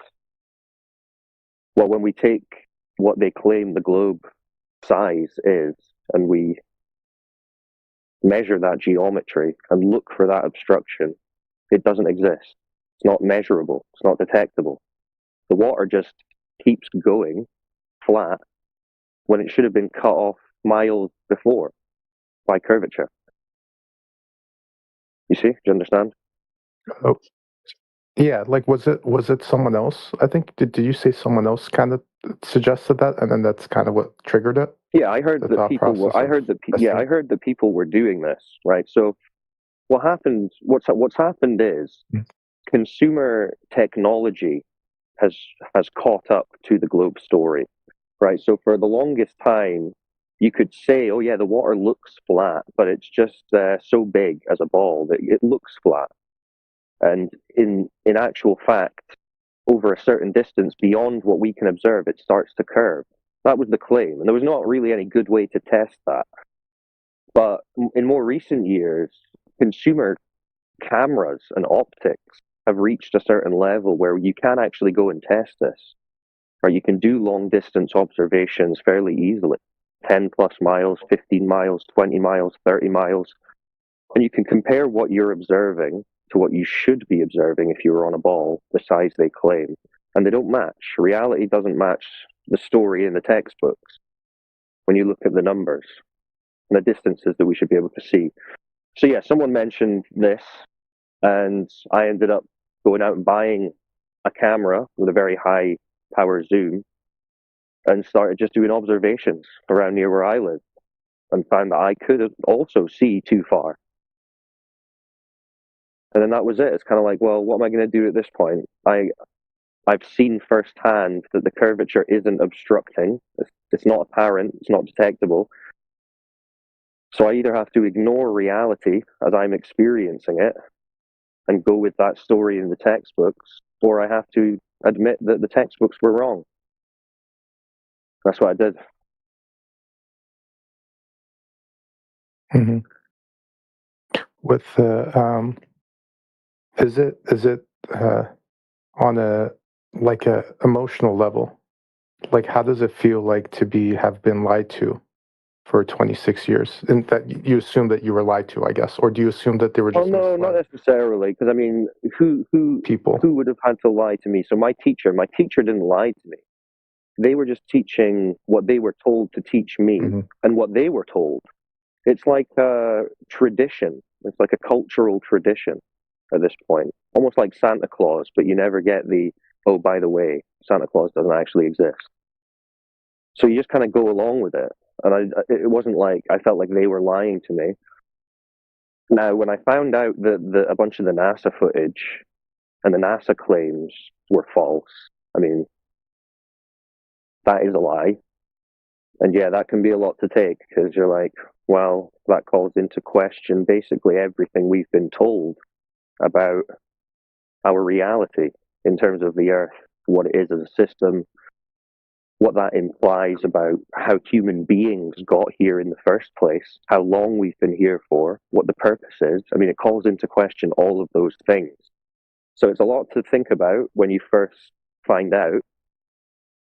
But over the years, you learn to, I suppose, compartmentalize it and put them in the appropriate boxes and understand, right, well, at the end of the day, if I'm interested in truth and what's true, and I want to navigate this earth and this life as best as I can, I want to have the best information available, even if it's painful. So you've kind of just got to make that decision. What are you going to go with? An uncomfortable truth or a comfortable lie? And then that's kind of up to you. Was the process uncomfortable to discover this truth? Yeah. I mean, I think for everyone, it's an uncomfortable process to realize that what you thought about where you live and what this reality is completely wrong, and has been for your whole conscious life. I mean, that's an uncomfortable thing. But it's worth going through that process. It's like an ego death times 100. But it's worth going through, because when you get out the other side, your mind is more critical and you have a better ability to discern reality and what's actually going on, and therefore a better ability to navigate your life, I would say. But yeah, it is an uncomfortable process. Mm. Which is why a lot of people of 0 to 100. Well, I was going to say, this is why a lot of people avoid the topic, either by not engaging it, not thinking about it, or when they do talk about it, they use logical fallacies and emotional arguments and insults, whatever it is. It's some people just can't discuss this because it's too painful for them. But you know, if you can, the way that it gets discussed about, it gets insulted a lot, as I'm sure you know. I mean, like I would imagine, most people come in here to just have a laugh. Yeah, they do. You know, but then if they listen for a few minutes, they quickly change their tune because they realize it's no joke. This is the most serious subject you're ever going to discuss. Like, this is the most literally world-changing conversation you can have. Is it because of the scope of the lie? Or is there other implications you see? It's not the scope of the lie, it's the implications about reality and creation and life. Right? Because the globe, it's not just a story about the ground being a spinning ball. It's an entire creation narrative, right? From the Big Bang to gravity forming balls in an infinite universe. It's all of that. And when that's taken off the table, you have to explore these most human of questions that people have been asking for thousands of years, but we in the last few hundred years have essentially been robbed of the ability to ask those questions. And we've been told, oh, it's been figured out by a bunch of scientists that you can't question, or you'll be ostracized from society. But this opens that up again. And that's the big thing about it. It's not so much about why or who or how they've lied. Although, of course, you'll ask those questions and there is information around that. But no, the real thing is like, well, then what is our situation? How did this Earth get here? If it's a motionless topographical plane that's contained, it can't have come about by a big bang and then mass just randomly coalescing. It was designed, it was put here, it was made. So we are the inhabitants of a greater being's creation, is what it's telling us. And then we have to go from there and start figuring things out basically from scratch.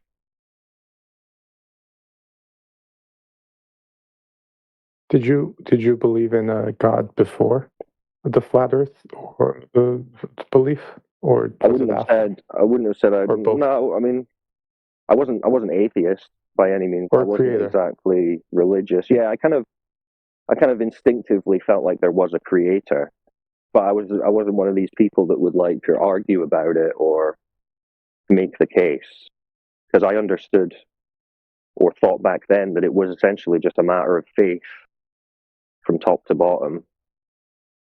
When in reality, this is why this question, this topic is so controversial and dynamite, because it's essentially scientific proof, if you want to call it that, empirical proof of a creator, a designer, and the fact that we're in a design system.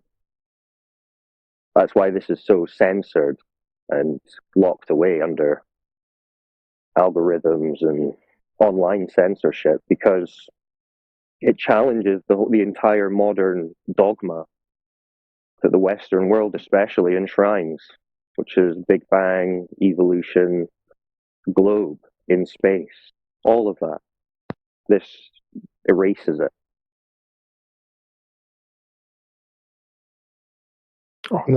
If it's like a scale of 0 to 100, with 100 being that you're certain of the truth that the Earth is flat, and 0 being that you're unsure, like absolutely have no belief in it, like where would you be at from 0 to 100 of knowing like the certainty of the truth of the claim?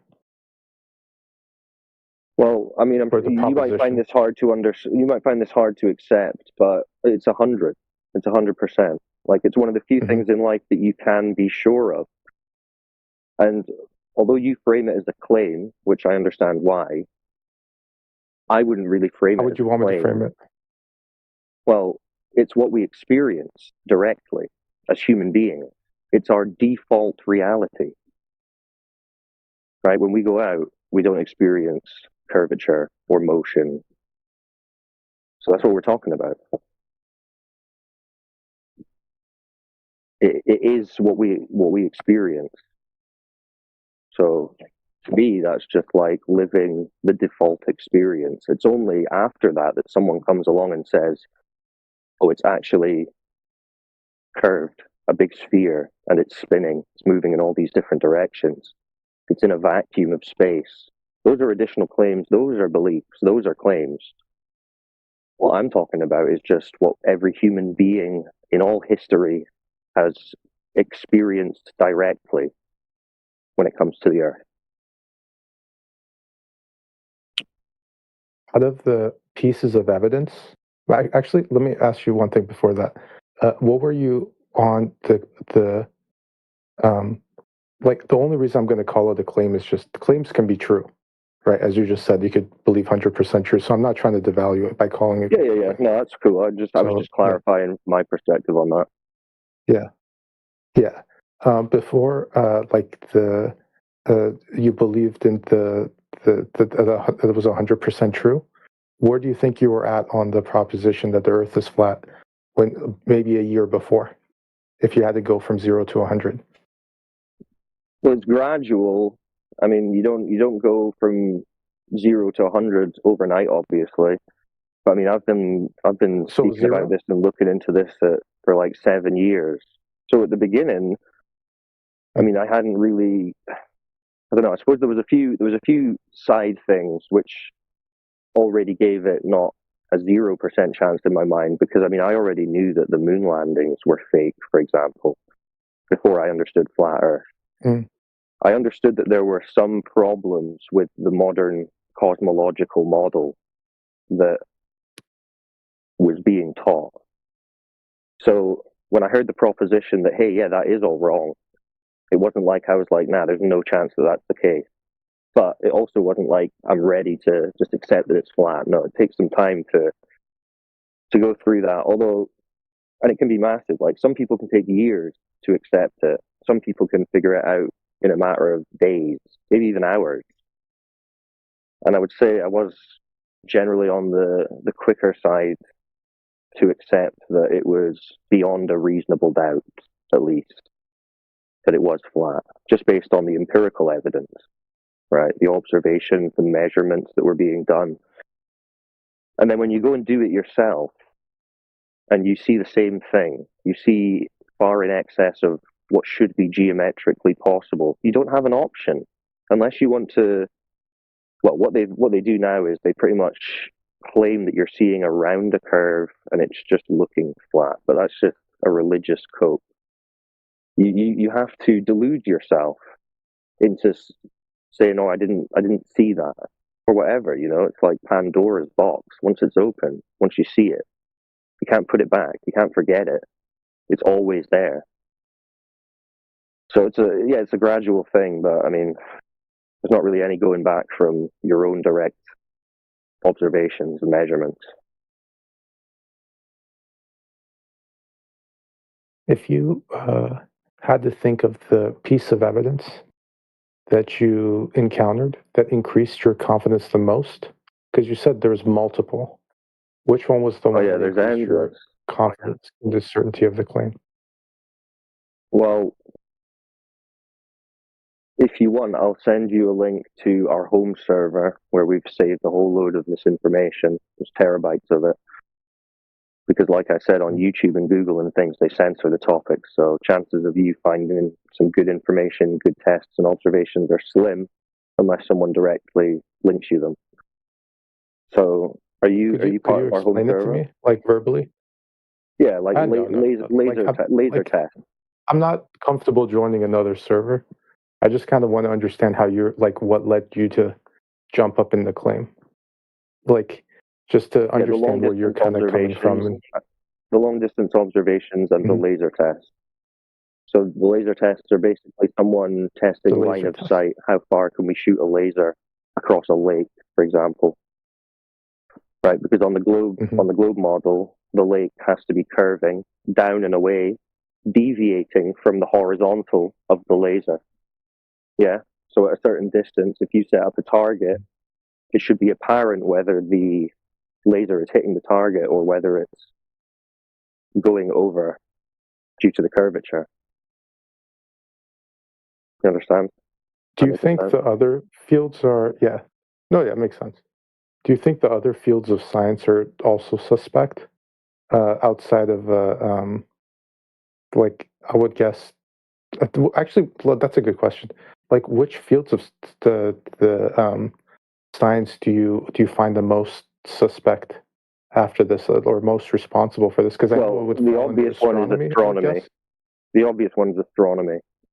Yeah, because it's not a science, because you can't do science with the stars, right? Science I mean, we could talk for hours about the state of science and what's probably more accurately called scientism in the modern age, where people think if you're wearing a white lab coat and you say something, it's science. But no, science is a very specific method of elucidating cause and effect relationships in the natural world, understanding the natural world. Well, astronomy is not that, because you've only just got observation of the luminaries, the sun, moon, and stars. You don't have any ability to manipulate or test them. So they're taking observations and then working around their theory framework of balls of gas and rock and ice and whatever else floating around a giant vacuum. They're all looking at it through that lens, but they've got no way of actually confirming that that is the case. They're just observing the patterns of lights and the movements of light and the dimming and the brightening of lights. They're not going to them to confirm what they are, or how far away they are, or what medium they're in, how they work. They don't know any of that. So it's essentially like a whole load of storytelling. That's why 98% of the stuff you see is just cartoon, CGI, artistic imaginings. Do you find some of the related I'm not going to call it sciences because you don't like the term, but like fields around it, academic fields around it, to be also questionable, such as physics or chemistry or mathematics, or physics and chemistry. I mean, if you're dealing with the empirical natural world, then that's good. That's fine. That's what I'm in support of. That is science.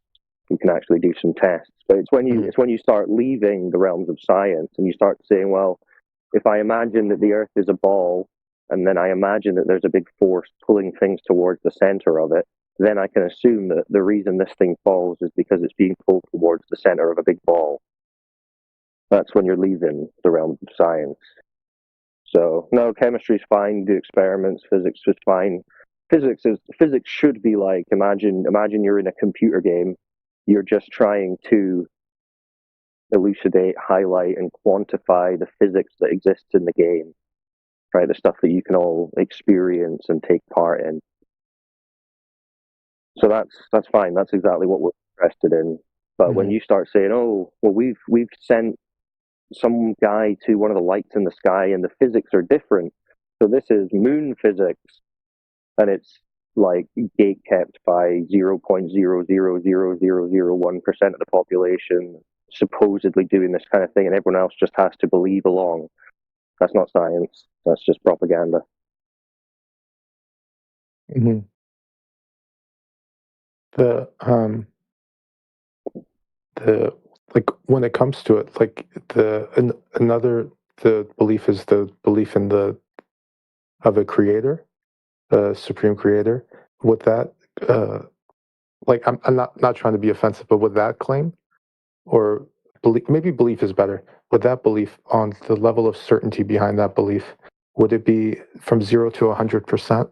Where do you think you would be with that claim after you believed in the flat Earth, like today? Well, as far as it stands, the only conceivable option for there being a motionless, contained topographical plane, the system of the complexity that we have here, it can only be intelligently designed. So, yeah, I'm pretty certain of that as well. Like with a number, like would it? I don't feel like I need to put a number on it, but I mean, yeah, it's like it's 100. I mean, there's no other option. 100 as well.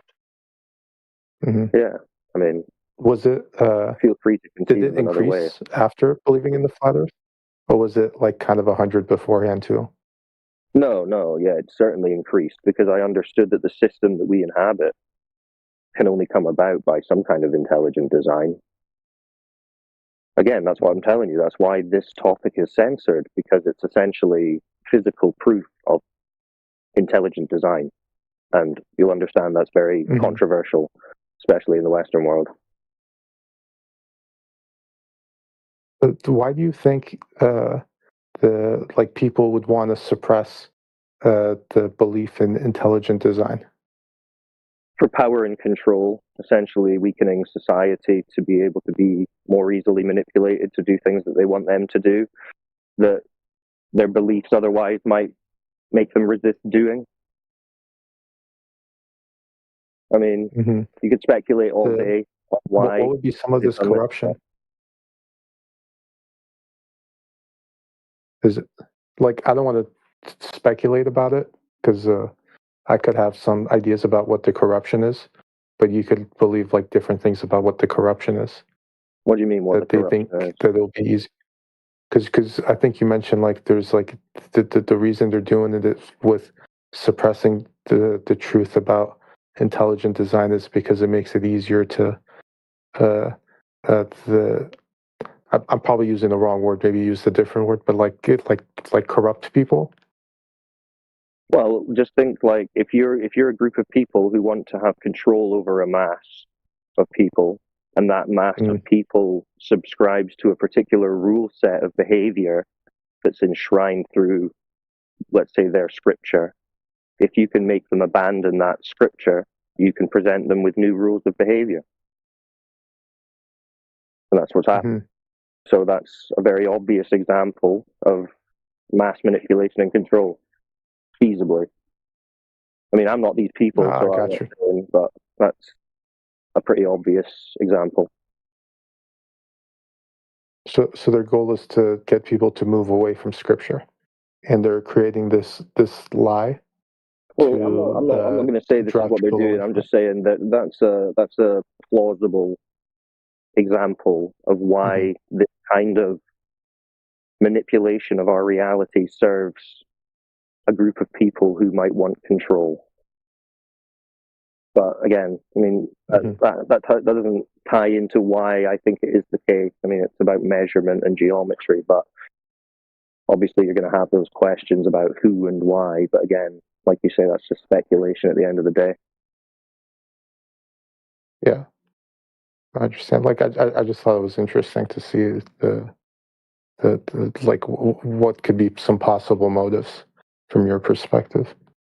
I mean, I can say about what potential motives they could have, but I would summarize it by just saying it's power and control over the masses in a number of ways. Do you think it's outside the government, or do you think it's just almost all on the government? Well, yeah, it's beyond government. The government's essentially just a tool to institute a lot of this. I mean, the government isn't the ultimate seat of power in this world, even to the globe mind or the globe side of things. So yeah, it's bigger than that. Well, like what do you think is the ultimate seat of power on the globe side, if not the government? Well, I mean, even just on paper, I mean, the governments are beholden to the institutions that loan them money, aren't they? That's just one corporeal example. So you've got private financial institutions controlling governments. I mean, that's well known and understood. And then the people behind these private institutions, less is known. So, I mean, when you get to the ultimate, like who's who, I wouldn't claim to know. I mean, you could have some reasonable speculations, I'm sure, but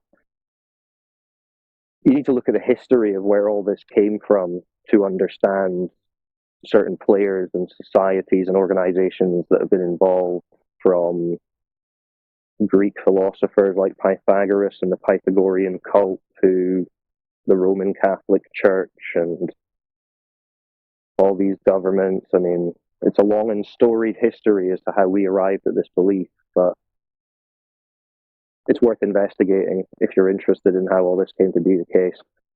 Anyway, I'm going to have to dip off for a bit and do some work, but it was good to talk to you, and I'm sure there's some other people here that will pick up on your questions. Yeah, we're here 24/7, so check out YouTube channel and all that, and then you can come back. But yeah, speak to these guys. I'll listen in for a bit. The reason I mentioned calculus is because someone in here mentioned optics, that it doesn't work because of the optics, right? And optics is actually a field that was pushed forward by Isaac Newton quite a bit. Okay, that's why I mentioned it. And in order to be able to understand optics, you have to know calculus. That's why I asked you guys if any of you guys know calculus, because you guys are So if making it helped claims you understand about optics. So if it helped you understand optics You better, can't read these papers. Dude, You hello. can't read these papers. I think you stopped. You don't have the skills to know. You don't have the skills.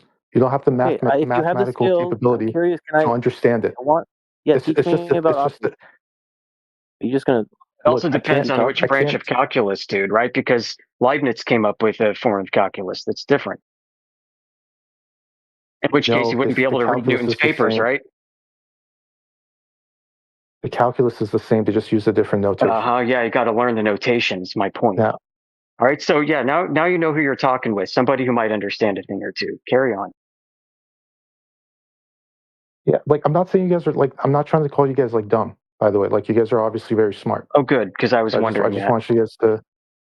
Yeah. So the like my point is just that when it comes to like it could just be really good to like kind of go into these things, but when it comes to optics, you guys are making claims about optics that kind of means that the whole idea that there's different time zones and the sun sets, but the sun is still up in half the world despite its setting. Like I don't think it makes sense when it comes to the flat Earth model that the sun sets, but I it's need to still stop up you right here. halfway across the world. You're the one making claims about optics, number one. Number two, you're the one making a claim, a straw man, about a flat Earth model that nobody here has brought up. Number three, I already addressed this question with a response, which you avoided, decided to go into, do you guys know calculus? So I'm a little frustrated because I feel like my time has been wasted.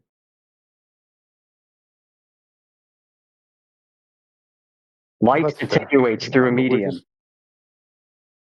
Are you aware that if you were to look at the magnitude of the sun when it's directly above the horizon and compare that to the magnitude of the sun when it's directly overhead, it's 27,000 times brighter.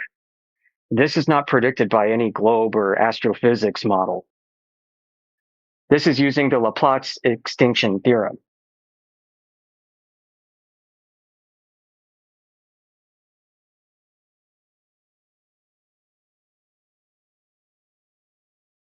What's really interesting is stars don't exhibit the same behavior.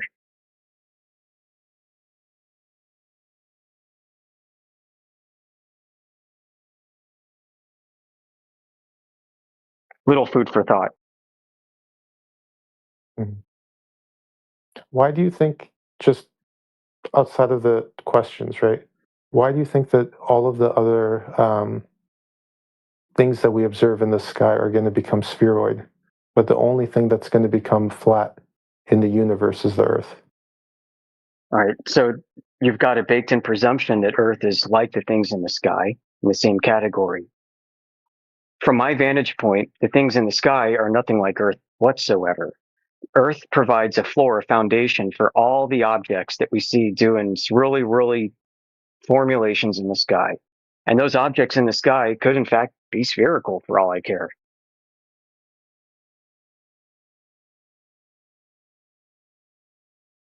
Yeah, so when like Galileo kind of, found, for example, because do you guys say that an orbit doesn't happen, right? Around It does. the It's Earth a way going to around track the sun, right?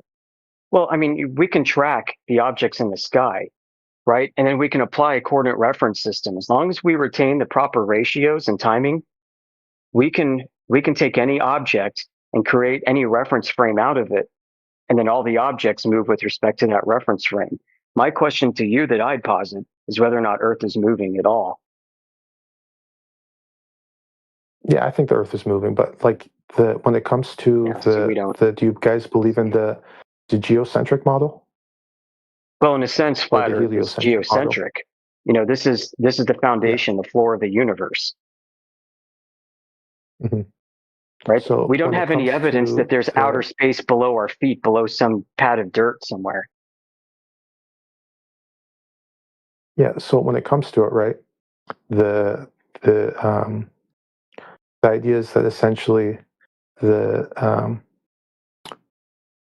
Earth is stationary, right? But the thing is that everything orbits around the Earth, right? That's the idea in the geocentric model. Is right. that The Earth is a globe is principle. Yeah, we don't think that. Yeah. So okay, whatever. The flat Earth, right? That the flat Earth, right, is has orbits. You have the sun, you have the moon, you have the all the other celestial, like the planets, right? They're orbiting the Earth in the geocentric. They're making circuits is probably a better word for it. Like you can dig into Egyptian and Sumerian cosmology. They were great at tracking cycles over long periods of time of all the celestial objects that they could see. If you call it a circuit instead of calling it an orbit, like how does it change it? Well, I think it's a bit clearer because when people think of orbit, they immediately think of a ball with an object like a satellite going around and around and around and around it.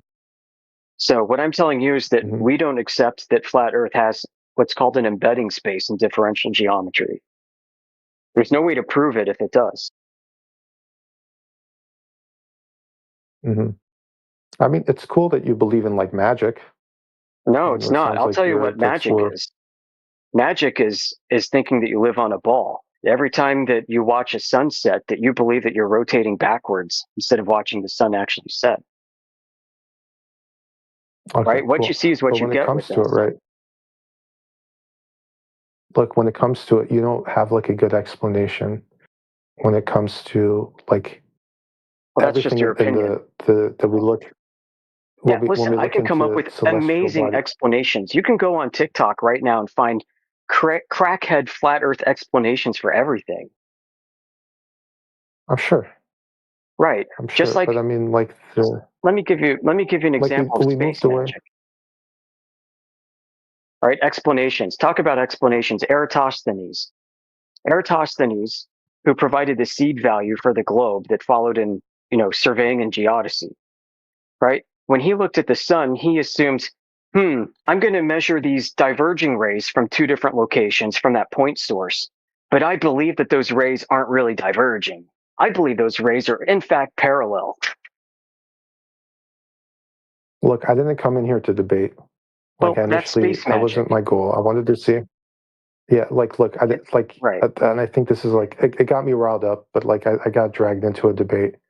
I got asked some questions and I wanted to answer them honestly. Okay, because I was asking questions in here. I wanted to see where people that are flat earthers were coming from. Well, we're not in a game of providing the best explanation. We're in a game of providing the best data that we can support with verifiable evidence and using logic and reason. That's a like here. Let me ask. Is it okay if I ask you like more questions, but like just more about how you're processing it? Yeah, if it's okay that I may occasionally butt in to correct a misperception, some kind of presumption or fallacy. Absolutely. Okay. Yeah, like 100%. Like when it comes to your confidence in the flat Earth, like how confident would you say you are? I'm 100% confident that Earth is not the globe we've been taught. Now, what flat Earth means, it could mean different things conceptually to different people. But I am here to tell you I have 100% confidence that Earth is not a spinning globe in outer space. It's not a globe at all. Okay. So the globe model, you're 0% confident on. Correct. Yeah. When it like what do you think is did you always believe that it was 0% when it comes to your confidence in the globe theory, or did you believe in it at one point and then you lost like belief in it? I started looking into this question about 5 years ago when I first heard about flat Earth, and I thought it was the dumbest thing I'd ever heard in my life. Boy, was I wrong. I mean, yeah. One of the first places I went to settle this was looking at surveying, the history of surveying and geodesy. Because if anybody is claiming to measure the Earth's surface, it's going to be the surveyors who claim to have been doing it for hundreds of years. That's where I started looking. And I took the radius challenge because I kept hearing from flat earthers that the radius value has never been confirmed or validated by any means. It was always assumed to exist, and all measurements have subsequently been taken place to conform to a radius assumption. And it turns out that that's absolutely 100% factually correct. Nobody's actually measured the curvature of the Earth. It's been assumed. Mm-hmm. And that is a starting point that I think is entirely valid.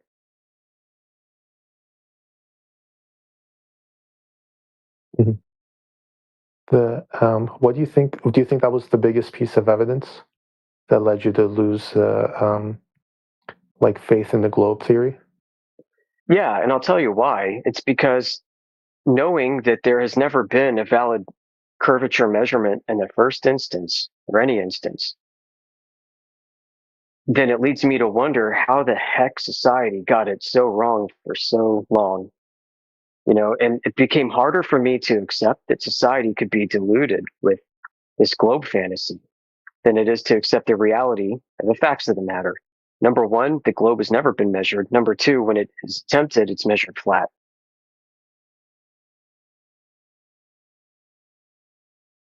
Mm-hmm.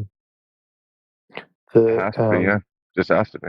When it comes, like, when it comes to the people that are like around you in your life, like, are most of them like globers? Oh are yeah, most of them like flat earthers? Of course they are. And you know what? I don't bring it up with them unless they want to bring it up with me, plain and simple. You know, and I know full well that people who are flat earthers are considered to be stupid or crazy or conspiracy theorists. And I'm here to tell you the 24/7 flat earth crew, we're not like that. We aren't here for the conspiracy theory. We're not here to make fantastic speculations about other worlds beyond the ice wall, or if there even is an ice wall. So, I mean, I know full well that flat earth has a stigma, a huge social stigma, and there's a huge social cost to anyone who pursues this interest and does so faithfully. Well, listen, I'll just chime in. I disagree. It hasn't affected my social life one bit, except that the people around, a couple have switched, I guess, over, and the other ones just know not to bring it up because I'll destroy them. And we have Yeah, fun. like I work in an office where half of them are flat earthers. I mean, but in like my immediate life and immediate surroundings, I mean, I know where I am, and I know that this can be a third rail topic, and it can cause disaster in the proper settings.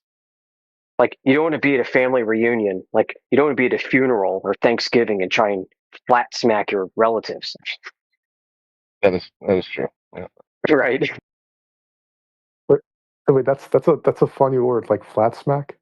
Is that part of like the lingo and the crew here? Yeah, because some if people you like bring up the discussion that you're flat smacking someone, kind of thing. Yeah, it kind of became popular because during and after the lockdown economy that happened, people associated with our community were going out in public and setting up information kiosks and bullhorning the public and flat smacking everybody. Mm-hmm. Some activism. That's are most flat earthers like from the U.S. or is it like people from outside that like kind of come here? I'm surprised to say that there are a lot of international flat earthers. There's a huge contingent of Australians. Mm-hmm. Like politically, like do flat earthers lean mostly like right wing, left wing, center, or like apolitical? Apolitical, totally. Like non-voters kind of thing. Yeah, apathetic. Like just distrust everyone. Not really distrust. Okay. It's no reason to trust. Yeah, because they both believe in like everyone, all the sides believe in like the globe theory, right? So I mean, then they're all part of it. Yeah, I mean, being a part of it is being a part of just the social milieu. You know, everybody believes in the globe because everybody believes in the globe. There's no reason to doubt it because everybody believes in it. Is it like difficult to like kind of like communicate about it or get along with like loved ones who are like Globers? It depends. I mean, you know, we've all got family members that may disagree with us on a political or moral topic. You know, pick up abortion instead of the flat Earth topic, right? And you're going to run into people who are impassionate about it. Yeah. You know, you can really ruffle people's feathers. It really depends. And this topic, if you were to stick around and just watch and listen to our interactions with random people who come by our spaces, whether here or the home server or other servers that we occupy, you're going to see an interesting psychology. Mm-hmm. Yeah, like that's what I'm like kind of fascinated with here, you know, like and kind of listening in as well with the and like my guess is, and you guys could tell me if this is right or wrong, is that a lot of the people that are going to come in here, they're going to come in here and trying to like kind of snicker and laugh at some flat earthers, right? Who like are going to be like so stupid and they're going to be crazy, but then they're going to come in here and they're going to get a little flat smacked, right? Because they really haven't, like for most people when it comes to physics or astronomy, like they really have like a middle school kind of level of just repeating after and kind of taking it on authority. They haven't really taken like high level courses. Like I've barely taken any, like I've only taken like one or two, you know.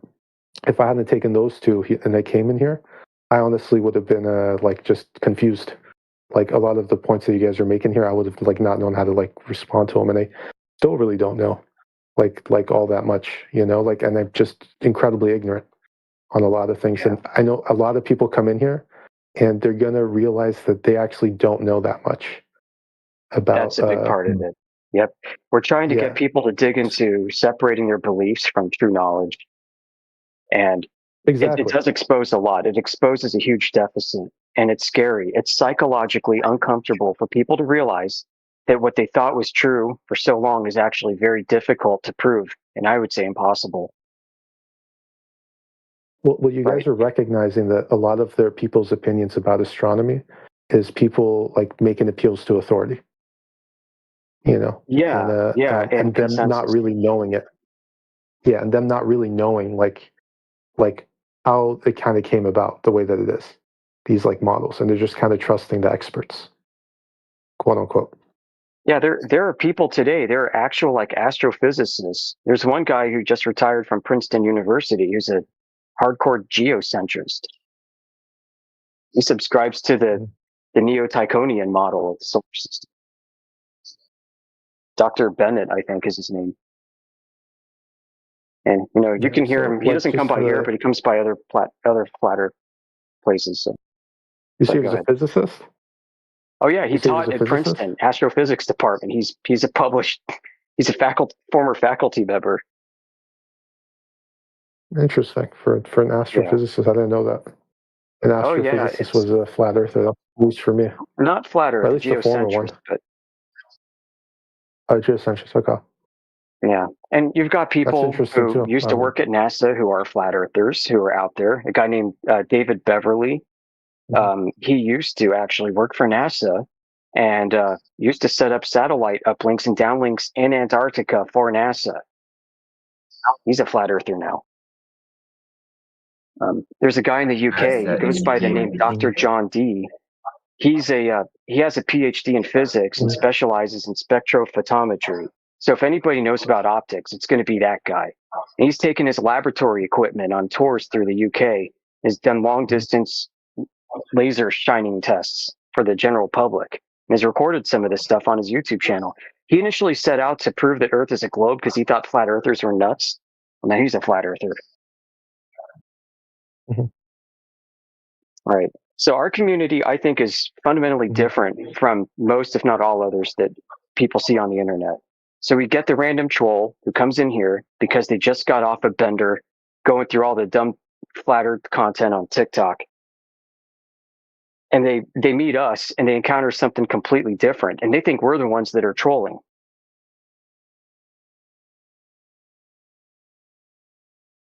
Yeah, I mean, a lot of people assume like flat earthers are trolling. I mean, I don't think anyone I've talked to today has been trolling. Yeah, thank you. I think you guys like this is your like the real beliefs that you guys hold. Like, I mean, like clearly, you know, even Yeah, if I it's more than a like belief. disagree with you about the idea, yeah, it's like your. I don't say belief like dismissively, you know, like it's your this is like Conviction in the measurements. Yeah. Like this is the conviction you guys have. When it comes to it, the like, do you think that it's made your life like holding this belief? Has it made your life like better because now you know the truth? You know, despite the social cost of it. I would say it's been satisfying intellectually, and to an extent, you know, metaphysically, because I do have a faith life, and my faith life is apart from this completely. But it's been satisfying in many ways. But yeah, I mean, it also brings difficulties of its own. Flat earthers are socially ostracized. Like if I walk into a bar and declare myself a flat earther, like people would want to fight me, or it's ridiculous. Like, is your interest in like because there's a lot of passion about this topic from like the people that are in here, and it's not just like a curiosity or just like this is kind of neat, you know, or this is like you know like a fact I've discovered. It seems like there's an ethical component to it too, where it is like something you kind of believe that there's a right and wrong kind of I'm glad you happening. brought that up. I'm so glad you brought that up. There is absolutely an ethical component to this. No, I think there is an ethical duty for us and for all people sitting at this table to be as rigorous and as academically honest as possible. And if something isn't true, then to call it out. If people cannot prove that Earth is a globe, then they need to be honest about that. We find that there's an unsettling amount of dishonesty from people who defend the globe who come in here. They lie about every little thing, and then they have the gall to ask us, why would people lie? Mm-hmm. We've been recording conversations 24/7 for 10 years on YouTube. Mm-hmm. So there's when it comes to the overwhelming most common content. lie that you hear. Huh? Oh, sorry, I'm interrupting. Like when it comes to the most common lie you hear from the Globers, right? As far as their justification that you find unsatisfying, what do you think it is that they come in here with? You know, that they themselves may know it's a lie. Maybe I don't know if they recognize it or not. Yeah, an example might be this, and you know we can get to the why later, I guess. But you know we may ask somebody, hey, have you ever seen curvature before? You know, and sometimes they'll say yes. Say, oh, great. So where were you when you saw curvature? And then they'll make up a fucking story. Dead serious. Mm-hmm. Yeah, happens every day. Have you? Yeah. Is it people like pilots, or is it people like that are just like? According to them, according to them, they're all flying at 50,000 feet. Every teenage kid who walks in the room says they saw curvature at 50,000 feet because they're Air Force pilots. Yeah, they're all lying. Yeah, we've talked to actual pilots who lie through their teeth too, and some of us are pilots. Well, we have then we get honest pilots come through as well, like commercial pilots, and he's like, yeah, you do not see the curve from a plane. He's like, I've never seen it. I don't know why anyone would suggest such a thing. He's like, yeah, I believe it's a globe, but from a plane, you don't see any curvature, right? And this was, a very, very legitimate guy that we had come through here. Quite often, pilots will tell you that in interviews. You don't see it from that height, and that checks out mathematically that you wouldn't.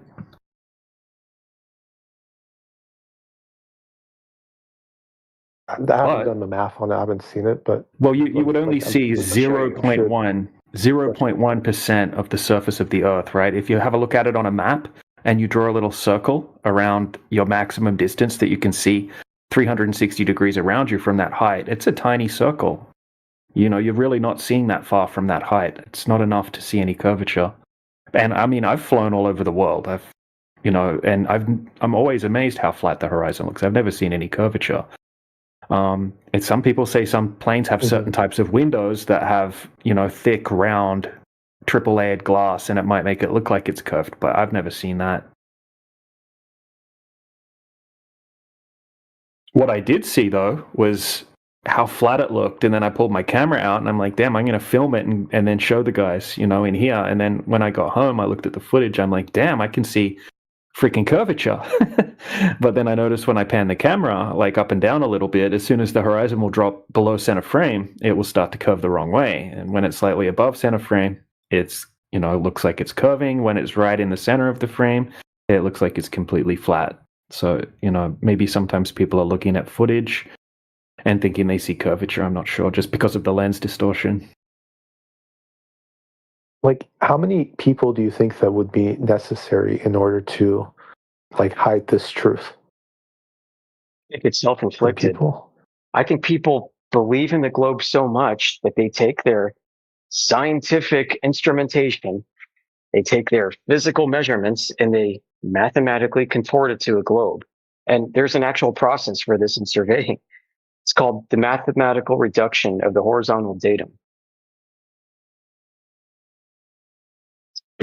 What they do is they conjure a mathematical ball, so a wireframe mesh of a certain dimension, and then they take their surveyed measurements, which are flat, and then they wrap it to the outside surface of that mathematical ball.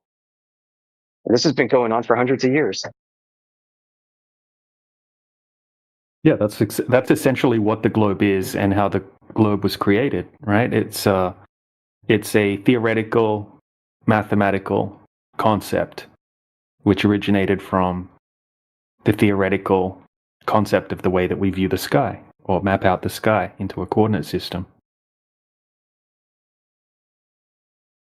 That's what the globe is. It doesn't exist in reality. It exists basically as a model.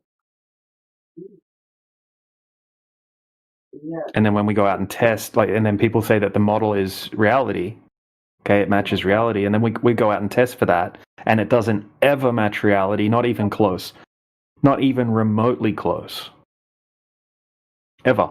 And there's not one observation that I've seen. I've been looking into this for 8 years, spoken to physicists, spoken to, aerospace engineers, all kinds of people, and not one person ever has been able to present one observation, one empirical, observation over distance that matches up with the globe, taking into account the necessities that would have to be taken into account, right? So, yeah, it's crazy. The more you look into it, the less the globe will make sense. The more you look into it, the more wacky the globe concept becomes. Yeah, but it seems like Nicola's most interested in what is, these guys who believe in the globe, even after they go out and they test it and see that it's not there. What's holding them to this belief without evidence? That's what it seems like. That's what Nicola's he's. Yeah, it's I don't know, man, a deeply ingrained belief system, isn't it? And there's a lot of mocking and ridicule and as propaganda behind the flat earth topic as well, and a lot of misinformation out there. So maybe they don't really have what they would consider a valid alternative option, because they haven't really looked at the true information regarding flat earth and actually dug into the long distance observations and laser tests and all the infrared photography, all this kind of thing. But yeah, I don't know. Sometimes it's ego-based. They'll get into some heated debates with a flat earther, and that'll sort of, they don't ever want to back down because their ego is running the show.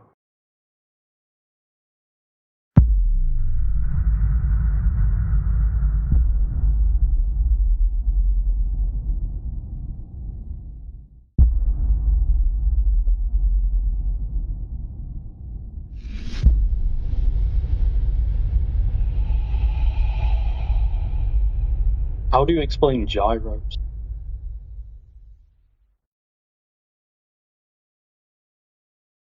It's spinning in a circle. Yeah, I mean, why? Because they're like a motor. Yeah, I understand the motion. I'm saying why do they precess? Friction.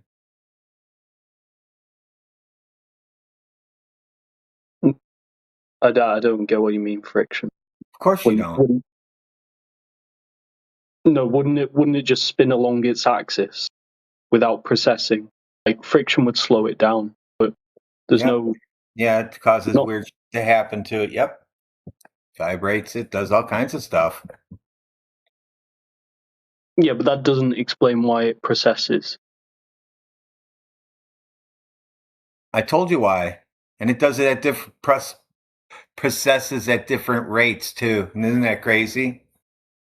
But that supports, especially if you don't calibrate them. That supports a globe. That they at different rates. Yeah. No, depending on how high you go, shouldn't matter. Should always be that rate. And you said it supports. It supports. Hold on. You said it supports a globe. You're going to have to produce the evidence of how you made the logical leap from seeing something move around to showing the geometry of the Earth. Go ahead. How did you do that? Show me the magic trick. Yeah, because the equation for the precession of a spinning gyro relies on a sine function, which comports with a spherical geometry. Because then the rate of angular precession, right? If it doesn't conform to sine, you'd assume it's flat because it would just precess by the same amount at all given radiuses from the center. Yeah. How'd you get the equation, sir? Well, it's available in textbooks online. Yeah. How did I know where you get it from? How did somebody get the method to figure out that equation functions within the concept of the idea of the Earth as a giant sphere? Like, where was the correlation to that? It's what's observed. So no, it's not. You don't know. Hold on a second. You don't observe a sphere. Okay, so how did somebody equate that formula to that it's a giant sphere? How did somebody do that? You know? No. So you observe. Huh? You observe something happen. Yeah, we've already covered that. How do you know it leads you to believe that you're on a giant ball? That's the conclusion. No, it's not. It's a presumed cause. No. So yeah, you think it's a giant ball. You think it's a giant ball spinning. You didn't see that in the observation of the thing actually doing what it's doing. Yeah, it's the conclusion of the observation. Yeah, no, it's not. You're not observing a giant sphere at any time. So that's my question, you just said it does. You said it concludes that. What do you mean it doesn't conclude that? All right, so if your formula shows in some manner that it points to a globe, I want to know where does it do that? How did you come up with that? Did you just make it up? Did somebody just make it up? You could just do it from the observed precession at different latitudes. Yeah, that's great. But how do you know the latitude, which is referencing a spherical coordinate system, is actually showing that the Earth is a globe? Did you forget that? When you say latitude, what are you referring to? Well, a spherical coordinate system, of course. But how did you get that? Everything leads to another. So you're going to have to peel the onion layer of all the claims that you're stacking down to the very root of how you know the Earth is what you think it is, so that your observation of that thing that you're doing, your precession, is what the formula says that it is of a giant sphere spinning around. So you need to go all the way back to what everything references, like latitude, the spherical coordinate system, and try to figure out how you got to a ball in the first place. So that's what we're asking.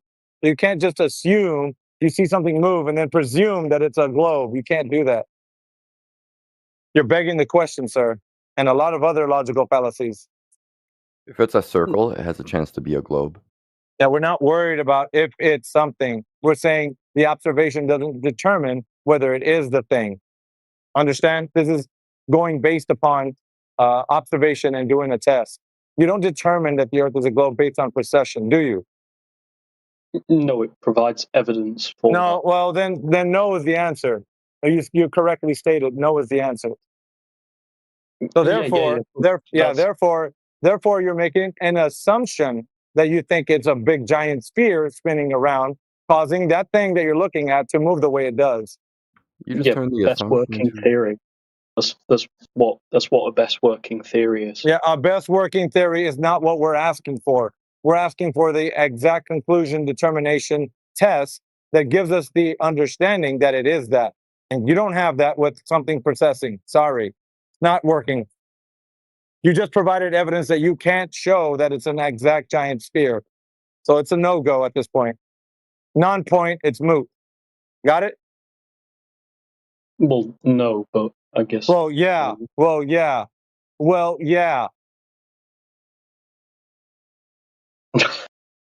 Yeah, you got nothing left but a jaw that's wide open right now. I mean, Any more? Who cares? Who really cares about like whether I'm pulling like a soy face at the moment or not? You are, like, dude. You can't even talk. Yep. Who? Yeah, you're stuttering, dude. That's just evidence that you ran out of shit to say. Your little shtick doesn't work in here, bro. None of it. None of you guys that come in here claiming shit and can't prove it. None of it's gonna work. I don't have to prove that gyroscopes. Well, then have a seat. Then have a seat. Have a seat and let somebody else try to prove it, huh? How about that? Just have a seat. Listen to somebody else try to prove it. Meanwhile, you eat your Cheerios or whatever it is in the morning you eat. You have no standard of proof. Yeah, it's actually There's no standard of acceptance. Yeah, well, standard of acceptance.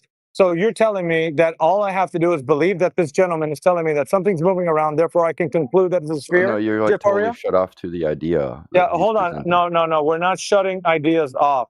What we're shutting off is people making false conclusions like he was making. Do you think it's... You haven't explained how it's I'm not false. talking to you anymore. Incorrect, Put your stuff on me, Cosmic. Put your stuff on me. Let me talk to Jaforia. So Jaforia, do you think it's correct for me to just go ahead and conclude that the Earth is a sphere based on precession? Yes or no? No, you can just totally disregard everybody's information that they. No, I want you to tell me. I want you to tell me right now that can I conclude that the Earth is a giant sphere based on precession? Yes or no? You're entitled to your own opinion. That's fine. Well, You can do answer the question, sir. Answer the question. You're Can I entitled to your own conclude? opinion. Well, I'm asking you. What is your opinion? Do you think I can conclude that the Earth is a giant sphere based on a precession? Yes or no? If your logic can do that, you can. You could. Yes. I'm asking you. You. Don't project things onto me. Okay. Yeah, you. Ask it again. I'm sorry. You worded it. Can you conclude that the Earth is a giant sphere based on precession? Based on observation for myself, but precession. Based on precession. Precession of the equinox takes so much time. No, that's I don't have evidence for that. Thank you. No is there. No, but I do believe in the math of that. I believe it would work over time. I don't care. Oh, you're I don't care. I don't care. You're welcome. You just proved my point. You proved my point, buddy. And so did Cosmic. So thank you. Hey, but there you go. Finally, get the fucking conversation a little bit further than where it normally. No, it's further. It's been further. You just haven't caught up. You're the one that does the catching up. We're the ones that are already way ahead of you guys, like by light years. You guys are just, dude, you're now realizing that. The Earth. I'm up in the stars. Oh yeah, I know that. That's obvious to everybody in here. Anyways, try your best, guys, because it's not going to be good enough. I guarantee it. Well, I get you don't like me, but why are you so belligerent to new people? No. So this is his thing. Your stick isn't going to work, dude. He can take whatever he wants from the conversation, but you saying that doesn't make it true. How about that? Everyone, it's incredibly difficult to reason somebody out of a position that they have totally reasoned themselves into. You have no reason. Listen to this, bro. I'm gonna say it like this. There is no reason for anybody to think that the Earth is a giant sphere based on processing of a pendulum. There's no reason. You didn't give one, neither did Cosmic. So I've debunked both of you guys within a matter of what, like 5 minutes? No, So, there isn't, yeah. because it explains the behavior. It explains the behavior of the gyroscopes.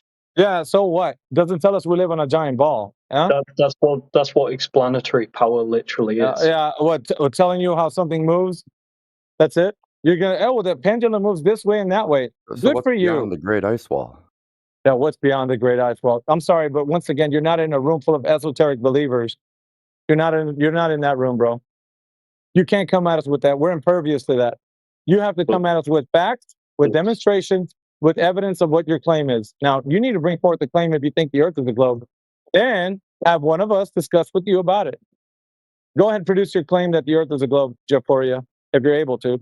No, I have a claim that you've reasoned yourself into the world is not a globe so whatever, dude. badly that you are unwilling to accept any information that It's points not toward about that. it's not about that. It's not about unwilling to accept it, but it's about you I'm right. actually being able to produce information that we can test and validate. you're saying I'm right. Can you do that? You agree with me. Information. Hey, dude, telling stories is not information. That's just telling stories.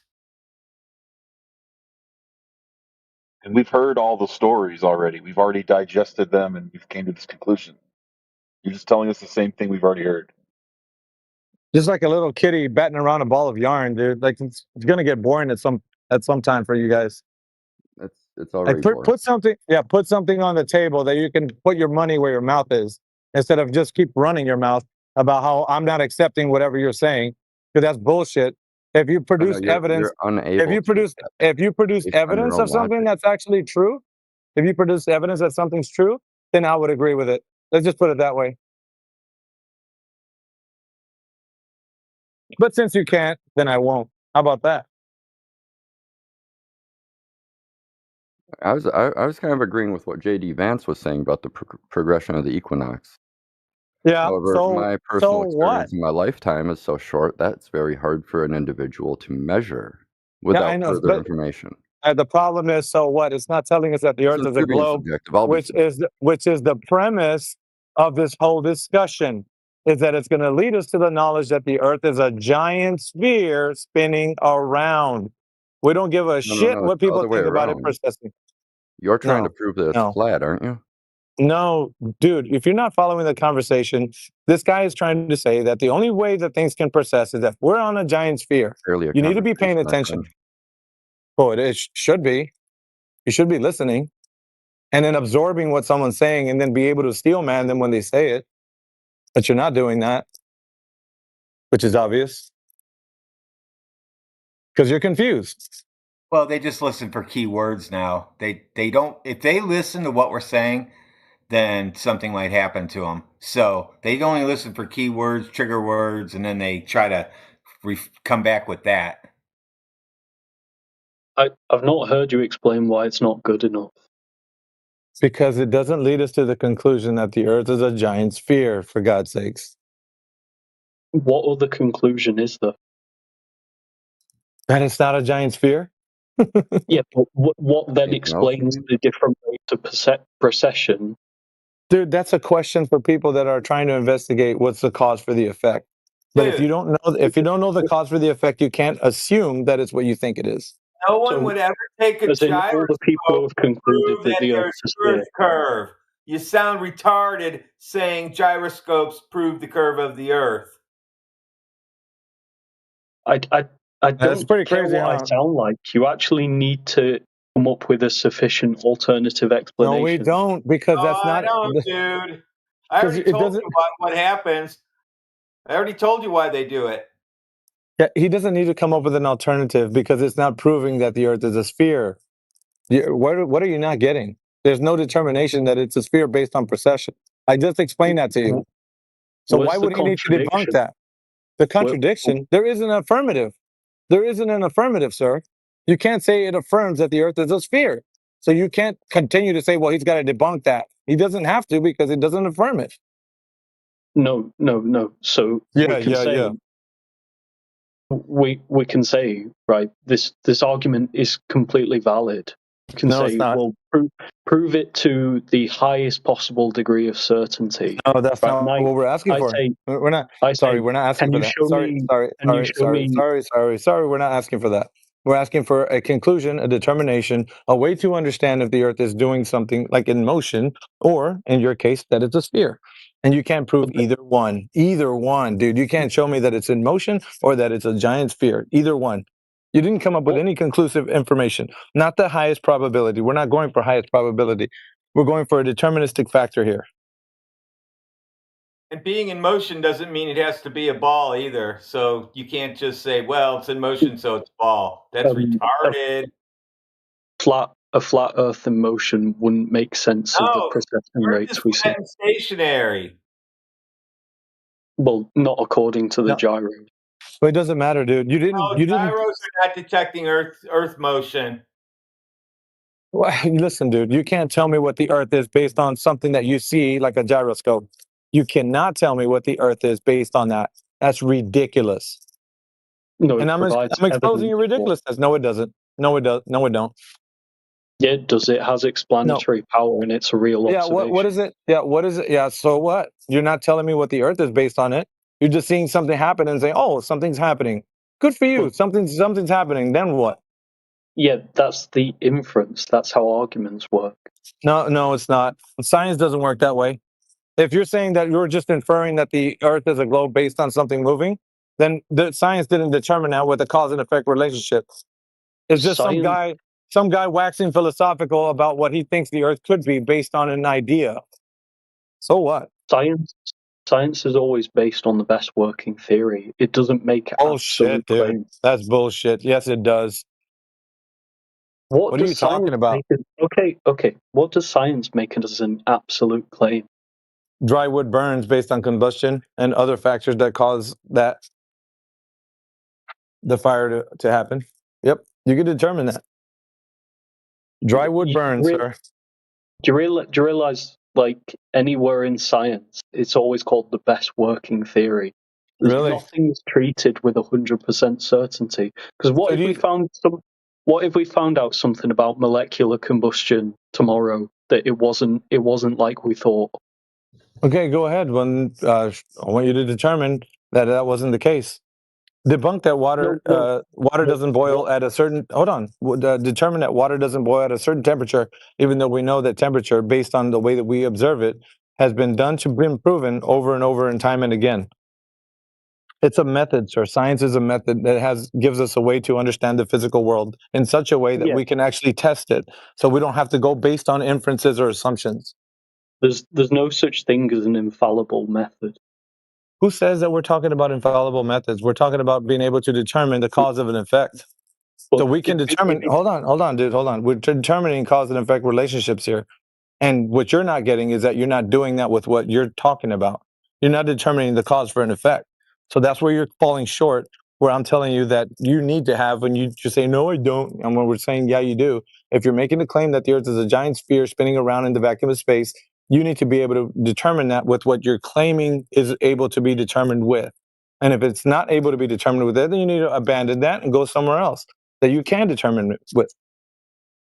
If a method is fallible, it has to be treated with a degree of uncertainty. And we're not talking about that, though, dude. We're only talking about people that can determine cause and effect relationships, which you have not. You're avoiding the fact that you can't do it by going through this, little sophist roadmap or whatever. The cause is the explanation for the effect. No, it's not. No, it's not. You didn't determine that, sir. No, because then. Yeah, you could laugh, but you didn't determine that. Did you determine that that's the cause for the effects? Okay. What? Did you determine? No, don't escape me. Did you determine that was a cause for the effect? That the Earth spinning around is a cause for that pendulum to be precessing? Yeah, because that's the conclusion.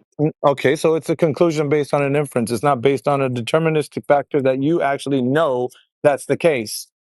How do you know that's the case, that the Earth is what's causing that to precess? Because that's the best explanation. Best explanation. Here we go again. Best explanation. I say friction. My explanation is better than yours. Did you isolate that cause and determine that it was that, sir? What if it's something else? I'd say it's the magnets they use to control it. Yep. It could be anything else. Somebody can come up with an idea of what it could be other than what you just said. and debunk your claim. So it wasn't determined that that's the cause for the effect, was it? Yeah, but you have to substantiate that idea with how that works. Yeah, but you didn't do it in your case. You're just using an inference. You didn't substantiate it. You just said that's just what it is. No, it's easy to substantiate. Yes. No, it isn't. How did you substantiate the fact that the Earth is spinning around, sir? Not with a magnetic pendulum, that's for sure. Right. Probably what's happening. That's why. Yeah. How did you isolate that that's the cause for the effect? I want to hear this. Because it's consistent with all our other observations. No. Don't keep telling me it's consistent. I want to know how you determine that that's the case. Yeah, that's how I've determined personally that that's How the did case. you determine? How did you determine? Consistent with all our other observations. Well, consistent from what? What other observations? What are you talking about? What other observations? Yeah, motions in the sky. Okay, so stop right there. Stop right there. Stop. Day and night cycles are giving you the indication that the Earth is spinning on its axis, giving you the reason to believe that it could be the Earth spinning, and that's what's causing the pendulum to precess. Isn't that correct? Yeah. Okay. So the stars are moving around in the sky, the sun and the moon, or whatever you want to look up and say that is going on. How did you determine that the sky isn't moving and the Earth is? How did you do that? It's not the sky moving around a stationary Earth. That's what you said. I want to know how you determined that. How did you determine that? Yeah, because it doesn't line up with any theory that makes sense. Whoa. It doesn't line up with theory? That's not a deterministic factor, sir. It's just your idea of what doesn't make you feel good. Theory is by nature deterministic. It's not stochastic. No. You saying so is not deterministic. It has to be something that's observed. So it's not an observation that no, it's not. You didn't determine the fact that the stars are moving around or the sun is based on something that you say is the Earth moving. You didn't determine that. You said it's the best explanation, according to you. So you're looking at what the alternative hypothesis was. No, we're not talking about alternative. We're not talking about alternatives. We're looking for the affirmative of how you came up with the stars and the sun and moon are moving based on the Earth's rotation. That's what we're looking at. How did you determine that? We're not looking for alternate theories. Yeah, you can look at the relative motions of lots of bodies, and then so we're going to something else. So first of all, we're trying to determine how the Earth's spinning. You went to stars, sun, and moon. Now you're going to determine that the stars, sun, and moon are actually the Earth spinning by going somewhere else again. We're going down a rabbit hole, sir. We're never getting to the conclusive evidence that the Earth is determined to be spinning around. You're looking at other things instead of looking at the Earth, which is what you should have been with your observation of the Earth actually determining that it is in motion by observing it doing what you think it's doing. You're not doing that right now. You're going to other things. You went from stars, sun, and moon to something else that you're trying to make a conclusive information about, and you can't even do that. You're not doing that right now. I'm just taking you round and round and showing how you're illogical. It's not even logic. At some point, you're going to run out of steam and you're going to give up. You're going to throw your hands up and say, well, you see, I can't prove it to you. Of course you can, because you can't even prove it to yourself. You haven't given me a standard of proof. The standard is you have to observe this in nature somewhere. And if you observe the Earth spinning in nature, then yes, you can make that claim at least from the observational standpoint. And then you can possibly test for it to validate if it's the cause or the effect or not. You haven't done that. So I'm showing the audience how you're just using an inference and your best idea in a subjective opinion. That's all you're doing. You're in no way determining that that's the Earth in motion. In no way. That's all you got to say? Have a seat, sir. You can look at videos from orbit. Have a seat, Cosmic. You can't get to orbit until you tell us how you prove the Earth is a ball and spinning. Yeah. And you can't do it with precession, obviously, because I just took you through the rigmarole of showing how you can't even do that. Oh, well. So now abandon ship, or else, this barrage will not stop, dude. It will continue until I pummel you into oblivion of your incoherent nonsense. Okay. You can make your bed if you want, but you're going to have to lie in it, sir.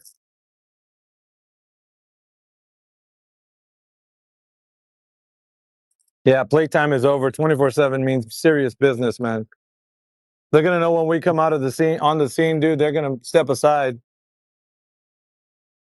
Except you've entered no serious academic scene whatsoever. Sure, we will though, and we'll prove it to the world. So what do we? That's what we aim to do.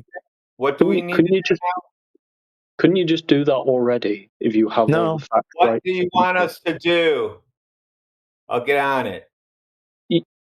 You guys, there's well, however many people, literally just submit a paper with all the proof. To who? Put it online. Give me the It's address. free. It's the address. Post the address in here of where I'm sending it. no online isn't there's no specific address for on the internet. I'm just saying if you publish a paper with all your proof. So you would need what kind of proof now? Which one are you looking for? You're proving that the Earth is flat and stationary, aren't you? It's measured that way, yeah. Right. So then you NASA just says that. I'm just going to use NASA's documents. right. Okay. You don't think NASA will be like, hey, this is why we put this in this paper. Here's the context. Just Nope. They say it's flat and stationary. That's the only way you're going to build or fly an airplane.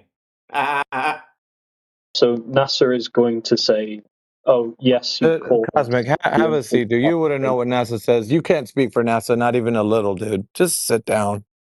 You're an embarrassment. Have a seat, bro. Were you talking to me or him? Yeah, but just have a seat because you're just embarrassing You yourself. don't even know that what NASA says. You think that I'm wrong, and that's funny shit. You think they don't contradict themselves. Yeah, and he wants to speak on the behest of NASA. What a joke. Just have a seat and try to recognize how you're processing in your chair. Right. Okay. Can't even get his way out of this argument. So do you think the guys that keep coming in here and getting beat up by us, do you think that in real life they actually like that too? Yeah, they're probably misogynistic for sure. Whipping boys for the narrative. That's all these guys are. You have such ridiculously high opinions of yourself. Well, it's not just that. We have evidence or receipts. Like this conversation we just had, that's evidence that we can do what we do and we're good at it. We're fucking damn good at it. Yeah, we're really good at it. We have high opinions of ourselves. Isn't that awesome? And you have a low self-esteem. No, I just consider like I'm a flawed human like anyone else who just tries to understand the world the best they can. Nobody's talking about fallibility here. We're talking about confidence in what we're saying. And that's what we're saying is we got that on lock. So nothing to be worried about there. We got rid of a bunch of flaws, so we're a little bit better than you now. Bro, you should hear yourself. Yeah, it's good. We are. We have a stream that we can record our voices and then play it back whenever we want. Although we don't need to because we lived it, but you probably need to listen back to it to see how badly you got destroyed. And be like, damn, man, they kicked my ass. Go back and listen to Anon from this morning for the past 4 hours. You'll laugh your ass off. That might be the clip of the year. They kicked my ass. Holy smokes.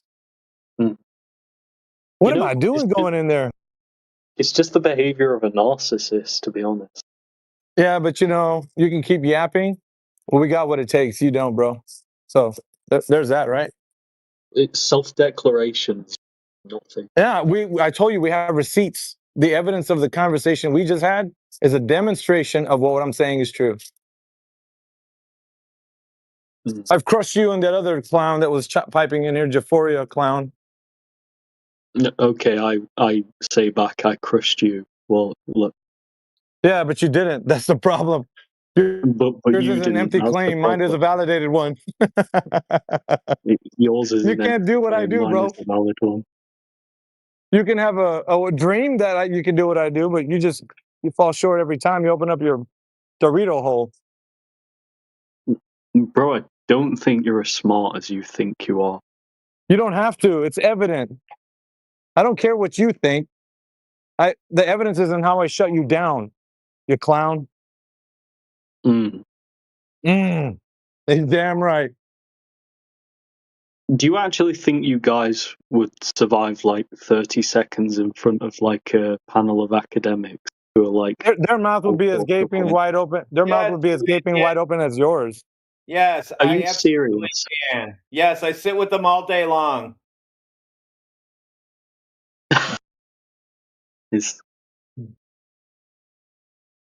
You're gonna have nothing left, dude, when you leave this place except for your shame. And maybe a pillow you can cry into. Yep, total shame. Gonna have to cry into my pillow. Lay down face down into your pillow. You know what I mean. Yeah, just gonna be crying all night over this. You're doing it now. Everybody's listening to you do it now. This But and you- other things. But you guys are mean, and you think you're gonna be accepted. No one's gonna accept you. Like, shut up, dude. Let us do what we do while you listen You've had there, eat, over 100 years. popcorn and cry on your pillows. Like, you've had over 100 years and you've done nothing. Literally. Well over 100 years and nothing. Yeah, dude, keep cheerleading for the narrative. You like that hunchback guy that comes out on 300 that sides with the Persians. That's like you right now. Yeah. Because it's a very, very dry environment. Like you have really, really good visibility. Sometimes when you've got a lot of temperature fluctuation, like in Southeast Asia, for example, around the equator, you have a lot of distortion, heat distortion, and things like that when you're looking vast distances through the air.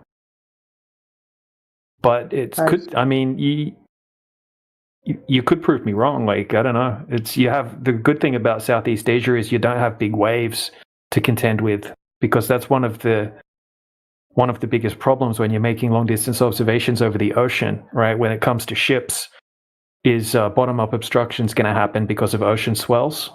Whereas in Southeast Asia, quite often you have like zero ocean swells, don't you? Yeah. Also, I'm also curious. A lot of these jobs in like the space industry, right? Like a lot of them are like they're only for like citizens of that country. Like, why does the government? Why do the governments do that? Like, and how does it relate to like this flat Earth stuff? Do you guys know? Like, how come SpaceX only takes people with green cards?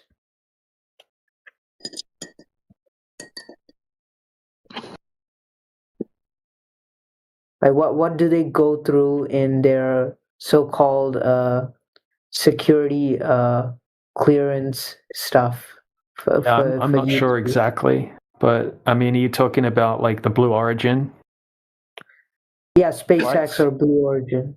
Well, Blue Origin, I mean, they're only sort of sending people up on like a kind of like a parabolic flight type of situation.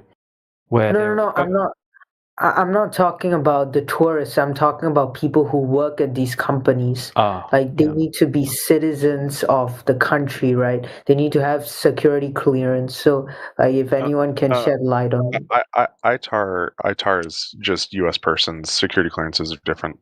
Yeah, exactly. I've heard of ITAR. ITAR applies to if you want to start a space company as well, not just work at one of these companies. Like if you want to do anything weapons related, you have to follow the ITAR, and they only allow like certain countries. I've done my research on that, but why do they have ITAR? Is it just to like restrict the import and export of like weapons or like nuke stuff? No. I mean, it's like guidance systems and propulsion systems. Stuff that could be used. Oh, I mean, Yoder, it's fine. But no. It's trade. It's basically just protecting certain technologies from being exported or conveyed to other countries. but that's all on class. I see. And have you been to like the SpaceX launch site? Oh yeah. I had stuff go up on STP-2, which was a Falcon Heavy launch in 2019, and then I had stuff go up on a Falcon Heavy in May 2023 with Viasat 3. We were a secondary payload, and then we had a dedicated Falcon 9 right at the end of the year last year, like New Year's Eve-ish.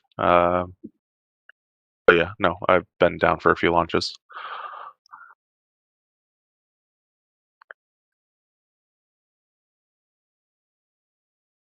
So, okay, so also, guys, if you could tag me, if you could ping me in like in the Flat Earth server, like a bunch of other empirical evidence of Flat Earth on top of what we've discussed so far, that would be great. I think there are channels.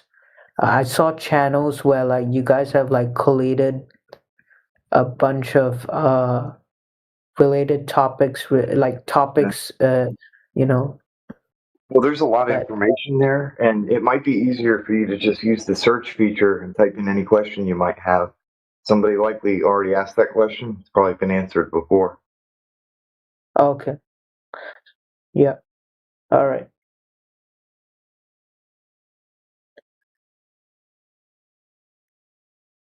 There's a ton of info there. So if we were to try and answer individual things, it'd be easier for you to just ask it the questions you have. Yeah. Yeah. Actually, you guys should put in like a bot, like a Discord bot, like that, like collates like all the messages that have been sent, and like based on that, someone can just ask the Discord bot questions, and then it will give the answer based on what people have said in the chat. I think there are a few that do that.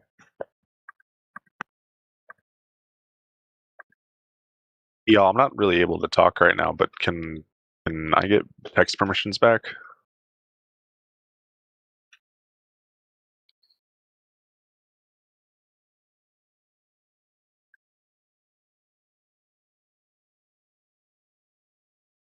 Who said that? Obvious it be muted me. Also, I want to. Yeah, hold on, Cryptic. Well, we can't override another mod's decision, so you'd have to appeal to them, or at least. Yoder just did. I appreciate it. Okay. Yeah, the only way we can overturn another mod's, text mute or whatever is if it's been a while, or they give us permission to do it. Yeah, it's all good. I just didn't understand why it occurred.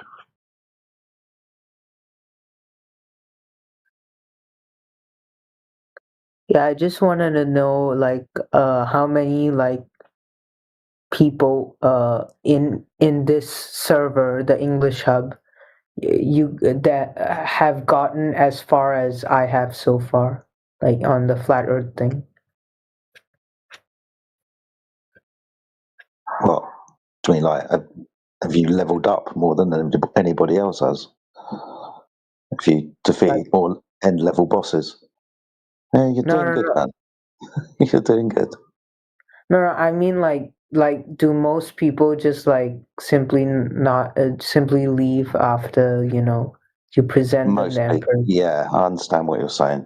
So yeah, for the vast percent of people, this is a subject that they have a lot of cognitive dissonance with. They struggle to understand it. So yeah, they usually fail at one of the first two hurdles. Yeah, obviously you've been around for a little while, you're asking good questions. So the longer you stay around, and you're only doing yourself credit, but that doesn't happen often. So yeah, you got further than most, let's say. Okay.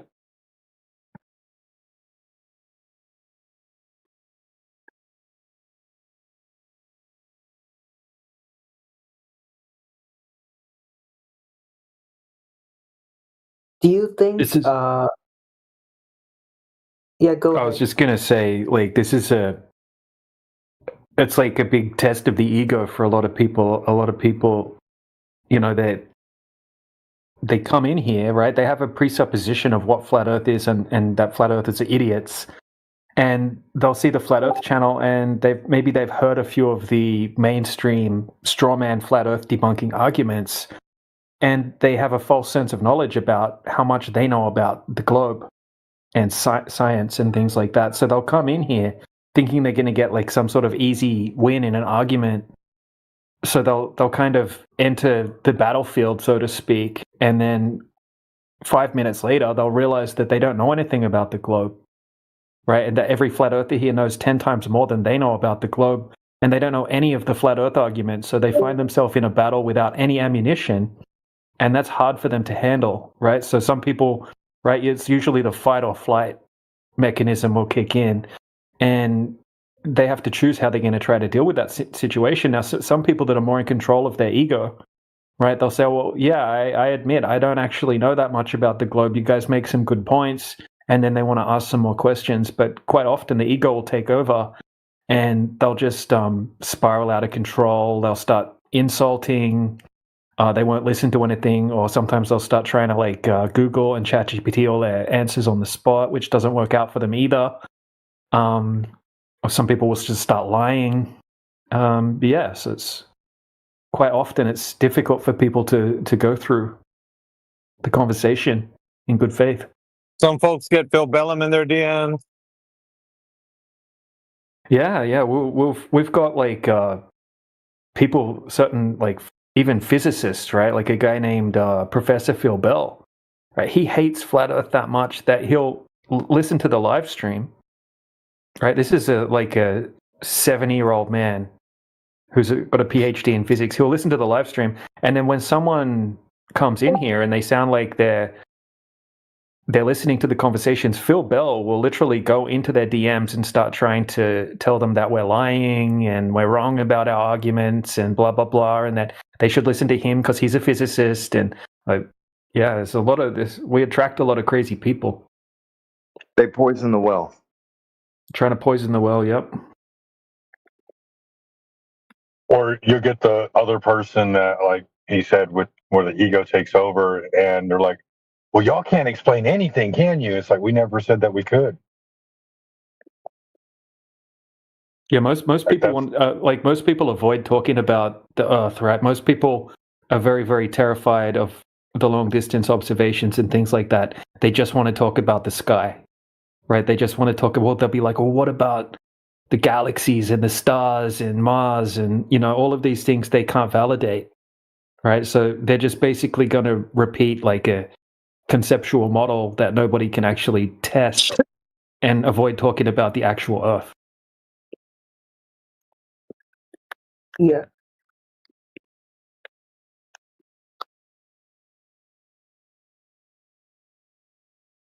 It's kind of like a jiu-jitsu school in a way, like Brazilian jiu-jitsu. Most people quit after their first lesson because you get like a big tough gym guy goes in there and gets smacked around by a 16-year-old that weighs 40 kilos, right? It's like it's a big, it hurts people's egos, right? So most people quit. 90% of people quit after the first jiu-jitsu class and never come back again. It's kind of like that with this conversation. A lot of people aren't able to go through it, right? It's like a natural mechanism of the human brain, I think, to protect deeply ingrained belief systems, right? People have had this worldview since they were young children. It's deeply ingrained through the movies, through the education system. And people have like a natural coping mechanism when they come in here, and their brains will switch off the learning portion of the brain, and they'll start going into cognitive dissonance mode. Yeah. Sorry, Sheepdog, were you trying to say something? Oh yeah, just kind of a little bit off topic, but you mentioned jiu-jitsu, so something like 15% of white belts make it to blue belt, because the rest quit before they get to blue belt.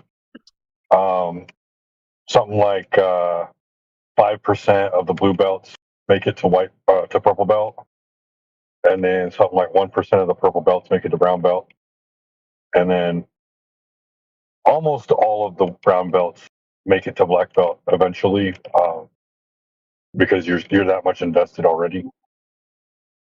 But that just goes to show you like how easily people give up on things when they don't have the ability that they thought they had.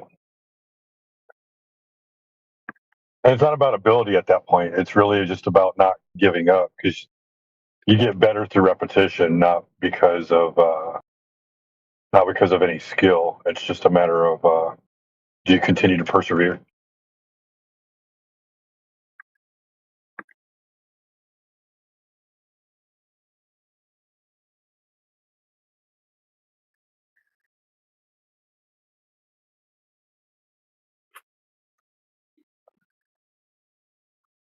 So now I want to move on to the philosophical aspect of this model that you guys have given me, right? So if there's nothing out there, then why do you guys think? How are you guys optimistic about our current situation?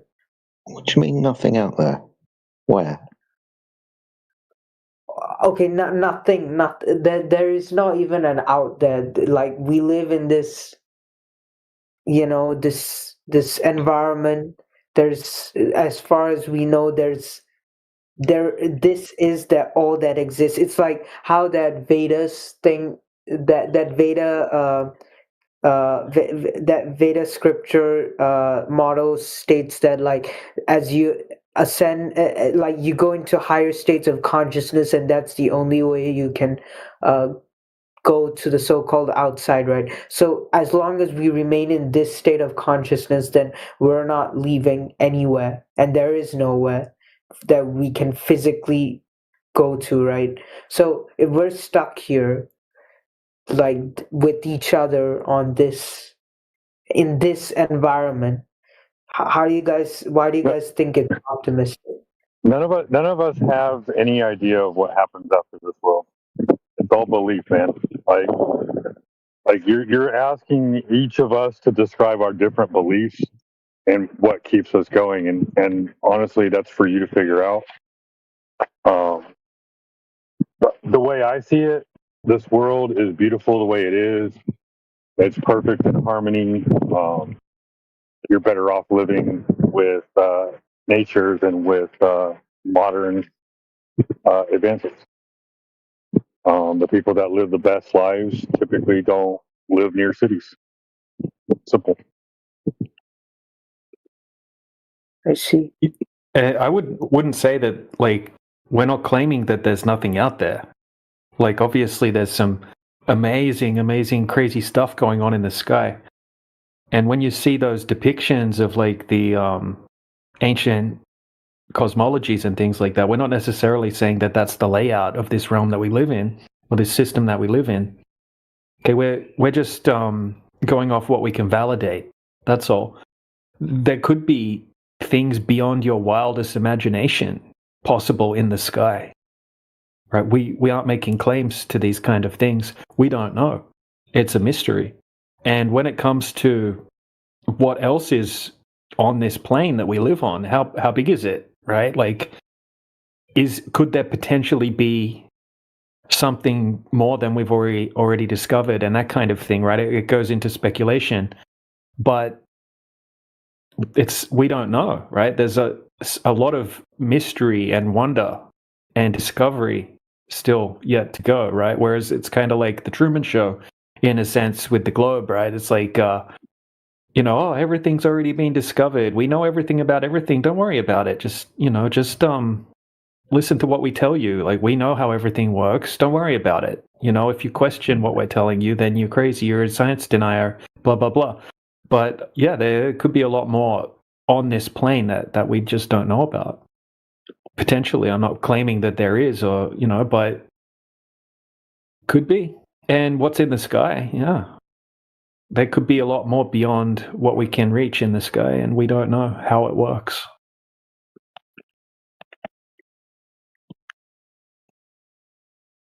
So it's not necessarily saying that it's just this section of the Earth that we're living on, and then a container, and then that's it.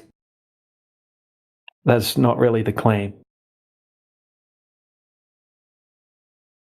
That's just the section that we can do tests in and that kind of thing. Yeah.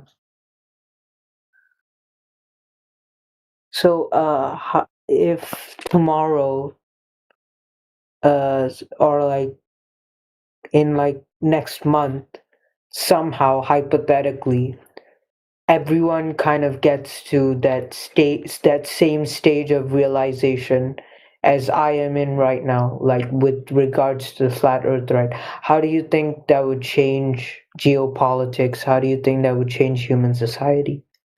Just realizing the earth could be flat. Yeah, I don't know. Good question. Yeah, that'd be interesting to see. But yeah, once again, it would be speculation to try to predict what would happen. But yeah, it's unfortunate we can't talk about certain topics when we're on YouTube and, when we're on these servers. But yeah, we can have more of a chat. If we go into the chill chat sometime in the home server, we can talk about a few different topics and get into speculating about what could happen if just say hypothetically everyone woke up to tomorrow, and things that people wouldn't tolerate instantly anymore, and how it could have a pretty big effect overall on the way that this earth is run and the people running it or whatever. So yeah, that's another conversation for a different server. Yeah, I'd like to add to that. I wouldn't focus on that aspect, on changing the world or what that could mean. I think the best thing out of this is coming to these conclusions using logic and discernment, actually regaining your ability to critically think for yourself, because you'd be very surprised that when you apply this empirical methodology to other subjects, you'd be very surprised at how much we just believe, and how much narrative we've bought without any validation. So this is something you can take away for yourself and really train your mind, to be strong, to be able to make logical sort of conclusions based on things like empiricism, and you can really start to, what I call lift the veil of lies that seem to be not just shrouded in the shape of the earth or the nature of earth, but many subjects that we tend not to get into here. But that's for you, that's your present that you get out of coming to these conclusions, because you're only going to come to these conclusions by using your logic and discernment.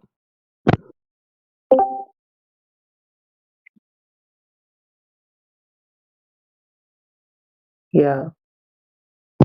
So don't believe anything we've told you, and I don't think you're there. I think you're past that now. It sounds like you've looked into it. It sounds like you've started to recognize there's no direct evidence for any of this story they've given us. And it only leaves you with, the logical conclusion that the Earth isn't a spinning ball with a circumference of 25,000 miles in a vacuum of space. You've come to that conclusion. You've not been told by us. Well, that's what it sounds like. It sounds like you have, been looking into this. So, yeah, that's something that maybe you wasn't doing before, perhaps. None of us were doing before.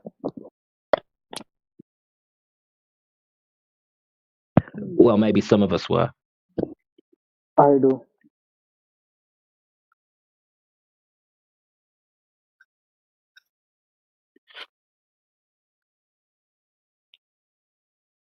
I'm doing so many things.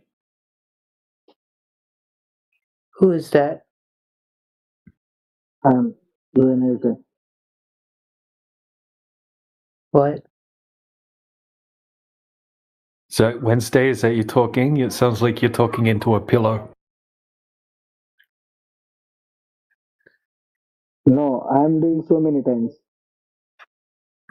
Your microphone's coming through a bit muffled.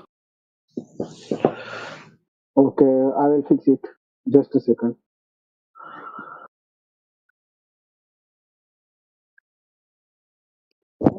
Sounds like the microphone's in your mouth, dude.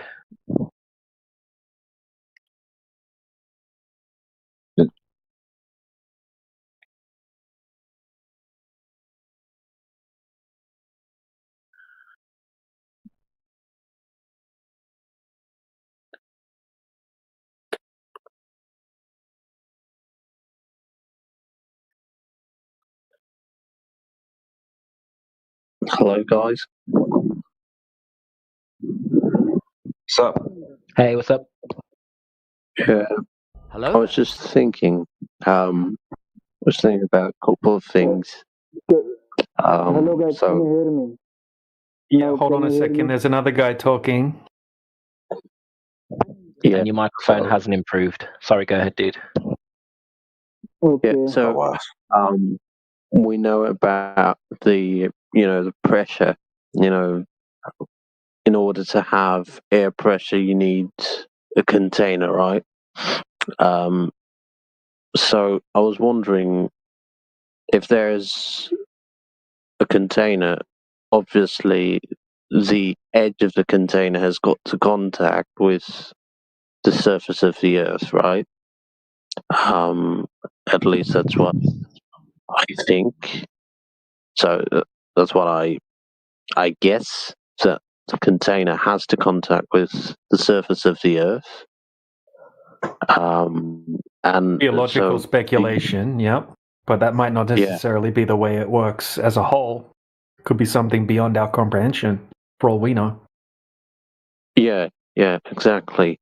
So in that case, it's possible to really travel to this boundary. So there's got to be a kind of boundary, right?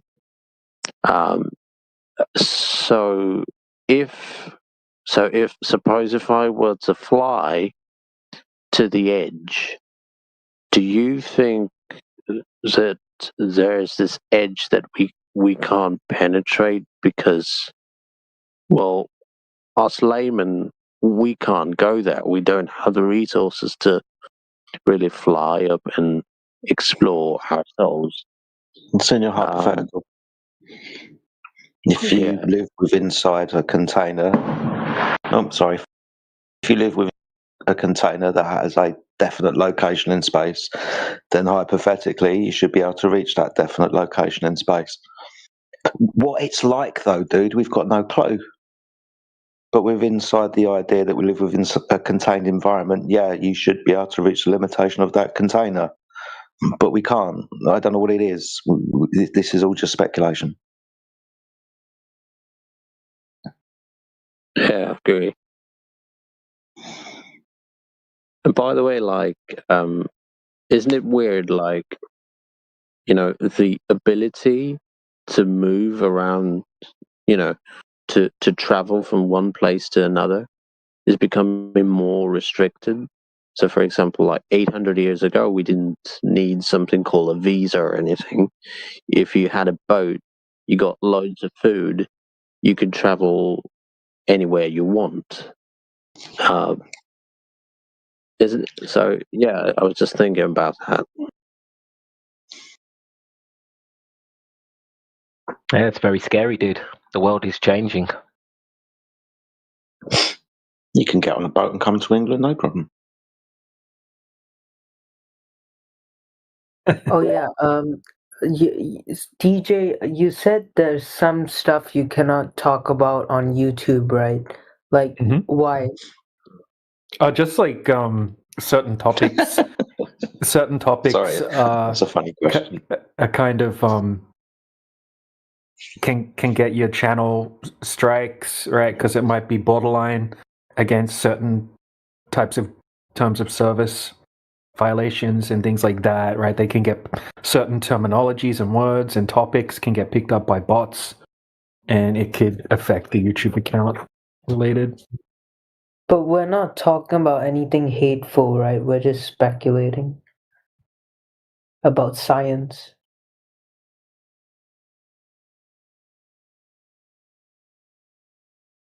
Yeah. And we'll keep it that way.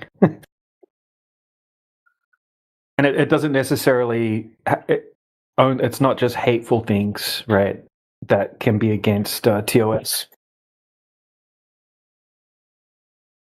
They've categorized some subjects as misinformation, so that can play a part. Yeah.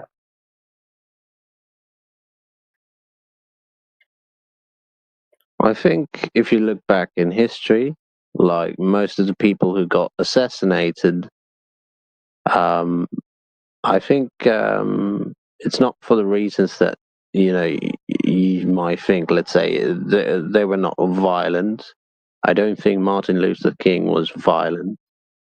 What about John Lennon? Guys like that. Just got examples where people were killed because of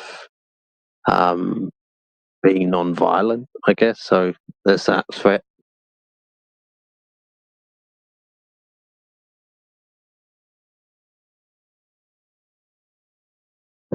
Yeah, and I think that's why subconsciously there's a lot of people who know the Earth isn't a ball, but don't come out and say it, especially if they've got a public figure or if they have a well-paid job. There has been instances of people, normal globy people, reporting flat earthers to their workplaces and maybe schools. Just because they're flat earthers and basically saying, I think they should be sacked, they shouldn't be influencing children, blah, blah, blah. So there is a visceral response to flat earth with people who are in cognitive dissonance. And then some of them, like the guy DJ mentioned earlier, make it their mission to combat them, to oppose us. You know what I mean? So, yeah, it's one of those subjects. Religion can be one, medical can be another. So we play it safe. We keep it empirical because this is undeniable. You can go out there and prove to yourself that the Earth is not a spinning ball with a curvature rate of 8 inches per mile squared. You can do that empirically. So is that misinformation? No, it's verifiable. So that's where we keep it. But there's a lot more to this. Yeah, when it comes to the flat Earth, there's a lot more we could speak about, but this is where we think is most effective. And also, we don't want to put people off, with too many personal speculations.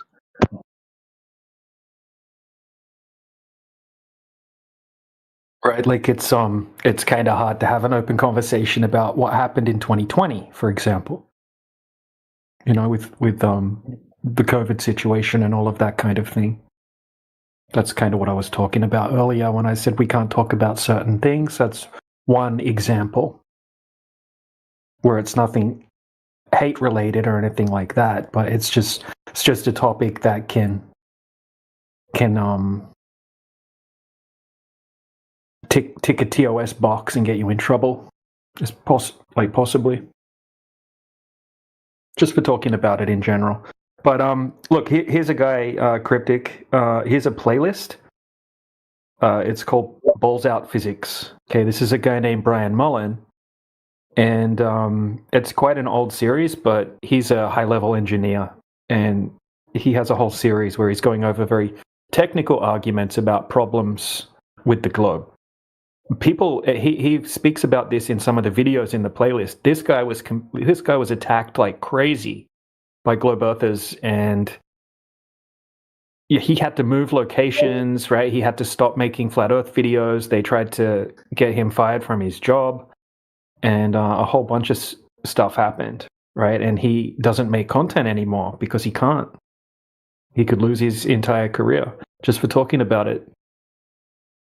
Yeah. But it's a good series, right? That Balls Out Physics. Yeah, I'm looking at it right now. It seems pretty nice. Yeah. I'll look into it. I'm currently halfway through this movie called The Principle. Yeah. I'm halfway through that, so I'm gonna complete that. Then I'm gonna look into this. Awesome.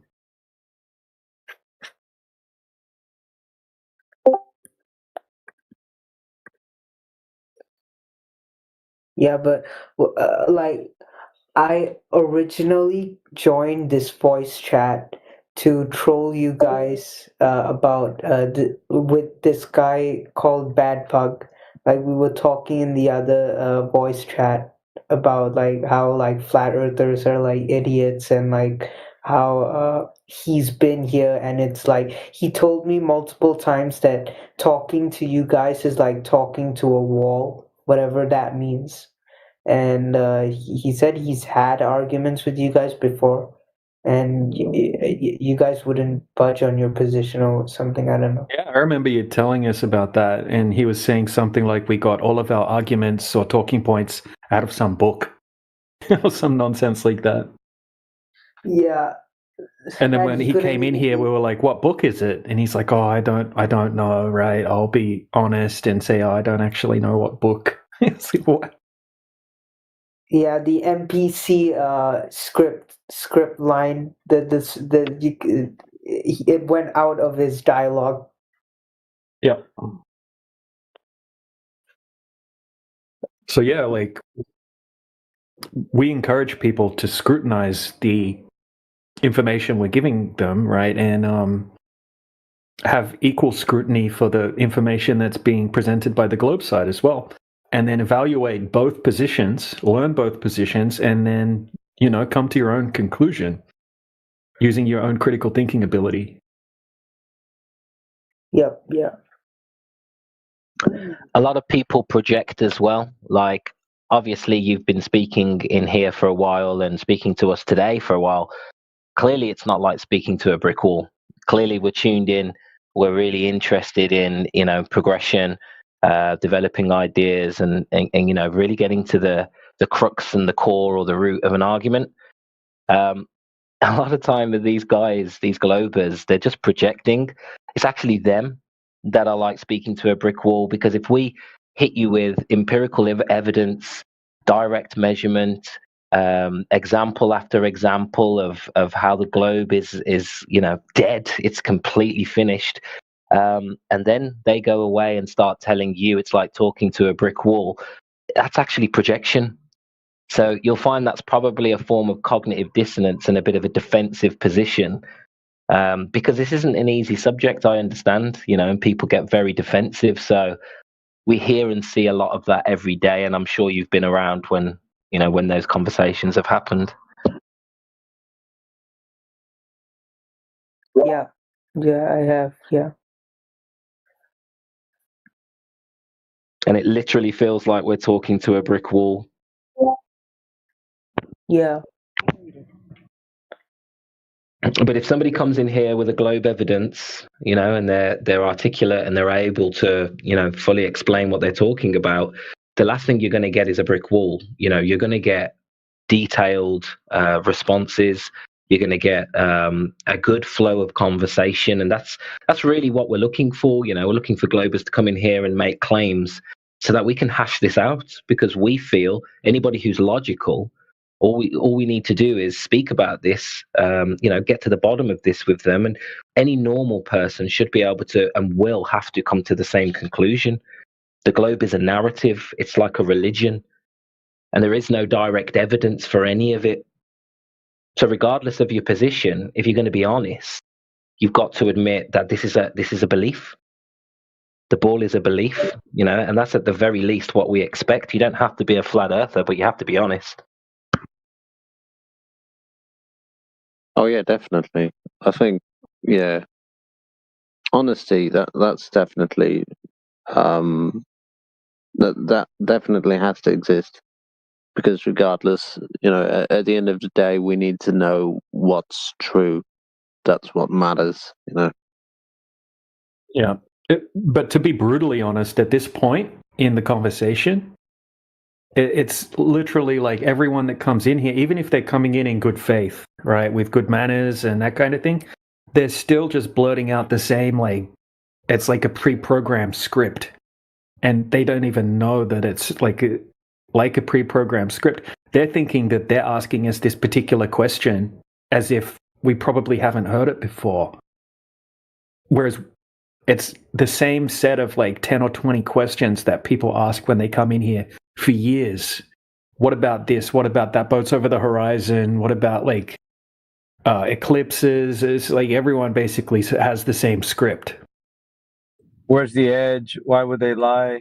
Yeah, like I could have 20 pre-recorded responses and just hit number 1 to 20 and answer nearly every person that comes in his question with one of those 20 pre-recorded responses, almost guaranteed for nearly every single person. And if I could add too, what we've done is over the years, with each of those questions, we've done deep dives. And we dive deeper and deeper and deeper into each of those. And we save documents to our computers. We have chit chats with each other. We go so in depth, and we bring the depth of that knowledge up in the conversations we have when we get one of those 10 to 20 objections. And the audience wonders, oh my gosh, how do these people know so much about these things? Well, to be honest, it really is only about 10 to 20 topics. And we've just spent so long and going so deep on each of them that we've developed a knowledge base. Yeah, about that, right? I was watching a video earlier about like a flat earther trying to prove like the earth is flat. I want to send it to you guys because like the video is framed in a way like, oh, this stupid flat earther got it wrong or something. I don't know what his version of flat earth is. I don't know if he believes in an edge or an ice wall, but I'll send you guys the video. Yeah. I bet I can almost guarantee it's a guy named Jeranism who has a very goofy looking face. And it's from a Netflix documentary called Behind the Curve. And if you type in to YouTube, Flat Earther debunks himself, right? There's a whole bunch of videos, and most of them have Jaren starring in them. But if you actually have a look through the videos, right, at the documentary, you'll find out it's absolutely misleading. It's kind of like a mockumentary. It doesn't really show any of the tests that he did or anything like that. It's there's a whole story, a whole backstory to that. But yeah, share it. Maybe I'm wrong about which one you're talking about.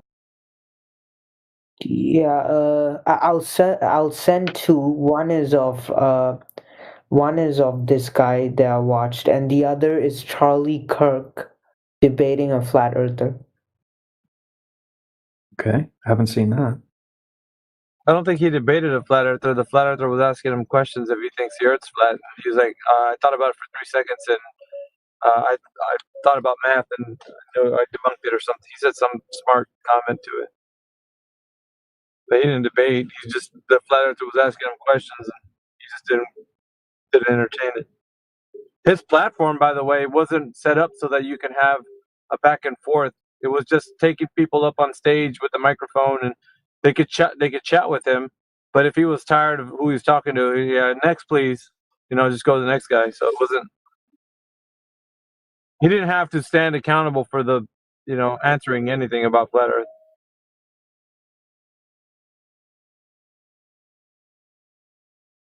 The first link that you posted, that was just the Netflix mockumentary from Behind the Curve, like I was talking about.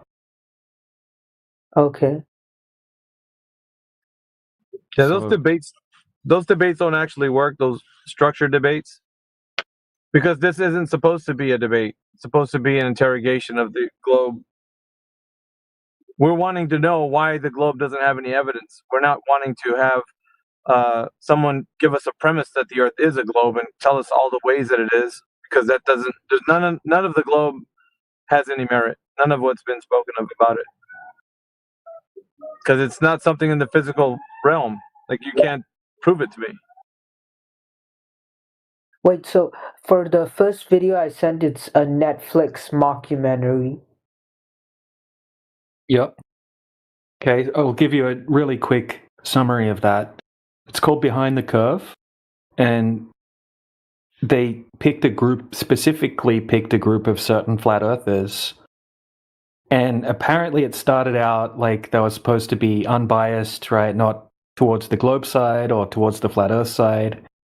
And throughout the documentary, the producer of the documentary attended a flat earth conference, and apparently he noticed there were kids at the conference. Hold on, bro. What's wrong with you? Why are you rude? Stop being rude. All right, he's muted up. Yeah, so they attended during the documentary, right, during the making of Behind the Curve, they went to a Flat Earth conference. Apparently there were kids at the conference, and the producer of the documentary, apparently that pissed him off that there were kids there and that there were Flat Earthers talking about Flat Earth to kids. So he decided to shift the objective of the documentary and sort of turn it more into a hit piece against Flat Earth, right? So that's apparently what happened. And then when they were filming certain scenes that they put into the film, they edited them in a sneaky way that made it look like a certain thing happened, but it was just the way that they actually edited the footage that made it look like that particular thing happened. But apparently it didn't actually go down the way that they said it went down. There's a bunch of interviews with people that were in that film explaining what actually happened. And then there was a lawsuit after the film because before the film happened, they promised the Flat Earthers that they would give the Flat Earthers all of the uncut footage from the film. And then after the film was shot, right after it was filmed, they refused to hand over any of the original footage that the Flat Earthers could have used to say, hey, look, they lied about what they said happened in this particular scene. And then there was like a lawsuit, going on after it. But that's no longer the case anymore, I don't think, because one of the Flat Earthers in that film is actually passed away now, Bob Nodell. But there's a whole interview with Bob Nodell explaining what really happened with the gyroscope that they were talking about, and then that other guy, Jaren, whatever test they set up with the when he cut the cardboard holes, right? And then he was meant to shine a laser through these cardboard holes, but apparently he broke the laser. He melted the collimator on the laser, so they already had the whole thing set up, so they decided to use a flashlight instead of the laser. It was just a big mess. If you actually have a look at the footage, it doesn't show the setup. It doesn't show anything. It shows 50 seconds worth of footage regarding that observation where it said Flat Earther debunks himself. Jaren was the Flat Earther in that scene. He said that it didn't go down the way that they presented it. So, so it was just a big mess. It was just aimed to make Flat Earthers look dumb. Wait, so they forced him to fudge up the results? Not necessarily. So they were supposed to do a laser test, and he was supposed to have, I think it was 3 cardboard cutouts at certain distances, and he was going to try to shoot the laser beam, like the high-powered laser beam, through the holes, okay? And if it was a globe, then there should have been some deviation due to curvature. But before the experiment took place, Jaren left on the laser and melted the collimator, melted part of the laser, so they couldn't use the laser. But because they already had it all set up for the show, right, and all the globe earthers and flat earthers were there, blah, blah, blah, they had the whole scene set up, they decided to just use a flashlight instead, which is a kind of ridiculous tool to use. And so he basically shot the camera. Jaren was holding the camera. He was shooting the camera through these 3 holes that were apparently aligned over a certain distance, which they didn't show us any footage of at all. And then there was a guy at the other end who was holding a flashlight.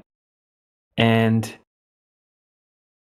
Jaren should have been able to see the flashlight if the Earth was flat through the 3 holes.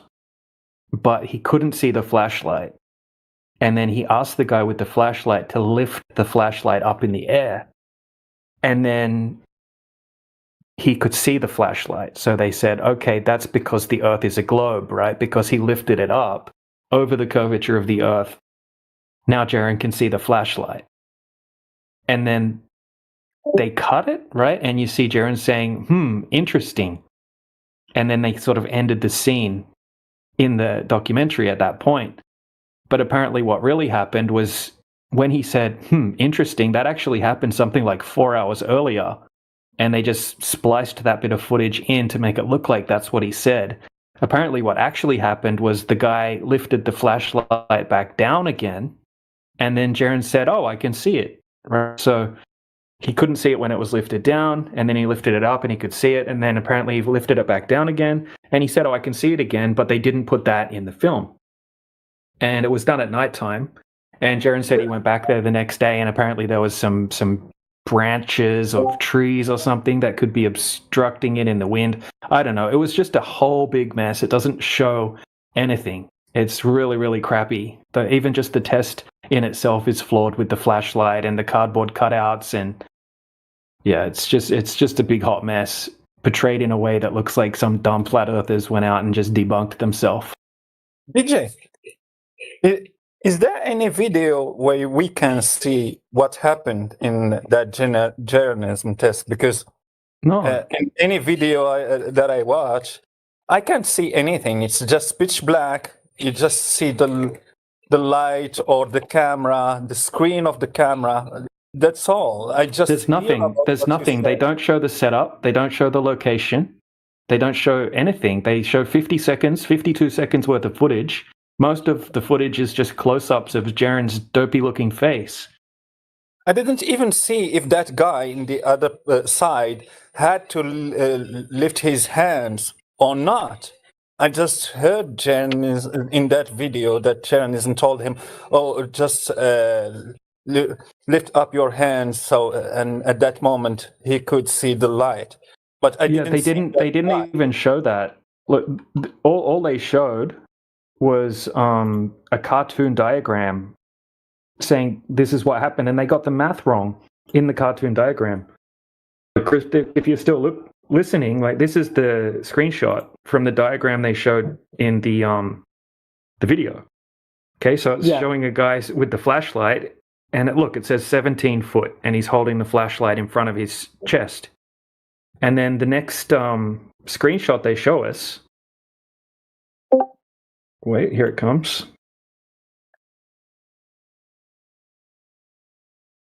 All right, now look, all of a sudden the flashlight's 23 foot high, and all he did was hold his arms up. Like, what's he got, 6 foot long arms? So it goes from 17 foot to 23 foot, and all he did was lift up the flashlight. So they even got the math wrong, right, in this ridiculously over-exaggerated cartoon diagram. The whole thing was just a mess. It didn't prove anything. Apparently, like what Jaron said and what the people, even the globe earthers that went there said, was that everyone walked away from that test saying, well, that was a big fail. That didn't prove anything either way. And then it was later edited in a way just to make flat earthers look silly. That's what happened with that one. Whereas the long distance observations and laser tests and things like that we're presenting, right, they actually show everything start to finish. It's highly detailed, tests rather than this like silly Netflix 50-second clip. Yeah. So yeah. And then the next one you showed with Charlie Kirk. I mean, even Charlie Kirk's response was just ridiculous. You can tell he's never even looked into flat Earth, right? He just says it's not flat. And then he says you could see the curvature of the Earth from an airplane, which is just ridiculously false. Yeah, he's being condescending as hell, bro. But people think that you could see the curvature from an airplane. He probably genuinely thought that. You literally can't, people, man. But Charlie was a theosophist. Well, what's a theosophist? It's a sophist that invokes God. Yeah, I have no idea how Charlie loves Jesus so much and doesn't even want to consider the flat Earth. It's just a character. These people are characters. Yeah, his wife literally preaches, like, she's sending Bible verses after he died. Like, if you guys love God so much, God said to be humble and all that, and be open-minded and stuff, right? So go look into flat Earth. Like, why you got this is the clip that surprised me, because Charlie Kirk always tries to be open-minded and debate people. But the moment the guy said flat Earth, and you can see in the video, the guy asking the question is not being condescending or anything. Like, he's just like asking, have you considered the flat Earth? Like, have you seen it? Have you studied it? But Charlie Kirk is like, oh, I went to school. I rode in an airplane. I know the Earth is not flat. Yeah, just instant mockery, basically. That's the tactic that people use against flat Earth. You can see their change. He literally doesn't mock. He doesn't mock anyone. Like, people have had so-called more crazy ideas brought to him, like all sorts of stuff, and he debates everything. And then the moment the guy says flat Earth, he's like, oh, you're wasting my time, get out. Yeah. Yeah, I've got an awesome video. I'm just looking for it now. A flat earther interviews a what is she? She's like a astrophysicist. He tricks her. She doesn't know he's a flat earther, and he basically acts like he's like just a general reporter, and he goes in and he starts questioning her. It's actually a hilarious and interesting interview. The way she responds to his questions. I'll just find it now. It's really well done, actually. Yeah, I would love to have a look at it. Yeah. Got it here.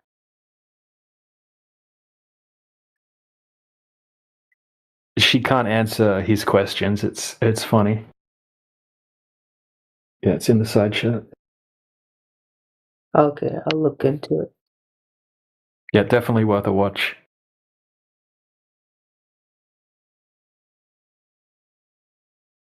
My opinion, journalism was definitely an actor. In my opinion, he never was a flat earther at all. At any moment in his life, he just acted as being a flat earther. You're telling me that someone was a flat earther and accepted he was good with the idea that stars are arcing around the celestial southern pole, and he was okay with that. The thing that changed him and made him turn globe earther was just a star doing again what the stars does in the around the celestial pole. Another star arcing around those that celestial pole, which is the sun, but they consider it a star. I don't. But the point is, Aaron has beliefs. He's because he has beliefs, dude. He's a believer. Or was. I'm okay with that, even if he has beliefs. The guy was a flat earther and was okay with the idea that stars can arc around the southern celestial pole on a flat Earth. So you're telling me he changed his mind when he saw the sun? The problem was he was pushing beliefs, dude. He wasn't pushing knowledge. He was just pushing beliefs, and that is his problem. That's why he so quickly flipped over like a little dog rolling on his back so they could expose his belly. He had beliefs. And I think that, I don't know if he knew Whitsitt and the other flat earthers before, but I think that he joined that team, Whitsitt and Dave Weiss and the others, just to have some background to be able to talk about flat Earth. And remember, he didn't debate a lot. He did moderate debates between flat earthers and globe earthers, but he didn't debate a lot because he mostly made anti-NASA content, which doesn't even require you to be a flat earther. Most of his content, and it was good content. A lot of his anti-NASA content was really good. But he never really went into technical arguments. I never saw him presenting long-distance observations or even talking about that kind of thing. It was all just NASA, NASA, NASA. Now, is he still into the anti-NASA side, or? No, I think he's going back towards the moon landing was real side. Gotcha. I don't know. I don't know much about him. I watched him a few times back in like 2021. That's when I first heard of him, and I quickly realized his actual three main things. One was pushing hatred of a particular religious sect. Number two was talking about herbal substances, and number three was talking about crypto coins. So I just kind of assumed that he thought that the flat Earth topic might get him some people to pay for his cryptocurrency classes. Maybe. You still there, Cryptic Net? Yep. Yeah. Yeah, so a lot of the flat earthers that you're going to see in these documentary, like hit piece style films, these are the types of flat earthers that you were talking about before that were what you consider the stereotypical flat earther that believe that there's an ice wall and all of that kind of thing. They believed in a particular flat earth map and model, and they would tell you exactly how the sun and the moon behave and exactly what they do, and that there's an ice wall that surrounds the flat pond and all of this kind of thing, right? These are the types of flat earthers that people that make these hit piece type documentaries handpick, because there are flat earthers out there making stupid arguments. And if you look up flat earth debunking videos on YouTube, right, they'll cherry pick these silly flat earth arguments, and they'll say that all flat earthers claim this and that, and then they'll try to debunk it. Yeah. So there are a lot of bad flat earth arguments out there, especially on TikTok and things like that. Yeah. And I think most globers, when they want to talk to flat earthers, they don't come in good faith. Like, they come in to try to disprove flat earthers. Then they realize, oh, flat earthers actually know a lot more than they considered. Then they can't provide the evidence, and then they start to get angry, and then they just say, I'm not an expert in this topic, I'll refer you to someone else. That's right. Yep, the old line, I'm not a scientist, right? They'll act like they're a scientist, and then when they get cornered, they'll be like, well, I'm not a scientist. And the scientists will say, oh, I'm not an expert in this field, go and talk to my other friend who's an expert in that. Exactly. That's kind of like what Josh, I don't know if Josh is still here, but that's kind of like what Josh's response was when I showed him the long distance observations. He's like, oh, well, I don't have a response, right? I don't have a rebuttal to these long distance observations because I'm not an expert in optics, right? So he only wants to talk about. But why do you need to be an expert in optics? It's just right there, bro.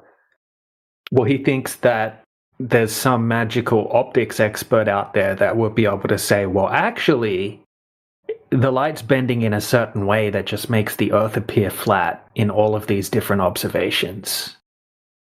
He's hoping that there's someone like that out there that's going to come along and save the day, right? Like you said, they'll just pass on the burden to someone else. Yeah.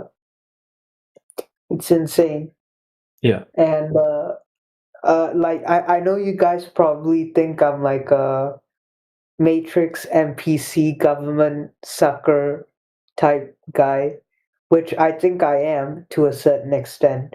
But when it comes to science, I will question it. Absolutely. The nature of the universe and all that. Yeah, no, you seem, like I said, since you first came in here, you seem honest, you speak your mind. It doesn't mean that I agree with everything you've said, but you at least seem like you say what you're thinking rather than being deceptive. Yeah. It's the main thing. And, like, you've only been given a limited information about this topic so far, right? You're like 1% there kind of thing in regards to how much you could learn about it. So it wouldn't be expected that you would, share all the exact same opinions as people that have been looking into it for 10 years or something, if you know what I mean. Yeah. Yeah, I still have a lot more to look into, but I'm seriously considering this. Yeah.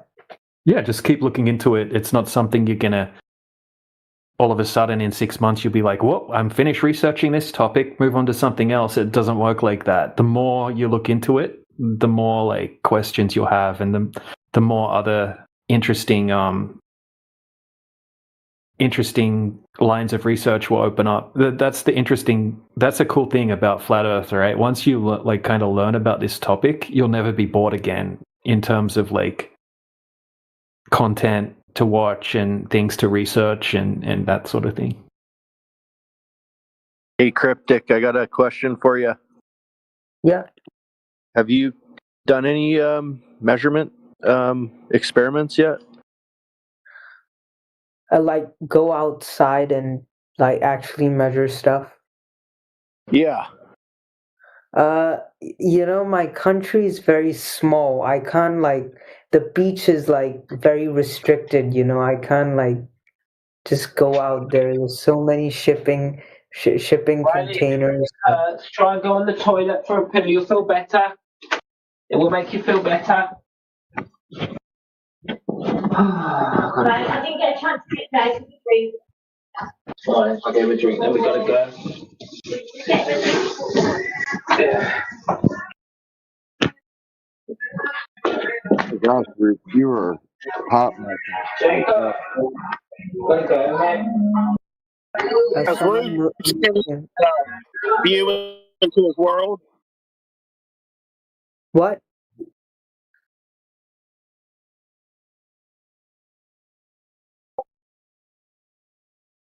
Okay, so I can't just go into the beach. I can go to the beach and like measure stuff, but like the country's so restricted, and all the beaches are like heavily monitored, so I can't do anything crazy. Like even if I brought like a camera to the beach, everyone will be like, "Oh, well, what's this guy doing?" Because there's like one beach. Actually, there's two beaches, but like. That's it. One thing you could do that's like super cheap is a simple mirror flash. You just get a friend and a $2 mirror and cover some distance and see if you can see the mirror flash. No, but we have no open spaces here. It's all it's all a concrete jungle. Can it work there? You could do it over water. Somebody on a boat, you're on the shore. Yeah, exactly. Flash a mirror. Or down the beach, like have your buddy go down the beach. Yep, that works too. I don't think the beaches there are big enough really for him to do that. That's what he's trying to say. Yeah. That's what I'm saying. Yeah, it's a tiny beach. Yeah, I think it's a very, very cramped, a very dense place that would be hard to do any of the things that we would do. So unfortunately, our friend is at a slight disadvantage in being able to see the things that we were able to see. Yeah, there's a lot of people too. So yeah, can't like drive to a lake or something. You don't have anything like that outside of your city, or unaware.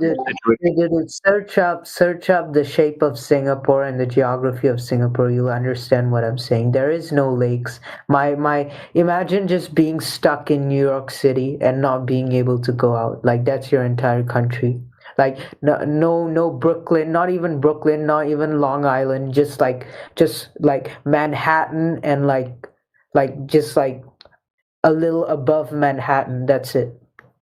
That's my entire country. In reality, it's not that easy to find those places to make long distance observation for the horizon or those kind of things. Because finding a giant lake that the shoreline will have to be more than 3 miles for a 6-foot observer. Like if he is a 6 foot, the shoreline of that lake that he have to find have to be definitely farther than 3 mile and something. So it's and if you're next to the beach, you need distance markers. Even if you see the horizon, can you tell what the distance to that horizon? You don't, if you don't have any distance marker. So like an oil rig, a boat, that you have to know the distance to that boat, where it's standing.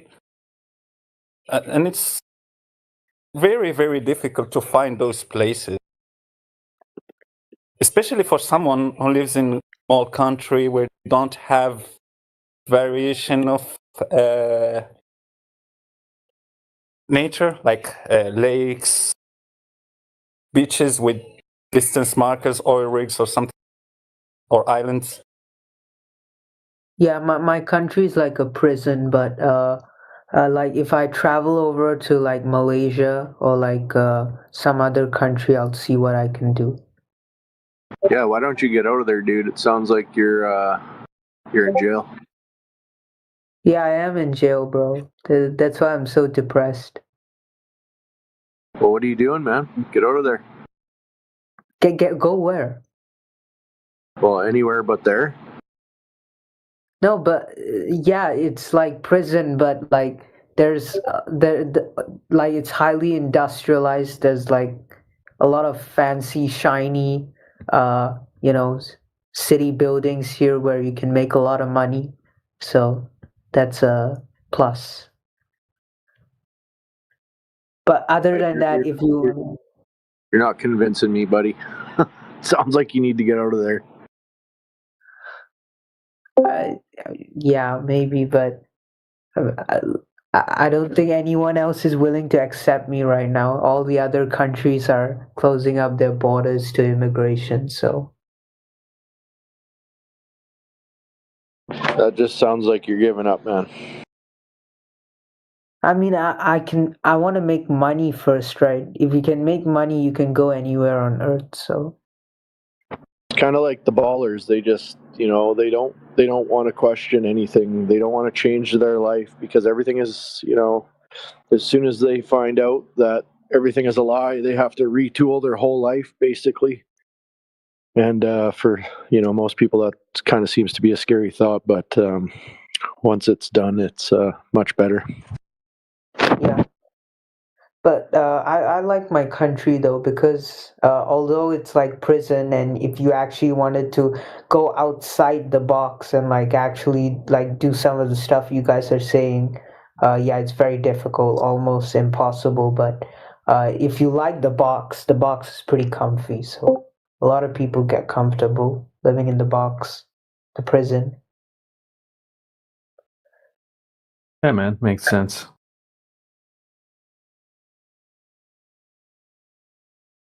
Yeah, but I might move to Australia for university if I can't get into a university here. So, like, during that time, I might go and do some of the stuff you guys are saying. So.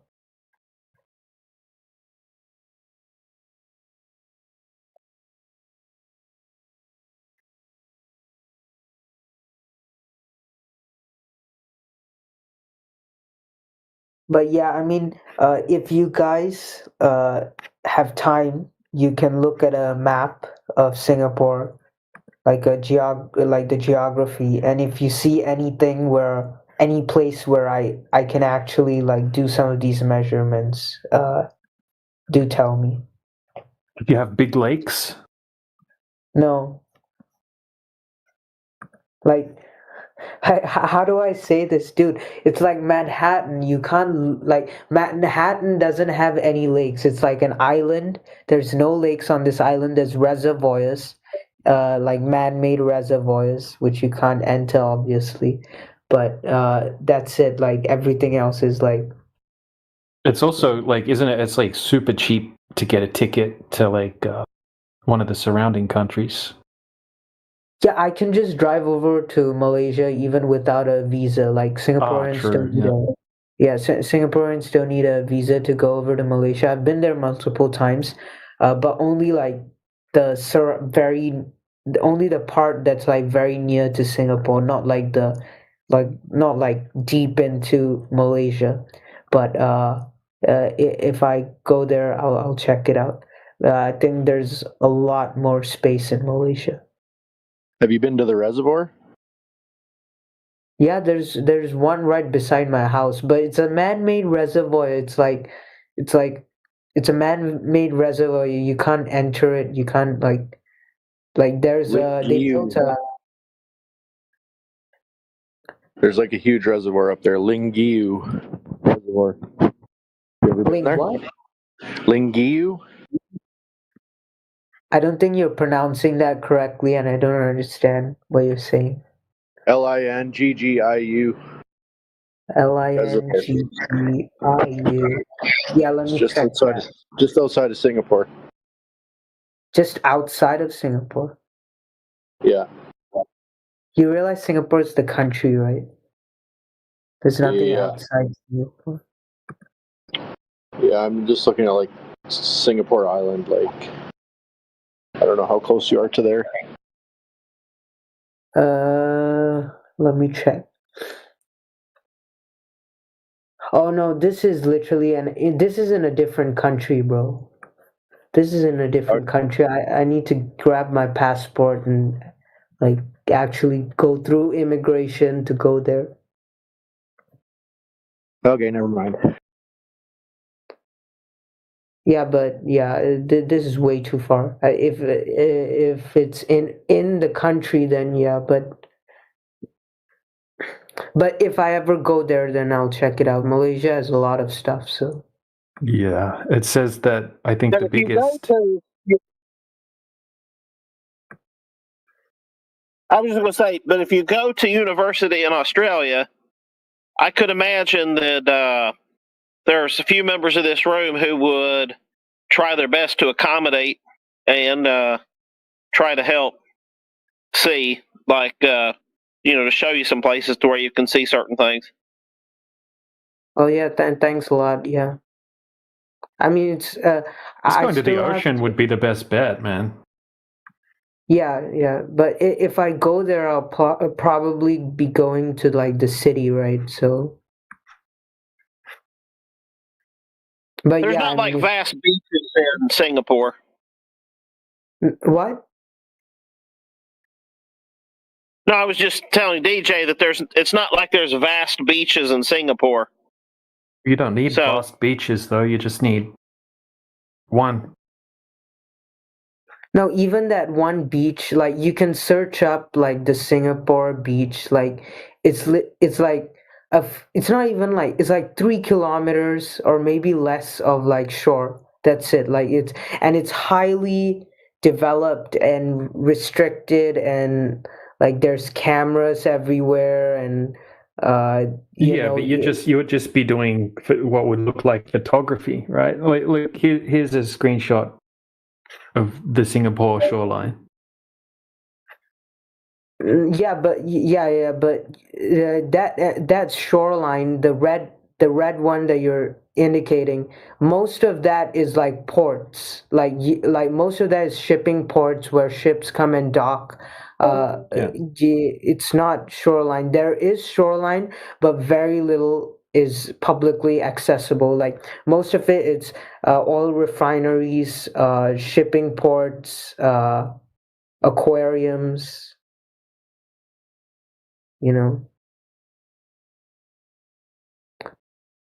The only place that I think I might be able to do this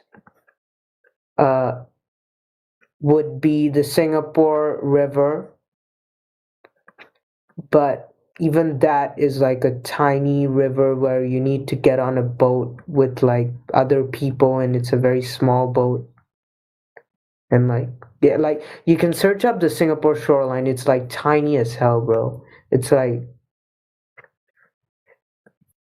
it's so small, and you can imagine how many people that will be there. Have you ever been to Batam?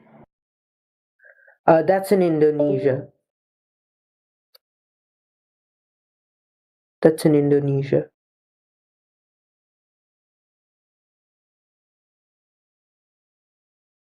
Yeah, and a lot of these beaches, right?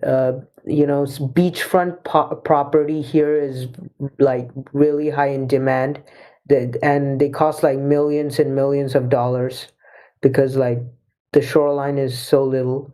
So most of it is really accessible only to rich people. Like if you want premium, shoreline to do these kind of experiments, it's only accessible by like really rich people.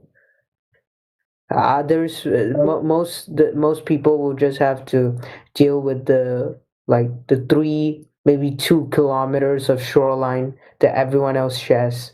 That's publicly accessible. Everything else is ports, shipping lanes, or beachfront property for rich people.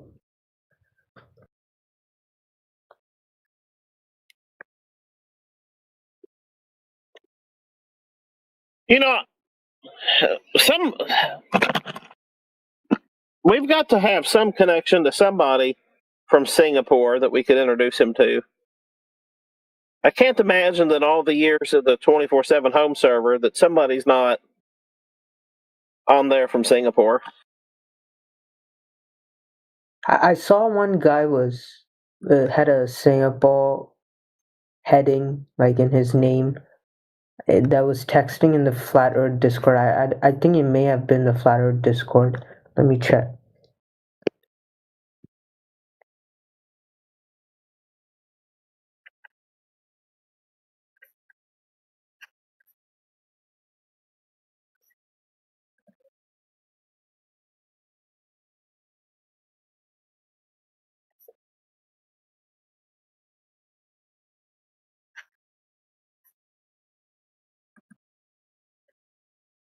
It looks like there's beaches all over there, dude. No, it's not. It's not. That's not the reality. No, there's 2 beaches. There's one at the west coast and one at the east coast. The rest is all rich people, resort club, stuff. You need like access to. Like there's this island called Sentosa Island, where like it's all like a resort, and if you want to get in, you need to pay big bucks, pay a lot of money but then you would get access to the shoreline. When you search Singapore beaches, you're probably seeing like huge beaches, right? That's like only one beach, and it's on this tiny island called Sentosa Island, like in front of Singapore. Yeah, that's where all the beachfront property and like the resort beaches are, and they make it look big, but it's really not that big. But if you want publicly accessible beaches, it's the tiny ass like beaches at the East Coast. The East Coast one is like bigger than the West Coast. But yeah, and they don't they're building this thing called like a Long Island kind of thing to put in more houses, and that will block even more of the shoreline. Like they're trying to build. Sounds like you got to get crafty, dude. There's like a lot of water around you. Just saying. There is a lot of water, but I think you need to, if you're looking at Google Earth, you should look at Street View. Like it's literally all like it's all covered up. It's like impossible, bro. The only way I can think about doing this is getting a lot of money, and if I don't leave the country, getting a lot of money and taking a boat and going out there, which is really not as easy as it would be in places like Australia or something. Yeah, well, just don't forget, you only need like 5 miles. It's not a huge. The entire country is like 40 kilometers long. Let me check that in mouse. The length of Singapore from like it's 24 miles. The entire country from east to west is 24 miles. So you can imagine how like 3 miles is a lot of the country. So you can imagine like if most that's of the tiny. I didn't know it was that small. Yeah, it's 24 miles from east to west. Yeah. Damn. Yeah, that's tiny. So, but you're gonna have to get crafty. Yeah, maybe it sounds like to me that maybe your best bet is to soak up everything that we have to share and just write it down, save it in Obsidian, that sort of thing, and then go to college in a place like Australia or university in a place like Australia, and then there'll be plenty of opportunity.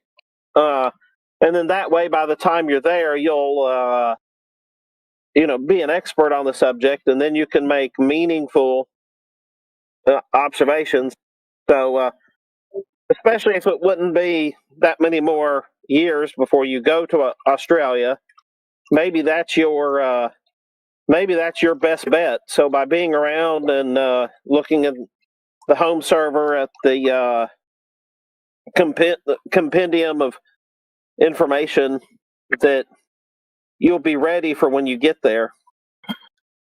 Yeah, that's likely what I'll do. Or if I have an opportunity to go over to Malaysia, which I probably will, I hope, then I'll try to do it. But yeah.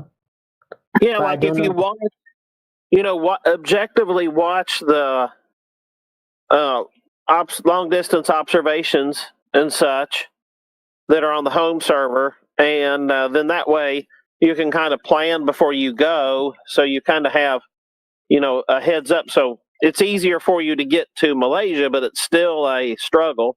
So maybe your best step is to remember that a journey of 100,000 miles always begins with the first step. So maybe your first step right now is to learn on the topic, and then that way, so when you go, you'll be prepared, instead of going, not being prepared, and then having to go back another time. And so that might be really good for you. Yeah.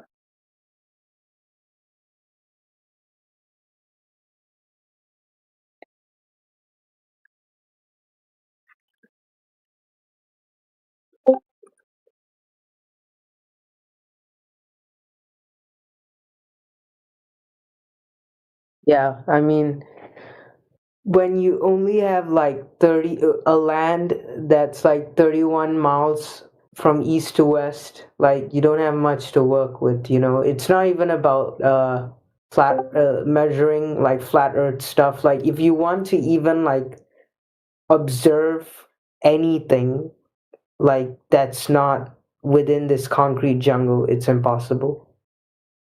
Dude, that's hilarious. The Great Salt Lake that I was talking about earlier, which is a great place to make long distance observations in America, it's like bigger than Singapore. Exactly. Just the lake. Yeah. Now you understand. Is that in Utah, DJ? Yeah, yep, Great Salt Lake in Utah, yep. So I remember my very first mention, well, the earliest, I should say, mention of the year 2000 for me was somewhere in the early 80s when I was homesick from school, and there was something on the Discovery Channel where they were building an airport in Singapore, and they said that it would not be open until the year 2000 because there was no land for them to build the airport, that they were trucking in a lot of dirt, which I believe they were actually getting the dirt from Malaysia, if I remember right. And so it's a very, very challenging country to do anything in. I've always had some interest in Singapore because it is one of the world's freest markets. There is no such thing as a free market, but it's one of the freest markets. And the fact is it's quite a unique culture, but it would be really, really, truly tough to do much there. So I think that's why it's mostly a circle of shipping ports and people who somehow support those shipping ports and some financial markets to amplify the flow of trade. So, and that's really about all you have in Singapore. Yeah, that's the thing. Like the fact that we have like those financial markets and like those shipping ports and stuff is also a miracle because like who why would you want to set up in a country that's like 31 miles long regardless of like the policies there, like, so yeah, that's why they call it the Singapore miracle. Yeah, and yeah, a very, very good friend of mine, as I was telling you the other week, he flies to Singapore, I think it's every 4 months, and he sources automotive parts, and then they get shipped to Trinidad and Tobago. And anyway, the only reason that it's in Singapore is where he goes is because that's kind of the logistical center, so he can get pretty much any auto part shipped to Singapore and held for his next shipment. And so anyway, just all my point is I think if you look to Malaysia and you look to Australia, I think that's where you'll find your best opportunities. And you have an even better opportunity than any of that, which is to learn to read some of the scientific papers and to keep in mind that there's a much brighter future. So no matter how depressed and sad it may be, that you can always work for that future, and that future will come to where you can do something that's a little more palatable. And so you should enjoy these days like today because they help you get to those days. Yep, yeah. Like when I went to Texas like last year, like that was the biggest place I've ever seen. It was just land everywhere, and there were no people, and you could just run for miles and not see anybody. Oh yeah, no doubt. So let's just make the general call out, because I've not been paying much attention. Are there any globies hiding around here? I'm not even really looking at the channel. Somebody here that has proof of curvature of the Earth, proof of actual rotation, or proof of gas pressure without containment. We're standing by 24/7 to hear what you have to say, to bring in. If you're on the YouTube, come over here and join us. We're standing by waiting for you.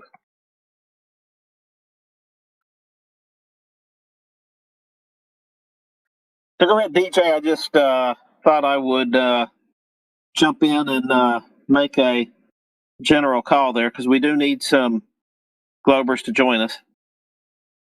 Yeah, there's only maybe one person in here at the moment. U45. If you're there, feel free to ask any questions. Other than that, I was going to make an event, but there's a class stage going on at the moment, so I have to wait.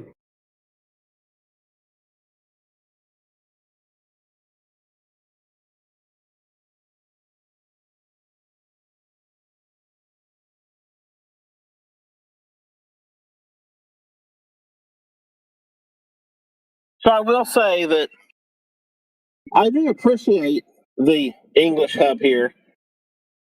One of the things I enjoy is they do send these words of the day across, and it doesn't happen often, but every now and then they'll post a word that I've not used in a long time, or not heard in a long time, or one that I'm not even familiar with. So I do think it's a great service that they offer here, and by extension, we get to participate in by helping people practice their English on a much more advanced topic. Whether they agree or disagree with us, there's absolutely a positive gain with every interaction here.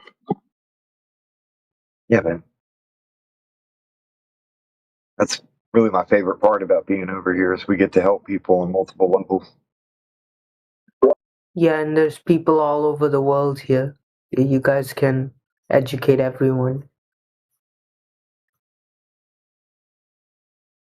Giving people the confidence to be able to practice and having a space to be able to do that, that's really important. I think that's a very good thing. Yeah, so if you guys see anything that I can do here in Singapore to conduct some of these experiments, that don't involve like huge land masses, then yeah, you can tell me. I'll try. Yeah, it'd be kind of hard because of the general air visibility.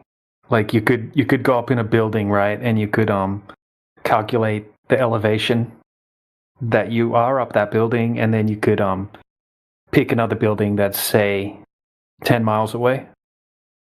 You know, and you could have like you could know the elevation of the building that you're looking at and work out how much of that building you should be able to see. But you're probably going to run into issues with the just the general humidity and temperatures and visibility of the air in such a densely populated city environment. So yeah, it might be kind of hard. I recommend just looking into stuff that people have done already. There's tons of extremely well documented technical observations and laser tests. I can send you tons and tons of them.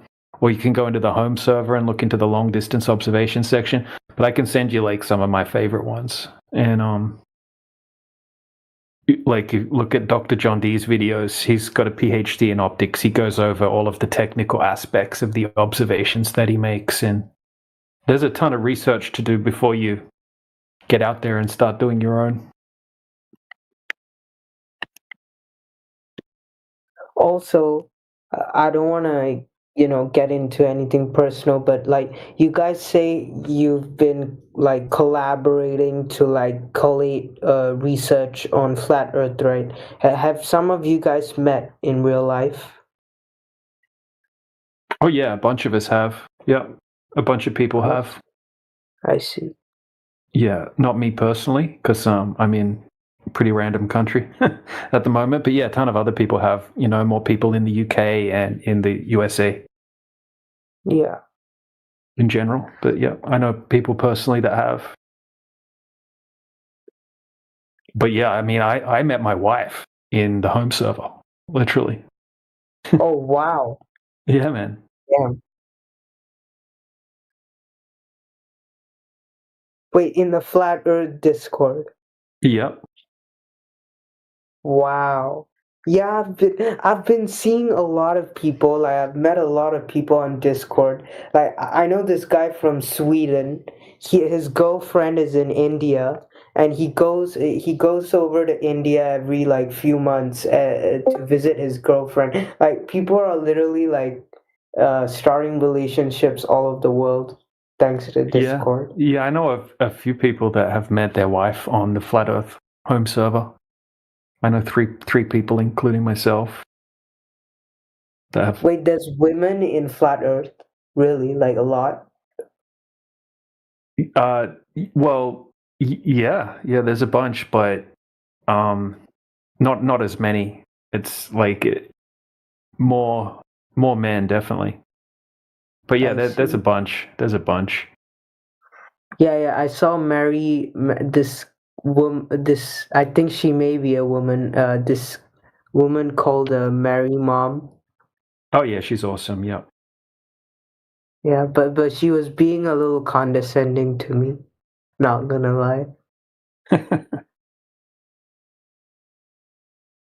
She was like, "Oh, geographical and political differences can result in IQ level being different over such a short period of time." Oh yeah, I remember that conversation. Yeah. Yeah. But yeah, no, there's a bunch. I mean, more often in the side chat and stuff like that, rather than in the voice. Yeah. But yeah, we used to have like an event. We only just stopped it recently. Every Wednesday or whatever, it was called Ladies' Night, and it was literally just flat Earth women that would have conversations and conduct the show. And there was stacks of them in there.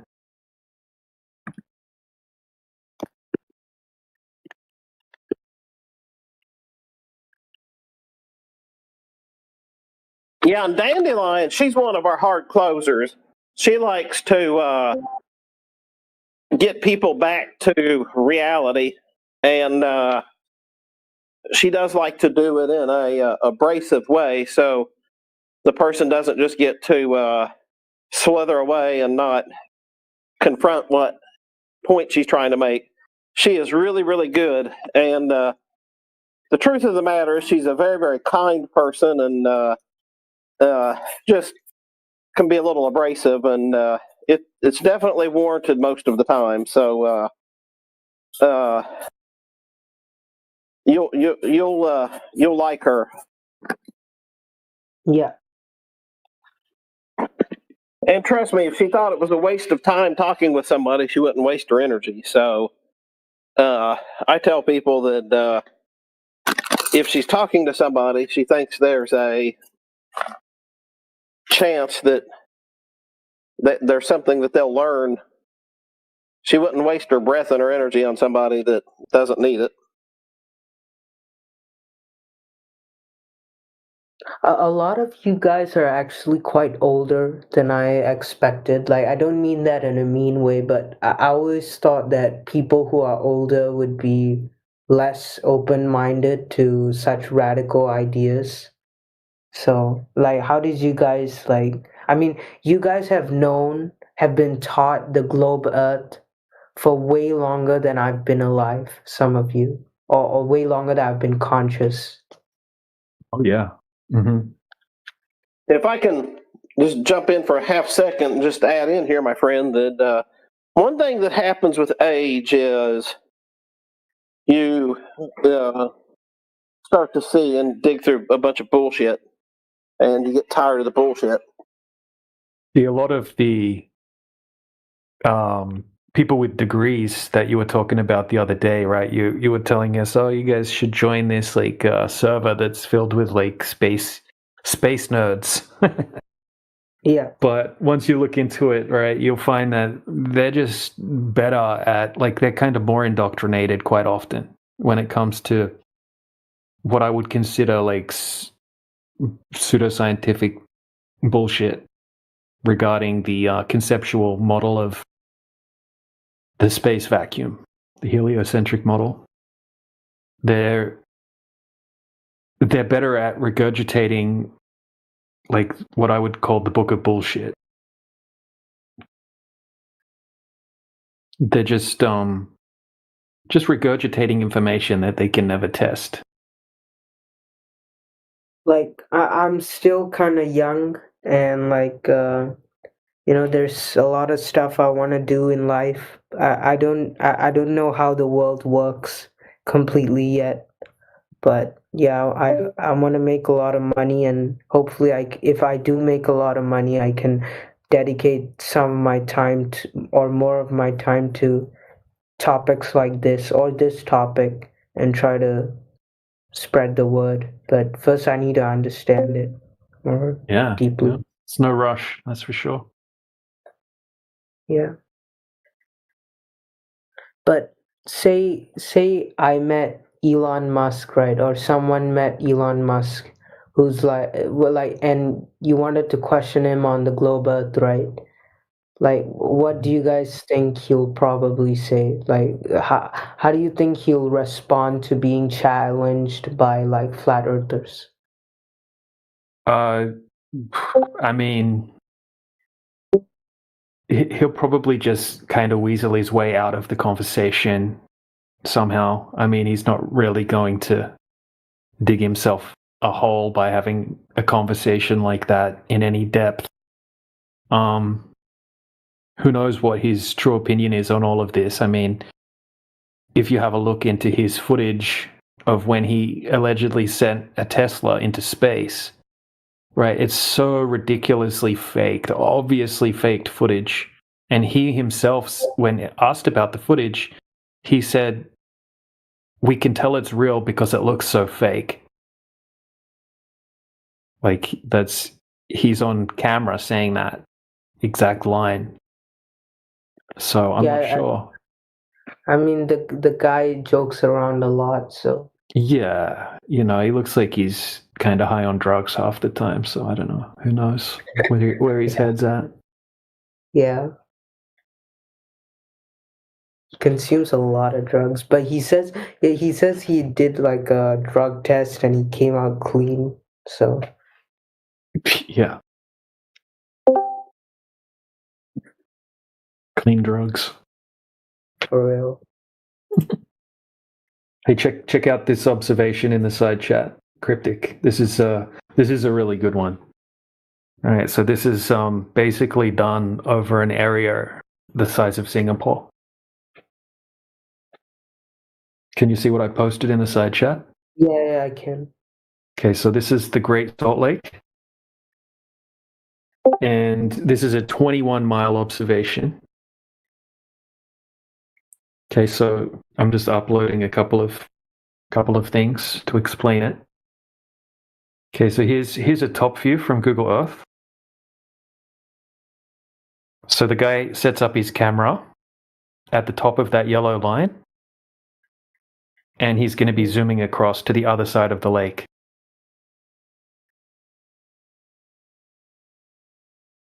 Right, so if the Earth were a globe, with his camera set up at 5 foot height, that means the horizon should be 2.73 miles away. Not very far away, really, considering he's looking over 21 miles. Okay, so you shouldn't be able to see any any water beyond the horizon, right? The horizon would be where where the water meets the sky, basically. I see. All right, so what you'll notice when he zooms across the lake, we don't see any horizon over the entire 21 miles. Now,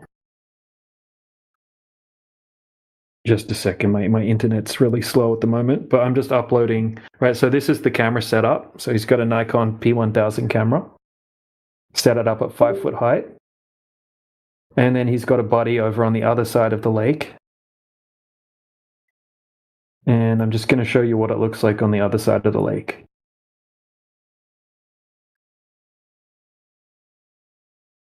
Wait, Right, so the next image. What's that? This experiment can be done over like 24 miles, is it? Yeah, this is 21 miles. So over 21 miles, there should be 293 foot of curvature. But there isn't. There's zero curvature. So think about it like this. You know the Titanic, the ship, the Titanic? Yeah. It was 175 foot tall. Okay, so if the Titanic was where the cameraman is and it sailed across to the other side of the lake, after 2.73 miles, the bottom of this Titanic should start to disappear as the Titanic continues to sail across the lake. Once the Titanic got to 10 miles, the bottom 66 feet of the Titanic should be missing behind the horizon. By the time it sailed over to the other side of the lake, 21 miles away, it would be well below the curvature of the Earth, and you wouldn't even be able to see the Titanic if the Titanic was docked on the other side of the lake. That's how much curvature is missing. But if you have a look at the last image that I uploaded, okay, that's what it looks like on the other side of the lake. You'll see a big shoreline and you'll see a big white tower. So he did this observation during the day, and then he did it again during the night. So I'll just show you.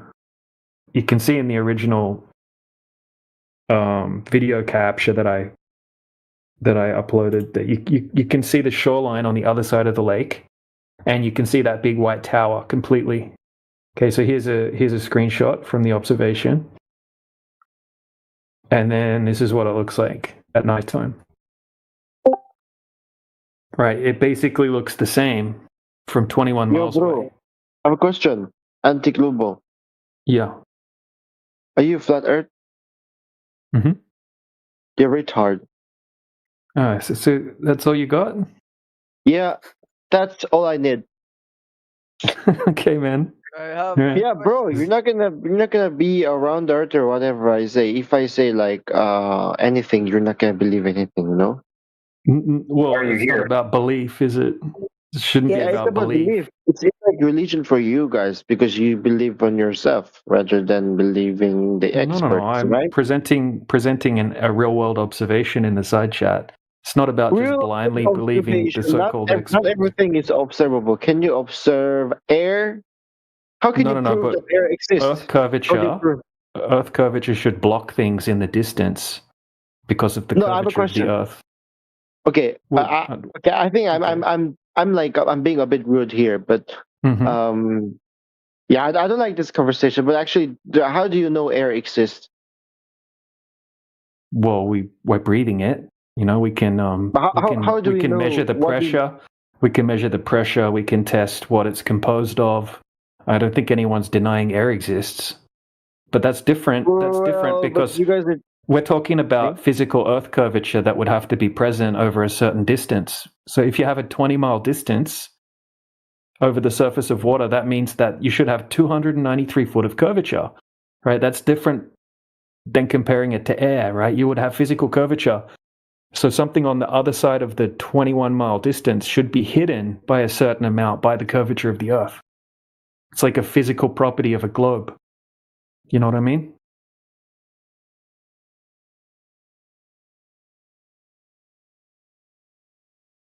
He's gone? Is that guy still here? No, he ran away. Wasn't working out. This is insane, bro. Now I'm looking at it and they all sound like freaking NPCs, bro. If they weren't NPCs, they'd let you guys explain. Yep. That's about right. Yeah, I'm glad you're seeing this. Like we're not even asking them for any empirical evidence. We're just like explaining to them and asking them to listen. That's it.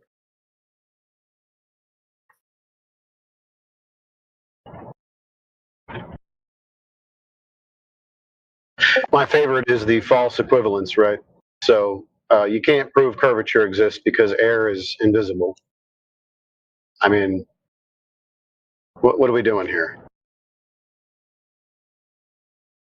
Also, how is the existence of air or like the visibility of air related to the curvature of the Earth, right? It's not. That's the level of intellect that we're dealing with. They're going to create some kind of false relationship between gas and measurable Earth curve. They've lost the plot somewhere along the way. Yeah. You know, I think human beings, or they've indoctrinated human beings to just see relationships where there aren't any. We've been so used to using models and patterns and relationships to explain everything instead of using our own, evidence. Yep, this is not difficult. Physical Earth curve should be measured. It's not. End of story.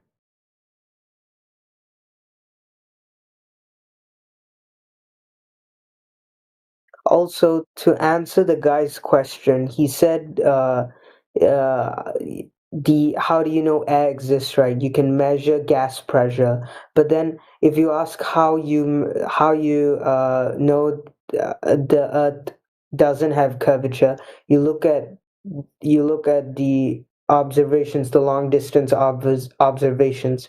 So in both cases, we're observing.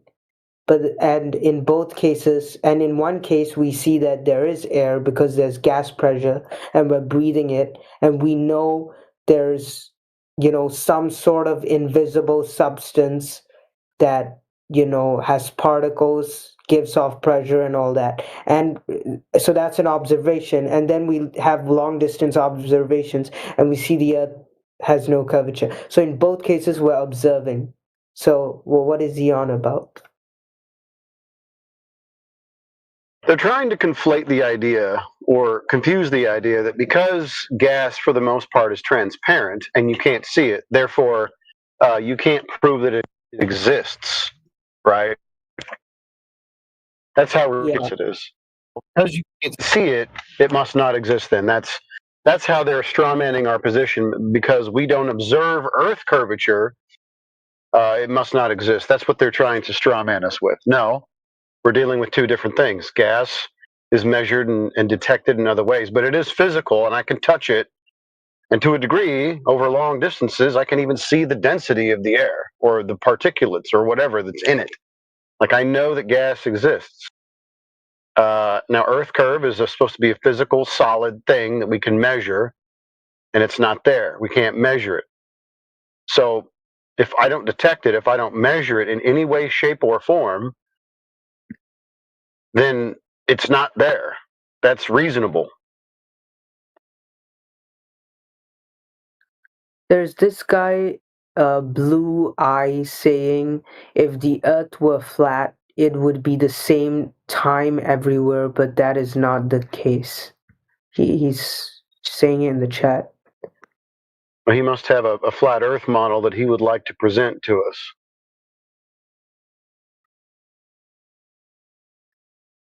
Dude, when we say, I don't even know if this guy is still in the voice chat, but when we say the Earth is flat, we don't mean the sun is stationary, all right? The sun moves over the Earth, so there is still time zones. We don't say the sun is shining at the same time at all places on the Earth. Like that's not our model. Yeah, people try to because he probably thinks that flat earthers think the Earth is a flat disk. In the globe Earth version of outer space, what they do is they think of outer space with the globe, and then they flatten the globe and turn it into a flat pancake, and think that that's what flat earthers are claiming. And then they think, oh, the sun would light up the whole flat pancake at the same time. And that's stupid. And if that's what we thought that flat Earth was, that would be stupid. But that's not what we claim. Yeah, the whole flat disk thing is just government propaganda to discredit and make flat earthers look stupid.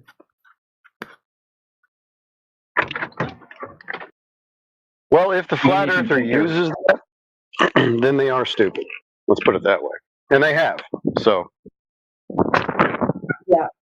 I don't think their efforts are directed at concealing the nature of Earth itself. I think their efforts are more directed at producing an image of America's technological achievements. Yeah. Soft power, man. I must say though, the American government, they try so hard to project American superiority and fake all this stuff, and ensure China doesn't get the oil and all that. But I must say, how much of this has actually benefited Americans and their quality of life? Well, a great deal, I'd say. I mean, the American petrodollar is one of the greatest achievements of foreign policy, propaganda, economic power, and the threat of war. But your quality of life, from what I can see, is mostly because of a lot of innovation from private enterprise, not from government policies. Except for the reserve currency, that definitely helps. Except for that. Well, I mean, the private industry produces everything that the military uses. Like there is no and never was such a thing as like a warehouse, an industrial warehouse, where they manufacture tanks out of it, and it's all like a government facility and government workers in there. Yeah.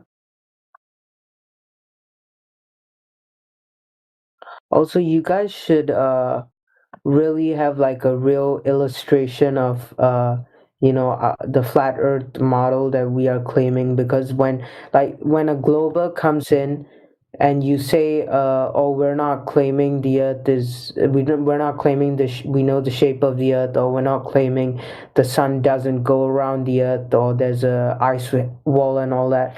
Like they won't understand it. So like you need an illustration that you send the moment a globe comes in. Then but an illustration of what exactly? Like we have we have like the real world that we can test, but we can only we can only go so far, and we can only get so high.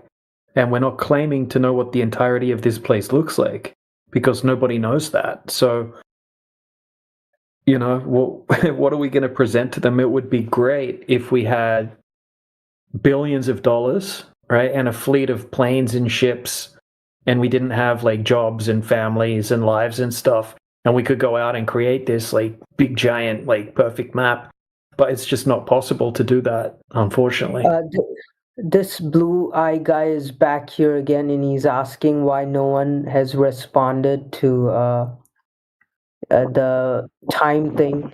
I already said we're not claiming that the sun doesn't go around the earth. Like, well, hang on a sec. I did respond in the side chat. I said why. I asked why, and he didn't give me a response. yeah, the people are pretty arrogant.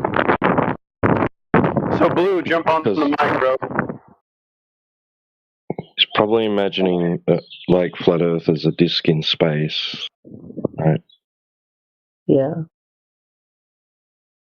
Yeah, Blue, we're curious about your flat Earth model. Could you show it to us and tell us how it all works and why the time zones don't work and stuff like that? That'd be great. He says he doesn't understand English. Yeah, he's lying. He's typing it. He understands English fine. He's probably, I don't know if he's ever spoken here before, but he's probably a frequent flyer with a sock account.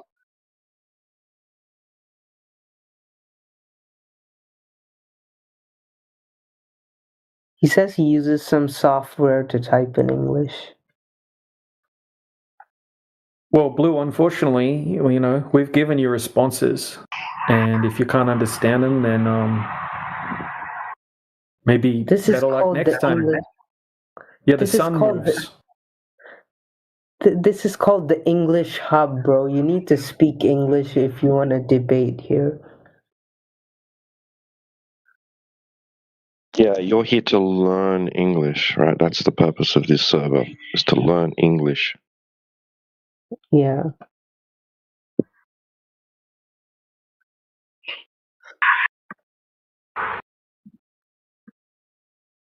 I must say though, for a server that's supposed to like tell people or teach people basic English, like help them improve English skills, like the topics they have on here are like stuff where native speakers cannot express themselves that well as well.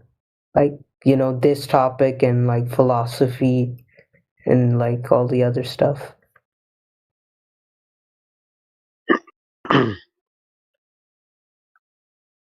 It's going to be hard for someone who's not a native speaker to bring about a good enough argument on the globe Earth. It's pretty hard work sometimes, trying to explain things to someone that can barely understand basic terminology. Yeah. Even if they're native English speakers, we still have a problem. Most of these people don't understand the terminology that we're using, which is fair. They're not deep into the topic, but we sometimes still struggle with native speakers.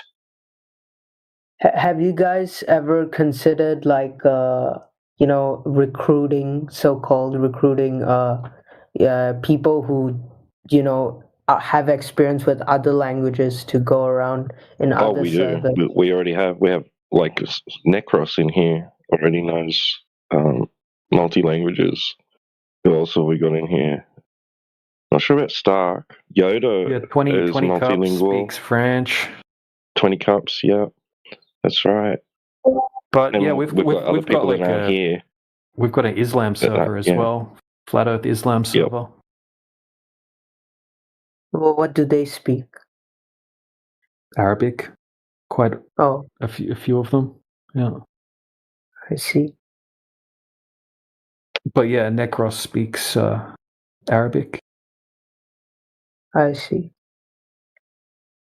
I think most Europeans, like obviously I don't want to generalize, but I think in Europe they do teach English to like non-English speaking countries as well. I think most French people know English.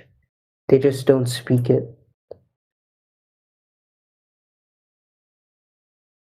Yeah. Yeah, they know a bit. Some of them. We got a few French people as well in the home server. Yeah. Shout out to Dr. Flatpawn.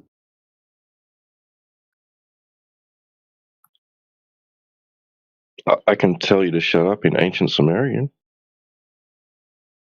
Damn.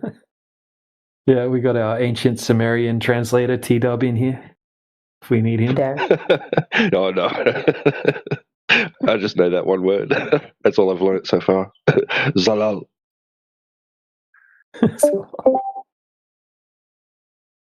Yeah, speaking of ancient Sumeria, you know, some of the stuff they said, like in the tablets about the Anunnaki. I don't know if you guys ever heard of that. Yeah, like these stories are endless, bro.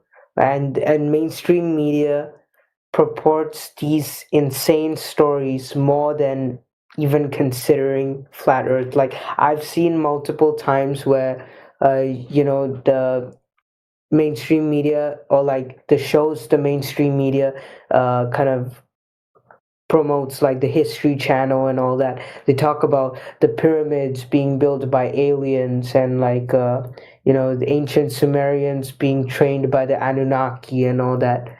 Like instead of even considering yeah, but they've got their tramp stamp too on YouTube, like Flat Earth has. Yeah, so there's a disclaimer underneath their videos, you know, declaring how it's pseudoscience and just belief, and nothing empirical to back it up. But they are pushing ancient aliens on the History Channel. Like they crazy. do, yeah.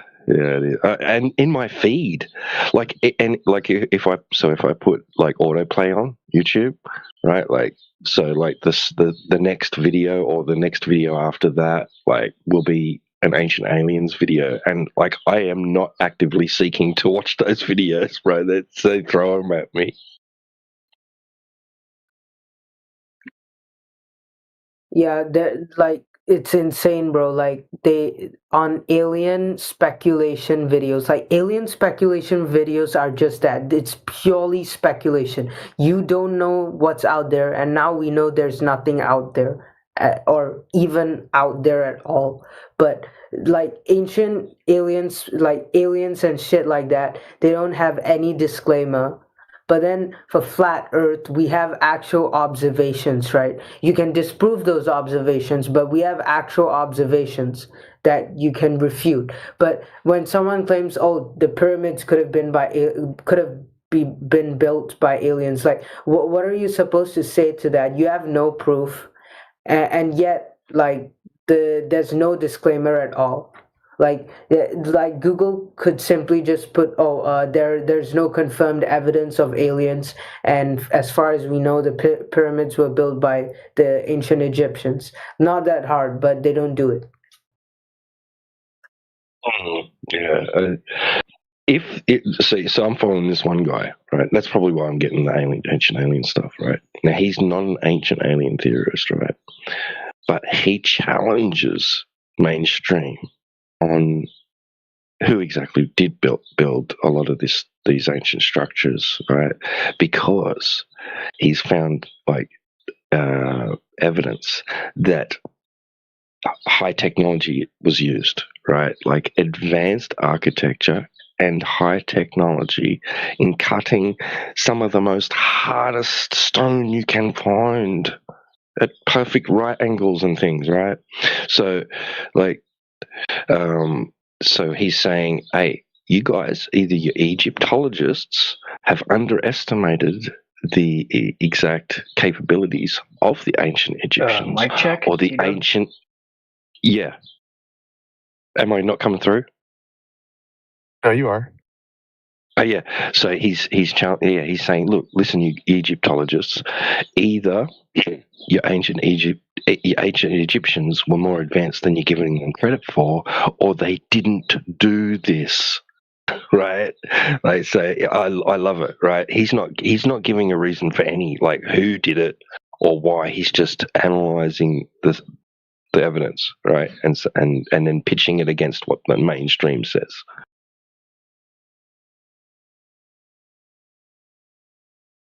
And for a lot, you know, for the most part, that's what we're doing too, right? With this, we're looking at the evidence and then pitching it against what mainstream's teaching us, and saying, "Hey, something doesn't add up here. Something's not jiving."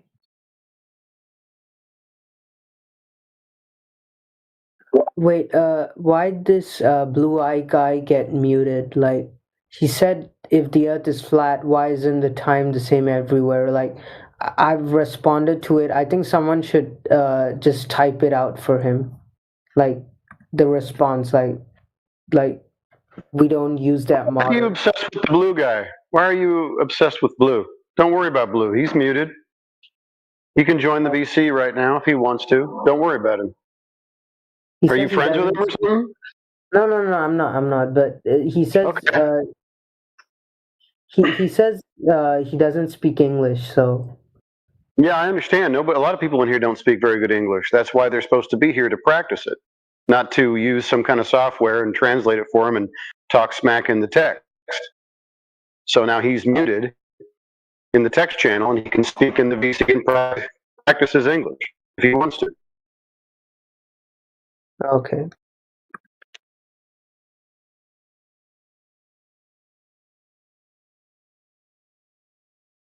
He's on deafen now anyway, so I don't even know why he's bothering to hang around.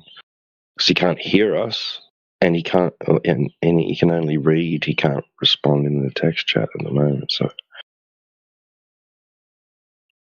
his hands are pretty tied up. I don't know.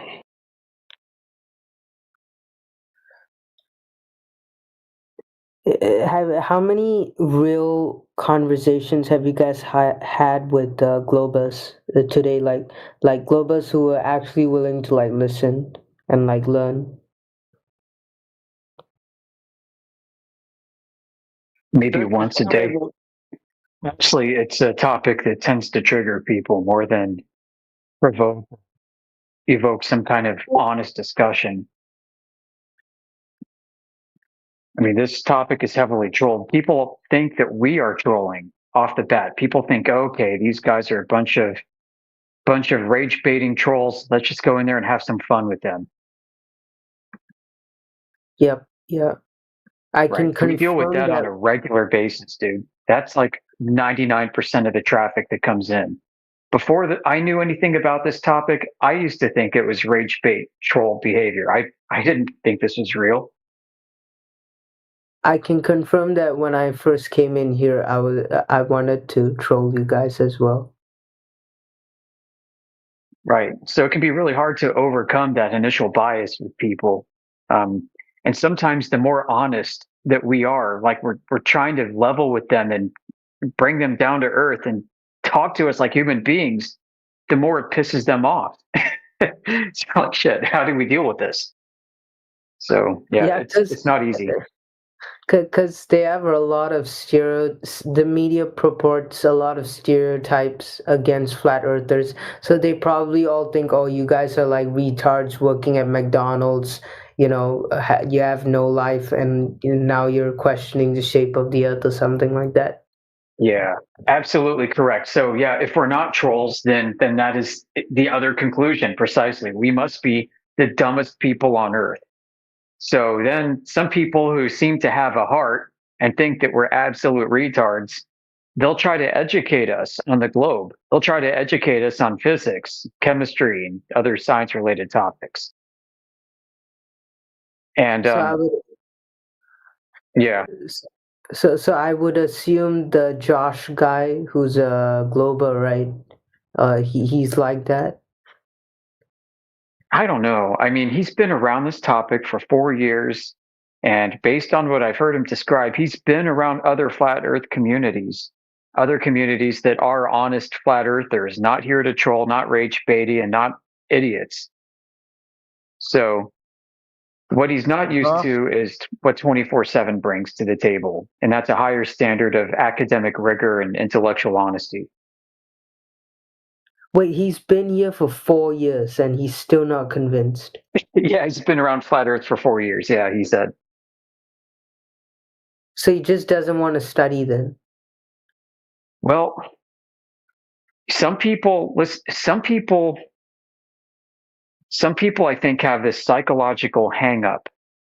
So they can't accept the reality of the situation. So they need to come in continuously to revalidate it, and they do that by playing devil's advocate. Yeah. If that makes sense. I know that was kind of a complex string of words, but Yeah, I kind of get it. Yeah. right. So they're uncomfortable with the idea. They know it's unassailable, absolutely irrefutable, logically and empirically.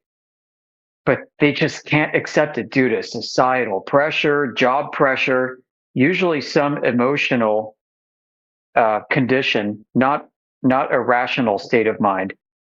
So they come in and they listen to us and they push back against us, and they just want to check to make sure that they're not crazy. Yeah, but like outwardly, they still accept a globe outwardly. Yeah, like when I first came in here, like I came in here multiple times, but the first time I came in here to actually learn, and like I think DJ taught me, was when I was talking in like a bunch of other channels in this server. Like I think I talked in like veganism and like philosophy and all that. And when I shared with them my ideas and asked them to prove to me, why they think why they think their side is right, almost all of them talked about belief and feelings and morals and all that. But when I come to you guys and I ask you to prove to me the flat earth, you gave me evidence and you gave me actual facts. The long distance observations are fact, right? You can't refute that. And the gas pressure argument is also a fact, right? So and I got banned, by the way, from like 2 or 3 other servers. I mean, 2 or 3 other channels, because I said, if we're gonna talk about belief, then I think my belief is stronger than yours, and here's the evidence why.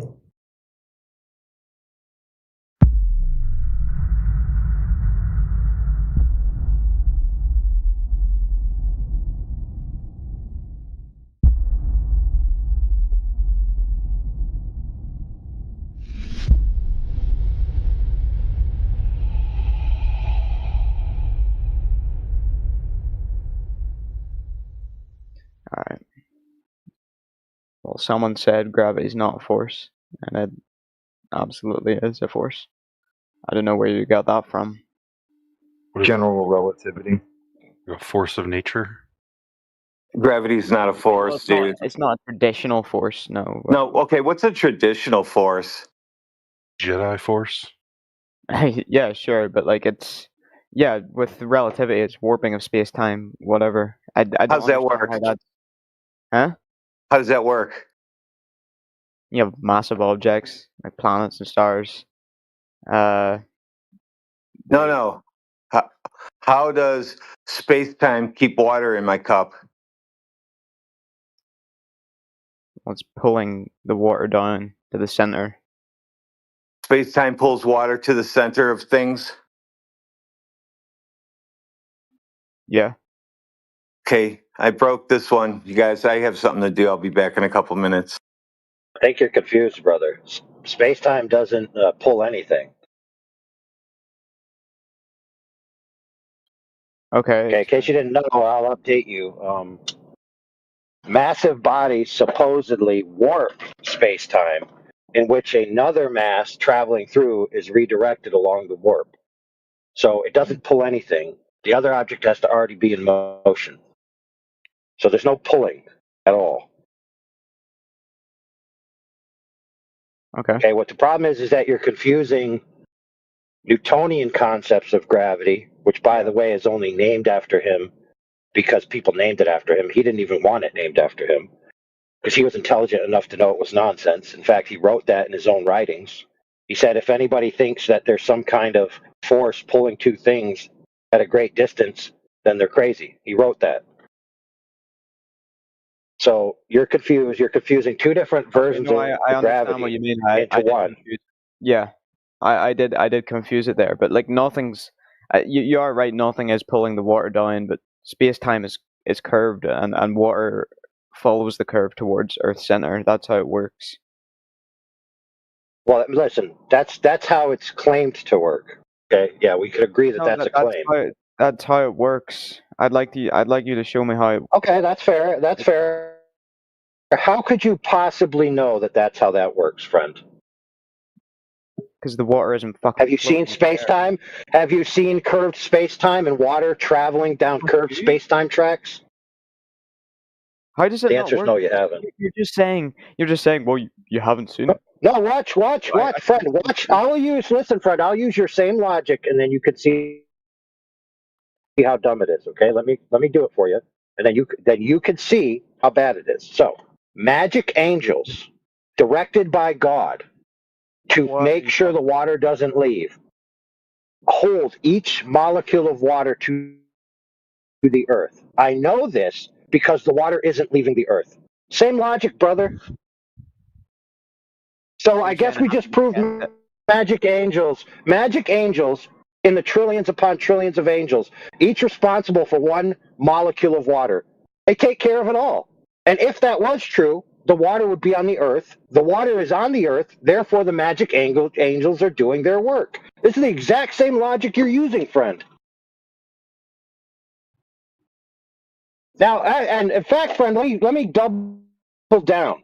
The magic angels are instructed by God to make sure that the water falls if you lift it at 9.8 meters per second squared down. Oh, I guess I just proved magic angels.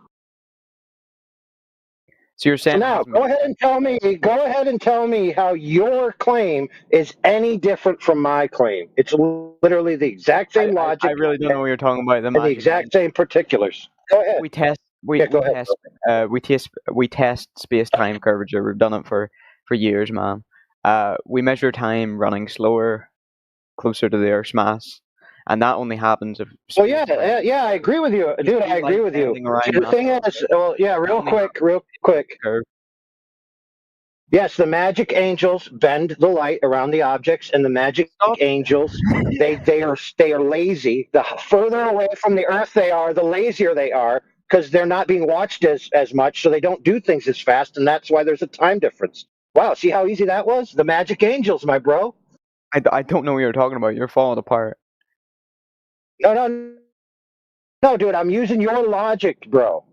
No, stop talking about magic angels. We've tested. All right, AI. Oh, that's what. No, see, friend, you're accusing. Friend, real quick, you're accusing me of talking about magic angels, but the actual person talking about magic angels is you, brother. I'm just illustrating how nonsensical your claims are. Hey, I don't believe in God, so here we are. Oh, I got you covered, dude. Check it out. AI is all wrong anyway. What you really have are invisible gnomes. They wear cowboy hats and they carry little lassos on their side. And then what they do is they grab onto everything and pull it down, including water molecules. What do you think of that one? That would be. I wish that was real. I wish that was very real, but I don't think you guys debunk me. Yeah, go ahead and debunk me. Curved space times test it every day. That's because of invisible gnomes. Only works because we correct for relativity. Whoa! You don't correct for relativity. Yeah, it works. That's why GPS works on your little phone. What are you talking about? Because because space time didn't exist, it wouldn't work. If you take away space time, it would stop working. Space time, huh? Kilometers every single day. Planes would miss their targets. Yeah. Cool story. Let's qualify. Hey, bro, let's quantify one of your claims. Hey, bro, let's quantify one claim that you said. So you said that GPS wouldn't work because time itself is changing and you have to account for, okay, cool. What amount of time do they claim is changing, and what discrepancy would that result in your actually coordinates within a accuracy of plus or minus the amount of meters from your location? Go ahead and quantify that for us, please. You want me to do some math right now? Yeah, so for example, friend, I was in the military and we used a GPS system on the MGRS grid reference map system. We had a thing called a plugger and all these different things which gave us coordinate grid squares on the map. They were very accurate, okay? So I want you to tell me how inaccurate they would be if we didn't bother taking into account for this magical time difference that you claim exists. I'd like you to tell me, would the coordinates be off by 10 meters, 100 meters, 1,000 meters, 1 meter, 1 inch, 2 millimeters? Like, how much would they be off? Go ahead. Can you quantify that for me? Is the difference in a clock at different altitudes. So to assume it's space-time causing that difference, because what they're doing is they're getting a cesium atom, and the amount of frequency vibrations that it has in a cycle is called a second. And so if that changes relative to other chronometers, they then say time has changed. What if it's not time itself that has changed, but actually the medium in which the cesium atom is in is either more restrictive or less restrictive, which allows it to vibrate more or less. So time hasn't changed. It's just the amount of times the cesium atom can vibrate has changed. And so you're just making logical conclusions that aren't necessarily the case if you're saying time itself has changed. But that aside, go ahead. I want to know what the discrepancy would be. Microseconds faster per day. And that would turn into around 10 kilometers of error per day. So within a week per day, your GPS would be off by like 70 kilometers. Within a month, it wouldn't. Okay, so basically, what you have. So, for example, I have in my van a clock, and I have on my phone a clock. The clock on my phone updates from the internet and the cell towers constantly, whereas the clock in my van is just reliant on whatever system they have in the van, and sometimes it's not giving me the accurate time. Now, I don't think because one clock is being updated accurately and the other clock is running slow, that time itself has changed. I just realized that one machine is not functioning correctly in the environment that it's in. Why would I jump to the conclusion that time itself is dilated? No, all I do is I just correct the clock.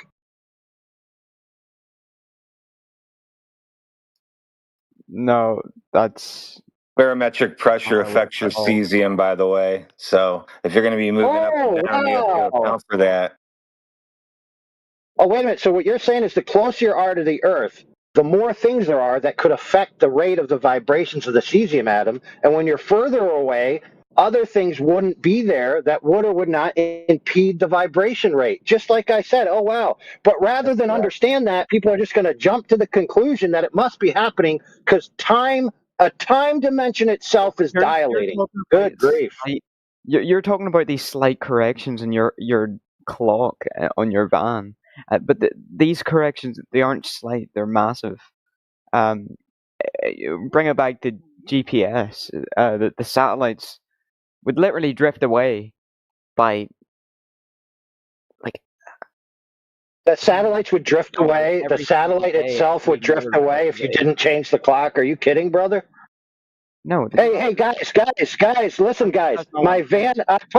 Listen, bros, check it out. I parked my van in the front of my house, my work van. But when I came back, it was down the street because I forgot to change the clock. I'm saying your GPS wouldn't work. The fact that it works at all proves space-time curvature. It doesn't. Yeah, it does.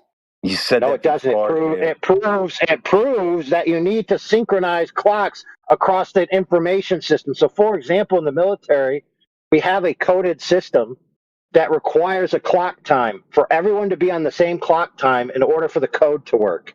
And it cycles. And you have to have this little box called an ANCD, which you have to plug into your radio.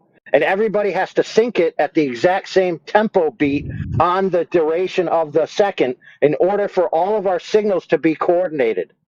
Now, if one of us forgets to press it at the right time, time and space itself didn't change, for God's sakes. Holy crap.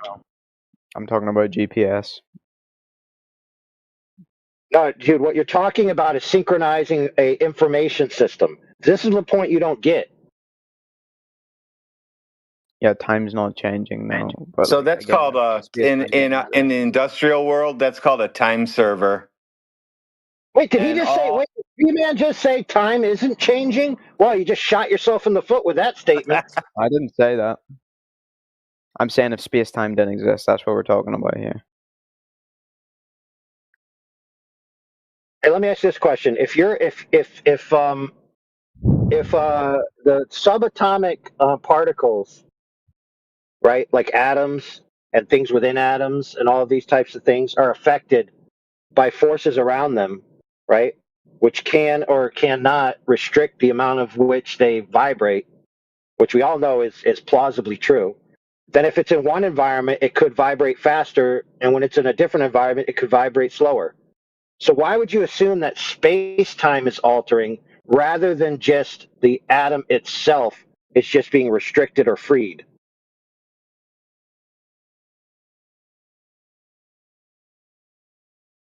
Hold on. Gonna see what AI says.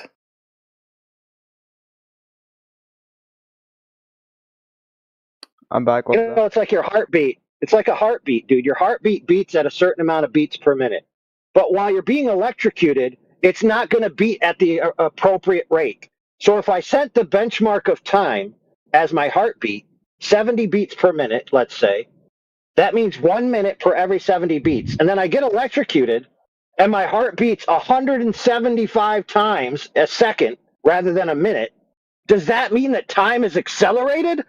No, it doesn't. Okay, man, I really don't know what you're talking about. I know you don't. That's the problem. That's why you just accept the mainstream status quo, whatever they feed you, because you can't think for yourself.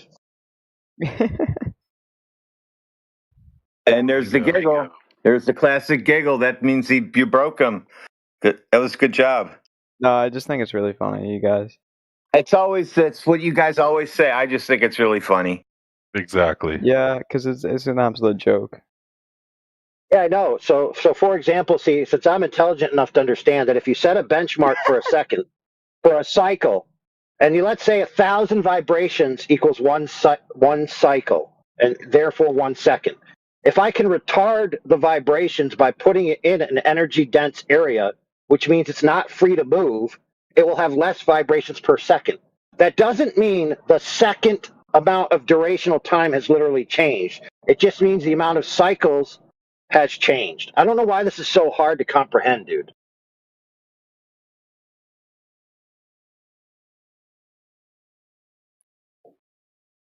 For example, if you buy bigger tires than your car should have, right? Your speedometer will actually not read correctly. Did you know that? You'll get lower miles. Right. So does that mean that if I buy bigger tires on my car and I arrive at somewhere at the exact same time I should arrive, but my mileage says something different because my tires are bigger, does that mean that the distance between point A and B has gotten shorter? Holy crap, dude. You probably lost him with that one. I know. Too complicated. You have to think in 3D and everything else and moving parts and shit like that.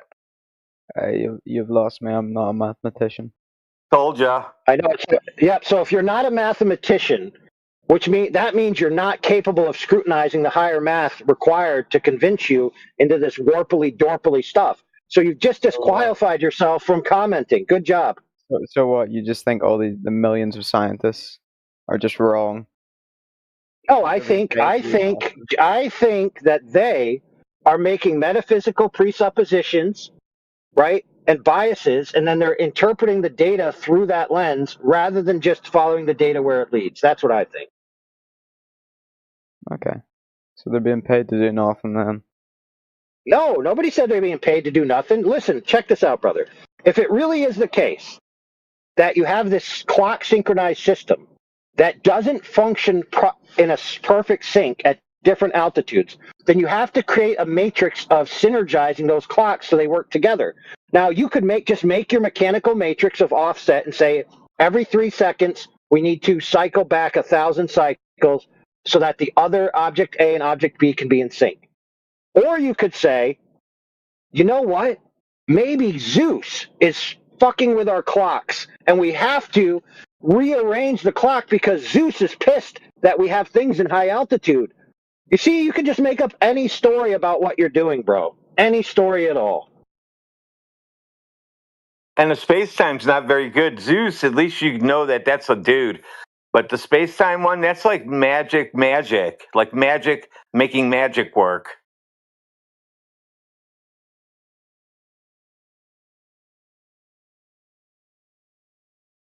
But anyway, that's neither here nor there, because all of you've done, my friend, is prove the Earth is flat. Because you're appealing to gravity to hold the water down to the surface of the Earth.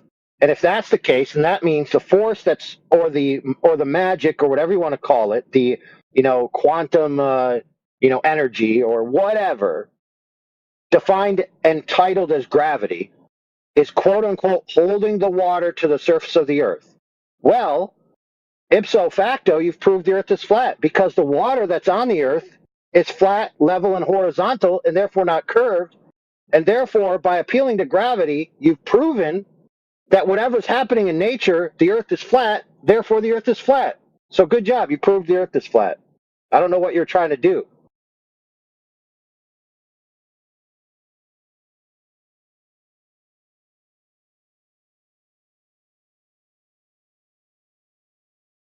Oh, B-Man, you're welcome to Flat Earth. Care packages in the mail.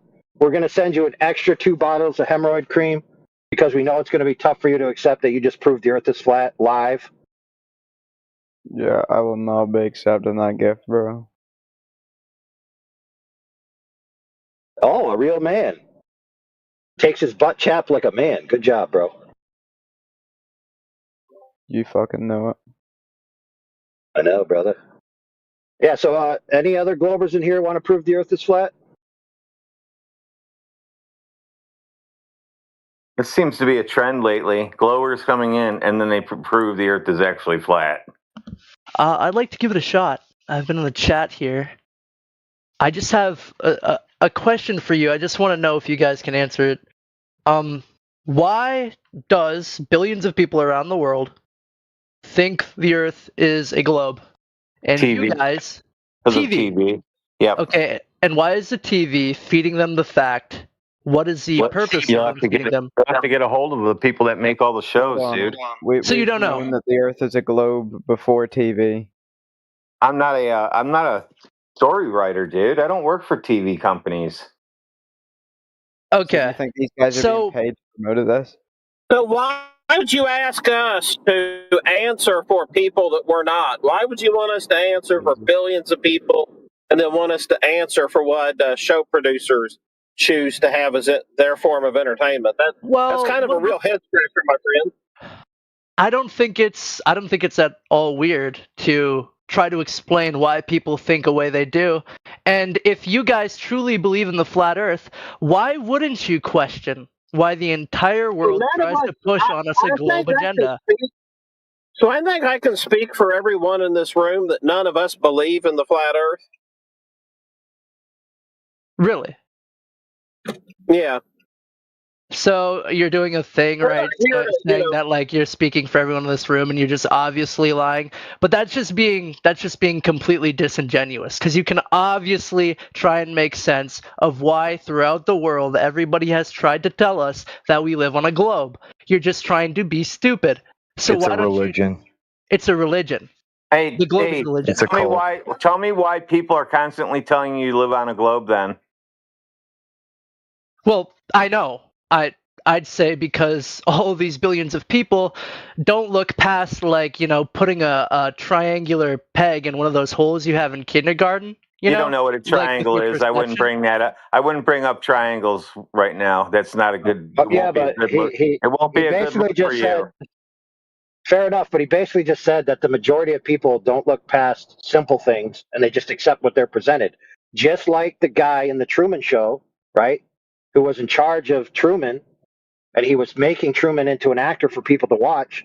he created this little world for Truman, and he told Truman what was true and what wasn't. And Truman had basically accepted it almost his entire life. And it wasn't until a girl actually tried to save Truman from the Truman Show, and a little bit of circumstances happened where he finally woke up to the truth. But you see, That's interesting, buddy. That's a TV show. So, like, regular people can go to university and learn things and test things themselves, and get educated. So, like, it kind of falls apart whenever you think about it. Dude, you had your chance. You were flat smacked by AI. Go on mute. Yeah, buddy. Listen, I just don't think the Truman Show analogy here works. That's a singular guy. We have billions of people on Earth, and we have the greatest gathering of the minds right now of all flat earthers, and I'm not really impressed. If the Earth is a globe, how come they have to tell you every day the Earth is a globe? They tell me every day? How do they tell me every day? I see the Christian cross every day. Yeah, they also believe they live on a spinning ball in a vacuum of space. Right? I see squares every day. Do you not think the Earth being a globe, the place that we live on, is not a great icon? You see I'm not squares, so now you live on a square? Is that what you're saying? Let me do a test. No. Let me do a test, Justin. Justin, let me do a test on you really quick. Yeah. Do you have any cash in your pocket? Yeah. I can get okay, so let me ask you another question. Do you have any money in your pocket? Yeah. Okay. What does it look like? Well, depends on what you mean. I got a card. A card can be money. I've got no, cash. Can't be money. Nope. Okay. Card can't be money. And long cash rectangular can't be money. strips of green. Right. Yep. That's not money, bro. It's not money. Not money. Really? Nope. It's not. What is it then? It's called a exchange note. It's not money. Interesting. I don't. Yeah, read it. Read it. Read it right on it. Read it right on it. Read the thing. Nowhere on it does it say money, dude. Not does it have place? Okay. Yeah. So money has money has a particular definition, which makes it different than exchange notes. See, but the thing is, but this is an example, dude. Most people think that Federal Reserve notes are money. But money has a different definition that Federal Reserve notes could never possibly meet. But most people have been conditioned that they're exchanging with money when they're not. Billions of people on the earth right now think that they have money, and they don't. Not billions, actually. I mean, money isn't, well, maybe billions. It's an English language. But you're talking about a language which changes, evolves over time, and gets heavily colloquialized. That's completely different. No, not language. Not language. It is. That is what you're saying. You're saying the definition of money is different. But everybody uses the term money for the piece of cash in their pocket, so it doesn't matter. You're just trying to get me off the point of not being able to answer the question. You're wrong, sir. You're wrong. No, actual money has a unique quality that pieces of paper don't, dude. Really? That's funny because I can ask anybody around me. I'll show them a dollar bill. They'll say, "What is that?" Yep, and they'll say it's money. Exactly. Yeah. You're proving my point, dude. You're proving my point. Millions of people are ignorant. You're correct. So why would I trust a bunch of millions of people upon billions of people that believe the Earth is a globe when they believe the stupid pieces of paper in their pocket are money? Why would I believe them? It's simple, really, because you're kind of just focusing in on the most stupid little details that anybody who has a life would never care about. Anybody who doesn't sit in the Flat Earth community Discord server. Correct. You're proving my point. You are proving my point over and over, dude. None of these people actually have scrutinized their positions or their claims. They have no idea what they're talking about, and they certainly don't have any primary knowledge. Really? Okay. So, then again. Yeah, watch this, brother. Watch this, Justin. Watch this question. Okay, we know that you believe the Earth is a globe. Now, go ahead and give us a primary knowledge of the Earth being a globe that you possess. Go ahead. Okay, so this is a great way to reverse it onto me to try to explain you something that you're going to throw math at me that I couldn't care less about. I just want to know, I just want to know, and this is the only question I'm asking, why? Okay, all these billions of people believe it, right?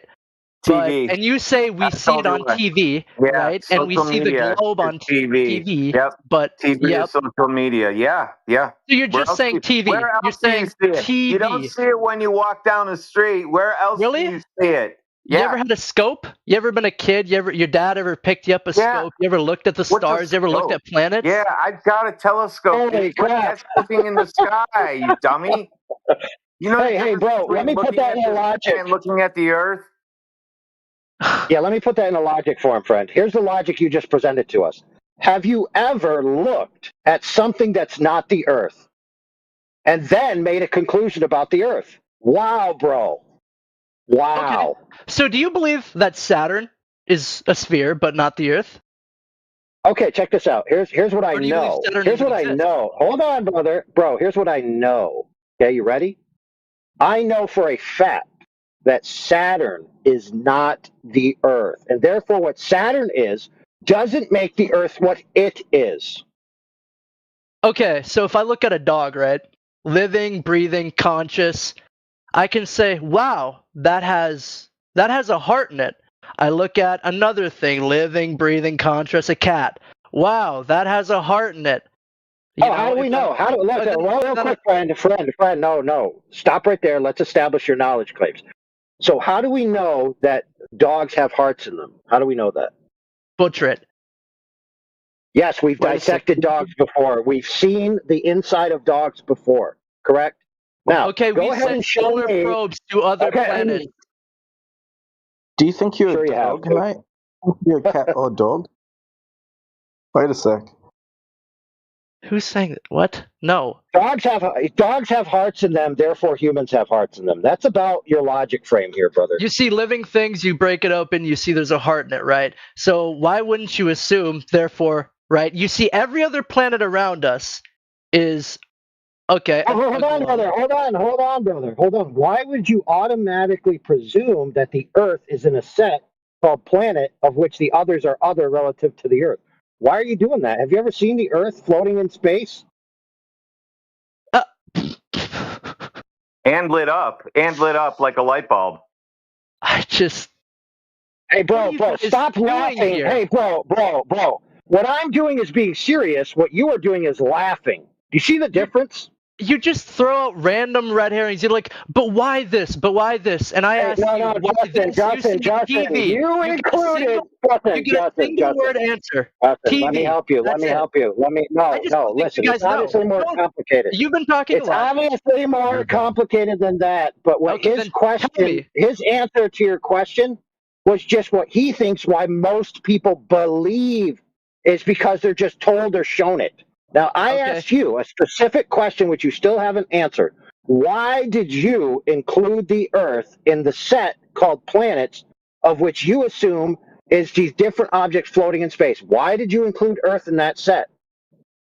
First of all, because planets is a word we made to describe not only the Earth, but everything around it that we observe to be a You're wrong. No, you're wrong. You're wrong, sir. The word planet actually came from the term wandering star to describe the celestial objects which didn't follow the course of the rotation of the sky that we observe. So in other words, there's a few things that don't seem to follow everything else. What does it mean and now? they were called Can you look at the wandering definition stars. For me now? No, That was I the don't definition care. How many hundreds of years? But you so you care about then? It you care doesn't about matter what? at all. It doesn't matter. Yeah, at what all. I'm telling you, what I'm asking you is It what is doesn't the matter at all. justification?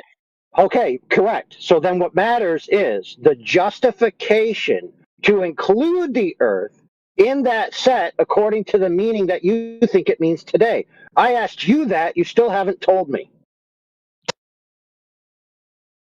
Because the meaning today, if you look it up, and I can look it up right now, and I can read it for us. I can look up planet definition. So let's do that. Planet definition. Doesn't matter. You're right. It doesn't matter because you guys It's are non just being sequitur to the ground because the horizon remains celestial body horizontal moving in an regardless of your elliptical orbit definition. around a star. All right, so you lost the me planet, at the Earth. celestial. You lost me at Earth being a celestial body. Okay, Yeah, so you're not you guys looking- just break down every single word. and then you just give me Let's TV. break down. Let's just take it. Let's just take it. Hold on, friend. Hold on, brother. No, let's take brother. it as given. Hold on. I want Let's you to take your answer one more definition as question. given. One more question. For me. Why do the heads of opposing countries? We're talking JFK. We're talking, the Soviet social Union. media. Because of social media. No. TV. Why do they say we live on a globe during the space race? Because of TV. Because of TV. No, dude. Because of TV. Stop. No. You're Fuck. so Justin, dumb. I'm muting You you, can't dumbass. answer the question Thanks, bro. honestly. Getting muted. You can't do it because you don't. Bro. Hey, Justin, everybody stop. Everybody stop. Justin, you're spazzing out because you still haven't answered my question. You claimed that planet means an object orbiting a star. Okay? I want you to justify why you included the Earth in that definition. Now, one thing you could show me is the direct observation of the Earth orbiting a star. And then that would justify your putting the word planet and Earth together. So go ahead and justify the observation of the Earth orbiting the star known as the Sun, which is the claim of what it's orbiting. Go ahead and justify that. Go for it. So then you can promptly ask me how I know we're orbiting a sun. I don't know what to tell you. I don't know what to tell you because everything I say, right, you guys have built a perfect way of distracting. Hey, brother, I'm not distracting. You claimed the Earth was a planet. You told me a planet is an object orbiting a star. I then said, how do you know the Earth is orbiting a star? That is the direct Socratic question that comes next in that series. You need an answer for that question, Justin. Now go ahead and give me that answer. It could be because NASA said so. It could be because Homeboy Slice said so. It could be because I literally astral projected and saw it, while an angel had their hand on my shoulder. I don't care. Just give me any actual reason why you included it, for goodness sakes. Go ahead. Okay, let's say I see it on TV. Then what? Oh, thanks for proving the point, brother. Then what? You're just saying I proved a point. I've proven nothing. There's nothing being proven. You've proven the point that the reason why you think the Earth is a planet orbiting a sun is because you saw it on TV. Holy crap. Okay. I want to ask you now. Really? I want you to tell me how you believe. You laughed. No, bro, you laughed at Dr. Triangle for saying people believe this stuff because they saw it on TV. And the only answer you could give was you saw it on TV. So good grief, dude. You just pointed the finger and laughed at yourself. Buddy, I'm just being funny because you guys say TV has changed everybody in the world. I'm just going along with your little, brainchild. No, I don't want you to go along with it. I don't want you to go along with it. I want you to give me a legitimate answer. It's because I want a legitimate answer to the question that I asked. Nice obfuscation. Right, I told you already. Here. I told you already. TV. You said TV. Well, answer his question. Yeah, we already went past TV. Can we do down the line of thought here? Dr. Triangle's listen. Okay, Dr. Triangle's opinion. Who's writing the TV? Justin, it doesn't matter. It doesn't matter. It doesn't matter who's writing the TV. Just listen. Just listen. It doesn't matter whether they want us to believe we are on a globe. Right. That doesn't matter. Okay, dude, check it out. I'm going to help you out since you can't think straight. Okay, your question originally was why do you think that billions of people believe the Earth is a globe? Dr. Triangle said to you that he thinks they believe it because they saw it on TV. And that could apply to many, many people. Now, you may disagree, but that's his opinion of why most people believe it. It's simply because they're shown it and they accept it as truth. Now, that is a sufficient answer. If you don't agree with that answer, you could parse it out and be like, well, maybe there's people who believe it because they didn't watch it on TV, and then we could talk about that. But see, I asked you why you included the Earth in the set called planets that has a specific definition and what knowledge you have that it should be included in that set, and you still haven't answered. Okay? So we gave you an answer. Whether you like it or not, that's fine, but you haven't given us an answer. Okay? So why not? We answered your question. Now you answer ours. Why did you include the Earth in that set? Why? What reason? Go ahead. All right. Okay. I included the Earth in that set because I've looked up to the sky. I've seen the other planets through a telescope, and I've looked at the Earth. We are similar. We all orbit a star. We know that we orbit a star because how do we know it? Yeah, I said you would ask that. I said you would ask that. Okay, bro. And you're just obfuscating more. All right, bro, I'm going to have to mute you again so I can explain it. Okay, check it out, bro. All that you've done, whether you realize it or not, is just repeat your claim. And then you added an additional claim. We've observed planets orbiting stars. We have observed planets orbiting stars. So you've increased the amount of claims you have. You didn't justify your first claim, and you made a second claim. So now, I'm going to ask you, if we've observed planets orbiting stars, go ahead and post or describe or tell us a single observation in the history of mankind of a quote-unquote planet orbiting a star. Go ahead, please. I'm going to unmute you so you can tell us where this observation occurred. Go ahead. This observation occurred yesterday when I looked down at the ground and I seen the planet which I was standing on, and I looked up and then I seen the sun. And then at night, I was able to see other planets in the sky that all followed, the ellipsis patterns of circling the sun. The Earth is a planet. Oh, whoa. You saw an ellipsis pattern in one night? Wow. So we all know that you're full of crap, dude.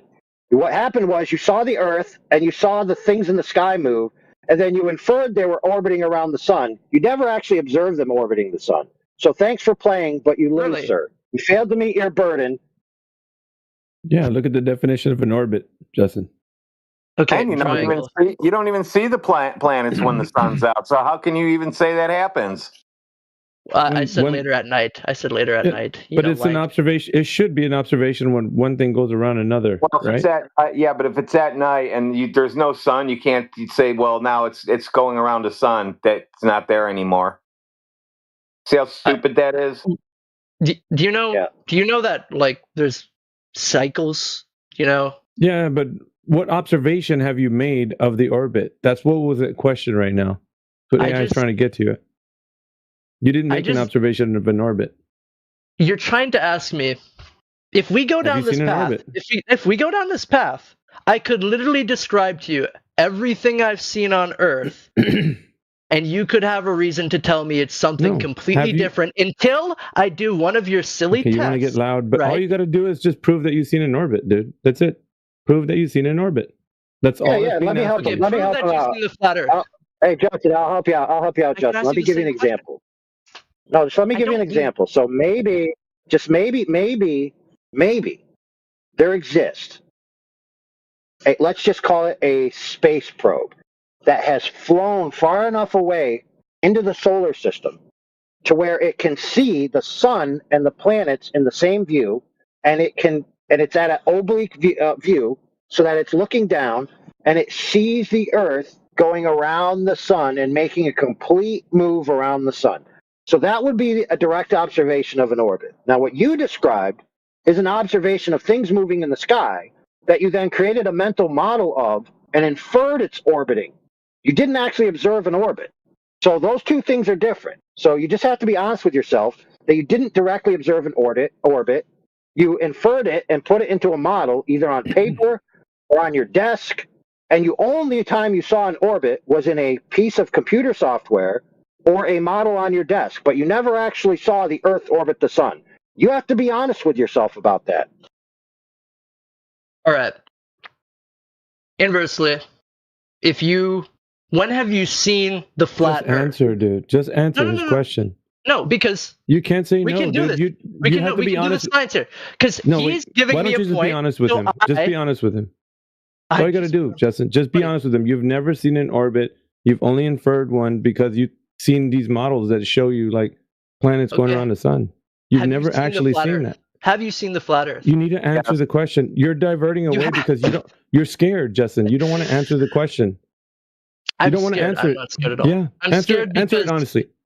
Just answer it honestly, Justin. Have you ever witnessed an orbit? Yes or no? Or have you just inferred it? Yeah, I've inferred that I've witnessed it there. Okay. Yeah, Look, that's I've honesty. looked. But what is your flat Earth? Have you seen it fully? How have you Fully. observed it? Yeah, we see the Earth as a horizontal plane. Isn't that what you see? Okay, so you see the Earth as a horizontal plane. Yes. What makes you think it's circular? Do you think it's a circle? What shape no, do you no, think it is? no. Yeah, nobody in here says. You might have heard a lot of things on social media that flat earthers are saying that the Earth is like a giant circle, like a pizza disc. We don't say that in here. AV, be careful. Social media and TV is a trigger word for him. Yeah. Go on. No. So then what is the shape of the Earth? Yeah, we're not making a claim to that. That's not a part of like what we describe in here, the Earth being. So the shape of the Earth. You're not making a claim, so you don't know? No, yeah, whatever the shape is overall, it's unknown to anyone. So okay, you may so never you guys don't know the shape of the Earth, but you see it as flat just because you see the horizon. So I can explain to you the shape of my Earth. I can explain to you the solar system around it. I can explain anything if I really wanted to story, in bro. the grittiest detail. But you guys subscribe to an idea Give him explain air pressure to you, AV. This should be interesting. You want to do gravity now? No, I mean I said air pressure. I didn't talk about gravity. What's wrong with you? Just talking about air pressure. I think the most interesting thing, though, Justin. I mean, I don't know. Is this the first time you've ever heard of it? It sounds like you're really energized, dude. Like that's what I'm hearing. I'm energized because you guys have such a weird way of communicating anything. Well, it just feels like right now at this moment, there's a lot of emotion coming from you because you don't like what you're hearing. Are you invested? Do you have a lot of stock in like space and all that? Like, do you think that you really think that we're a planet, right? And at some point in the future, we're going to explore space and such? Yeah. Right. Here's what I'm saying to you, right? Before we even continue any farther, there's a lot of people who are invested in that idea. And when we talk about this, they have an existential crisis. It's a breakdown in their mind. Like, it's not possible that there's people like us talking about flat Earth and that space is not what you've been told. And so it like these ideas clash and you just like lash out and there's like all these emotions. But when it all dies down, when you like leave this Discord, you're going to think about it. You're going to be like, oh, how do I know what I know? That's the only thing we're asking for you to do. I mean, we're living on the same Earth that you are. We witness the same thing that you do. It's not any different. So what you've done right there is you've just psychologically laid out. You're right. You've kind of put like a board under me, like a little piece of leverage, like, oh, I could be getting worked up. I could be having an existential crisis. You've assumed that I reject this information because I do not understand it, or it goes into what we can hear it. We're professionals. We hear you, dude. Yeah, so kind of obvious, dude. You just assume that? That's just everybody. Justin, I'll put it to you this way, dude. Everybody at some point, like when we first heard it, we usually some more than others, right? But they go through this process that you're going through. It's not uncommon, dude. Yeah, I'm just not gonna go through the process, guys. No. I don't need to listen. I want to debate you about the stuff here. I don't need you to tell me I need to be open or tell me that I might have. No, you can do whatever you want, man. Or I'll be emotional. It's possible. Usually the NASA fanboys have the hardest time in this room. Usually. Yep. So you're about to debate him. Go ahead. Buddy, I'm not a NASA fanboy. In fact, I don't know the first thing about any of the math that you guys say. So he's going to come in here, doesn't know math, doesn't know the size of Earth, doesn't know anything about Earth, but he's going to come in here and defend it. There's something he doesn't know if he's right or wrong about. You're crazy. Because we can use simple logic and we can deduce things. Well, right? what logic? I can't learn everything. So what logic have you used about the Earth that you think you live on, being a globe? What logic have you used? Well, first of all, I have a certain definition of trust here in people, that they are not completely dumb. And the people who constructed our society, people who build architecture, people who, do all this, who all believe in a globe, I do not believe that they've just looked at a TV in any way and they found that we live on an Earth. And I do not believe in any capacity that the overarching governments of our world, different governments, mind you, would in any way band together some unholy union to try and convince us that we live on a globe when we've been to space. Because I've never heard a clear answer as to why they would do that. I've heard people say money, control power. What is the money they get? Like a space movie? You're basically a product of the information. The narrative being told to you that the Earth is a globe, you're a byproduct of that. So your mind is and focused. You're a byproduct of the misinformation of a You flat should let Earth people community. finish, Justin. You have very bad manners, dude. You don't let people finish talking. I think that's I'm pretty like rude of AI. you. I'm like AI. You know, You don't have to be like anybody. You can be yourself, dude. Just a better version. All I right, know, so but you didn't butt in for here's- AI, so I wasn't even here, dude. I just jumped in. Oh, All I right. didn't. So what I'm saying is, I think we can do better, Justin, as people that are trying to reason with each other, don't you? All right. So if you want to debate, or if that's what your goal is, I'm gonna let you have it, because I think you need that. You need to feel like you're coming at me with something that's logical. So I'm gonna let you, right? Go ahead and give me any logic you can for the Earth being a globe, like any. And we'll review it. We'll see if it holds any merit. Well, yeah, I don't really need you guys to understand my position. I need to understand your position as to why you guys believe. Like, what makes you think all the, like, besides from TV, I want a detailed explanation here, AV, as to Social media. why Social media. you've said a single word, Mr. Triangle. You can't just do that. Do we have social media in the 60s? Was JFK saying the Earth is, Yeah, what did you know, think a TV and globe? radio is? Yeah. Did you finish your question? Yeah, let me ask my Ask your question. question. Let me ask my question. Can you tell me why, and this may be hard now, why we've not. had warring countries or opposing countries all tell us Newspapers. that we're from the Newspapers. globe? Newspapers. Yep, Newspapers. from the Newspapers name the globe. AV, I notice you haven't told him he's interrupting, which is interesting because you told me I was interrupting. I just No, want that I said to be interrupting me. Interrupting me. He's not interrupting They me. like to play favorites. No, just relax, guys. All right, so Yep. essentially, if you could just get to your question, that would be great. Yeah, here it is. Why opposing countries, right, from different nations and all of the intelligent people around the world that we call architects, aviators, stuff like this, billions of them all believe we live on a globe. And if the answer to that is that it is because they have been fed that information purposefully, right? Because there has to be, in a line of thinking the flat earth, somebody who's lied if they said we've went to space and seen a globe. Why would they lie about that to the broader public, and how could they conceal such a gigantic change in basically everything that we understand about the world from the broader public? That's 3 questions. You know that, right?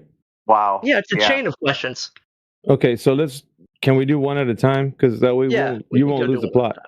Right, ask your first one. Start with the first one, and you can start with the Okay. why would they lie question if you'd like, or just go from there. Yeah. Why would they lie to us? Why is the do you think that they've lied to us? That's kind of the Okay, so the conception of the story of the Earth being a globe was essentially an esoteric idea from a long time ago, from even Pythagoras, right? Thinking that the most perfect shape was a sphere, and thinking that everything in the world like that resembled that would be like God's perfect creation. So Pythagoras had you can look this stuff up too, by the way. Pythagoras had a cult, the Pythagorean cult. And so they all believe this. So this information about the Earth being a globe is steeped in esoteric teachings, like in the mystery schools. So a lot of it has to deal with where the origins of it came from. And most of it was propagated forward into the church. So a lot of the Jesuit teachings were about, globes and, so forth, and the universe being, ever expanding and so forth. So most of it was rooted in that. But then it was given like a name called science. So a lot of people formulated this. And this was barely in like recent history. This wasn't like Greeks knew this a long time ago, and so did all of the world's population.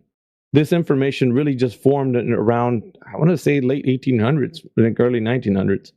Like in the past 500 years, essentially, it was probably when it really blossomed, and didn't come into our schools, until like, let's say the Industrial Revolution, somewhere around there. And that's where it infiltrated the educational system. But people were really actually teaching the Earth is flat. And there was people that were being, I guess, railed against for teaching the globe. But that had its origin, right? So after that, people, when they were being put in school, were being told that the Earth is a globe and taught about the planets and all this kind of stuff, as in that this is like a part of what science is, and teaching, young people this.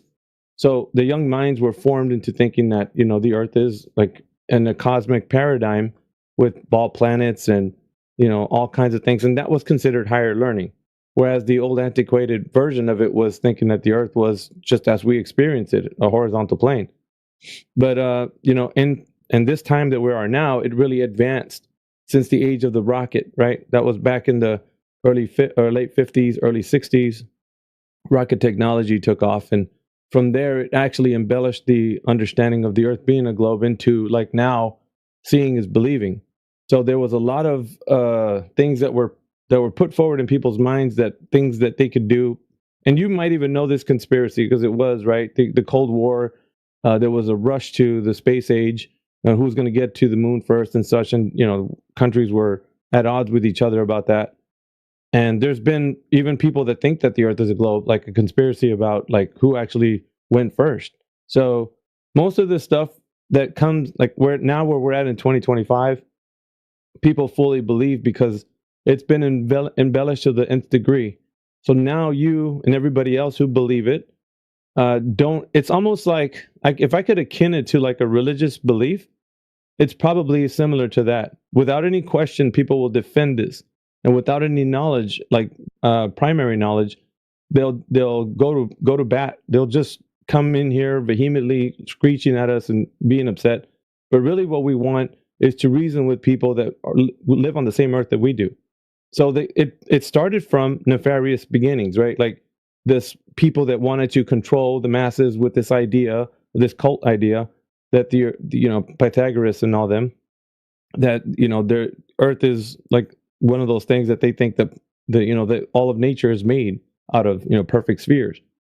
So it had these like esoteric teachings move forward to like now, but as it progressed to where we're at today, it was actually taught as just a tradition. This is what people understand science and the scientific community are representing as what true science is the knowledge of our universe is known as the idea that there's ball planets and all kinds of stuff. Jupiter's made of, gas and, methane and stuff. So we have in our heads, or I didn't anyways, when I was growing up, the idea that the Earth is a globe based on a traditional thinking. It wasn't like my teacher was out to get me, nefarious and just like wants to lie to me. She believed it as well as everyone else did, and including me. So it was more akin to like a tradition. It's not like, people out there to get you that are saying the Earth is a globe. I think that's a bit silly to take it to that degree. So to answer the question, why would they lie? Well, the majority of people are not lying to you. They fully believe that this is the truth. So there's nothing, because they grew up with it just like you did, and it's just a generational thing. So now it's got a kind of a mind of its own now. So when you ask the question why they will lie, well, we'd have to go all the way back to the very beginning in history where it actually began. So in esoteric teachings. And then you'd have to look into the histories. Like there's a lot of research that you'd probably have to do. Whether you're going to do it or not, that's up to you. But when you find out where it began, then you start to see the layers of like traditional thinking all the way to where we're at today. And that's including not just the globe, but every type of teaching that you can't actually verify for yourself. That includes gravity, many ideas like Coriolis. There's a lot of stuff that's involved with that embellishes the idea, like ball planets are made of certain elemental, structures. So if we, like we were doing earlier, it was a bit more hostile though. I'm trying for you to just kind of get this information from an aspect of like why they would lie. So it began, like I said, it began from where people were being taught this at a very small group, and then it blossomed into like, the common folk actually believe it, and without any question even. So I think that now that you have a critical thinking mind, I don't know how old you are, but you sound a bit older, like maybe past 18, I don't know. But you could probably start looking into this for yourself. But the why they will lie question, it always goes back to they're not. It's a tradition. So they're just being told that the earth is a globe, and they believe it just like you do. They're not going to question it, and they're like, dude, I'm not lying to you. I'm telling you the earth is a globe. Like, what? There's nothing wrong with that. So that answers that question. You could probably do your own research and find out more of like, when it actually got started and when it was being taught in schools and stuff. And then that will probably open up your eyes to like that much of it. But I'm not here to change your mind, Justin. I'm here to just kind of inform you our position. Whether you want to debate about it or not, I'll leave that up to you. You could still do that if you want. Yeah. But, so the why they would lie, like I answered to you, is it's not a lie if your third grade teacher is telling you that, and she's coming from a good heart. Like, she's not out to get you, dude. What She's about just the telling people you who what she claim they're knows. from space? They've been to space. Those guys are liars. There's only a few people I would consider in that category. Those guys are in that category. The And astronauts why? have been Why would they lie? because space would be, as you're being told, a region that people can travel to. Now, this is the most important part of your understanding of all what we've been talking about. Everything that someone says, if it's not able to be verified, then you carry it as a belief.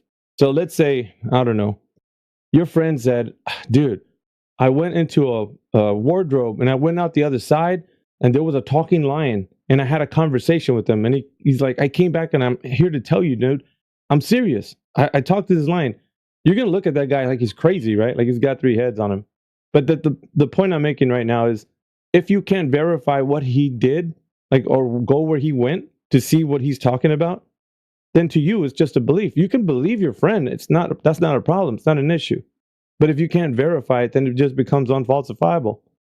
So I don't know if you trust your friend or whatever, but if you do, then you just take it on as something you trust him because, he's a good friend of yours. So that's kind of the same thing with these guys. But on the reason, you have a reason to believe because you've been told since you were very young that the earth is a globe and such. So those guys, they might be incentivized to do it for whatever reason. Maybe it's a government classified thing that they can't tell people, or whatever it is, a justified good lie or whatever, who knows. But you'll never know that. All you know is that what they said, and you either you have a conscious choice whether you accept or reject what they're saying.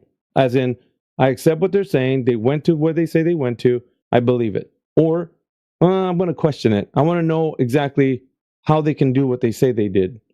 That's up to you. You can do whatever you want. But you can also take it on as belief and rail on us because we don't believe like you do. But Right, either way, go ahead. Yeah, I just want to know then. So when they're very televised, when they get on the rocket and they launch off, right? Mm-hmm. And we watch them launch into the sky, and then they come down. Where are they going? Who knows, dude? Who knows? That's not that's not a part of like what you and I can actually discover, is it? Right. You and me. We see one thing. Let's say both of us were watching a rocket launch, but you and me, we both see the same thing. The rocket go up and go away. As far as like the extent of where it actually travels to, you and I have a question mark over our heads. Oh, no, you can watch TV and it'll give you the answer. Yeah, you could do that. But I'm saying as far as like you and I looking at it, physically, with our eyes, we only could see it to a certain limit and then no more. Like you can't see it actually traveling into the vacuum of space. Even though that's what your mind desperately wants to think, you only see it traveling up and away until the point where you can't see it any longer, and then that's it. Because you can watch it on scopes. You can watch it travel up through space. Let me tell you something about something you don't know about this, and that's not your fault. You don't know. But the rocket has to go into a parabolic arc in order to reach maximum velocity around the Earth. So it needs to orbit around the Earth according to the mainstream narrative. It uses about 25,000 miles to reach escape velocity in order for it to escape the Earth's gravitational pull. You didn't probably know this, so I'm telling you right now. So you can't watch it as it travels throughout its path. It has to go, I think it's a matter of maybe 2 or 3 times orbit before it actually reaches its speed to leave the Earth's gravitational pull.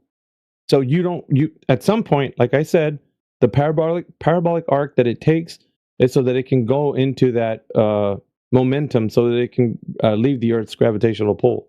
That's why it does that. And so you can't see it all the way to where it leaves the Earth's gravitational pull, because even if you were standing and looking at it, it'll reach to the horizon, and that's as far as the limit is where you could see it. That's it. Okay, but I got my buddy on the other side of the Earth, right? And we got a call up. He's got his thing up. He's across the Earth, so he could see it coming towards him.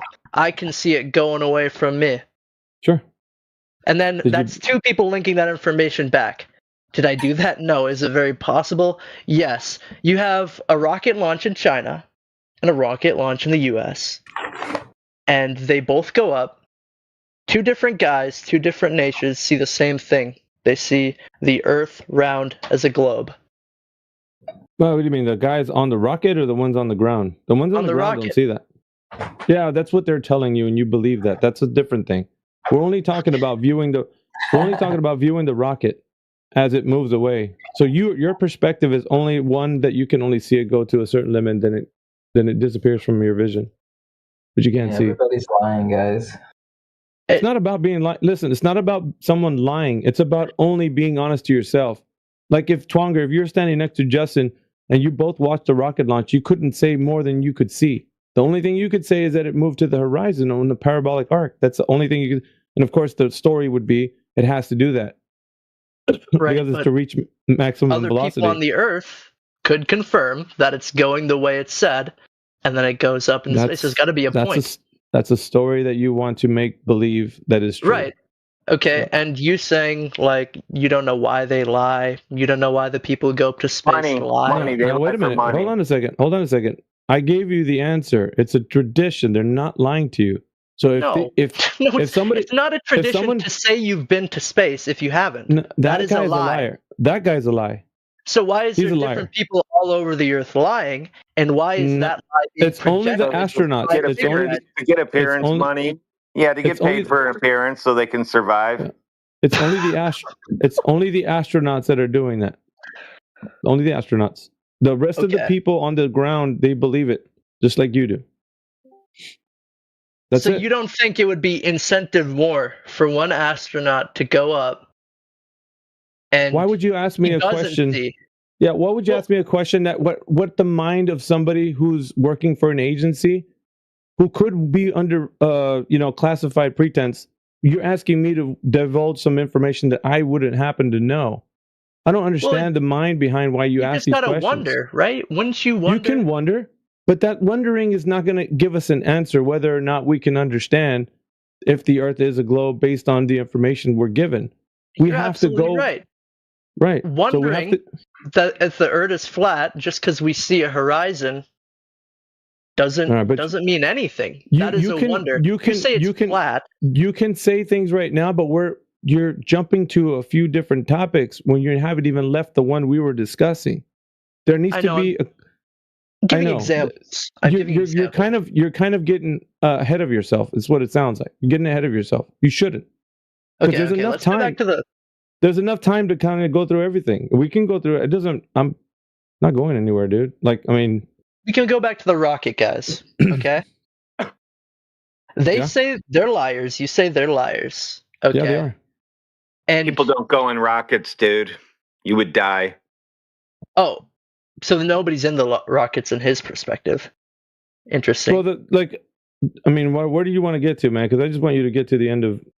Is this it? Like that? You're talking about watching a rocket launch? I want them to know why.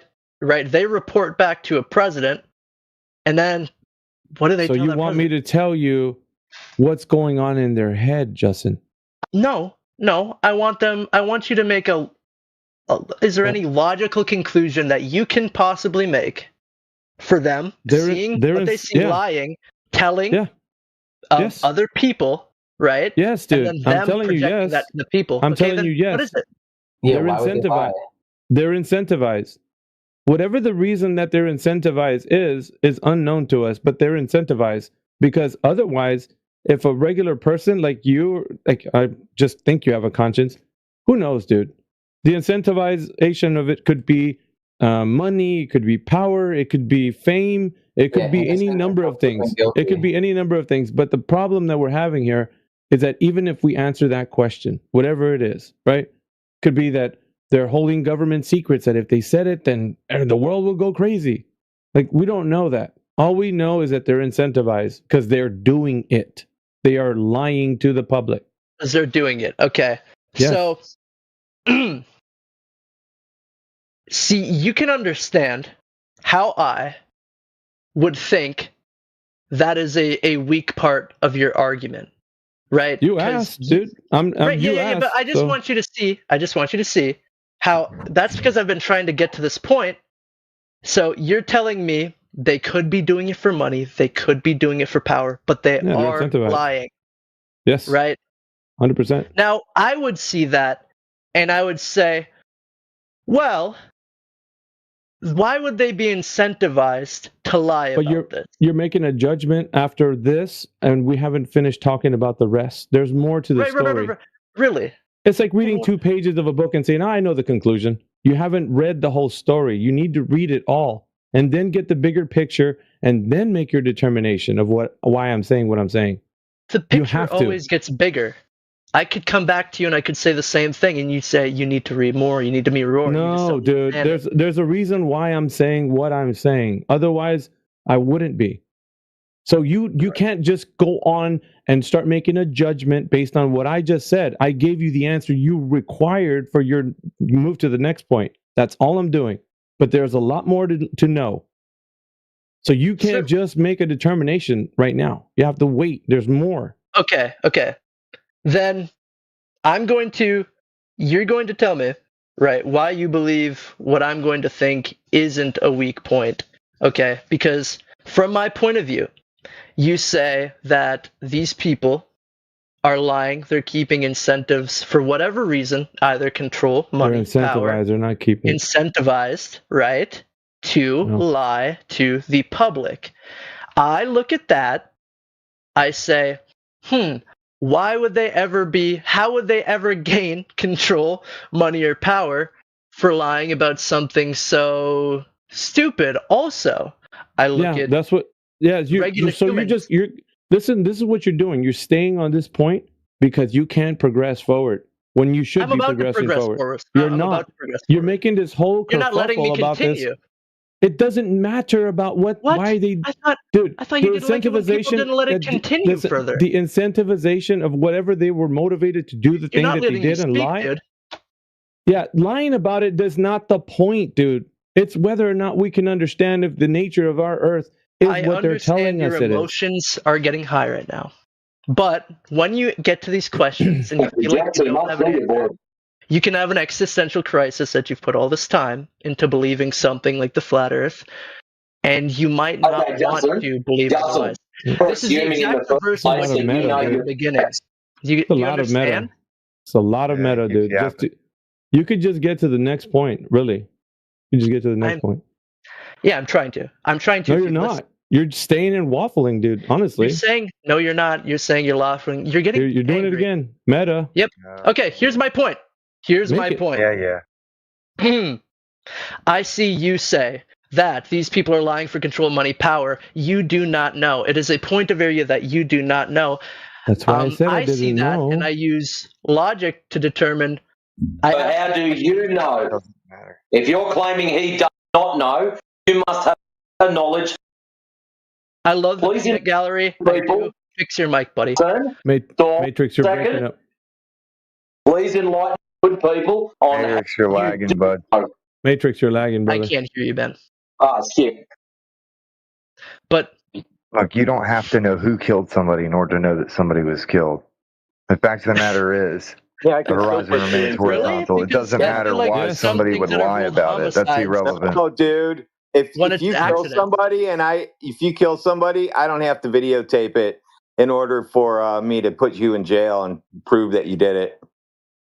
There's evidence. There's something called evidence. All right, so let's see if you Right, have. and you don't have any evidence that those All people right, are lying thank you, or getting Justin. incentivized to Justin, be controlled. You've Justin. made a claim. We Justin. do. You won't let him get Justin? to that far yet. Yeah, exactly. You're stuck on this point, dude. You need to move forward. Move forward, Tell dude. me. Okay, tell me. Do you have any proof that they have been incentivized You're still in on any this way point. to lie? You're still on this point, dude. Okay, but you won't answer the question. Do you have any proof? I did. I told you the answer was, for whatever reason they were incentivized, they're lying. We do not know the reason they were But incentivized you made to do a the claim lie. they've been incentivized, but you don't Yeah, have of any course. proof. Listen, the proof would be if we move to the next subject, you'll find out. Otherwise, you won't. You're going to Okay, stay wondering. then you could just tell me the proof. Then you could just tell me the proof. Forward to Buddy, the next question. You see what you're doing? Do you see what Yeah, you're doing? wanting you to Earlier, I move came forward. into this call. I was redirected at every point I made to a completely different point. Whining. Now I am trying to God. ask you that after you've made a claim, everything I said, I've made a claim, and they All right. got off on these Let's put tangents. it this way. The reason why they would lie like the way they're doing is because the earth is not what you've been told. And it doesn't equal that the earth is a globe based on any knowledge that you could provide of how you think it is a globe, either logically or empirically. There's nothing you can do to prove it to us because there is no evidence. The globe is an imagination of a cultish mindset, has no real implications in our physical world. You don't go outside and witness a globe. So whatever it is that they're incentivized with, the astronauts, we wouldn't know, but they're doing it. They're still lying. Okay, everybody else on the ground. But you don't know they're incentivized. They are, otherwise they wouldn't be doing it. So you've made a logical leap there. You said they Okay. have to be incentivized. Did you hear the other or they part? wouldn't do it. Did you hear the other part? I did. The other part was that the globe does not exist. It does not exist. Does not exist. Those are words Unless- to me right now. Yeah. You need to prove it to yourself and everybody here. Can you do that? Okay. And then if you can, you proved me wrong. So do it. You'll prove what me you're wrong. doing- I'll put it right here like this on the line. If you prove it to me right now that the earth is an actual globe, you'll prove me wrong. I'll have to eat my words. And I will. How would I do that? Because everything you've told me, I don't know. You tell me. by the basis of yourself, you say you have to prove it yourself. So you've obviously gone out, done a little No, experiment. dude, maybe why with does a it paper have to plate. come back to me? We're No, asking no. you. I'm just getting a preface for what I'm saying. Dude, you're moving away from you being held accountable for providing evidence that the earth is an actual globe. You're running away from that every time. You'll switch it back to me again. I don't need that. I need you to be honest with yourself. If you're able to provide evidence that the earth is an actual globe, then you can do it and all is well. That's all we're asking. So go ahead, lay it out for us, brother. Tell us how you know it's a globe. Okay. That's just we're full circle. Actually, we've Are you gonna do come it or full not? circle. Avi, do you not Are you see going what to do you're it or not? doing? Justin, are you going to do it or The not? thing sir? you told me at the beginning of the thing. Are you going to do it or not? Obviously, you have to know what you're doing right now. When you talk to me, I don't let go of the point until we reach the conclusion, which means I'm not going to leave this point. We're going to stay here until you are able to admit you can't prove it. Wait, that's what I want to You hear from don't you. leave the point until you found the conclusion.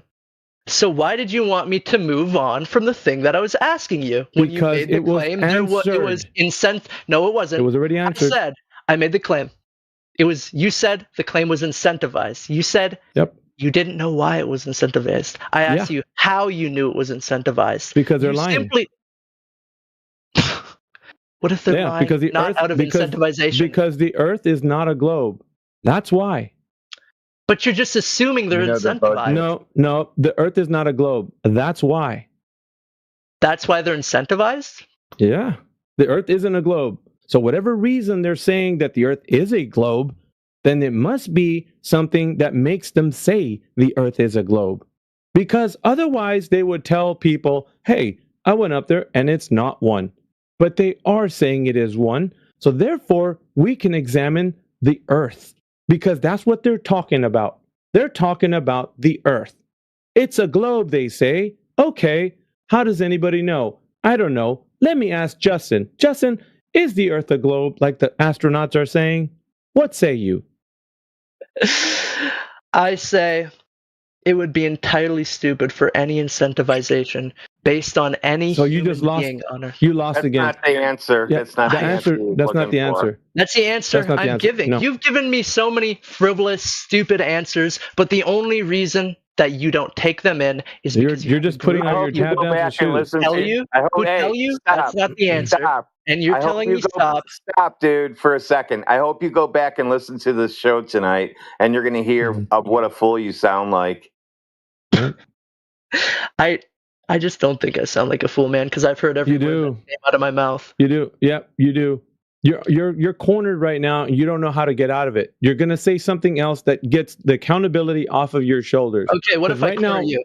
Right now you can't. Right now what you need to do is provide evidence that the Earth is a globe like the astronauts are telling you it is. All you